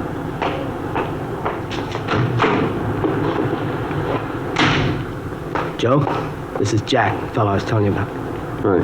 Hi. Kidder tells me you're down on business, all right? Yeah, I'm looking around. Nice place, L.A. A lot of business to do here. What line you? Whatever pays me. Where you from? Up north. Mm-hmm. How long you known Gary here? Now, you listen to me. I haven't got all night to stand around here and guzzle his stale coffee with you. The kid told you what I want. Now it boils down to one simple question. You want to do business or don't you? You're going kind of fast, aren't you? I haven't got a lot of time. I don't like to deal that way. All right, kid, let's get out of here. Should have known better than to figure on dealing with a small-time operator. I told you that before. What do you mean by that? You read it any way you want. Well, let's go, son. See you around, mister. Hey, hold on. No need to get sore about it. Just have to be careful. You know how it is. Now, you listen. I was shoving horse when you were playing with marbles. I've outgrown the kid games. I thought I could make a buy. I see I was wrong. Maybe not. What? I said maybe we could do business. I gotta have it tonight. How much you need? I need an ounce. It's gotta be good. Mm-hmm. I haven't got that much with me. How much have you got? I only got 12 bindles with me. How much? You gotta understand, this is good stuff. How much? Now, look, this is better than you can find anyplace else. All right, let's quit playing, huh? What's the tab on it? $10 a bundle. All right, I'll take the 12. How soon can you have the rest of it? When do you want it? I told you I was in a hurry. Don't you hear good? Yeah, maybe tomorrow night. All right, that'll have to do. If it's good quality, I may want some more. How much can you supply? How much do you need? Oh, I'll go maybe another ounce. Mm-hmm. You got the cash for this? I don't do business any other way. Wait here, I'll be back.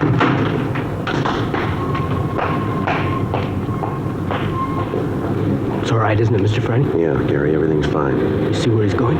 No, it's too dark. Don't you worry about it. Frank will see where he goes. I'll be glad when this is over. All right, hold it.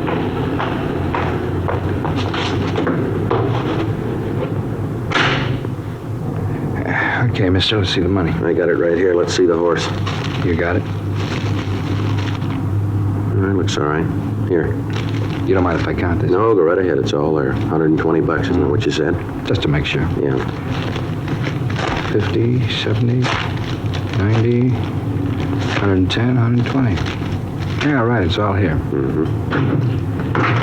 Well, I'll see you tomorrow night, huh? Yeah, sure. I want to tell you, it's nice to do business with you. It's been a real pleasure, Well, it works both ways, mister. Mm-hmm. Well, I hope to see a lot more of you. You will. You're under arrest.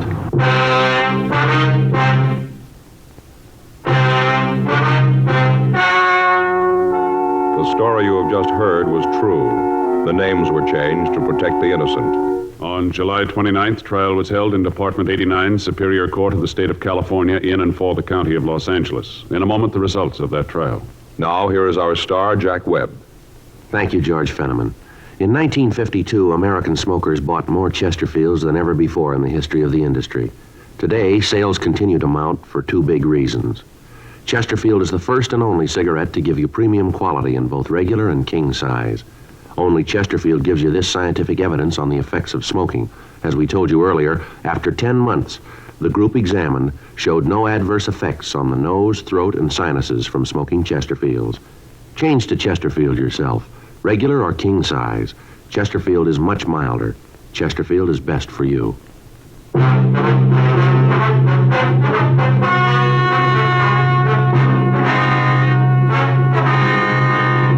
Gary Richard Field, because of his cooperation, was placed in a hospital for rehabilitation and at the conclusion of his treatment was placed on 3 years probation. The other juveniles involved were handled through the juvenile court and received sentences comparable with his. Jack Alexander Williams was tried and found guilty of violation of the State Narcotic Act, a felony, and was sentenced to the state penitentiary for the term as prescribed by law. Violation of the State Narcotic Act, a felony, is punishable by imprisonment for a period of not more than 6 years in a state prison.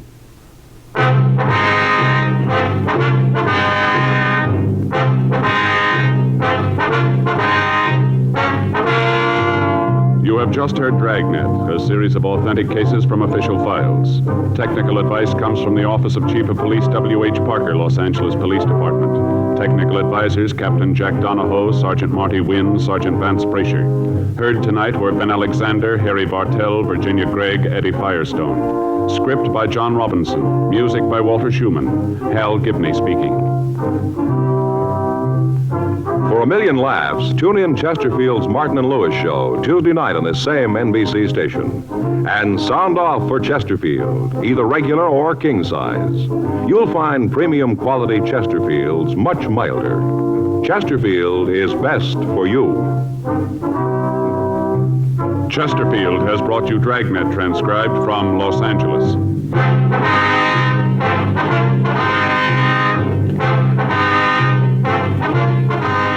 Tonight, it's Adventure with Barry Craig, confidential investigator on NBC.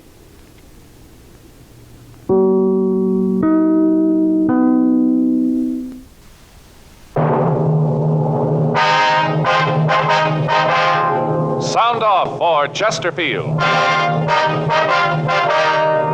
Chesterfield, the first and only cigarette in America to give you premium quality in both regular and king size, brings you Dragnet.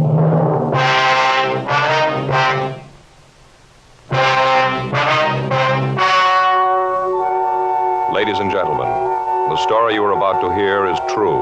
The names have been changed to protect the innocent.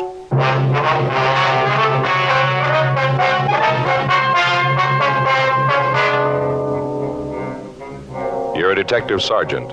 You're assigned to auto theft detail. A gang of car strippers has been operating in your city. From their M.O., you know they're professionals. They move fast. Your job? Get them. Friends, you'll remember some months ago we read you our first report, the 6 months report on the effects of smoking. Then more recently, we read you the 8 months report. Now, here is the latest one. The full 10 months report confirms again. The group examined showed no adverse effects on the nose, throat, and sinuses from smoking Chesterfields. This from a medical specialist who is making regular bi-monthly examinations of a group of people from various walks of life. 45% of them have smoked Chesterfield for an average of over 10 years. After 10 full months, the specialist reports he observed no adverse effects on the nose, throat, and sinuses of the group from smoking Chesterfield. That's the report. Buy much milder Chesterfield, regular or king size. The cigarette that's best for you.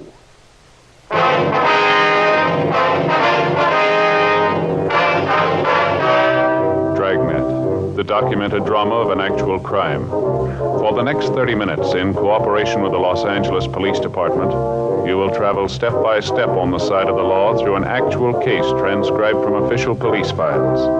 From beginning to end, from crime to punishment, Dragnet is the story of your police force in action.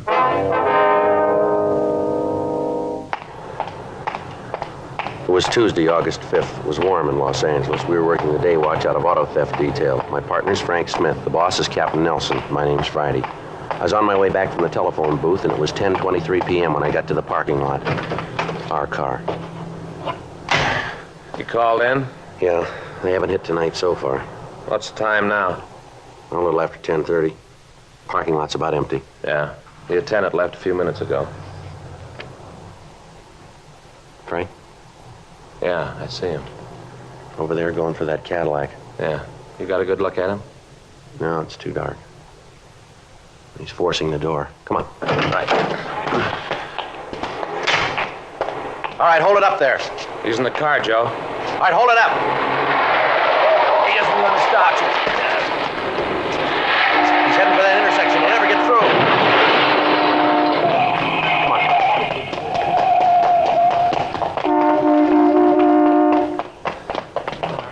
It looks pretty bad, Joe. Yeah, he really cracked into that Dodge, didn't he? All right, let us through, please. Come on, please let us through. I'll check the Cadillac. Right, I'll get the other car. Okay. The 3 people in that Dodge are lucky. Doesn't look too bad. I'll call the ambulance. Yeah, we'll tell them to hurry. I don't think this one's going to wait. 10:46 p.m. The ambulance arrived, and after emergency treatment at the scene, the victims were removed to Georgia Street Receiving Hospital. A traffic car had been dispatched to investigate the accident. Upon arrival at the emergency hospital, we were informed that the suspect had died on the way. The dead body was identified by his personal effects as Charles Roxford, age 16. The Juvenile Bureau was contacted, and they requested that in the course of our investigation, we notify the boy's family. 11:27 p.m. Frank and I drove out to the address listed on the victim's identification. It was a house above the Sunset Strip. We rang the bell and waited. I'll try it again. Yeah.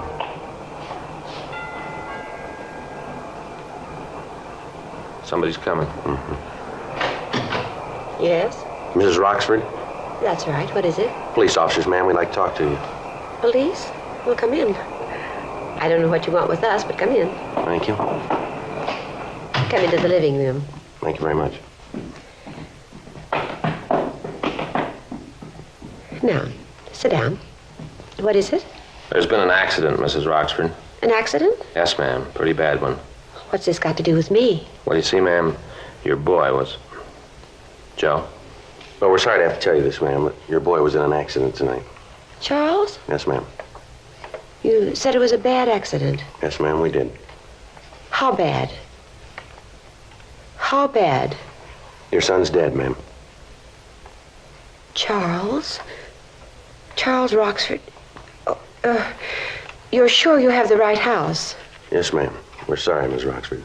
Oh, Charlie, he was only a baby. Just a baby. Oh, you're sure there's no mistake? You're sure? Afraid not, ma'am. How did it happen? Well, it was an automobile accident, ma'am. In an automobile? Yes, ma'am. Your boy was driving the car. Oh, but Charlie doesn't have a car. He doesn't drive. Your boy was driving a stolen car, Mrs. Roxford. What? Your son had a stolen car, ma'am. He was trying to get away. Well, that's not true. Afraid it is, ma'am. Why, no.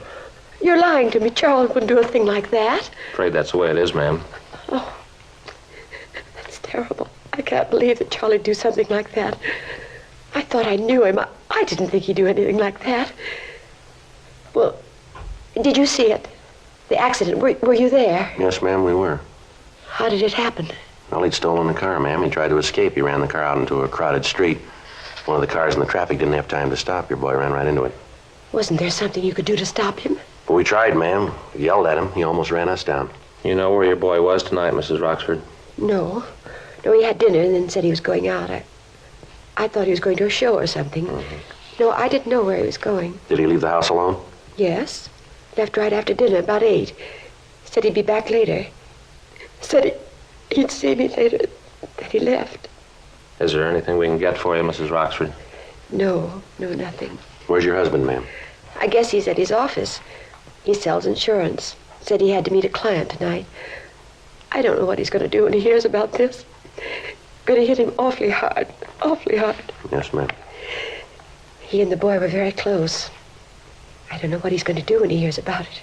Did the boy give you any idea during dinner as to what he was going to do after he left?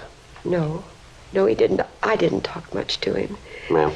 You see, I wasn't here. I was out most of the afternoon. I didn't get home until just before he left. He just finished dinner and then he left. I see, ma'am. I was at the bridge club. I always go on Tuesdays. Oh, if I'd only known what was going to happen. Am I going to see him? Well, we want either you or your husband to identify him, ma'am. Charlie, he's dead. Just a baby, just a little boy. You were there. You could have done something. You're police officers. Isn't that your job? Beg your pardon? Well, isn't it your job to help people, to do something when they're in trouble? Well, yes, ma'am, I suppose it is, but it was a little late for that, wasn't it? What does that mean? Well, he was 16 when we met him, Miss Roxby. What's that got to do with it? Somebody should have tried a long time ago.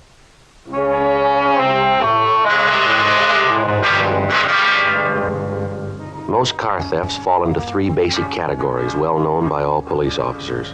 First, the cars that are stolen by professionals who change the motor numbers, forge owner's certificates, repaint the bodies, and sell them throughout the country. The second group consists of joyriders, thieves who steal the cars for a few hours merely to ride around in them and then leave them on the streets. The third category, and the one we've been working on for the past 6 weeks, dealt with the activities of car strippers. Their MO followed the usual pattern for this type of crime. The car would be stolen and then driven to some lonely part of the city. There, all usable accessories would be removed. Radios, tires, air horns, side mirrors, anything that could be resold would be taken. In certain cases, the articles would be stolen while the car remained parked where the owner had left it. We found that the gang had become so proficient that they could break into a car and remove the radio as well as other accessories in under 10 minutes. Avenues of sale for the stolen merchandise had been checked. Known dealers in stolen property had been questioned. As the days went on, the total of thefts went up. By the 5th of August, the gang had stolen over $12,000 in automobile accessories. In the instances where we'd been able to get a description of men loitering in the vicinity of the stripped cars, we'd had the witnesses check mug books in the hope of identifying the thieves. We'd gotten no new leads. Physical evidence at the scene of the abandoned cars had been checked and rechecked. It netted us nothing. A week passed. August 14th, 8:15 a.m. Frank and I got back to the office. The captain's really boiling, isn't he? Yeah, you can't blame them, though. They got to stop cold. Well, we gotta get a break in it sometime. All the luck can't stay on their side. I don't know. It looks like it could happen that way. Anything on the steakhouse last night? No, nothing that we got so far. Maybe something later. I get it. Auto theft Friday. I beg your pardon, ma'am? Well, no. Well, yeah. What was that again? Oh, yeah. Yeah, well, yes, ma'am. All right, what was that address again? Yes, I have a pencil. Yeah, all right, well, we'll send a unit out. I'm sure they can help you. No, I'd suggest you get in touch with the SPCA. No, SPCA, yes, that's... All right, bye. Well, there's a dandy one. What's that? Woman lost a cat from her car. Want to know if we can get it back for her. Yeah? Says it's real easy to recognize. He has a collar on and he answers the name of Tabby. Oh, that makes it easier. Yeah. Auto theft, Smith. Yes, sir. That's right. Uh-huh. Well, where are you calling from, sir? Yes, sir, that's on Wilshire, right? All right, sir, we'll be right there. Anything? Yeah, a doctor out on Wilshire parked his car out in front of his office. Yeah. Came back in 10 minutes. His car radio was gone.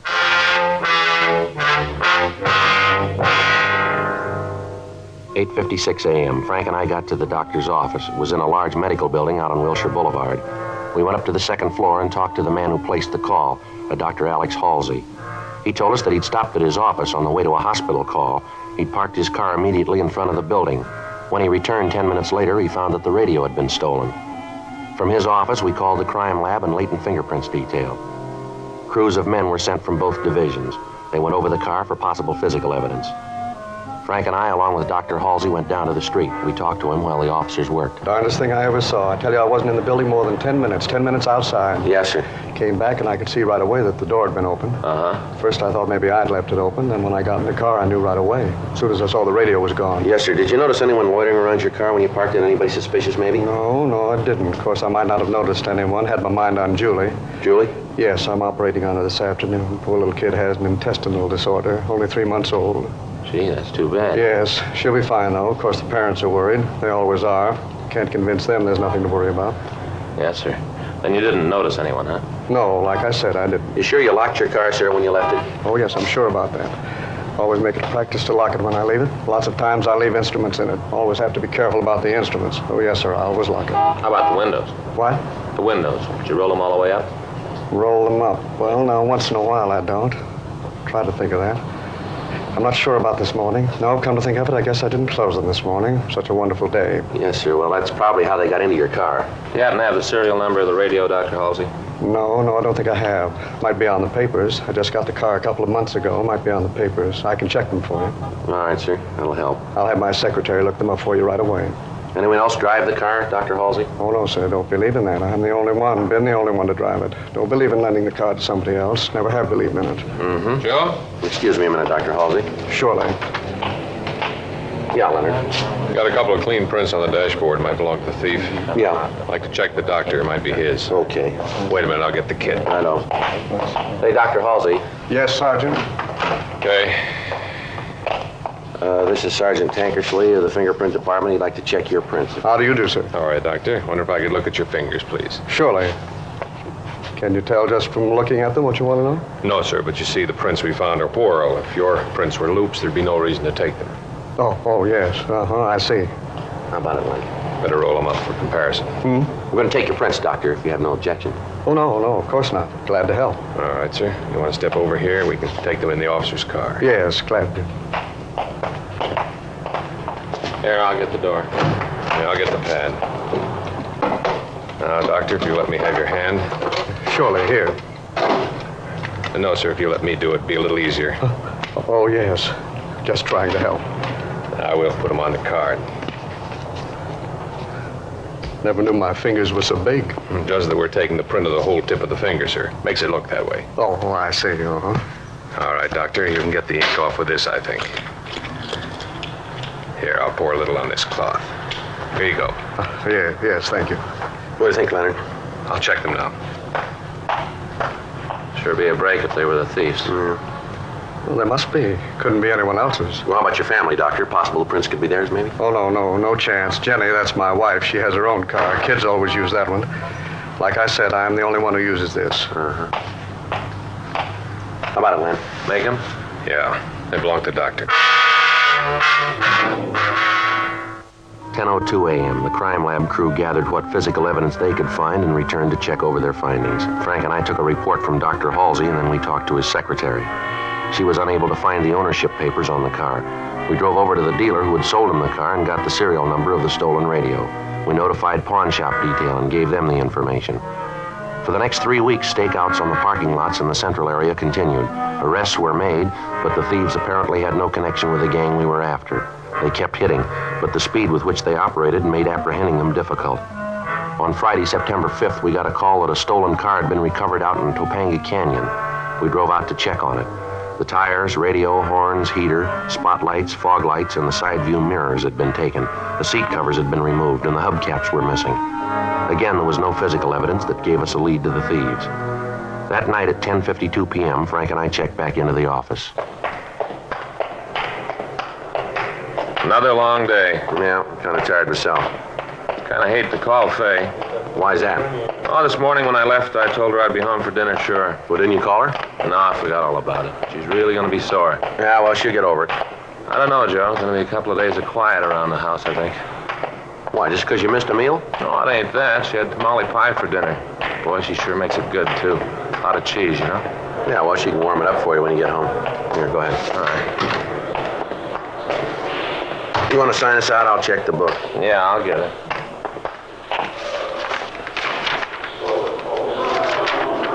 Anything? Yeah, a call from Brennan out in Wilshire. I'll call him.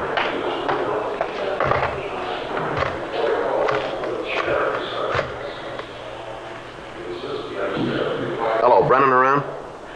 Yeah, all right. Say what it was about? No, I'm calling him now.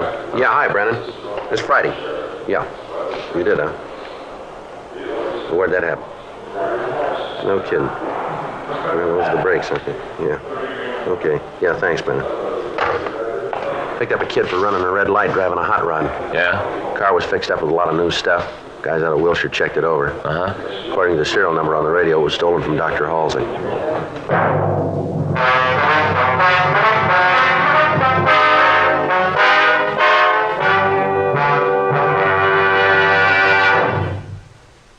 You are listening to Dragnet, the authentic story of your police force in action. In 1952, American smokers bought more Chesterfields than ever before in the history of the industry. Today, sales are still going up. Smokers everywhere are changing to Chesterfield. Chesterfield, the first and only cigarette to give you premium quality in both regular and king size. Premium quality in a cigarette means the world's best tobaccos, the best ingredients, the best cigarette paper. Only Chesterfield gives you this premium quality in both popular sizes. King size Chesterfield contains tobaccos of better quality and higher price than any other king size cigarette. Well, that's certainly important to every king size smoker. Of course, it's the same fine tobacco as in regular Chesterfield. There is absolutely no difference, except that king size Chesterfield gives you more than a fifth longer smoke. Remember, the modern way to sell cigarettes is the Chesterfield way. Premium quality, both regular and king size. Chesterfield is much milder. Chesterfield is best for you.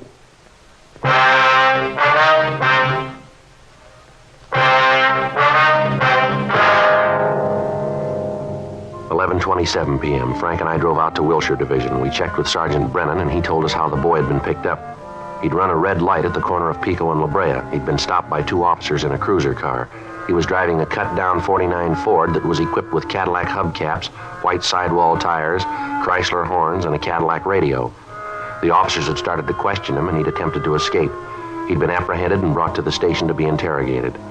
In checking the serial number of the radio, the men from Wilshire Division had discovered that it was stolen and had left word for us. 11:45 p.m. We went to an interview room to talk to the boy. What's your name, son? Martin. First name? Herb Martin. You know why you're here, don't you? Yeah. You want to tell us where you got that stuff? I bought it. Where? Different places. You remember where? Not right off. How old are you? 19. Where do you live? It's on the report. We're asking you. Come on, Herb. 8297 Marianne Drive. Where were you going when they stopped you? Home. Where'd you been? Around. Same place you bought that stuff on your car, huh? Yeah, that's right. Now, look, you better come off this, young fella. You might think you're a big man, but you got things a little mixed up here.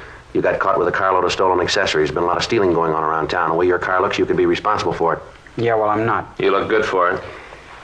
Look, maybe I lifted the radio and stuff, but that don't mean I'm in on the other. Sure, I got no choice. You got me nailed for the stuff you found, but I'm not going to take it for the others. Maybe I stole that stuff, but that was for me. I didn't sell it like the others. Now leave me alone, huh? What do you mean, others? I don't know what you mean. You said the others. Well, I didn't mean others like that. Well, how did you mean it? Well, like the guys you're looking for. That's not the way it sounded. No, you said it like you knew who you were talking about. I didn't say it like that. That's the way it sounded. That's right, son. Now, why don't you tell us who you meant? Look, Herb, we haven't got all day. Come on, boy. We're going to get him sometime. Who'd you mean? All right, I'll tell you. We continued to talk to Herb Martin. He told us of the activities of a gang of car strippers who were working on order. He went on to say that from what he'd heard, if someone wanted to pick up some fast money, a connection could be made with a man on the corner of Sunset and Western. The man would give the order for the stolen merchandise and say where and at what time it was to be delivered. Herb told us that he had the opportunity to do business with the man, but that he turned it down. He was unable to identify the man who made the contact and said that he'd never heard him referred to by name. He gave us the names and addresses of 2 of the men who were working for him. 12:45 a.m., Frank and I left and drove back downtown. With the assistance of officers from Wilshire Division, the 2 young men were brought in for questioning. They identified their contact as a Richard R. Ogden. We ran the name through R&I and found that Ogden had a previous record of petty theft. From the 510 in his package, we obtained his last known address, but the landlady told us that he'd moved and left no forwarding address. She told us, however, that she thought we could find him at the Meyer Garage on South Hoover. We drove over and found that it was a small place on the corner of Hoover and Mariposa. The owner, Alan Meyer, told us that Ogden did work for him, but that he was out. He said that the suspect was expected back almost any time. While we talked to him, Meyer worked on a small foreign car. Great little cars. Get a real kick out of working on them. Yeah, sure nice looking. You sell them, do you? No, I just service them. Oh, now and then I get accessories for them. You know, I order them up, install them. Cost too much to keep a regular stock of them. Yeah. When did you say that Ogden would be back? We should be here now. Probably got hung up someplace. Yeah, latest thing is a hardtop. Made out of laminated fiberglass. Is that right? Yeah, fits right over them. Kind of makes them look like a small rolls, you know? Then with wire wheel caps, baggage racks, wind wings, you can put a lot of money in them. Yeah, I guess so. What about all this other stuff here? Is that for these foreign cars, too? What do you mean? Oh, the tires, the hubcaps here? No, that's where I make most of my money. I go out and buy them from wrecks, bring them back here, straighten them out, resell them to the independent stations around town. They can sell them a lot cheaper than new ones run. We both make a little money out of it. Yeah. Say, you guys like some peanuts? No, thanks. Okay, you don't mind if I have some, huh? Sure you don't want any? No, thanks very much. I get so hungry in the morning, I keep these things around and munch on. Yeah. Go through a whole can of these a day. That'd kill me. I can get started on the things you can't stop. You sure you don't want some? Huh? No, thanks. How long have you known this Ogden, Meyer? Oh, let's see. Guess it's been 10 years anyway. He went to work for me a year ago. Good man, brought a lot of business in. Say, what does you want to see him about?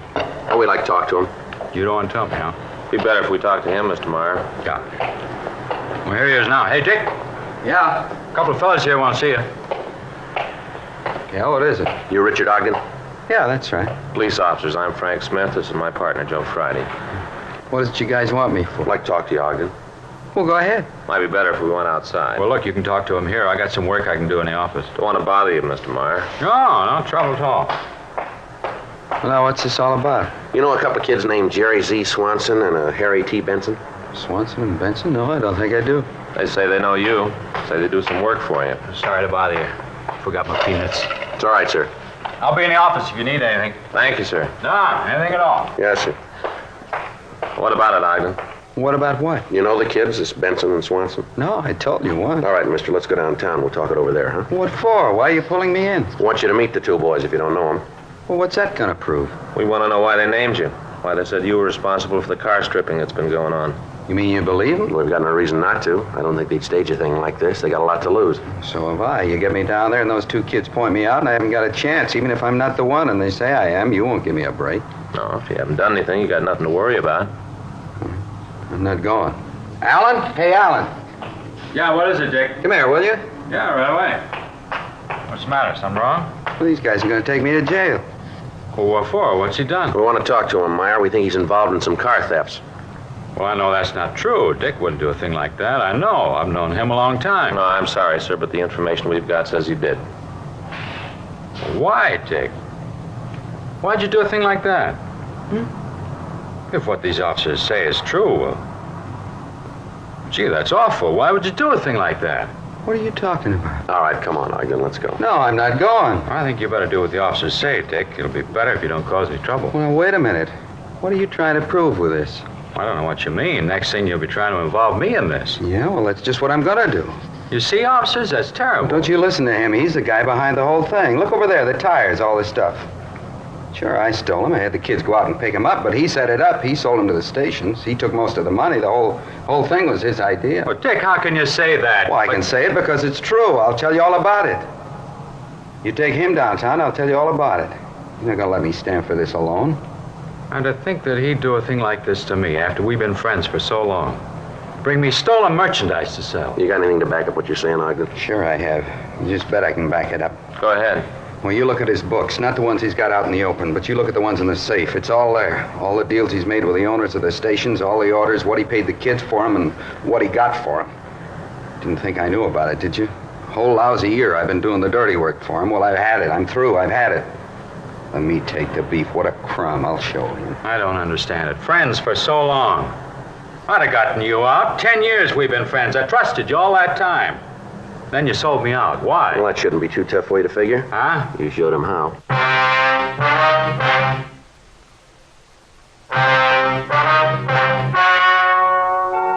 The story you have just heard was true. The names were changed to protect the innocent. On January 21st, trial was held in Department 87, Superior Court of the State of California, in and for the County of Los Angeles. In a moment, the results of that trial. Now, here is our star, Jack Webb. Thank you, George Fenneman. Remember, only Chesterfield gives you this scientific evidence on the effects of smoking. After 10 full months, the group examined showed no adverse effects on the nose, throat, and sinuses from smoking Chesterfield. Now, speaking personally as a Chesterfield smoker, I know they're best for me. Either way you like them, you'll find Chesterfield is best for you.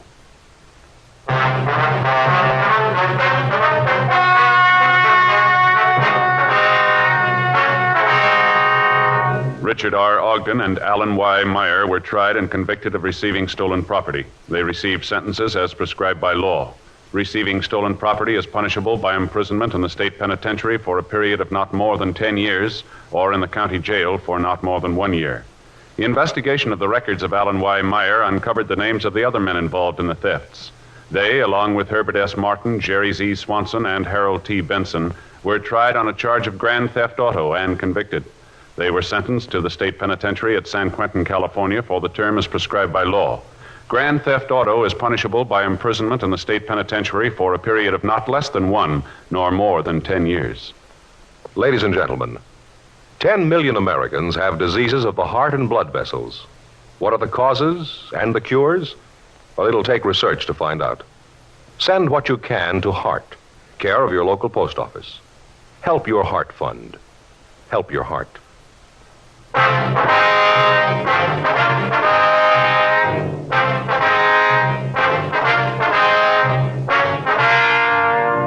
have just heard Dragnet, a series of of authentic cases from official files. Technical advice comes from the Office of Chief of Police W.H. Parker, Los Angeles Police Department. Technical advisors, Captain Jack Donahoe, Sergeant Marty Wynn, Sergeant Vance Brasher. Heard tonight were Ben Alexander, Sarah Selvey, Art Gilmore. Script by John Robinson. Music by Walter Schumann. Hal Gibney speaking. For a million laughs, tune in Chesterfield's Martin and Lewis show Tuesday night on this same NBC station. And sound off for Chesterfield, either regular or king size. You'll find premium quality Chesterfields much milder. Chesterfield is best for you. Chesterfield has brought you Dragnet, transcribed from Los Angeles.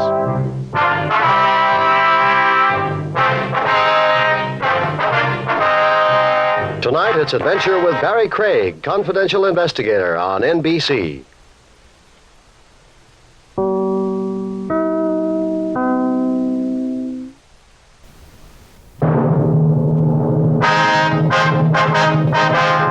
Sound off for Chesterfield. Chesterfield, the first and only cigarette in America to give you premium quality in both regular and king size, brings you Dragnet.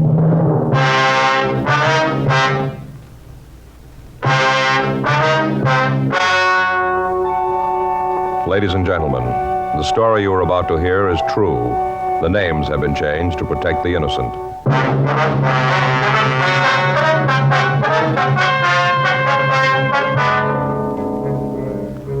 You're a detective sergeant. You're assigned to forgery detail. 2 men have been passing bad checks in your city. You have descriptions of both of them. You know the names on the checks. Your job, get them. First, we read you the 6 months report, then the 8 months report. Now, here is 10 full months of scientific evidence on smoking Chesterfields. A medical specialist is making regular bi-monthly examinations of a group of people from various walks of life. 45% of this group have smoked Chesterfields for an average of over 10 years.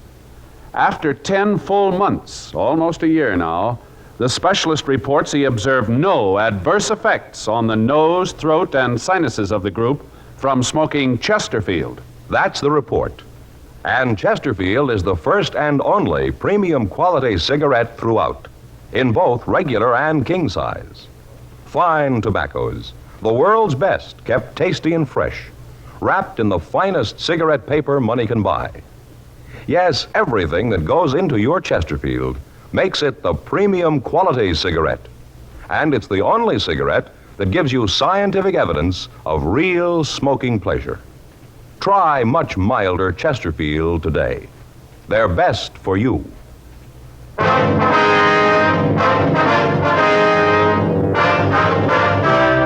Dragnet, the documented drama of an actual crime. For the next 30 minutes, in cooperation with the Los Angeles Police Department, you will travel step by step on the side of the law through an actual case transcribed from official police files.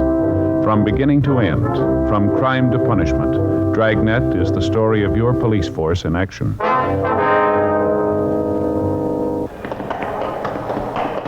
It was Thursday, April 8th. It was windy in Los Angeles. We were working the day watch out of forgery detail. My partner's Frank Smith. The boss is Captain Welsh. My name's Friday. We were on the way back from the main jail, and it was 9:46 a.m. when we got to room 29. Forgery. Well, that wraps that one up. Yeah. When are we going to arraign him? Oh, figure day after tomorrow. Okay. Well, let's get started on these other crime reports, huh? Yeah. Friday, Smith? Yeah, Skipper. See you a minute? Sure. Sit down. What's up, Skipper? How's the Clemens thing going? Well, we just talked to him. Says he'll plead guilty. Mm-hmm. Well, I want you to take a look at this. Okay. Oh, border checks, huh? Yeah. I want you two to go to work on it. Are we going to work with Saunders and Bomey on it? I want you to take it over. Well, is there a case in it? Yeah, but we got a call from San Francisco last night. They got Richards up there. Oh? At least they know he's operating in the Bay Area. Saunders and Bomey left last night. They've been on that one for the last year. Looks like they can clean it up. They get back before you bust this, they'll give you a hand. Well, what's the pitch on it, Skipper? It's all there. Let's take a look, huh, Joe? Mm-hmm. Sure a bunch of paper. Near as we can figure, they've been working a little over a year. Yeah. All the checks are drawn on big companies here. You any idea where they're getting them? No, not yet. How far we got on it? Saunders and Bomey have been working on it. They got about halfway through the list of print shops in the city. Then this thing up north came up. Mm-hmm. Let me see some of the checks, Oh, will you, Joe? Sure, here. You got rubber companies, oil companies, department stores, aircraft. How about the ID when they pass them? The works, driver's licenses, social security cards, lodge cards. Looks legit enough. Been a lot of people taken. Descriptions always match, do they? Close enough, yeah. Now and then there's a little difference, but they all match up close enough. Still using the same bad border. Uh-huh. You notice that even though they changed the name of the company on the check, changed the heading all around, they use the same border on all of them. Yeah, I see. Look, there in the lower left-hand corner. See? Yeah. Plate's broken. Little break in the border. Mm-hmm. All the checks they pass have the same thing. Yeah, well, you wouldn't notice it unless you're really looking for it, would you? Well, that's it. All the reports are there. Everything that's been done. It's in your lap now. Need anything, let me know. Right. Okay, Skipper, we'll get right on it. Well, from the package here, sure looks like they're scoring good, doesn't it? How much they gotten? Well, let's see. Figures about $70,000. Huh. All the bulletins we put out. Know the people you cash checks for. Yeah. 70,000. It's a lot of money, isn't it? Sure is. If people would just read those bulletins. They never learn, huh? 10:02 a.m. We started through the package. The check forgers had been working for over a year. They'd passed phony checks all over the southern part of the state. The amounts on the checks varied from $50 to $275. They carried 10 different endorsements. The names and signatures had been run through our files, but we'd gotten no identification. The writing had been checked by Don Meyer, but there were no examples in the files that matched. During the next 2 days, we finished canvassing the print shops in the area in an attempt to find where the bad checks were being printed. We came up with no new information. Additional circulars were gotten out to all stores and check cashing agencies in the area, giving the description of the two men and lists of the companies the checks had been drawn upon. Photographs of the checks pointing out the border defect were also distributed. 2 weeks went by. No results.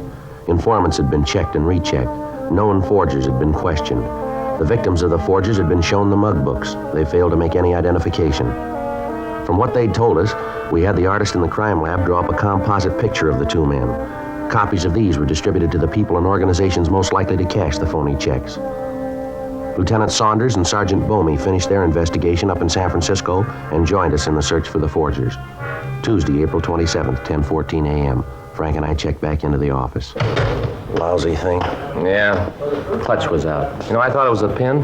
Sure felt like it. Funny feeling when you press down, there's nothing there. Did he say when it would be ready? Well, I thought he could have it for us in the morning. I'll check the business office and get another car. We'll try to get a good one. The last one we drew was about to fall apart. Yeah. I'll get it. Forgery, Friday. Yes, ma'am. Yes, ma'am, that's right. What? Uh-huh. What was that address again? Yes, ma'am, I have it. Yeah. Yeah, well, do everything you can. Yes, ma'am. Right away. And get your coat. What is it? Check cashing agency out on Pico. The guy's there now. Frank and I left the office and checked out another car. We drove out to the check cashing agency on Pico. It was located near a large tool and die plant, and they advertised that they cashed payroll checks. 10:33 a.m. We parked the car and went into the store. You the police? Yes, ma'am. Are you the one that placed the call? I sure am. I stalled him like you said. That's him back there. Uh-huh. I told him that he'd have to wait for the manager to get back and open the safe. He got pretty huffy about it at first. Then he said he'd wait. I think he's been drinking. Yes, ma'am. All right, we'll talk to him. He's the one. You'll see. I spotted him right away. Took one look at him, and I knew he was the one you've been looking for. All right, ma'am. Let's go. Sure fits the description. He's the one. Excuse me. Yeah? You wanted to cash a check, did you? Yeah, that's right. What if we could see your identification? Young lady has it. And here it is. His driver's license and his social security card. All right, thank you. Leslie P. Bergen, is that right? That's what it says. Yeah, we've seen it before. What if we could see that check, You please? bet. I'll get it for you. Well, look, there's no reason to make a federal case out of this. Give me the check and I'll go someplace else. I tell you, though, you act like this to everybody who comes in here, you ain't gonna stay in business long. Yeah. Here you are, officer. Here's the check. What's she talking about? What? Officer. She called him officer. What are you, cops? You called it. How about it, Joe? Yeah, broken border. Where'd you get this check, mister? What do you mean, where did I get it? They gave it to me at the plant. Gave you this check, huh? Yeah, that's right. Say, what's this all about anyway? How come you guys are so interested? I wonder if we can see what you got in your pockets. No, I don't have to show you. It's none of your business. You been drinking, mister? None of your business. You got no call to act like this. All right, come on, let's see what's in your pockets. Well, what's that gonna prove? Now, look, Bergen, if you haven't done anything wrong, then you got no reason not to show us, have you? Yeah? Oh, all right. Put the things here on the counter, huh? All right. You guys gonna regret this, you know. Is that right? You just bet. I got a lot of friends in pretty high places, and they're gonna hear about this. You guys be sorry you ever started this. All right, come on. You can go a little faster than that, can't you? All right, here. Here's some keys, change, money clip. All right, pick up the money and keep that with you. Now, just the money. Now the back pockets. Back pockets? That's right. We want to see what's in them, too. Well, all righty. I'm glad to cooperate with the law. Nice to know you guys are this alert. I'm glad to know you're doing your duty. Yeah, come on. Let's get to those back pockets, shall we?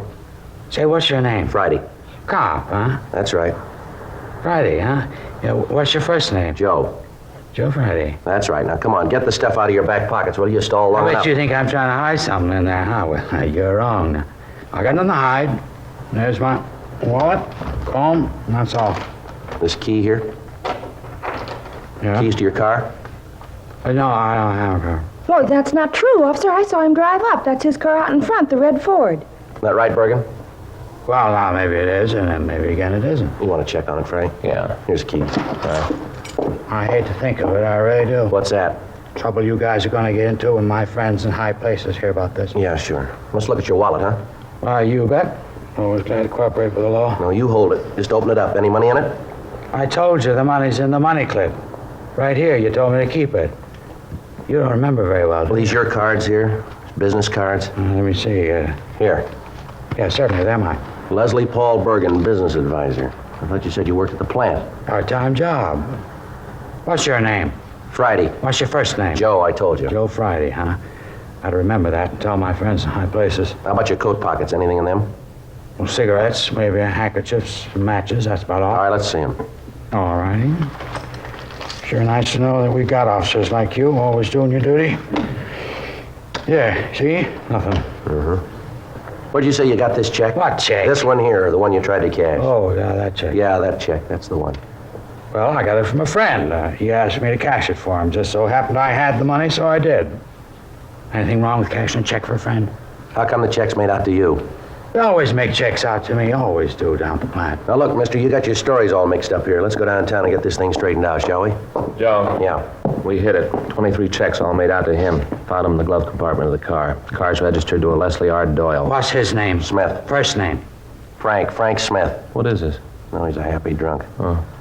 These checks yours, Doyle? Well, let me see. Never saw those in my life. Well, we found them in your car. Well, I certainly don't understand that. In my car? Yes, that's right. Now, come on, let's go downtown. Where are we going? Downtown. What's your name? Smith, Frank Smith. Phony name. You wait till my friends hear about this, policeman using an alias. My friends are going to hear about this, you know. Yeah, sure. Ah, in high places. 10:57 a.m. The suspect admitted that his true name was Leslie Doyle and that the car belonged to him. We took him to the city hall. Frank ran the name through R&I, but we got no make on him. His prints were rolled, but there was no record on him. A communication was gotten off to George Brereton, CII Sacramento, and one was sent to Washington.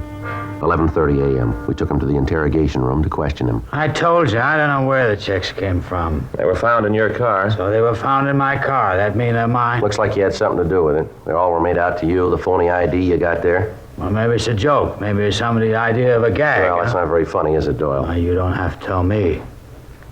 Say, you got another aspirin, my head's coming apart. Frank, you got Yeah. Here. Yeah, thanks. Got some water? I'll get some for you. Oh, never mind. I'll take it without. Thought you might have a tap here. What? Sure. You turn it on and let it drip, and then you don't give people none until they answer your questions. Yeah, sure. You take pills like I do, you get to the point where the only important thing is to get them in your stomach. All right. Now, how about the checks, huh? I told you 100 times I don't know anything about them. Then maybe we better fill you in, huh? Yeah, go ahead. I like to hear. We got you for trying to pass a check this morning, didn't we? You want to cop out to that? So maybe one check. Like I said, that's no crime. I cashed it for a guy. Maybe it was the same guy who planted the other ones. Oh, why don't you come off it, Doyle? Let's stop playing games here. We made you for the forgeries, and you know it. Your description matches the one we got. You turn up with 23 checks made out to you, all drawn on different companies. The border on the checks matches the ones we're looking for. We got witnesses who identify you. Now, why not save a lot of time and admit it? Come on, Doyle. Doyle? Don't look like there's any other way, does it? Not from here. Well, if I cop out, will it help any? What do you mean? Like you said, now let's stop playing games. Will it help me out any? You're liable for 1 to 14 on each count. If I help? All we can do is see that it's marked down that way. That's all? That's all. Well, then I got nothing to lose by not talking. That's the wrong way to look at it. You guys haven't come up with any other way. We don't make deals, Doyle. You know that. Well, all right. I'll play it that way, too. Now, let's get this 510, huh? Your true name, Leslie Richard Doyle? Yeah.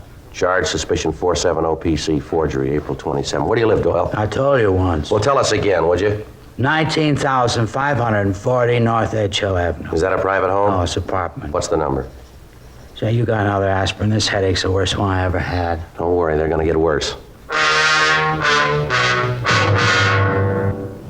We continued to talk to Doyle. He told us that he'd come from back east about a year and a half ago. He said that he'd never been arrested and he had no record. He refused to tell us who his confederate was in the forgery operation, and he told us that we'd get no help from him in proving that he was mixed up in it. We booked him at the main jail, and then we got in touch with Lieutenant Saunders and Sergeant Bomey. Together with them, we arranged a special show-up. The victims of the forgers were asked to be present, and 12 of them gave us a positive identification of Doyle as the man who'd victimized them. The others said that he was not the man. When confronted with this information, Doyle confessed to being one of the men involved, but he still refused to name his accomplice. A week went by. Each day we questioned Doyle. Gradually, we pieced together a picture of their operation. Doyle still refused to tell us where we could find his partner. The kickback from Washington and Sacramento arrived, but gave us no new information. All known friends and associates of Doyle were checked out. From them, we found out that Doyle did work with another man, but that none of the witnesses could identify him. The rumble was that the two men had split up because of Doyle's drinking. We were able to get little other information on the missing partner. Wednesday, May 5th, 11:40 a.m. Frank and I checked into Captain Welsh's office. How about it? No, nothing, Skipper. He says that he knew Doyle, but he doesn't know the other man. Any of the other leads pan out? No, none of them. Where do you go from here? Well, talking to Doyle's friend, we found out they used to hang out down there on Wilshire and Olympic. You know that area down there? Yeah. Well, Frank and I have been talking it over. Looks like about the only way to bring him out is to go looking for him. Well, so you guys go down there, huh? Well, we checked on that. The bunch down there aren't too chummy. They don't talk to strangers much, so we figured that maybe the best idea would be for one of us to go undercover. Maybe pose as a thief, buy our stolen goods, something like that. We might get a line on them that way. Yeah, might work. Well, not much choice now. We've tried about everything else. Well, which one of you is going to do it? Well, I thought maybe I'd be the one. No, I don't know if that's such a good idea. Why not, Skipper? Joe took the last one. Yeah, but didn't you work that area when you were in Vice? Yeah, but that was a couple of years ago. Still might be some people down there who remember you. You better take this one on Friday. All right. When do you figure to start? I thought in the morning. Okay, work out the way you're going to keep in contact. All the details will give you the help you need to swing it. Right, Skipper. I don't know, Joe. Seems like you're always the one to draw this duty. Ought to be my turn sometime. I'll trade with you.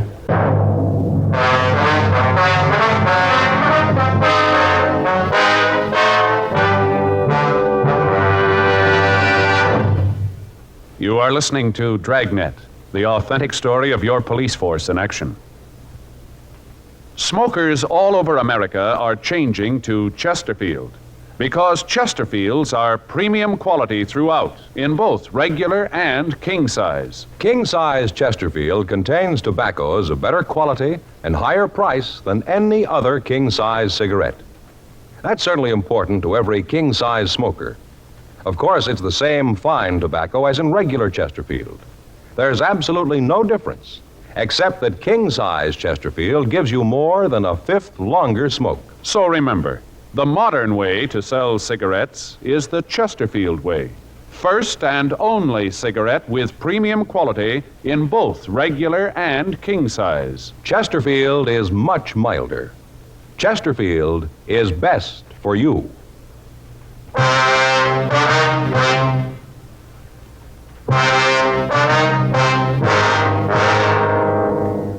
Thursday, May 6th, 9:30 a.m. I left my apartment and went down to the vicinity of Wilshire and Olympic. I spent an hour wandering around the bars in the area, and then I checked into a small hotel down on South Hill. I registered as Joe Kelvin from Phoenix, Arizona. I told the clerk that I was in town on business and that I'd be there as long as it took me to conclude the deal I was working on. I spent the afternoon in a bar on 4th Street, and I got friendly with the bartender. I asked him if he knew Leslie Doyle, and he told me that he'd seen him around, but that he didn't know him very well. I asked if he'd ever seen Doyle with another man. He said that he had, but he didn't know who he was. The bartender went on to say that the two men had frequent arguments and that they usually ended up with the other man walking out and Doyle going on a drunk. He told me that I might be able to get some additional information on the man in a cafe over on 5th Street. I spent the next 3 days wandering around that area, eating my meals in the restaurant. At the end of that time, I had no new leads. Frank, Saunders, and Bomey were still working on the case, and Frank told me that the bad border check passing was still going on. Further conversations with Doyle netted them nothing. At the end of a week, I'd gotten to know one of the waitresses at the restaurant, and she indicated that she knew Doyle's partner, that she knew him merely as Mac. She was unable to tell me where I could find him. I got in touch with Frank Smith, and he ran the name through the moniker file in R&I, but he got no make. Friday, May 14th, 10:56 a.m. I stopped for breakfast. Morning, Joe. Hi, Agnes. What'll it be this morning? Well, let's see. Orange juice, couple of eggs, toast, and coffee. All right? Eggs sunny side up? Yeah. How's the bacon? Great, just like always. All right, a couple of pieces. Yeah. Want to bring the coffee right away? Yeah. Is that the morning paper? Here? Yeah. Thank you.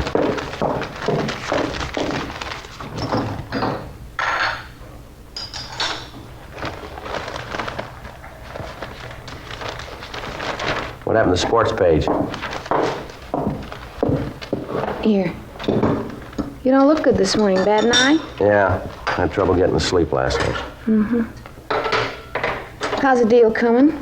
Oh, all right. I should wind it up in a couple of days. What business you in, anyway? Oh, you could call me kind of a broker, I guess. That right? Yeah.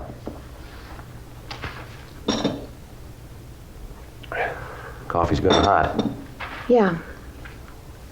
Just what does that mean, What, the coffee? being a broker? Oh, I buy things for a price and I resell them for more. Things you buy.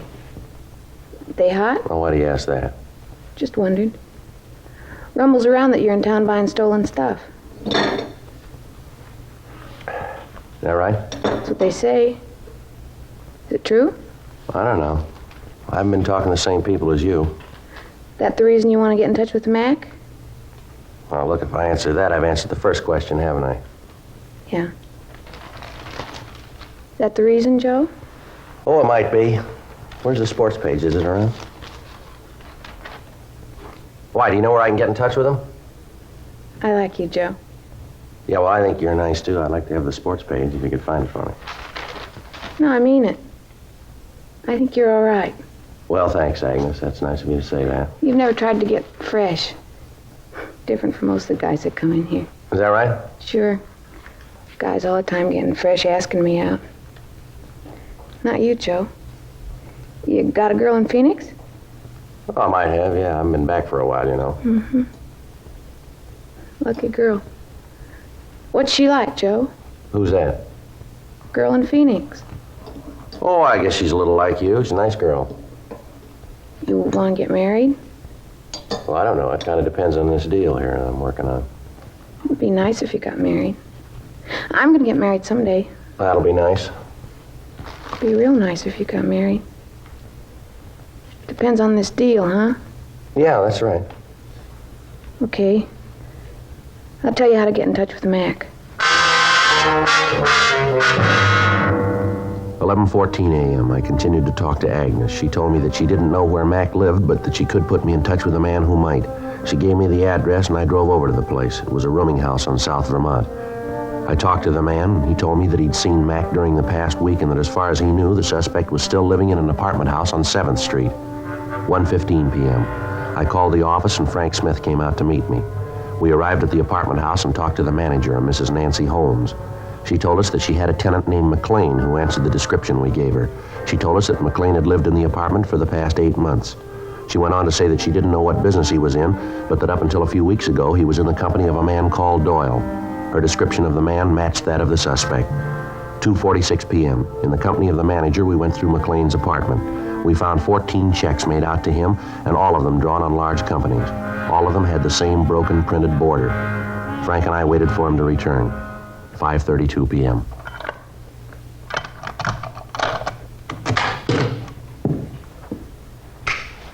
What are you doing here? Your name Gene McLean? Yeah, who are you? Police officers. These checks here. Where'd you get those? On a desk over there. You got no right to go through my things. We'll talk about that downtown. Come on, let's go. Now, look, maybe you guys made a mistake, huh? Maybe you got the wrong fella. Can't we work something out? This is a pretty good thing. There's enough for everybody. I'm sure we can make a deal, huh? No reason to act like this. Where's the press, mister? Huh? The press you print these up on. Where is it? I don't know what you're talking about. I don't know anything about a press. I don't even know what you're talking about. It won't work, McLean. We got Doyle. What's he told you? All we need. Well, then he's told you where the press is, too. We're asking you about that, Well, like I said, I don't know what you're talking about. You drive a car, McLean? Yeah. Where'd you park it? On the street. No garages in this crummy place. No, that's not true, Mr. McLean. Oh, keep your nose out of this. You've been spouting off too much already. That's not true, Mr. McLean. I heard everything from the hall. These officers asked me some questions, and I answered them. Police have never given me any trouble. 10 years I've been managing this place. Never had no trouble before. Now you come in here and louse things up. Oh, turn it off. Come on, let's get out of here. Now you just wait a minute. Come in here and call this a crummy place. You didn't know I heard you, did you? Well, I did. Listen, officer, he's lying when he says he doesn't have a garage.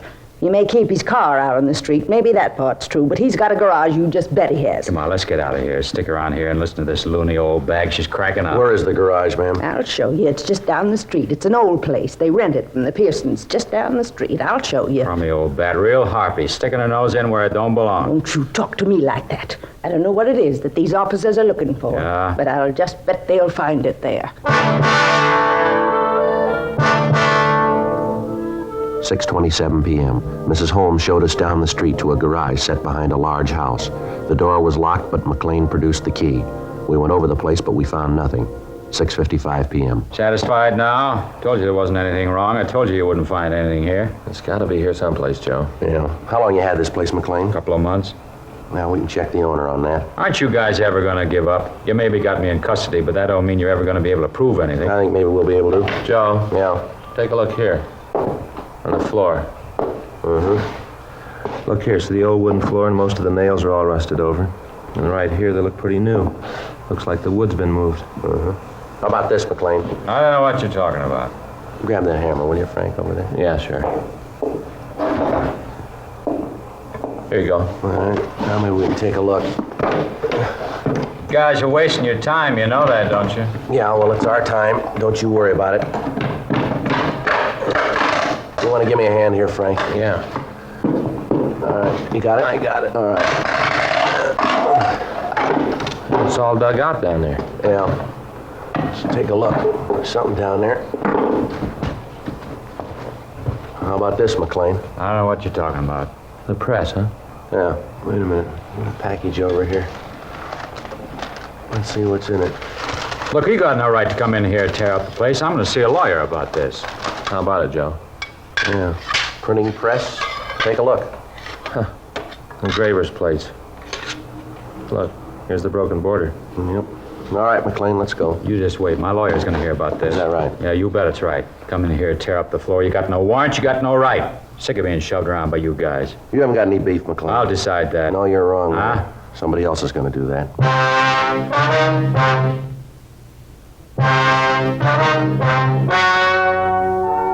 The story you have just heard was true.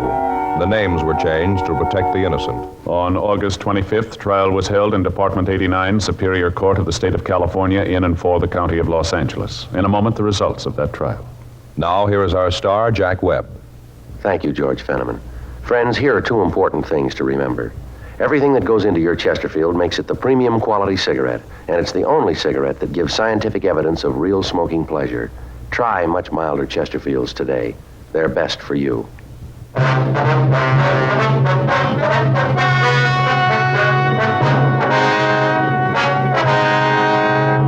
Leslie Paul Doyle and Jean Rowell McLean were tried and convicted of 10 counts of forgery.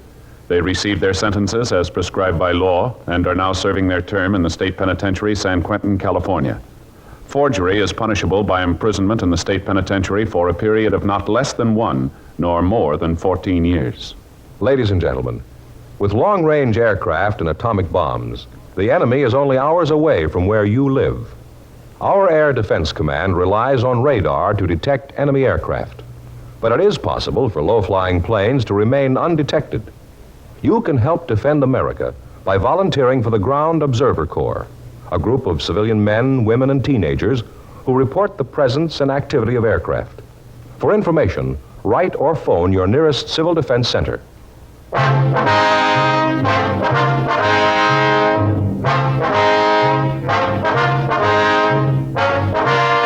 You have just heard Dragnet, a series of authentic cases from official files. Technical advice comes from the Office of Chief of Police W.H. Parker, Los Angeles Police Department. Technical advisors, Captain Jack Donahoe, Sergeant Marty Wynn, Sergeant Vance Brasher. Heard tonight were Ben Alexander, Art Gilmore, Whit Connor. Script by John Robinson. Music by Walter Schumann. Hal Gibney speaking. For a million laughs, tune in Chesterfield's Martin and Lewis show Tuesday night on this same NBC station. And sound off for Chesterfield, regular or king size.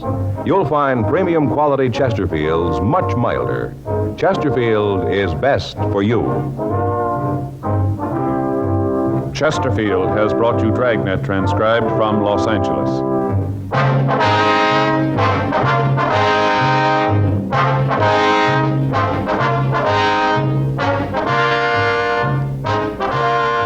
Tonight, it's Adventure with Barry Craig, confidential investigator on NBC.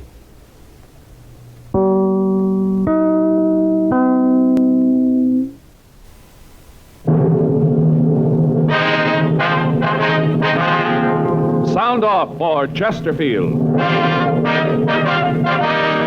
Chesterfield, the first and only cigarette in America to give you premium quality in both regular and king size, brings you Dragnet.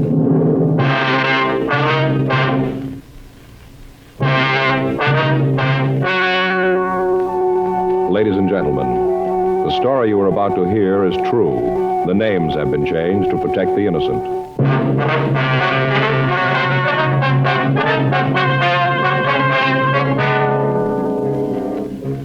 You're a detective sergeant.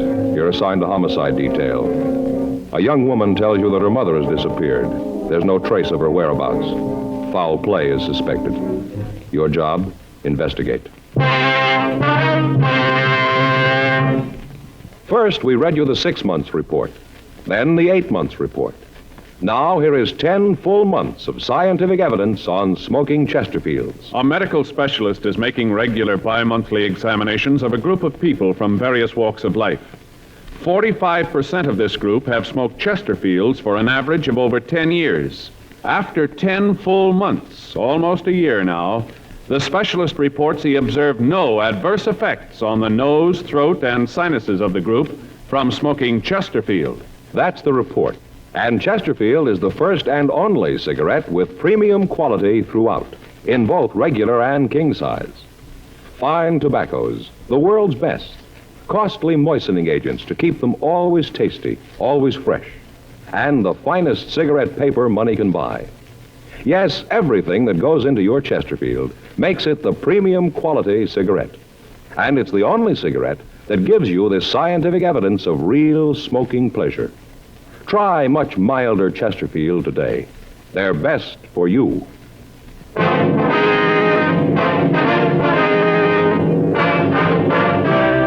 Dragnet, the documented drama of an actual crime. For the next 30 minutes, in cooperation with the Los Angeles Police Department, you will travel step by step on the side of the law through an actual case transcribed from official police files. From beginning to end, from crime to punishment, Dragnet is the story of your police force in action. It was Tuesday, August 5th. It was hot in Los Angeles. We were working the day watch out of homicide detail. My partner's Frank Smith. The boss is Thad Brown, chief of detectives. My name's Friday. We were on the way out from the office, and it was 10:46 a.m. when we got to 4298 North Estrella Street. The front door. Hot. Yeah, it sure is. Yes, Mrs. What's her name? Randall, Ella Randall. Mm-hmm. Did she say what this was about? I just said that her mother had disappeared. She wanted to talk to us about it. Uh-huh. Yes? Ms. Randall? Yes, that's right. Police officers, ma'am. Oh, yes, come in, won't you? Thank you. Thanks, It's ma'am. warm out. I think I'll leave the door open. Hope the flies don't come in. My name's Friday, Mrs. Randall. This is my partner, Frank Smith. How do you do? How you do, ma'am? Could you tell us just what it is you want to see us about? Well, of course. Sit down, won't you? Thank you, Miss Randall. Would you like some tea or something? I have some ready in the kitchen. No, thanks. Just what was it about your mother, Mrs. Randall? Now that you're here, I guess maybe I could be wrong about it. I was so sure. Well, just what is it, ma'am? Well, Mama's gone. I don't know how long it's been, but she isn't with Papa. Well, what's your mother's name, Ms. Randall? Bertha Schroeder. My father's Henry. Uh-huh. What makes you think there might be something wrong? You said on the phone that you were pretty sure that something had happened to her. Well, yes, I guess I ought to start at the beginning. It's kind of a dull story, but maybe it's the best way. All right, ma'am. You sure you wouldn't like a glass of iced tea? No, thanks, ma'am. Thanks just the same. Mind if I get some? Just take a minute. All right. Hey, it's a nice place, huh? Yeah, it is. Sure decorated nice. Hey, look at those trivets. What? Trivets. Those little things over the fireplace, those brass tables. Yeah. Faye's been wanting some of those. He used to use them to hold irons, you know. They get hot, and you put them on the ironing board so they won't burn the cloth. Put them on those things. Yeah. I brought a couple extra glasses in case you decided you wanted some. Well, if you just go ahead with the story, Miss Randall. Yes, well, to understand it, really, you'd have to know Papa. He came over to this country when he was just a boy, only about 16 or so. Landed here and couldn't speak more than a dozen words of English. Went to work in New York. Worked as a construction man. Worked hard. Met Mama there, and they got married. Right after that, they moved out here. Bought a house, and Papa went into business for himself. Yes, ma'am. Well, maybe it was the life he'd had when he got here. I don't know, but he always treated Mama like she was so much dirt. Mean. Time went on, he got meaner to her. Remember when us kids were in school, he used to yell at her all the time. He'd get in the mood, and he wouldn't talk to any of us for days at a time. Is that so? I never knew how Mama took it. She never said anything, just stand there and let him scream at her. And when he was finished, she'd just kind of shrug her shoulders and take his kids out of the house, walk around for a while, and then go back to the house. By that time, Papa was so mad he wouldn't talk to anyone. Go ahead. Well, all of us kids married young. I got married when I was 16. The rest of the kids weren't much older than that. Papa didn't want us around after that. Said for us to get out and make our own way. Said that we had to. So there's no reason that we shouldn't. You sure you don't want some of this? No, thank you, ma'am. Thank you very much, ma'am. Would you mind going ahead, Miss Randall? Yes. A couple of months ago, I tried to call Mama. The operator told me that the phone had been disconnected. Beg your pardon? The operator told me that the phone had been disconnected when I tried to get hold of Mama. I see. Now, I waited a couple of days. You know, I figured that maybe she'd call me. Yes, ma'am. Well, she didn't. You see, once we were out of the house, none of us went back. Papa's retired, and none of us wanted to see him. It's a terrible thing to say, Mr. Friday, but it's true. Ma'am? We all hated him, all of us kids, for what he'd done to us, the beatings and all, but most for what he'd done to Mama. She was only 52, and she looked like she was 92. It was terrible the way he treated her. I see. And like I said, we'd never go over there, but Mama come to see us whenever she could. She'd come over, visit for a little bit, you know, talk about the kids and things. Yes, ma'am. Well, I didn't hear from her, and I got a little worried that maybe she was sick. If she was, I know that Papa wouldn't tell us, so I went over to the old house, and I rang the bell. I was kind of braced because I thought I'd see Papa and there'd be an argument, but there wasn't. Ma'am? No argument. Oh. Papa didn't answer the door. Some young woman answered it, and I asked if I could see Mrs. Schroeder. Right away, I knew there was something wrong. Well, how was that, ma'am? Well, I could see inside the front door. The living room had all been changed around. There was new furniture. Looked like the walls had been painted, too. What did the woman say when you asked for your mother? She said they didn't live there anymore. Said that they'd rented the house, you know, and that they'd been living there for the past month. Well, at first, I don't think I believed her. I asked her who rented the house to her, and she said Papa did. Then I asked her where he was. What'd she say to that? Well, she gave me his address. I went over there to talk to him. It was a little tiny apartment just off La Brea. He said that Mama was gone. I asked him where she'd gone, and he said that she was on a vacation. Well, I know him well enough to know that he'd never let her go away. Be no one to darn his socks and keep the house clean. Yeah? I wanted to know where she'd gone in this vacation. He said back to the old country. Said she wanted to see her family. He said that they'd gotten a letter from her sister that she was sick and wanted to see Mama. Well, right then I called him a liar. Told him right to his face that he was lying. I kind of thought that he'd hit the ceiling, but he didn't. He just smiled and said that I had no call to say anything like that. He asked me why I said it. What was that? You thought that he hit what? Well, I thought that he'd hit the ceiling when I said that to him, when I called him a liar, I mean, you know. I told him that if Mama had left, she'd have written, maybe not to me, but to one of the kids. I called around, and when I didn't hear from her, none of the kids had either. They were all worried about her, too. I see. Well, what did he say to that? Well, he said he couldn't understand it, so that he'd gotten a letter, that he'd gotten it not more than a day or so before, that she'd arrived safe and was having a wonderful time. This was a letter? Yes, this was a letter he got from Mama. Well, I told him I thought he was lying. Then he said that he'd show me the letter. Well, did he? Well, yeah, he showed me the letter, but he wouldn't show me the envelope, just the letter. He said he'd thrown the envelope away. Well, was the letter from your mother, ma'am? Well, sort of from the words it was. Told all about her trip and how she was enjoying herself. Said that she was with her sister and that she was getting better. And then she went on to tell how much she missed Papa and all. Right away, I could tell that it wasn't Mama's handwriting. She never wrote that letter. Beg your pardon? I said that I knew it wasn't Mama's writing on that letter. Yeah, well... Well, that's when I thought about calling you. Then later I remembered something, and then I made up my mind about calling you. What was that, Ms. Randall? Well, Mama only had one sister living. She died 3 years ago.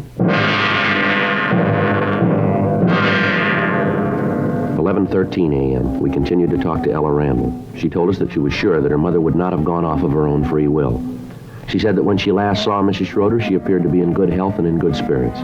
We got the names and addresses of the other children in the Schroeder family. We also got the address of the Schroeder relatives in Europe. Ellen Randall told us that we could find her father at the apartment, and she gave us the address.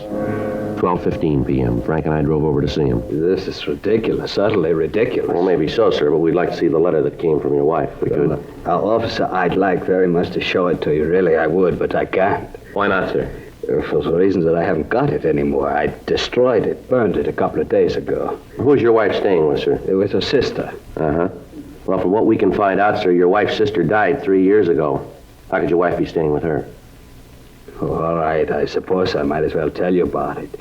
Doesn't seem to be any other way. All right, sir. Go right ahead. First off, my wife is not in the old country. She's not with her sister. What you heard is true. Uh-huh.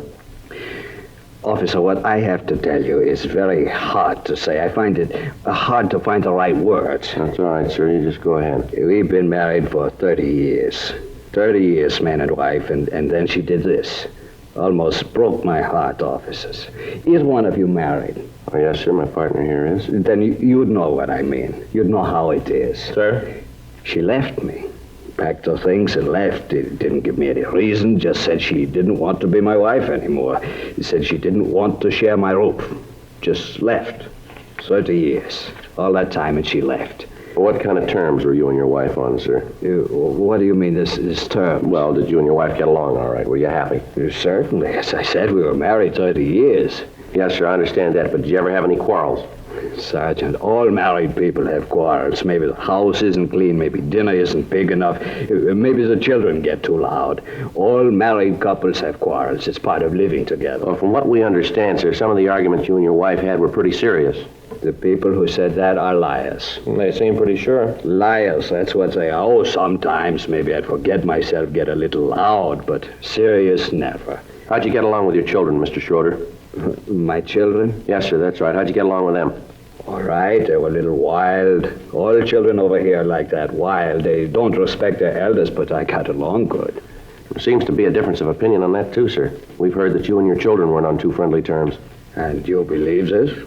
You think that this is true? Mr. Friday, Mr. Smith, these were my own flesh and blood. I loved them, still do. Maybe that sounds hard to believe. I can imagine what you've heard. I know. I've heard about this before. I know who told you. You didn't think I'd know, but I do. It was Ella, wasn't it? Wasn't it? Who told us isn't important, sir? But it is. You see, this is very hard for me to say. 30 years married, and it is all a mistake. I knew it from the start. She was a shrew, Mr. Friday. I knew it right away, a shrew. Sir? My wife, Bertha, almost from the day we were married, she was a nag. All I wanted in life was to do a day's work and come home and read the paper, maybe have a pipe of tobacco, rest, work, and have my home. Maybe someday when the children were grown, they'd say, Papa was good. He gave us a good house, and he was good. That's all I wanted. Yes, sir?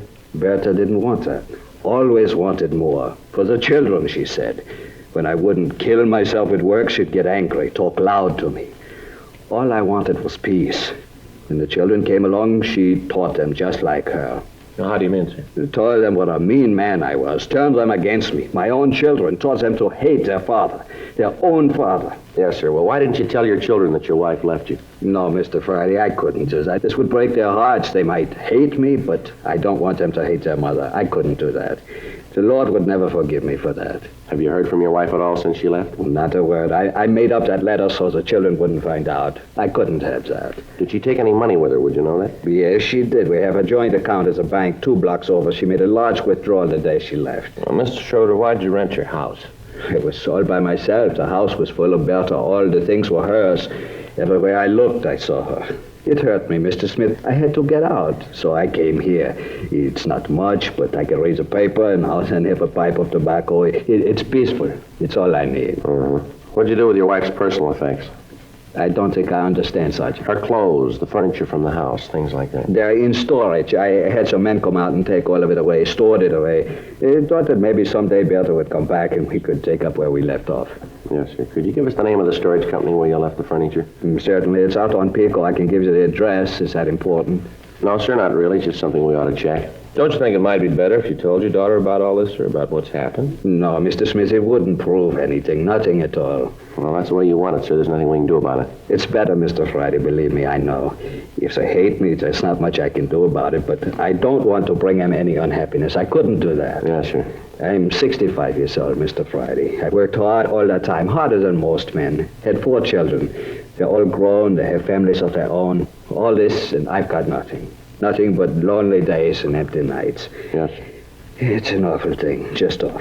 Sir? To work all your life and have nothing to show for it. 1:37 p.m. We got the address of the storage company from Henry Schroeder, and then Frank and I left to go back to the office. At this point, we had 2 stories. Both of them could be true. Both of them could be lies. There was no way of knowing. In the meantime, it was merely a matter of checking. Until it could be proved one way or the other, there was little action we could take. 2:15 p.m. Frank and I checked back into the office, and I put in a call to the storage house. Yes, sir. I'll wait while you're checking, huh? I don't know, Joe. Sure seems like the old guy is telling the truth. Well, we check this out, we'll know one way or the other. Such a nice little guy. Seems hard to believe that he'd do anything wrong. Yes, sir. Yes, sir. What was that? Uh-huh. Could you tell me when? What was the name? Mm-hmm. That's right. Yes, sir. All right. Uh-huh. Thanks very much. That's Joe Friday, F-R-I-D. Yeah, that's right. Michigan 5211, extension 2521. Right. All right, thanks again. How about it? He stored the furniture, all right. Yeah. They remembered him. Talked to him a couple of weeks ago. Uh-huh. Told him to sell everything.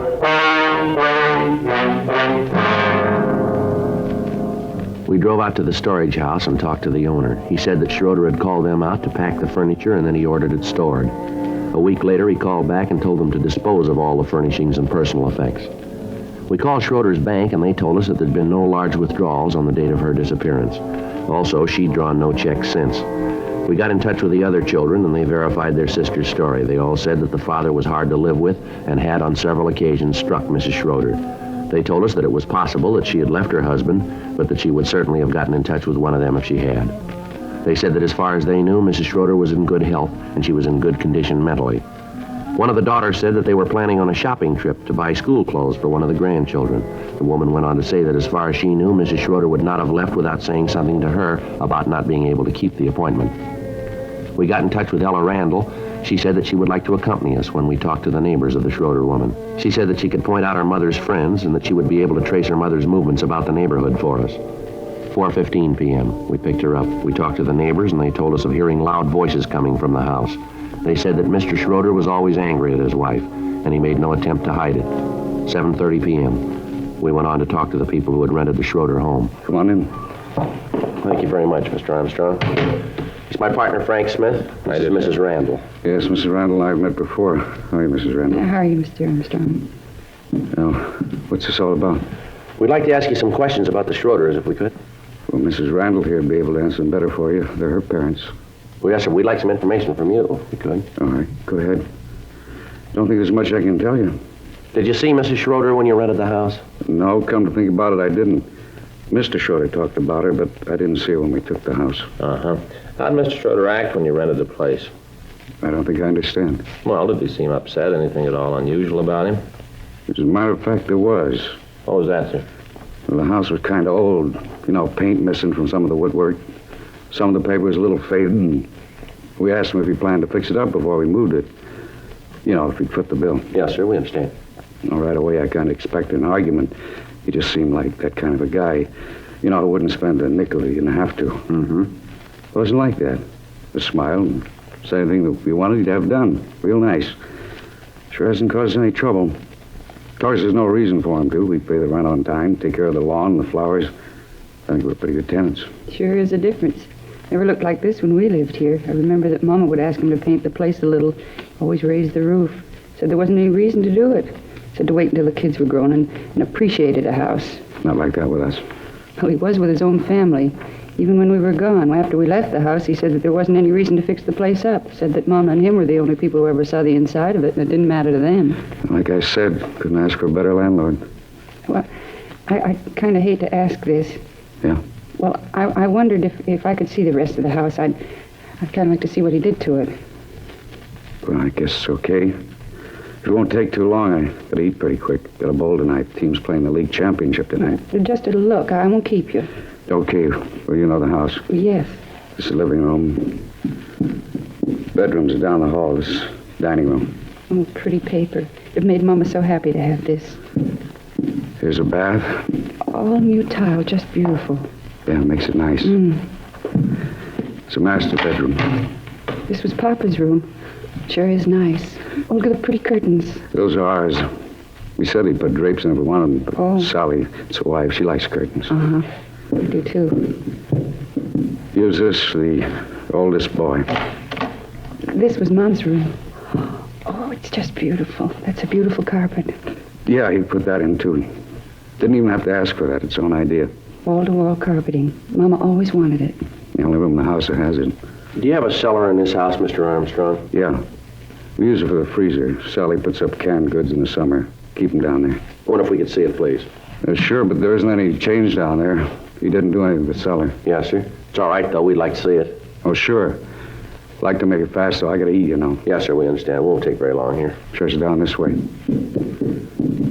Had to run electricity down there for the freezer.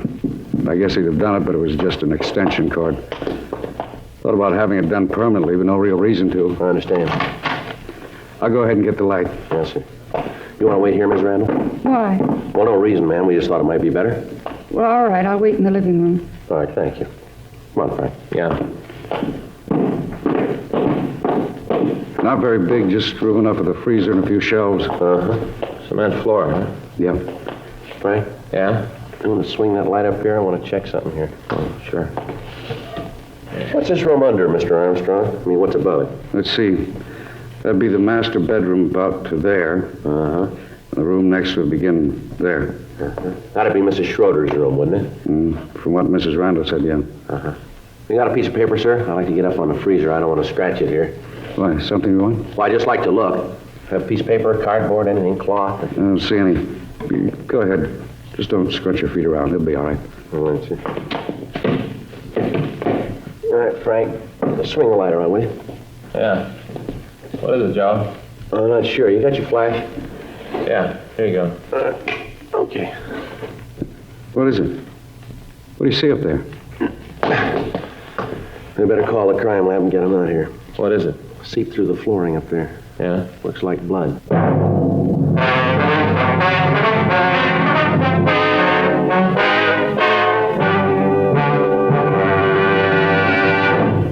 You are listening to Dragnet, the authentic story of your police force in action.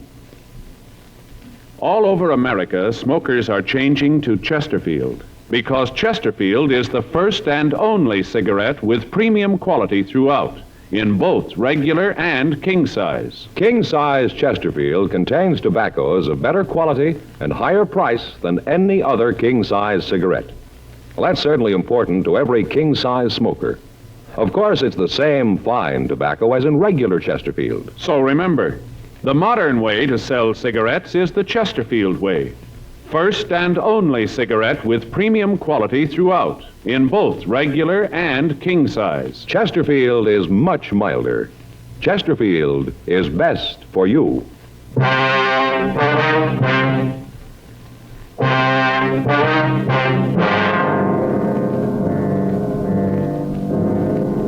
8:14 p.m.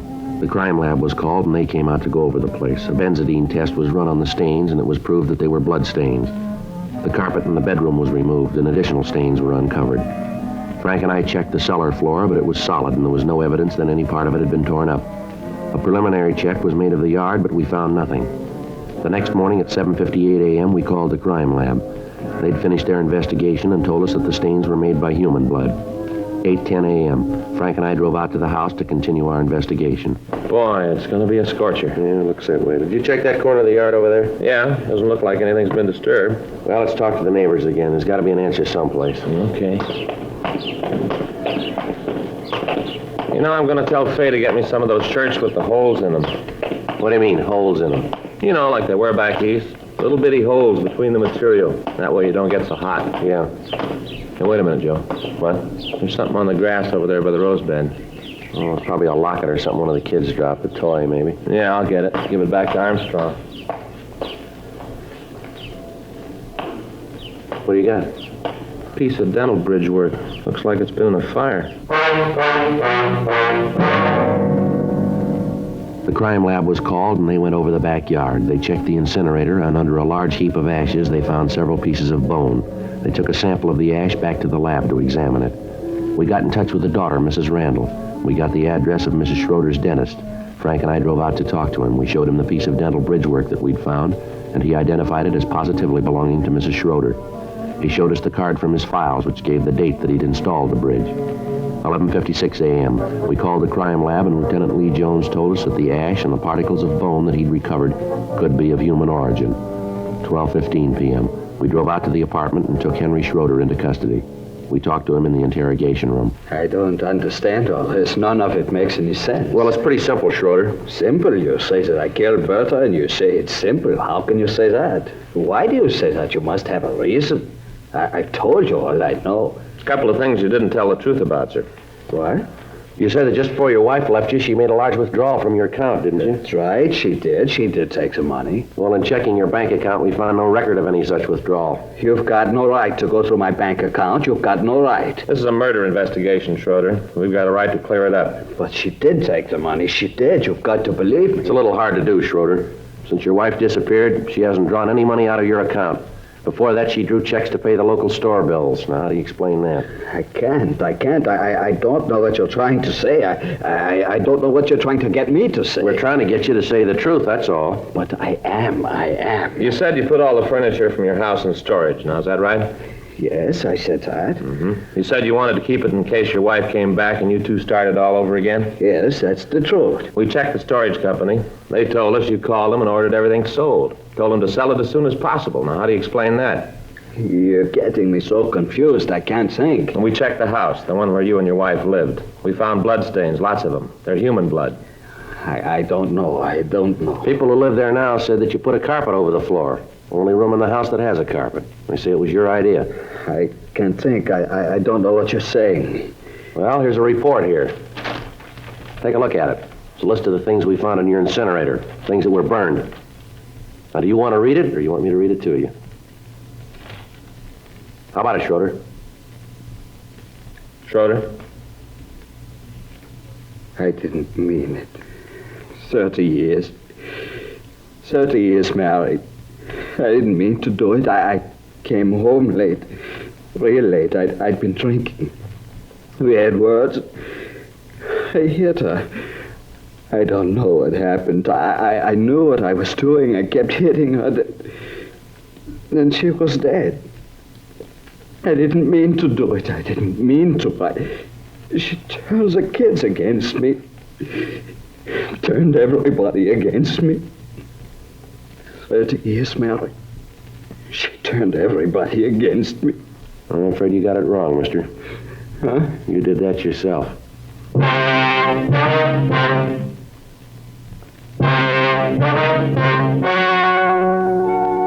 story you have just heard was true. The names were changed to protect the innocent. On December 10th, trial was held in Department 87, Superior Court of the State of California, in and for the County of Los Angeles. In a moment, the results of that trial. Now, here is our star, Jack Webb. Thank you, George Fenneman. Friends, remember this. Chesterfield is the first and only cigarette with premium quality throughout, in both regular and king size. And Chesterfield is the cigarette that gives scientific evidence of real smoking pleasure. So try Chesterfields today. Either way, regular or king size. Chesterfield is much milder. Chesterfield is best for you.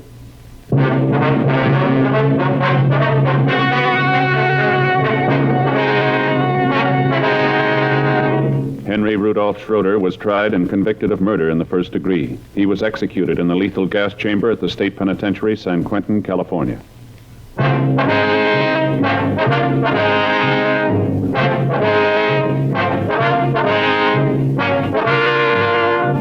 You have just heard Dragnet, a series of authentic cases from official files. Technical advice comes from the Office of Chief of Police W.H. Parker, Los Angeles Police Department. Technical advisors, Captain Jack Donahoe, Sergeant Marty Wynn, Sergeant Vance Brasher.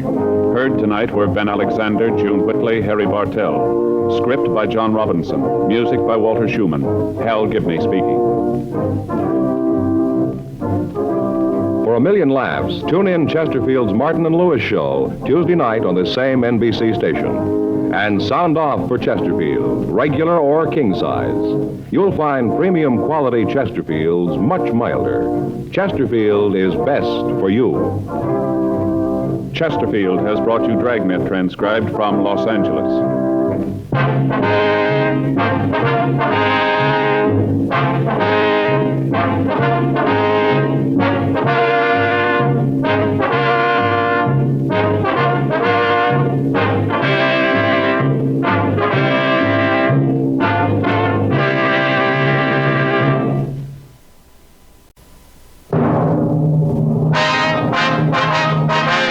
Sound off for Chesterfield. Chesterfield, first cigarette with premium quality throughout in both regular and king size, brings you Dragnet.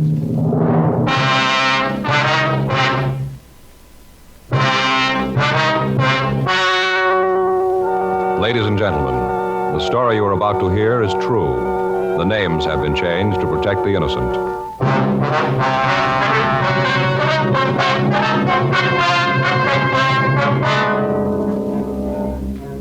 You're a detective sergeant. You're assigned to homicide detail. You get a call that a 72-year-old man has been murdered. His invalid wife has been brutally beaten. There's no lead to the assailants. Your job, get them. When you're asked to try a cigarette, you want to know, and you ought to know, what that cigarette has meant to people who smoke it and who smoke it all the time. For almost a year now, a medical specialist has given a group of Chesterfield smokers thorough examinations every 2 months.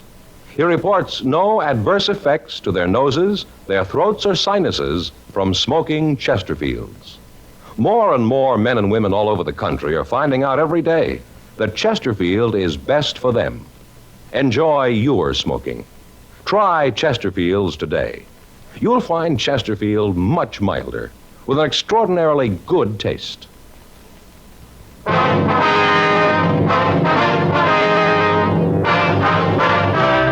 Dragnet, the documented drama of an actual crime. For the next 30 minutes, in cooperation with the Los Angeles Police Department, you will travel step by step on the side of the law through an actual case transcribed from official police files.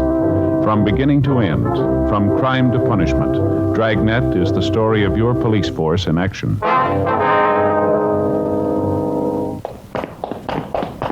It was Tuesday, August 12th. It was warm in Los Angeles. We were working the day watch out of homicide detail. My partner's Frank Smith. The boss is Thad Brown, chief of detectives. My name's Friday. We were on the way out from the office, and it was 8:12 a.m. when we got to 8469 North Brighton Avenue. The front door. Yes? Mrs. Hurley? Yes, who are you? Police officers. This is my partner, Frank Smith. My name's Friday. Oh, well, it's about time you got here. Yes, ma'am. I wonder if we could see Mrs. Stone. I don't think so. The ambulance man's with her now, giving her some kind of pill, something to calm her down. Lord knows the poor thing certainly needs something. Yes, ma'am. We'd like to see her, please. Like I said, I don't know if you can. I'll have to ask the ambulance man. Well, I'm sure it's all right, ma'am, if you just let us talk to the attendant. You just wait here. I'll talk to him. Now, look, I don't like to be rude, ma'am, but this is a murder investigation. If you'll open the door, please. How do I know you're what you say you are? How do I know you're cops? Now, here's our identification. Looks enough like you, I guess. All right, come on. Thank you. Where is Mrs. Stone? Back there, in the back bedroom. I'll check with the attendant, Joe. Right, Frank. I wonder if you could tell us what you know about this, Mrs. Hurley. You just bet I can. You just bet. That poor woman back there. She's lying at death's door because you didn't do your job. You know that? Ma'am? At death's door. It's your job to see that things like this don't happen. That's what you're paid for. And look, just look. Her poor husband dead and herself all beaten. Poor thing. I just don't understand what the world's coming to when things like this can happen. Well, first, ma'am, there was no way we could stop this. I think you understand that. We're trying to clean it up now. We're going to need your help to do it. Now, if you just tell me what happened, please. Yeah, that's what you say. I know different. All right, Miss Hurley. The faster we can get started on this thing, the better chance we have of getting the people responsible for it. I suppose so. Well, what do you want to know? Well, if you'd please start at the beginning and tell me what you know about it. Yeah. Well, it started this morning. About 7 or 7:15, I think. I heard this noise at the back door, kind of a scratching kind of noise. And a moan, a little tiny moan. Sounded like it was way off, kind of In the distance. Yes, ma'am. First, I wasn't sure that I wasn't dreaming the whole thing. You know how it is when you're awakened out of a sound sleep. Yes, I understand. Well, it was like that. Took me about 10 minutes before I knew that there really was something there. Well, I got up and went to the door. And that's when I found her, right there at the back door, kind of laying on the porch. I could see right away that someone had beaten her. That's when I called the ambulance. And then she told me about how her husband had been killed, and then I called you. The other car, the one with the men in uniform, come out. Mm-hmm. They looked around, and then they went over to the house. That'd be the Stones' house? That's right, next door. I see. How about it, Frank? Well, it's pretty bad, Joe. They're treating her now. Can we see her? Only attendant says it'll be all right for a couple of minutes. Not much more than that. They're going to take her to Georgia Street. Okay. He said he'd let us know when we could talk to her. All right, fine. Did she tell you what happened, Mrs. Hurley? Anything at all? Just that there was 2 men. They come in and beat up on her, killed her husband. That was enough. One look at her, and I could tell she was hurt bad. And her an invalid. I just don't understand how anybody in their right mind could do a thing like this. I just don't understand it. Yes, ma'am. Now, you say that she's an invalid, is that right? Yes, they were involved in an auto accident a couple of years ago. Some drunk ran right into them, smashed the car all up, laid Mr. Stone up for a couple of months, and put Patricia in a wheelchair for the rest of her life. Can't walk at all. She crawled over here. Don't know how she did it. It's great courage. Yes, ma'am. Did you hear anything at all last night? Any disturbance aside from what you told me? Not a thing. Went to bed about 10, slept like a rock, didn't hear a thing until this morning. That was about 7:15 maybe, like I said. Nope, I didn't hear a thing. Well, do you know if there was anyone that the Stones were afraid of? Anyone who might have done anything like this? Nope. I can't think of a soul. How about money, ma'am? Did Mr. Stone keep large sums of money around the house? Well, now, I don't know. You might have. Joe? Well, yeah, Hal. You want to see her now? Yeah, come on, Frank. All right. You gonna want to talk to me some more? Yes, ma'am, we'll be back.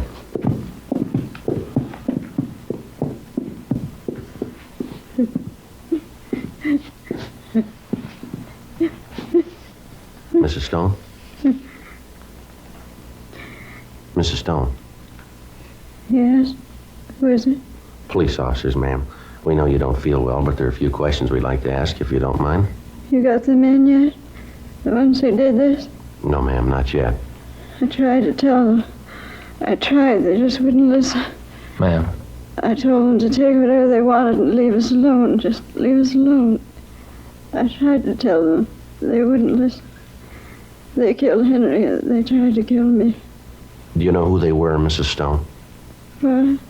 I say, do you know who they were? The men who did this, do you know who they were? Had you ever seen them before? No, I don't think so. It was dark. Then I heard them argue with Henry. I tried to get up. I tried to help him, but I couldn't. I screamed, but they didn't pay attention. Then they killed her. Ma'am, can you describe them for us? Tell us how tall they were, how they were dressed, maybe? They didn't know that I was there. Then they came into my room and they said they'd kill the other one, so they might as well kill me, too. I tried to tell them to go away, and they wouldn't listen. They just hit me and hit me and hit me. There wasn't anything I could do. Did they drive a car, ma'am? Is there anything you can tell us that might help us in identifying them? Did one of them use a name, maybe? They locked me in the closet. They put that pillow over my head. I don't know why. I told them they could take what they wanted. Take it if they just leave us alone, but they didn't. They killed Henry. They tried to kill me. All right, Mrs. Stone, everything's going to be all right here. Don't worry now. Just try and get some rest. Doesn't matter much now. Isn't anything that matters anymore. Nothing now that they killed Henry. All right, ma'am. Please try not to get upset. Joe? Yeah. Better get her downtown. Well, how's it look for her, Hal? What are her chances? Depends. Yeah. How hard she wants to try.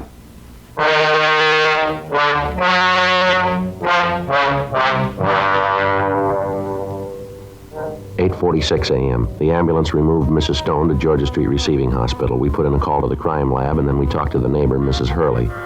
She could add little to what she'd already told us. She said that she'd heard no loud noises during the night and that she'd seen no one in the neighborhood acting suspicious. She told us, however, that Mr. Stone was known to have kept large sums of money in the house. She went on to say that he made no attempt to hide his distrust of banks and that he had often said that all of his money was on the premises. 9:02 a.m. Frank and I went next door to the Stone home. The crime lab and latent fingerprint crews had arrived and were going over the place for physical evidence. We talked to Ray Pinker of the crime lab. This is how they got in. Yeah, toward the screen, huh? Must have done it with their hands. Couldn't find any tool marks. You figure the door was open then, huh, Ray? Yeah, it looks that way. One of those old-fashioned locks, no indication that they forced it. Mm-hmm. Did you find anything else? Take a look back here in the closet. Well, they sure tore the place up, didn't they? Yeah, went through everything. Even took the pictures off the walls. Yeah. Ripped up the bedding. There's in a drawer they didn't go through. Any prints at all? Bergman's checking it. Haven't found anything yet that I know of. Pretty bad. Here. Look at the mattress on the husband's bed. Tore it all up. Stuffing scattered around the room. Looks like a tornado went through the place. The closet's back here.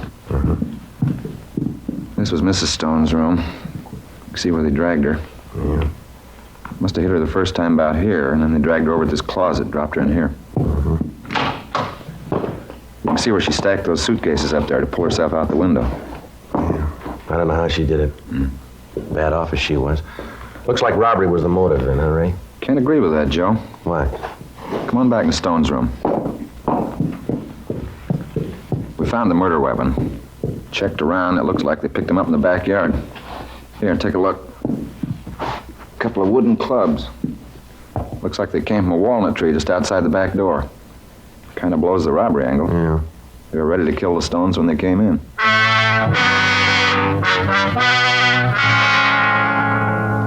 9:30 a.m. The crime lab finished their investigation of the house. The backyard and the surrounding ground were gone over. In the soft earth at the foot of one of the walnut trees, a pair of footprints was found and plaster casts were made of them. On the lower limbs of the trees, we found the place where the 2 clubs could have been taken. The rest of the yard and the immediate vicinity were combed, but we found nothing. 12:15 p.m. Frank put in a call to Georgia Street Receiving Hospital.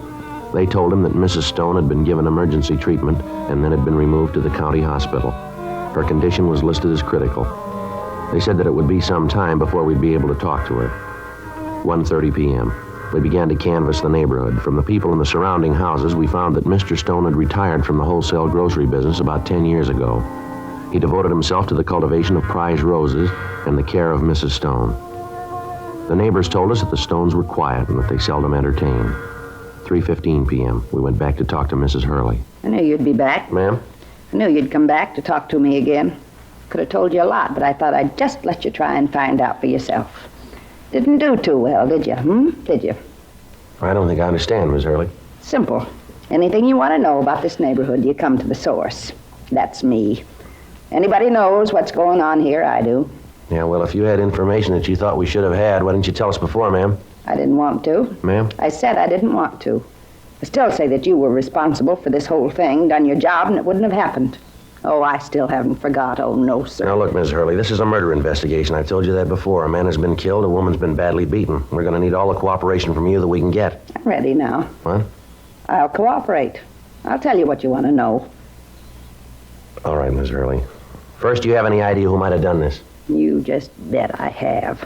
Who, ma'am? Their boy. Only one that's mean enough to do it. Only one. Their boy? Sure. Herman Jr. He's the one. You just bet. Why do you say that? Because I know, that's why. Mean kid. Always had trouble with him. Because the only trouble ever was between Patricia and me. Troublemaker. That's what he was. Pure and simple, a troublemaker. How old is this boy, Miss Hurley? 36, a real monster. You know where the boy is now? No, and I'm not interested. Happiest day of my life when he moved out of the house. Oh, he and I used to get in some arguments. Little brat. Stand there and think he was so big. Finally, Mr. Stone saw it. Told him to get out. Moved right out of the house, bag and parcel, right out. You mean that Mr. Stone and the boy had arguments? See? That's what I mean. No wonder people don't cooperate with you. I beg your pardon? I say something, then you ask me if I mean it. Of course I mean it. I wouldn't say it otherwise. Like people who ask, what time is it? You tell them, and then they ask if you're sure. If they don't want to believe you, why do they ask you in the first place? Yes, ma'am. Were you there at the time, ma'am? No, I wasn't. It was a warm night. Just a couple of months ago, all the windows was open, and I just couldn't help seeing into their house. You know, houses being close together, you can understand it. Yes, ma'am, we can understand. I don't like the way you said that, young man. Well, I didn't mean anything by it, Mrs. Hurley. Oh, well, I suppose not. But I don't want you to get the idea that I'm the nosy type. Oh, no, ma'am, not at all. Well, anyway, Mr. Stone told Herman to get his things and get out. Right out. That night. Uh-huh. Well, did the boy leave that night? Oh, yes. Went right into his room and packed. Said he'd never come back, that he didn't want anything more to do with the old man. Then his father said that was the way he wanted it. He was going to cut him out of his will. Well, you can just believe that's when the trouble really started. Well, now, where was Mrs. Stone all this time? Well, she was in her room, but she come out, wheeled herself right out, told them to stop this foolishness. She always was kind of pampering the boy. I think myself that's what caused him to be like he was. You know, tied to his mother's apron strings all the time. Yes, right. That's when Herman said that about doing something. Said that the old man was senile. Said that he was crazy and that the money was his and he was going to see that he got it. Said he meant to have it if he had to kill somebody. 4:10 p.m. We got the full name and description of the Stone boy from Mrs. Hurley. We went back to the office and ran the name through R&I. We found a Herman Stone Jr. with a record listing 3 arrests on charges of 4127A LAMC. We checked out his last known address, a hotel on South Hill, and found that he'd moved several weeks before. The manager gave us a forwarding address, and at 6:10 p.m., Frank and I drove out to see him. It was a large apartment hotel on Wilshire Boulevard. We talked to the desk clerk. Sure, I know Herman. Nice guy. Once in a while he gets a little loud, but most of the time he's a real nice guy. Is he here now? I don't think so. Let me look. No, Key's here. I think I saw him go out about an hour ago. He wasn't feeling too well. Bad hangover. Any idea where he might be? No, like I said, I didn't talk to him. Just saw him go out. You know what he does for a living? Herman? Yes, sir. I don't think he does nothing. Plays the horses a little bit, picks up a buck that way. Good player. Sure knows the dogs. Given me a couple of tips. Didn't do any good. He sure does all right. Made a real killing yesterday. Must have hit it for about $4,000 or $5,000. That right? Yeah. Showed me the money this morning. Real big roll. At least $4 or $5 grand. Tips he gave me never did that good. You got any idea where he was last night? So what's this all about anyway? Herm done something? Well, it'd be better if we talked to him. Oh, yeah. Well, yeah, I guess you guys know what you're doing, huh? Well, yes, sir. He asked me if I knew what he was doing last night. I sure do. He really tied one on. Of course, with his luck, I don't wonder. Really tied one on. Sir? Loaded. He got in here. He had a bottle. So you won't say anything about this to the management, will you? No, sir, we won't. Couldn't have that happen. They don't approve of drinking while I'm on duty. You understand. Kind of stuffy, but that's the way they look at it. Like I said, old Herm rolls in here, and he's got this bottle. He asked me to have one with him. Well, I don't like to get him sore, so I do. And we have a couple of more. Old Herm, that boy can really put it away. Yes, sir. What time was that? Well, let's see. I guess about 7, maybe 7:15. Did he go out after that? Sure didn't. Killed the bottle, and then he passed right out, cold. Slept there on that couch. No, sir. Old Herm didn't go anyplace.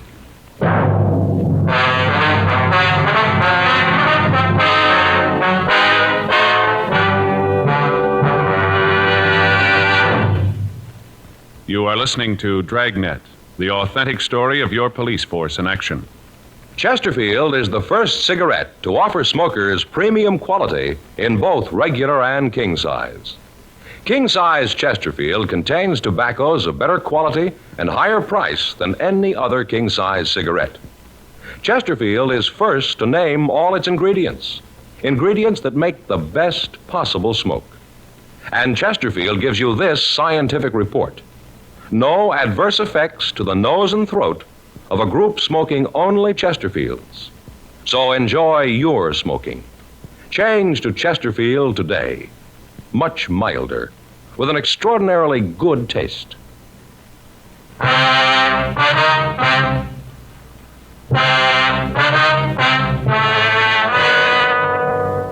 8:12 p.m. Herman Stone returned to the hotel. Frank and I talked to him for about an hour. He appeared quite shaken when we told him of his father's death. We questioned him about the money that he'd suddenly come up with. He explained that he'd won it at the races. He gave us the name of the man who accompanied him to the track. Frank and I checked with him and found that Stone's story was true. We checked his shoe size and found that it was not the same as the print found at the scene of the murder. 10:46 p.m. We called the office and they told us that we'd gotten a message from the county hospital. Mrs. Stone was able to talk. She wasn't completely out of danger, but barring a relapse, she was expected to recover. Frank and I drove out to the hospital and talked to her. I wish I could help you more than I have, but there just isn't anything else. Well, could you give us any idea of about how tall they were? That'd be pretty hard to do, Mr. Friday. I was lying down when they came into my room. I could only guess, but I'd say maybe as tall as you. I don't think much taller. I see. How about their build, ma'am? Was it heavy or slight? I can't be sure. I guess if I must say one or the other, have to say they're about medium. One was very strong, though. Ma'am? The one that carried me to the closet. He was strong. Just lifted me out of bed and carried me over to the closet and threw me on the floor. Did your husband have any large amounts of money in the house? Yes. Yes, he did. Herman never believed in banks, not since the crash. He always said that he could take care of the money as well as they could. Yes, ma'am. He had all of his savings in the house, kept them in the mattress on his bed. Do you know about how much that might be, Mrs. Stone? I'd only be guessing, but I'd say maybe $12,000 or $13,000. Herman didn't discuss finances with me. He always thought it was a man's business, that I shouldn't have to worry about it. I tried to tell him, tried all the time, What's that, ma'am? that he should put the money in a bank. He used to talk about it, too. I know that didn't help any. Well, who did he talk to, Mrs. Stone? People in the neighborhood. He used to tell them that he didn't get the interest, but that he always knew just where his money was. Used to ask them if they could say the same. Mm-hmm. Can you think of anybody in the neighborhood who might do a thing like this? Oh, no. We've lived there for a long time. No, none of them would even think about it. I see. Did you or your husband have any enemies? Anyone that you had any arguments with, maybe? No, there wasn't anyone. Mr. Friday, Yes, ma'am? does my son know about this? Does he know that his father is... Does he know about it? Yes, ma'am, he does. He's outside in the hall right now. He said he'd like to see you. Poor boy. Never did get along with his father. I tried to make them understand each other. I tried so hard. Didn't seem to do any good. Mm-hmm. Well, if there's nothing else that you can tell us, ma'am. There's one thing. I hate to mention it. It seems so silly. What's that, Mrs. Stone? Well, when they were arguing with Herman in the next room, they got very loud. I thought that I recognized one of the voices, and I can't be sure, but at the time I thought it. Yes, ma'am. Then when they came into my room, I was pretty sure. But I could be wrong, and I wouldn't want to cause anybody any trouble. I wouldn't want to make a mistake. Well, who do you think it might have been? Whose voice do you think it was? It sounded like Smokey's. Who? Smokey. He used to do some work around the yard for Herman. That was a year or so ago. I haven't seen him since then. Well, do you know where we can get in touch with him, ma'am? No, I don't. As I said, I haven't seen him in over a year. What's his full name, Mrs. Stone? I don't know, but that's why I thought it might be a little silly. I don't even know his right name. He just told us his name was Smokey. The young man always had a cigarette in his mouth, chain smoker, I think you'd call. Uh-huh. Herman used to kid him about it, smoking all the time. I don't think Smokey liked it. He was a pretty serious young man, used to get a little angry at Herman. I see. Can you give us a description of the man? Oh, yes. Nice-looking boy. I hope I haven't made a mistake. I hope I haven't done the wrong thing. Well, don't you worry about it, Miss Stone. What? That's his worry now.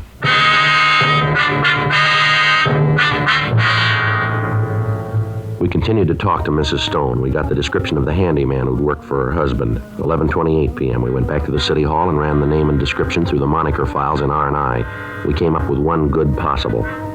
In checking his record, we found that his full name was Charles P. Roxford. His age was listed as 37 years. The rest of his description matched the one we'd gotten from Mrs. Stone. He had an arrest record listing several charges of forgery, and at that time there was an outstanding warrant on him for check passing. We went back to the office and called Forgery Division. Yeah, Roxford. Yeah, that's right, Charles R. Huh? Oh, we want to talk to him about a killing out on Brighton, yeah. What? When was that? Yeah, okay, we'll be right there. Well, that's a break. What do you mean? They know where he is? They got him.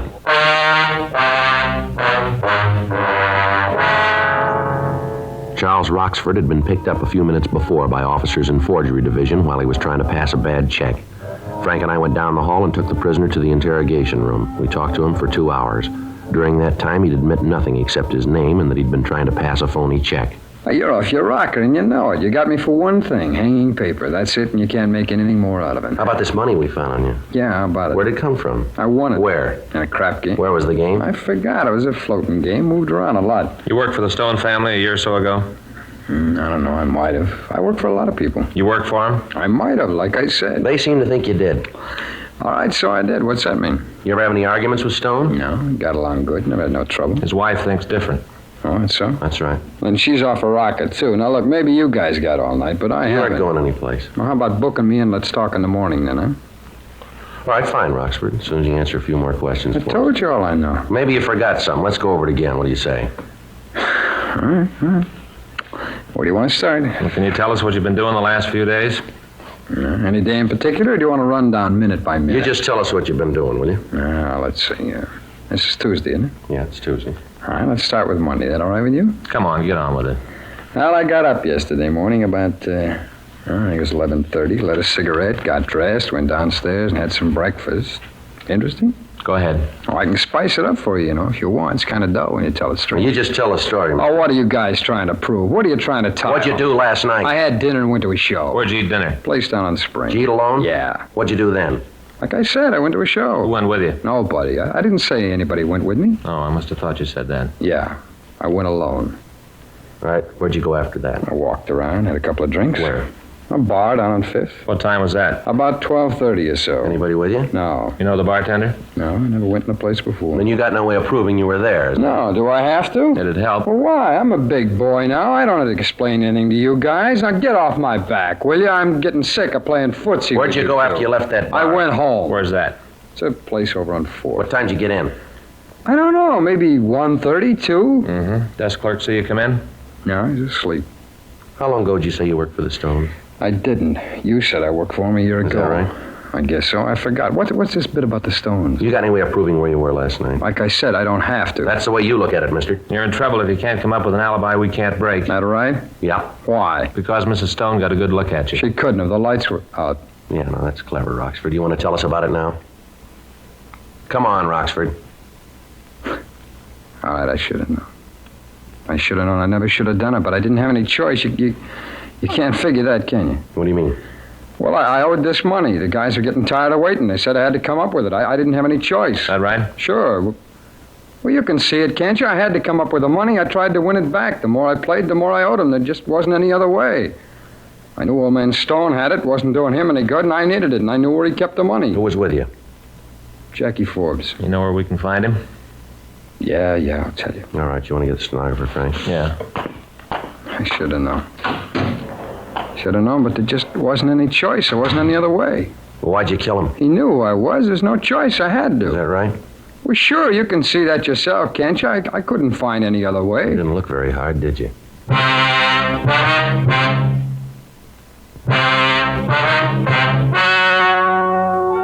The story you have just heard was true. The names were changed to protect the innocent. On December 10th, trial was held in Department 89, Superior Court of the State of California, in and for the County of Los Angeles. In a moment, the results of that trial. Now, here is our star, Jack Webb. Thank you, George Fenneman. Friends, as I've told you before, Chesterfield is the first cigarette to give you premium quality throughout in both regular and king size. And Chesterfield is the cigarette that gives you this scientific report. No adverse effects to the nose and throat of a group smoking only Chesterfields. Now, as a 2-pack-a-day Chesterfield smoker, I know it's the cigarette that's best for me. They really are much milder, and I'm sure when you try them, regular or king size, you'll agree Chesterfield is best for you.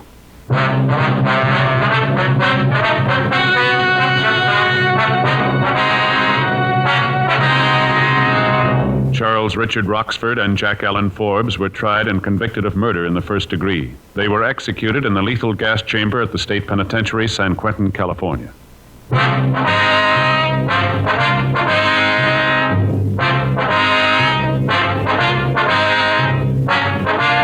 You have just heard Dragnet, a series of authentic cases from official files. Technical advice comes from the Office of Chief of Police W.H. Parker, Los Angeles Police Department. Technical advisors, Captain Jack Donahoe, Sergeant Marty Wynn, Sergeant Vance Brasher. Heard tonight were Ben Alexander, Virginia Gregg, Stacey Harris. Script by John Robinson. Music by Walter Schumann. Hal Gibney speaking. For a million laughs, tune in Chesterfield's Martin and Lewis show Tuesday on this same NBC station. And sound off for Chesterfields. Either regular or king size, you'll find premium quality Chesterfields much milder. Chesterfield is best for you. Chesterfield has brought you Dragnet, transcribed from Los Angeles.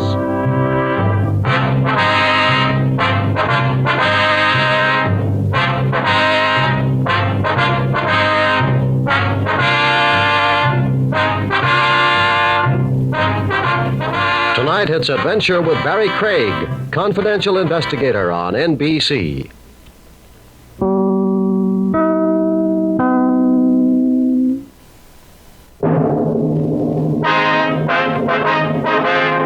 Sound off for Chesterfield.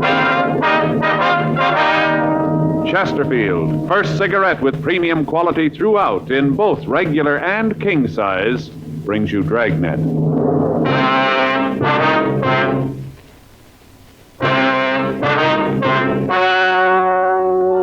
Ladies and gentlemen, the story you're about to hear is true. The names have been changed to protect the innocent.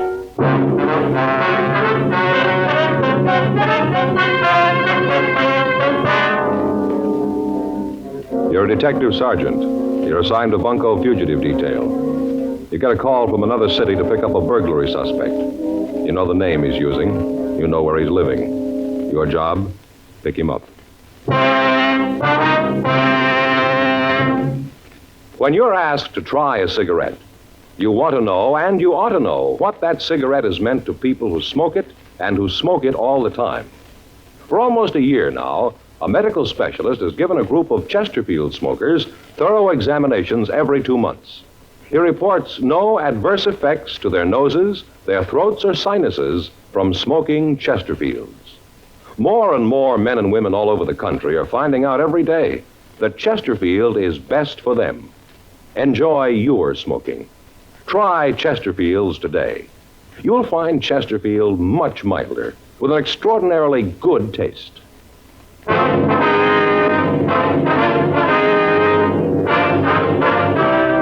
Dragnet, the documented drama of an actual crime. For the next 30 minutes, in cooperation with the Los Angeles Police Department, you will travel step by step on the side of the law through an actual case transcribed from official police files. From beginning to end, from crime to punishment, Dragnet is the story of your police force in action. It was Tuesday, June 4th. It was hot in Los Angeles. We were working the day watch out of Bunko Fugitive Detail. My partner is Frank Smith. The boss is Captain Steed. My name's Friday. We were on our way out from the office, and it was 9:42 a.m. when we got to the corner of Selma and Fountain. The Arizona Carlton Hotel. Guess we check over there, huh? Yeah, you got the mugs? Yeah, right here. I'm awfully sorry, Mrs. Hartfield. Yes, I know we say each room is air-conditioned. Well, yes, ma'am, but it is true. I know, ma'am, but the air conditioning is on full now. All right, ma'am. Yes, I'll send some right up. I'll be with you right away. Front, here, boy. Get some ice water up to Mrs. Hartfield in 502 right away. Now, sorry to keep you waiting. It's all right, sir. What is it you wanted? We're police officers, sir. Here's our identification. There's nothing wrong, is there? Don't know what I'd do if anything else went wrong. The air conditioning unit went out this morning, making excuses. I don't know how much longer the ice water's going to hold out. What is it? What's wrong now? Do you have a Mr. George Richmond registered here? Probably gives his home address as Modesto. Richmond, let's see here. Wait a minute. Sir? How do I know you're what you say? Police department's always sending out circulars saying to be careful about this sort of thing. It's a respectable hotel, you know. How do I know? Well, here's our identification again, sir. I showed it to you before. Oh, Friday. How about yours? Yeah, here you are, sir. All right. Can't be too careful. Your own office says that, you know. Careful. Anybody can come in here with a badge. Yes, sir. Now, if you just check the register for us, please. Yeah, sure thing. Oh, yes, sir. Here he is. Richmond George, Modesto, California. Is he here now? No, checked out day before yesterday. Oh, excuse me. Yes, sir. Registration desk. Yes, Mrs. Hartfield. Yes, ma'am, I know that's what we advertised. Well, yes, ma'am, but it's on the way up. No, ma'am, I sent the boy myself. Yes, ma'am. I'm sure he'll be there. All right, Mrs. Hartfield. Yes, ma'am. I may quit. Now, what was it you wanted with Mr. Richmond? Well, you said that he moved out, huh? Yes, bag and baggage day before yesterday. You leave any forwarding address? No, I talked to him when he left. Didn't say a word about where he was going. Was there anyone in the hotel he was especially friendly with? Anybody who might know where we can reach him? No, kind of kept to himself. Nice fella. Sure tipped good. Kept to himself, though. Is there anyone around the place who might know where he was going? Bellboys, maybe the waitress in the coffee shop? No, I hardly think so. He didn't eat here. Don't blame him. Well, thank you very much, sir. Here's our card. If you hear anything from Mr. Richmond, we'd sure appreciate a call. You bet. I'll give you a ring. You got any mail while he was staying here? No, nothing. Not even a phone call. Didn't use the room for anything but to sleep. Real quiet. Good tipper, though. Did he drive a car, do you know? No, not that I know of. Say, come to think of it, you might check with Ernie. Ernie? Yeah, he drives a cab, usually right out in front. He picked up Mr. Richmond one night. He might be able to tell you something. All right, sir. Thank you very much. If anything comes up, appreciate that call. Okay. Hope you get what you're looking for. Registration desk. Yes, Mrs. Hartfield. Let's go, Frank. Right. I know, ma'am, but the ice water's on the way up. I can't understand why it isn't there, but I am the manager, Mr. Fellow out there might be him. Yes? Yeah.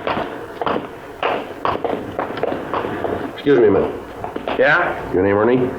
That's right. What can I do for you? Police officers. We'd like some information. Well, I got a permit to park here. No, it's not that. We'd like to know if you remember picking up a George Richmond here. Oh. Richmond, huh? Yeah, that's right. Richmond. No, the name doesn't make any bells ring. What's the guy look like? You got those mug shots, Frank? Oh, yeah. Here you go. You a cop, too? Yes, sir. I'm an officer. Yeah. You kind of look like one. Is this the guy? Yes, sir, that's him. You remember picking him up? Yeah, seems I've seen him before. Yeah, good tipper. Yeah, I picked him up, let's see, a couple days ago, drove him downtown. Sure, downtown. Remember where you took him? Gee, it was a couple days ago, like I said. Yes, sir. I haven't got the slightest idea.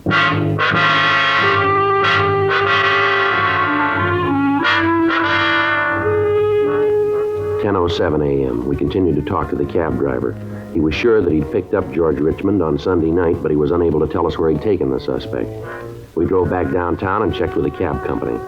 On the driver's waybill, we found that he'd made 3 pickups that night from the hotel on Fountain Avenue. The first stop listed was a large cafeteria in downtown Los Angeles.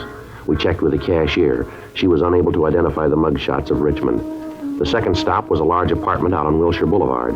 We checked the manager of the place, and she told us that she didn't recognize the name. We showed her the mugshots of Richmond, and she said that she thought she'd seen the man 2 weeks before. When she asked him what he wanted, he said that he was looking for a Miss Norman. Because of the way he'd acted, the landlady hadn't told him that there was a tenant by that name living in the place. She gave us the apartment number of the Norman woman, and Frank and I went up to see her. Want to try it again? Yeah. Who is it? Police officers. What? Police officers, we'd like to talk to you. Just a minute.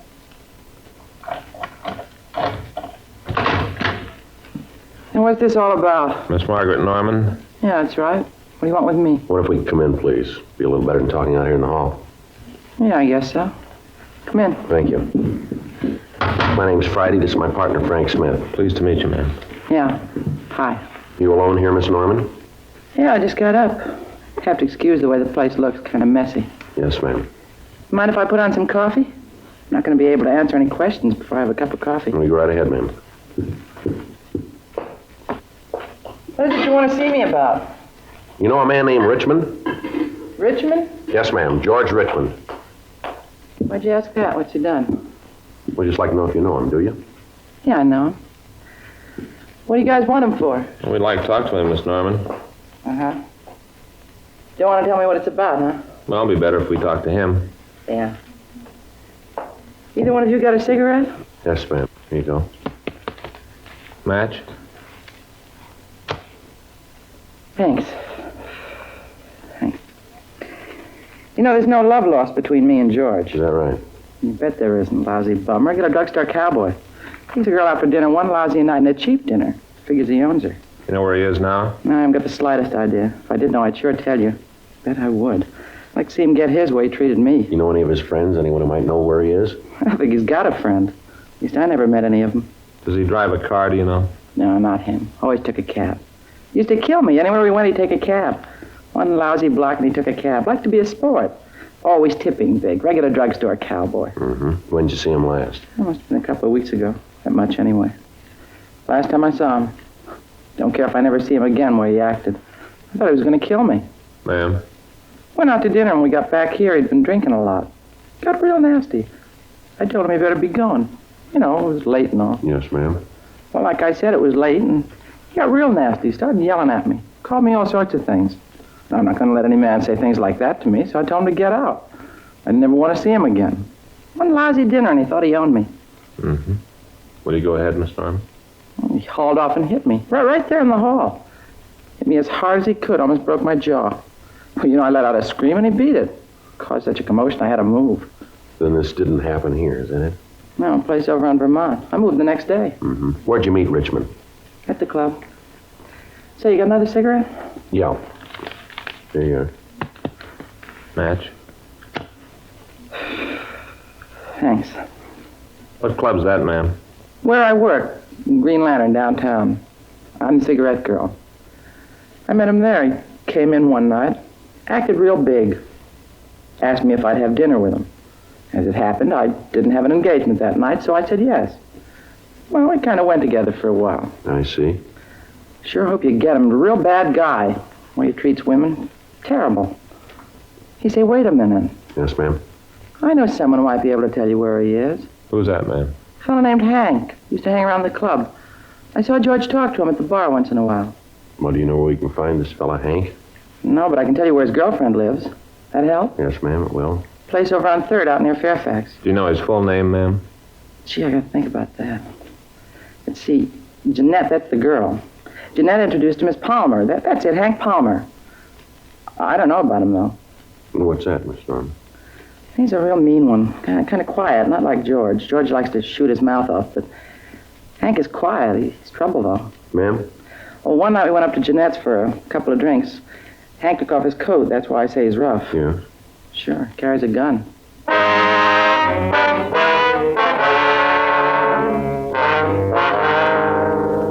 1:45 p.m. We got the description of Hank Palmer, and then Frank and I drove back to the city hall. We ran the name and description through R&I, but we got no make.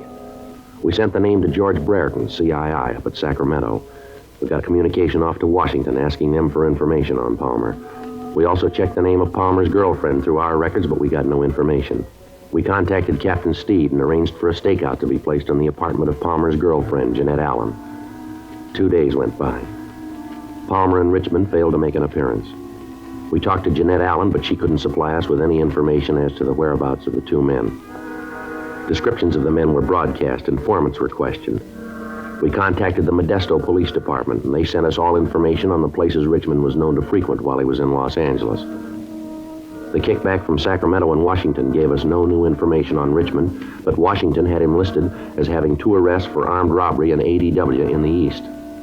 Another week passed. The stakeouts on Jeanette Allen's apartment continued. No sign of either of the men. Sergeant Al Panoges of the Bunko Fugitive Detail worked with us in trying to trace their movements. On Saturday, June 15th, we got word from an informant that Richmond and Palmer had been seen in town. We checked with the stakeout at the apartment, but they'd seen nothing of the two men. Frank, Al Panoges, and I drove out to relieve the stakeout. Hey, Panoge. Yeah, Frank. Sure hot in this room, isn't it? Air just laying there. Yeah. Paper says it's the hottest June 15th on record. Say, Miss Allen. Yes, Sergeant? Now, you haven't heard from Palmer at all since he got back, is that it? No, not a word. I don't really believe he's in town. I'm sure if he was, he'd look me up. Never done this before. Uh-huh. Say, would it be all right if I got a glass of water, miss? Sure, help yourself right out in the kitchen. Thanks. How about you, Joe? Want some? No, thanks. Al? Yeah. Joe? Yeah? Cab's stopping out in front. Man getting out. Might be one of them. Guy's wearing an overcoat. On a day like this? You coming in here, Al? Yeah. Yeah, cab's pulling away. Okay. You want to take that side of the door, Frank? Right. You better go into the bedroom, Miss Allen. You think there's going to be some trouble? Well, it depends on the way he wants it. Oh, well, I guess you know best. I hope not. All I need is to have to move again.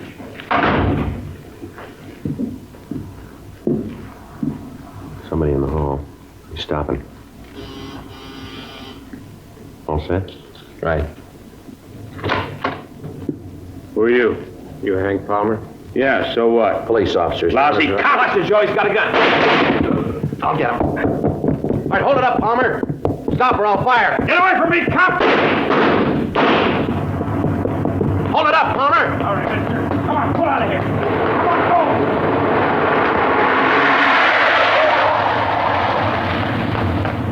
Get in the call, Frank. Gray Mercury. License number is 1S69105. Right. Better call an ambulance, too. What? Panoges. He's hurt bad.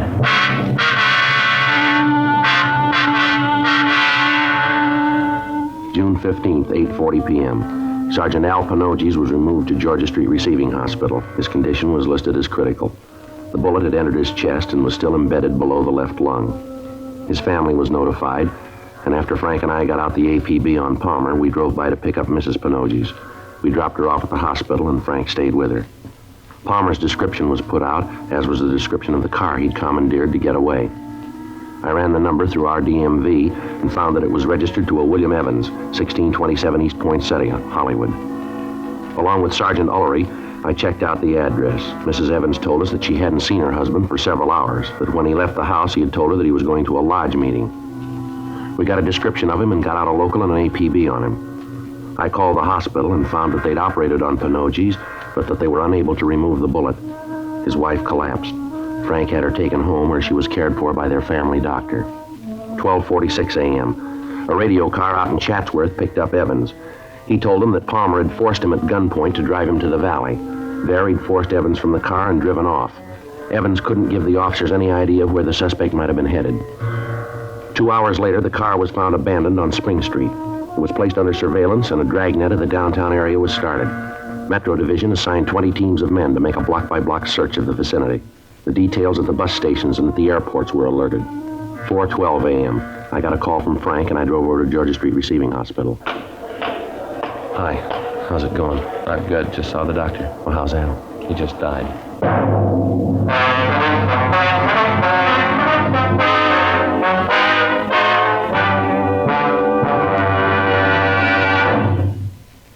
You are listening to Dragnet, the authentic story of your police force in action. Chesterfield is the first cigarette to offer smokers premium quality in both regular and king size. King size Chesterfield contains tobaccos of better quality and higher price than any other king size cigarette. Chesterfield is first to name all its ingredients that make the best possible smoke. And Chesterfield gives you this scientific report. No adverse effects to the nose and throat of a group smoking only Chesterfields. So enjoy your smoking. Change to Chesterfield today. Much milder, with an extraordinarily good taste.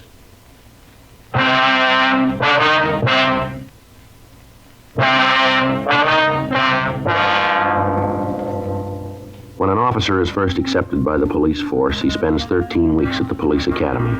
In that period, he learns the basic fundamentals of being a peace officer. On graduation from the academy, he is assigned either to traffic or to a tour of duty in one of the city jails. Then, depending on his aptitude and the way he conducts himself in the field, he's checked on for possible transfer to one of the detective divisions as an investigator. By the time a police officer gets his assignment to the detective bureau, he's become a professional troubleshooter. He knows how to handle himself, and he knows how to treat the lawbreaker. He's on call 24 hours a day, 7 days a week, and he wears a gun. When a hoodlum shoots a police officer, he's showing society that he has no regard for the law, and at the same time, he is announcing that he will not hesitate to kill an unarmed citizen. Sergeant Alfred Panoges had been a policeman 14 years. He'd begun in traffic and then had been transferred to the juvenile division. From there, he went to homicide detail and then to bunco fugitive division. He was a professional peace officer, and he'd been murdered. He gave his life to protect the people who paid his salary, the taxpayers. His killer was still at large, and we had to find him. The search of the downtown area was intensified, but it netted us nothing. Frank and I checked the immediate area around the abandoned car. In talking to the people in the vicinity, we found a newsboy who had seen Palmer park the car. He said he was unable to tell us where the man had gone, but he said that he thought he might have gone into a bar near the corner. We checked the place, but the bartender was unable to give us any information. 2 days passed. We rechecked the known hangouts of the two men. Neither of them had been seen. Tuesday, June 18th, we got word that Palmer had been seen entering an apartment house on South Alvarado. 10:14 a.m. Frank and I drove over to talk to the landlady. Palmer and Richmond. No, I don't think I know them. What if you take a look at these pictures, Mrs. Holbrook, see if you recognize them? Sure. There you are. He's a mean one. Haven't seen him, though. This one. Ma'am? This one. I know him. Which one's he? Well, that's Richmond. No, that's not his name. Told me it was Reichman. Said it was John Reichman. Lives up in 206 Atson Front. Is he in now, ma'am? No, he went out this morning early. First time in a couple of days he went out early. You expect him back soon? Oh, I don't know right off. Might be. I don't generally know when they're coming back. Don't keep tabs on them, you know. Them? Yeah, tenants. A nice bunch, most of them quiet. Had a full place last 2 years. Uh-huh. How long is this, Reichman? Yeah, that's it, John Reichman. How long's he been here? Oh, he's kind of new. He took over the room from a friend of his. Yes, ma'am. Does he have any friends in the building? Anyone that he sees quite a bit of? Well, now, there's a girl in 306. He sees quite a bit of her. Oh, who's that, Miss Holbrook? That'd be Barbara McIntyre. Nice girl. Dancer. Works downtown at one of the clubs. She in now, would you know? Oh, she should be, yes. Hardly ever gets up much before noon. Hardly ever. She works late, you know. Yes, ma'am. Does Richmond drive a car? Richmond? Oh, dear, now. Well, I don't know. I don't think so. Seems like he's always coming home in a cab. Comes in at all hours. I don't think he's going to last here. Why'd you say that, ma'am? Because I don't think he will, that's all. Plays the radio late, makes noise, you know. Then there was a fight. The girl didn't want to do anything about it, but I certainly think she should have. Oh, what's that about, ma'am? Oh, one night, let's see, it must have been about a week ago. Reichman or Richmond or whatever his name is came home and he was, well, he'd been drinking quite a bit, you know. Yes, ma'am. Well, he went up to the girl's apartment and they had an awful brawl. Screaming and yelling, an awful brawl. I went up and asked her if there was something I could do, but she yelled through the door and said no, that everything was all right. Of course, it wasn't. Ma'am? Well, the next day, the poor thing had a black eye that just wouldn't stop, all bruised up. Had a bandage right here on her forehead. Must have hit her awful hard. No, sir, I don't think he's going to last. And you're pretty sure that you haven't seen this other man, though, are you? Well, let me see that picture again. Mm-hmm. This one? No, I'm positive. I never saw him. Of course, that don't mean he wasn't here. Ma'am? Well, like I said, I don't pay much attention to them. They pay their rent, and I don't bother them. They come and go as they please. Say, what do you want them for? Is it about that, Mr.? Richmond? Yeah, is it about him beating up that poor girl? No, ma'am. I should have known about him. No, sir, he ain't gonna last long around here. I wonder if we could see his room, Mrs. Holbrook. Well, I guess it's all right. I'll get the key. All right, ma'am, thank you.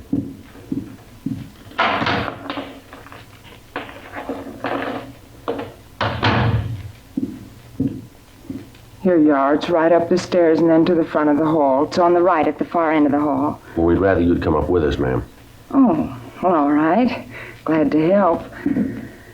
The way he must have beat that girl, a fiend, that's what he is. Sure isn't going to last long around here. No, ma'am, he sure isn't.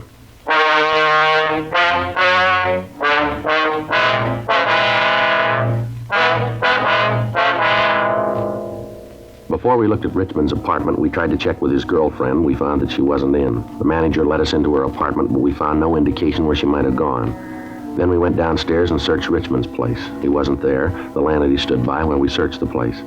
In a closet, we found a small arsenal, a gas grenade, a sawed-off shotgun, and 2 boxes of shells. There were also several revolvers, along with over 150 rounds of ammunition. We called the office and arranged for a stakeout on the building. Sergeants Ullery, Gerard, Gilmore, and Miller came out. Gerard and Gilmore covered the front entrance. Ullery and Miller were stationed at the back of the building, and Frank and I covered Richmond's room. The residents of the apartment were warned to stay inside their rooms and to keep their doors locked. 10:30 p.m. There was still no sign of the suspects. We waited. 11 o'clock, 11:15, midnight. Joe? Yeah? Looks like it might be them. Cab pulling up in front. How about Gerard and Gilmore? No, can't see him from here. Yeah. Looks like Palmer and Richmond. They got the girl with him. Where is she? She's walking between them. Makes it tough, huh? Yeah. Well, I won't try to take him on the street this way. They're coming in the building. Uh-huh.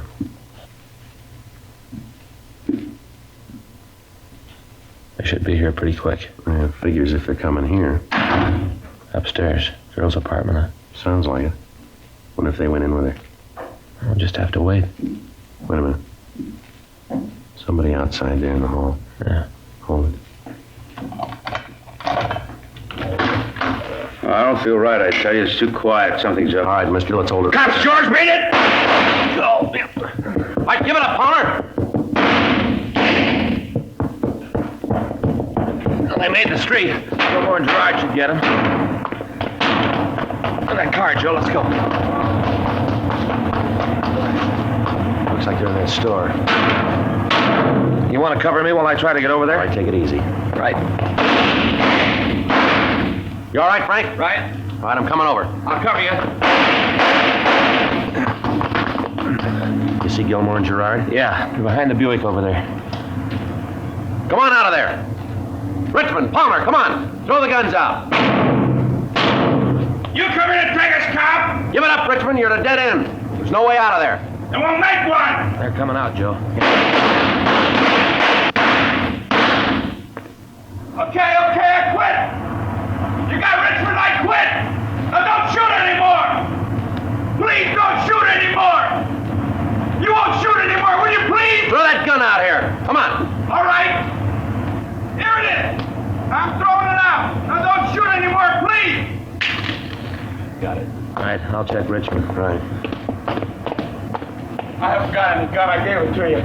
I'm hurt. Can't you see that? I'm hurt bad. I told Gilmore to call the ambulance. Richmond's dead. How about this one? Well, he's hit. I don't know how bad. I should have known not to kill a cop. I would have been like this if I didn't kill that cop. I didn't mean to. I got scared. That's all, scared. You can understand that, can't you? Yeah, you want to shake him, Frank? Yeah. Watch it, Frank. He's got another gun.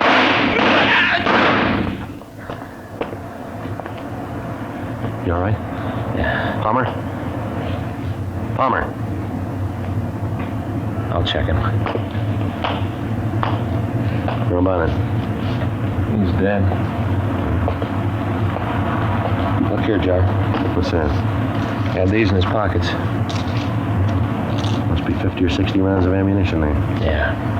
Doesn't look like he was ready to quit. He was ready.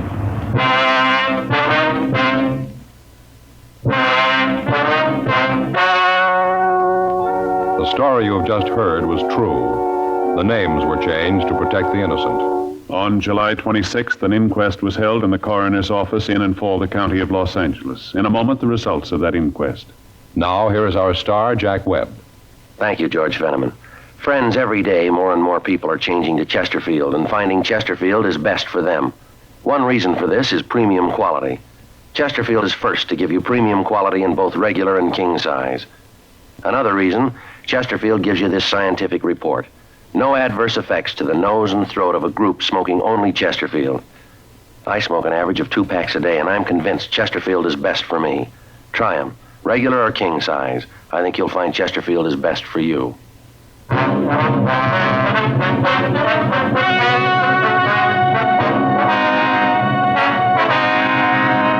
At the coroner's inquest, it was found that the deaths of George Thomas Richmond and Henry Donald Palmer were justifiable homicide.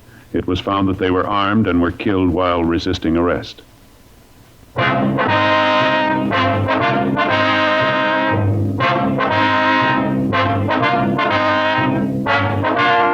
You have just heard Dragnet, a series of authentic cases from official files. Technical advice comes from the Office of Chief of Police W.H. Parker, Los Angeles Police Department. Technical advisors, Captain Jack Donahoe, Sergeant Marty Wynn, Sergeant Vance Brasher. Heard tonight were Ben Alexander, Joyce McCluskey, Paul Richards. Script by John Robinson. Music by Walter Schumann. Hal Gibney speaking. For a million laughs, tune in Chesterfield's Martin and Lewis show Tuesday on this same NBC station. And sound off for Chesterfield's, either regular or king size. You'll find premium quality Chesterfield, much milder. Chesterfield is best for you. Chesterfield has brought you Dragnet, transcribed from Los Angeles. Ladies and gentlemen, wherever and whenever people need help, the Red Cross answers the call. When a flood-stricken family needs shelter, when a crippled child must learn to walk and play, and when a wounded soldier needs blood, the Red Cross is always there. Now, the Red Cross needs your help. To keep up their many services this year, $93 million is needed. So, when the Red Cross volunteer calls on you, please answer the call and give generously.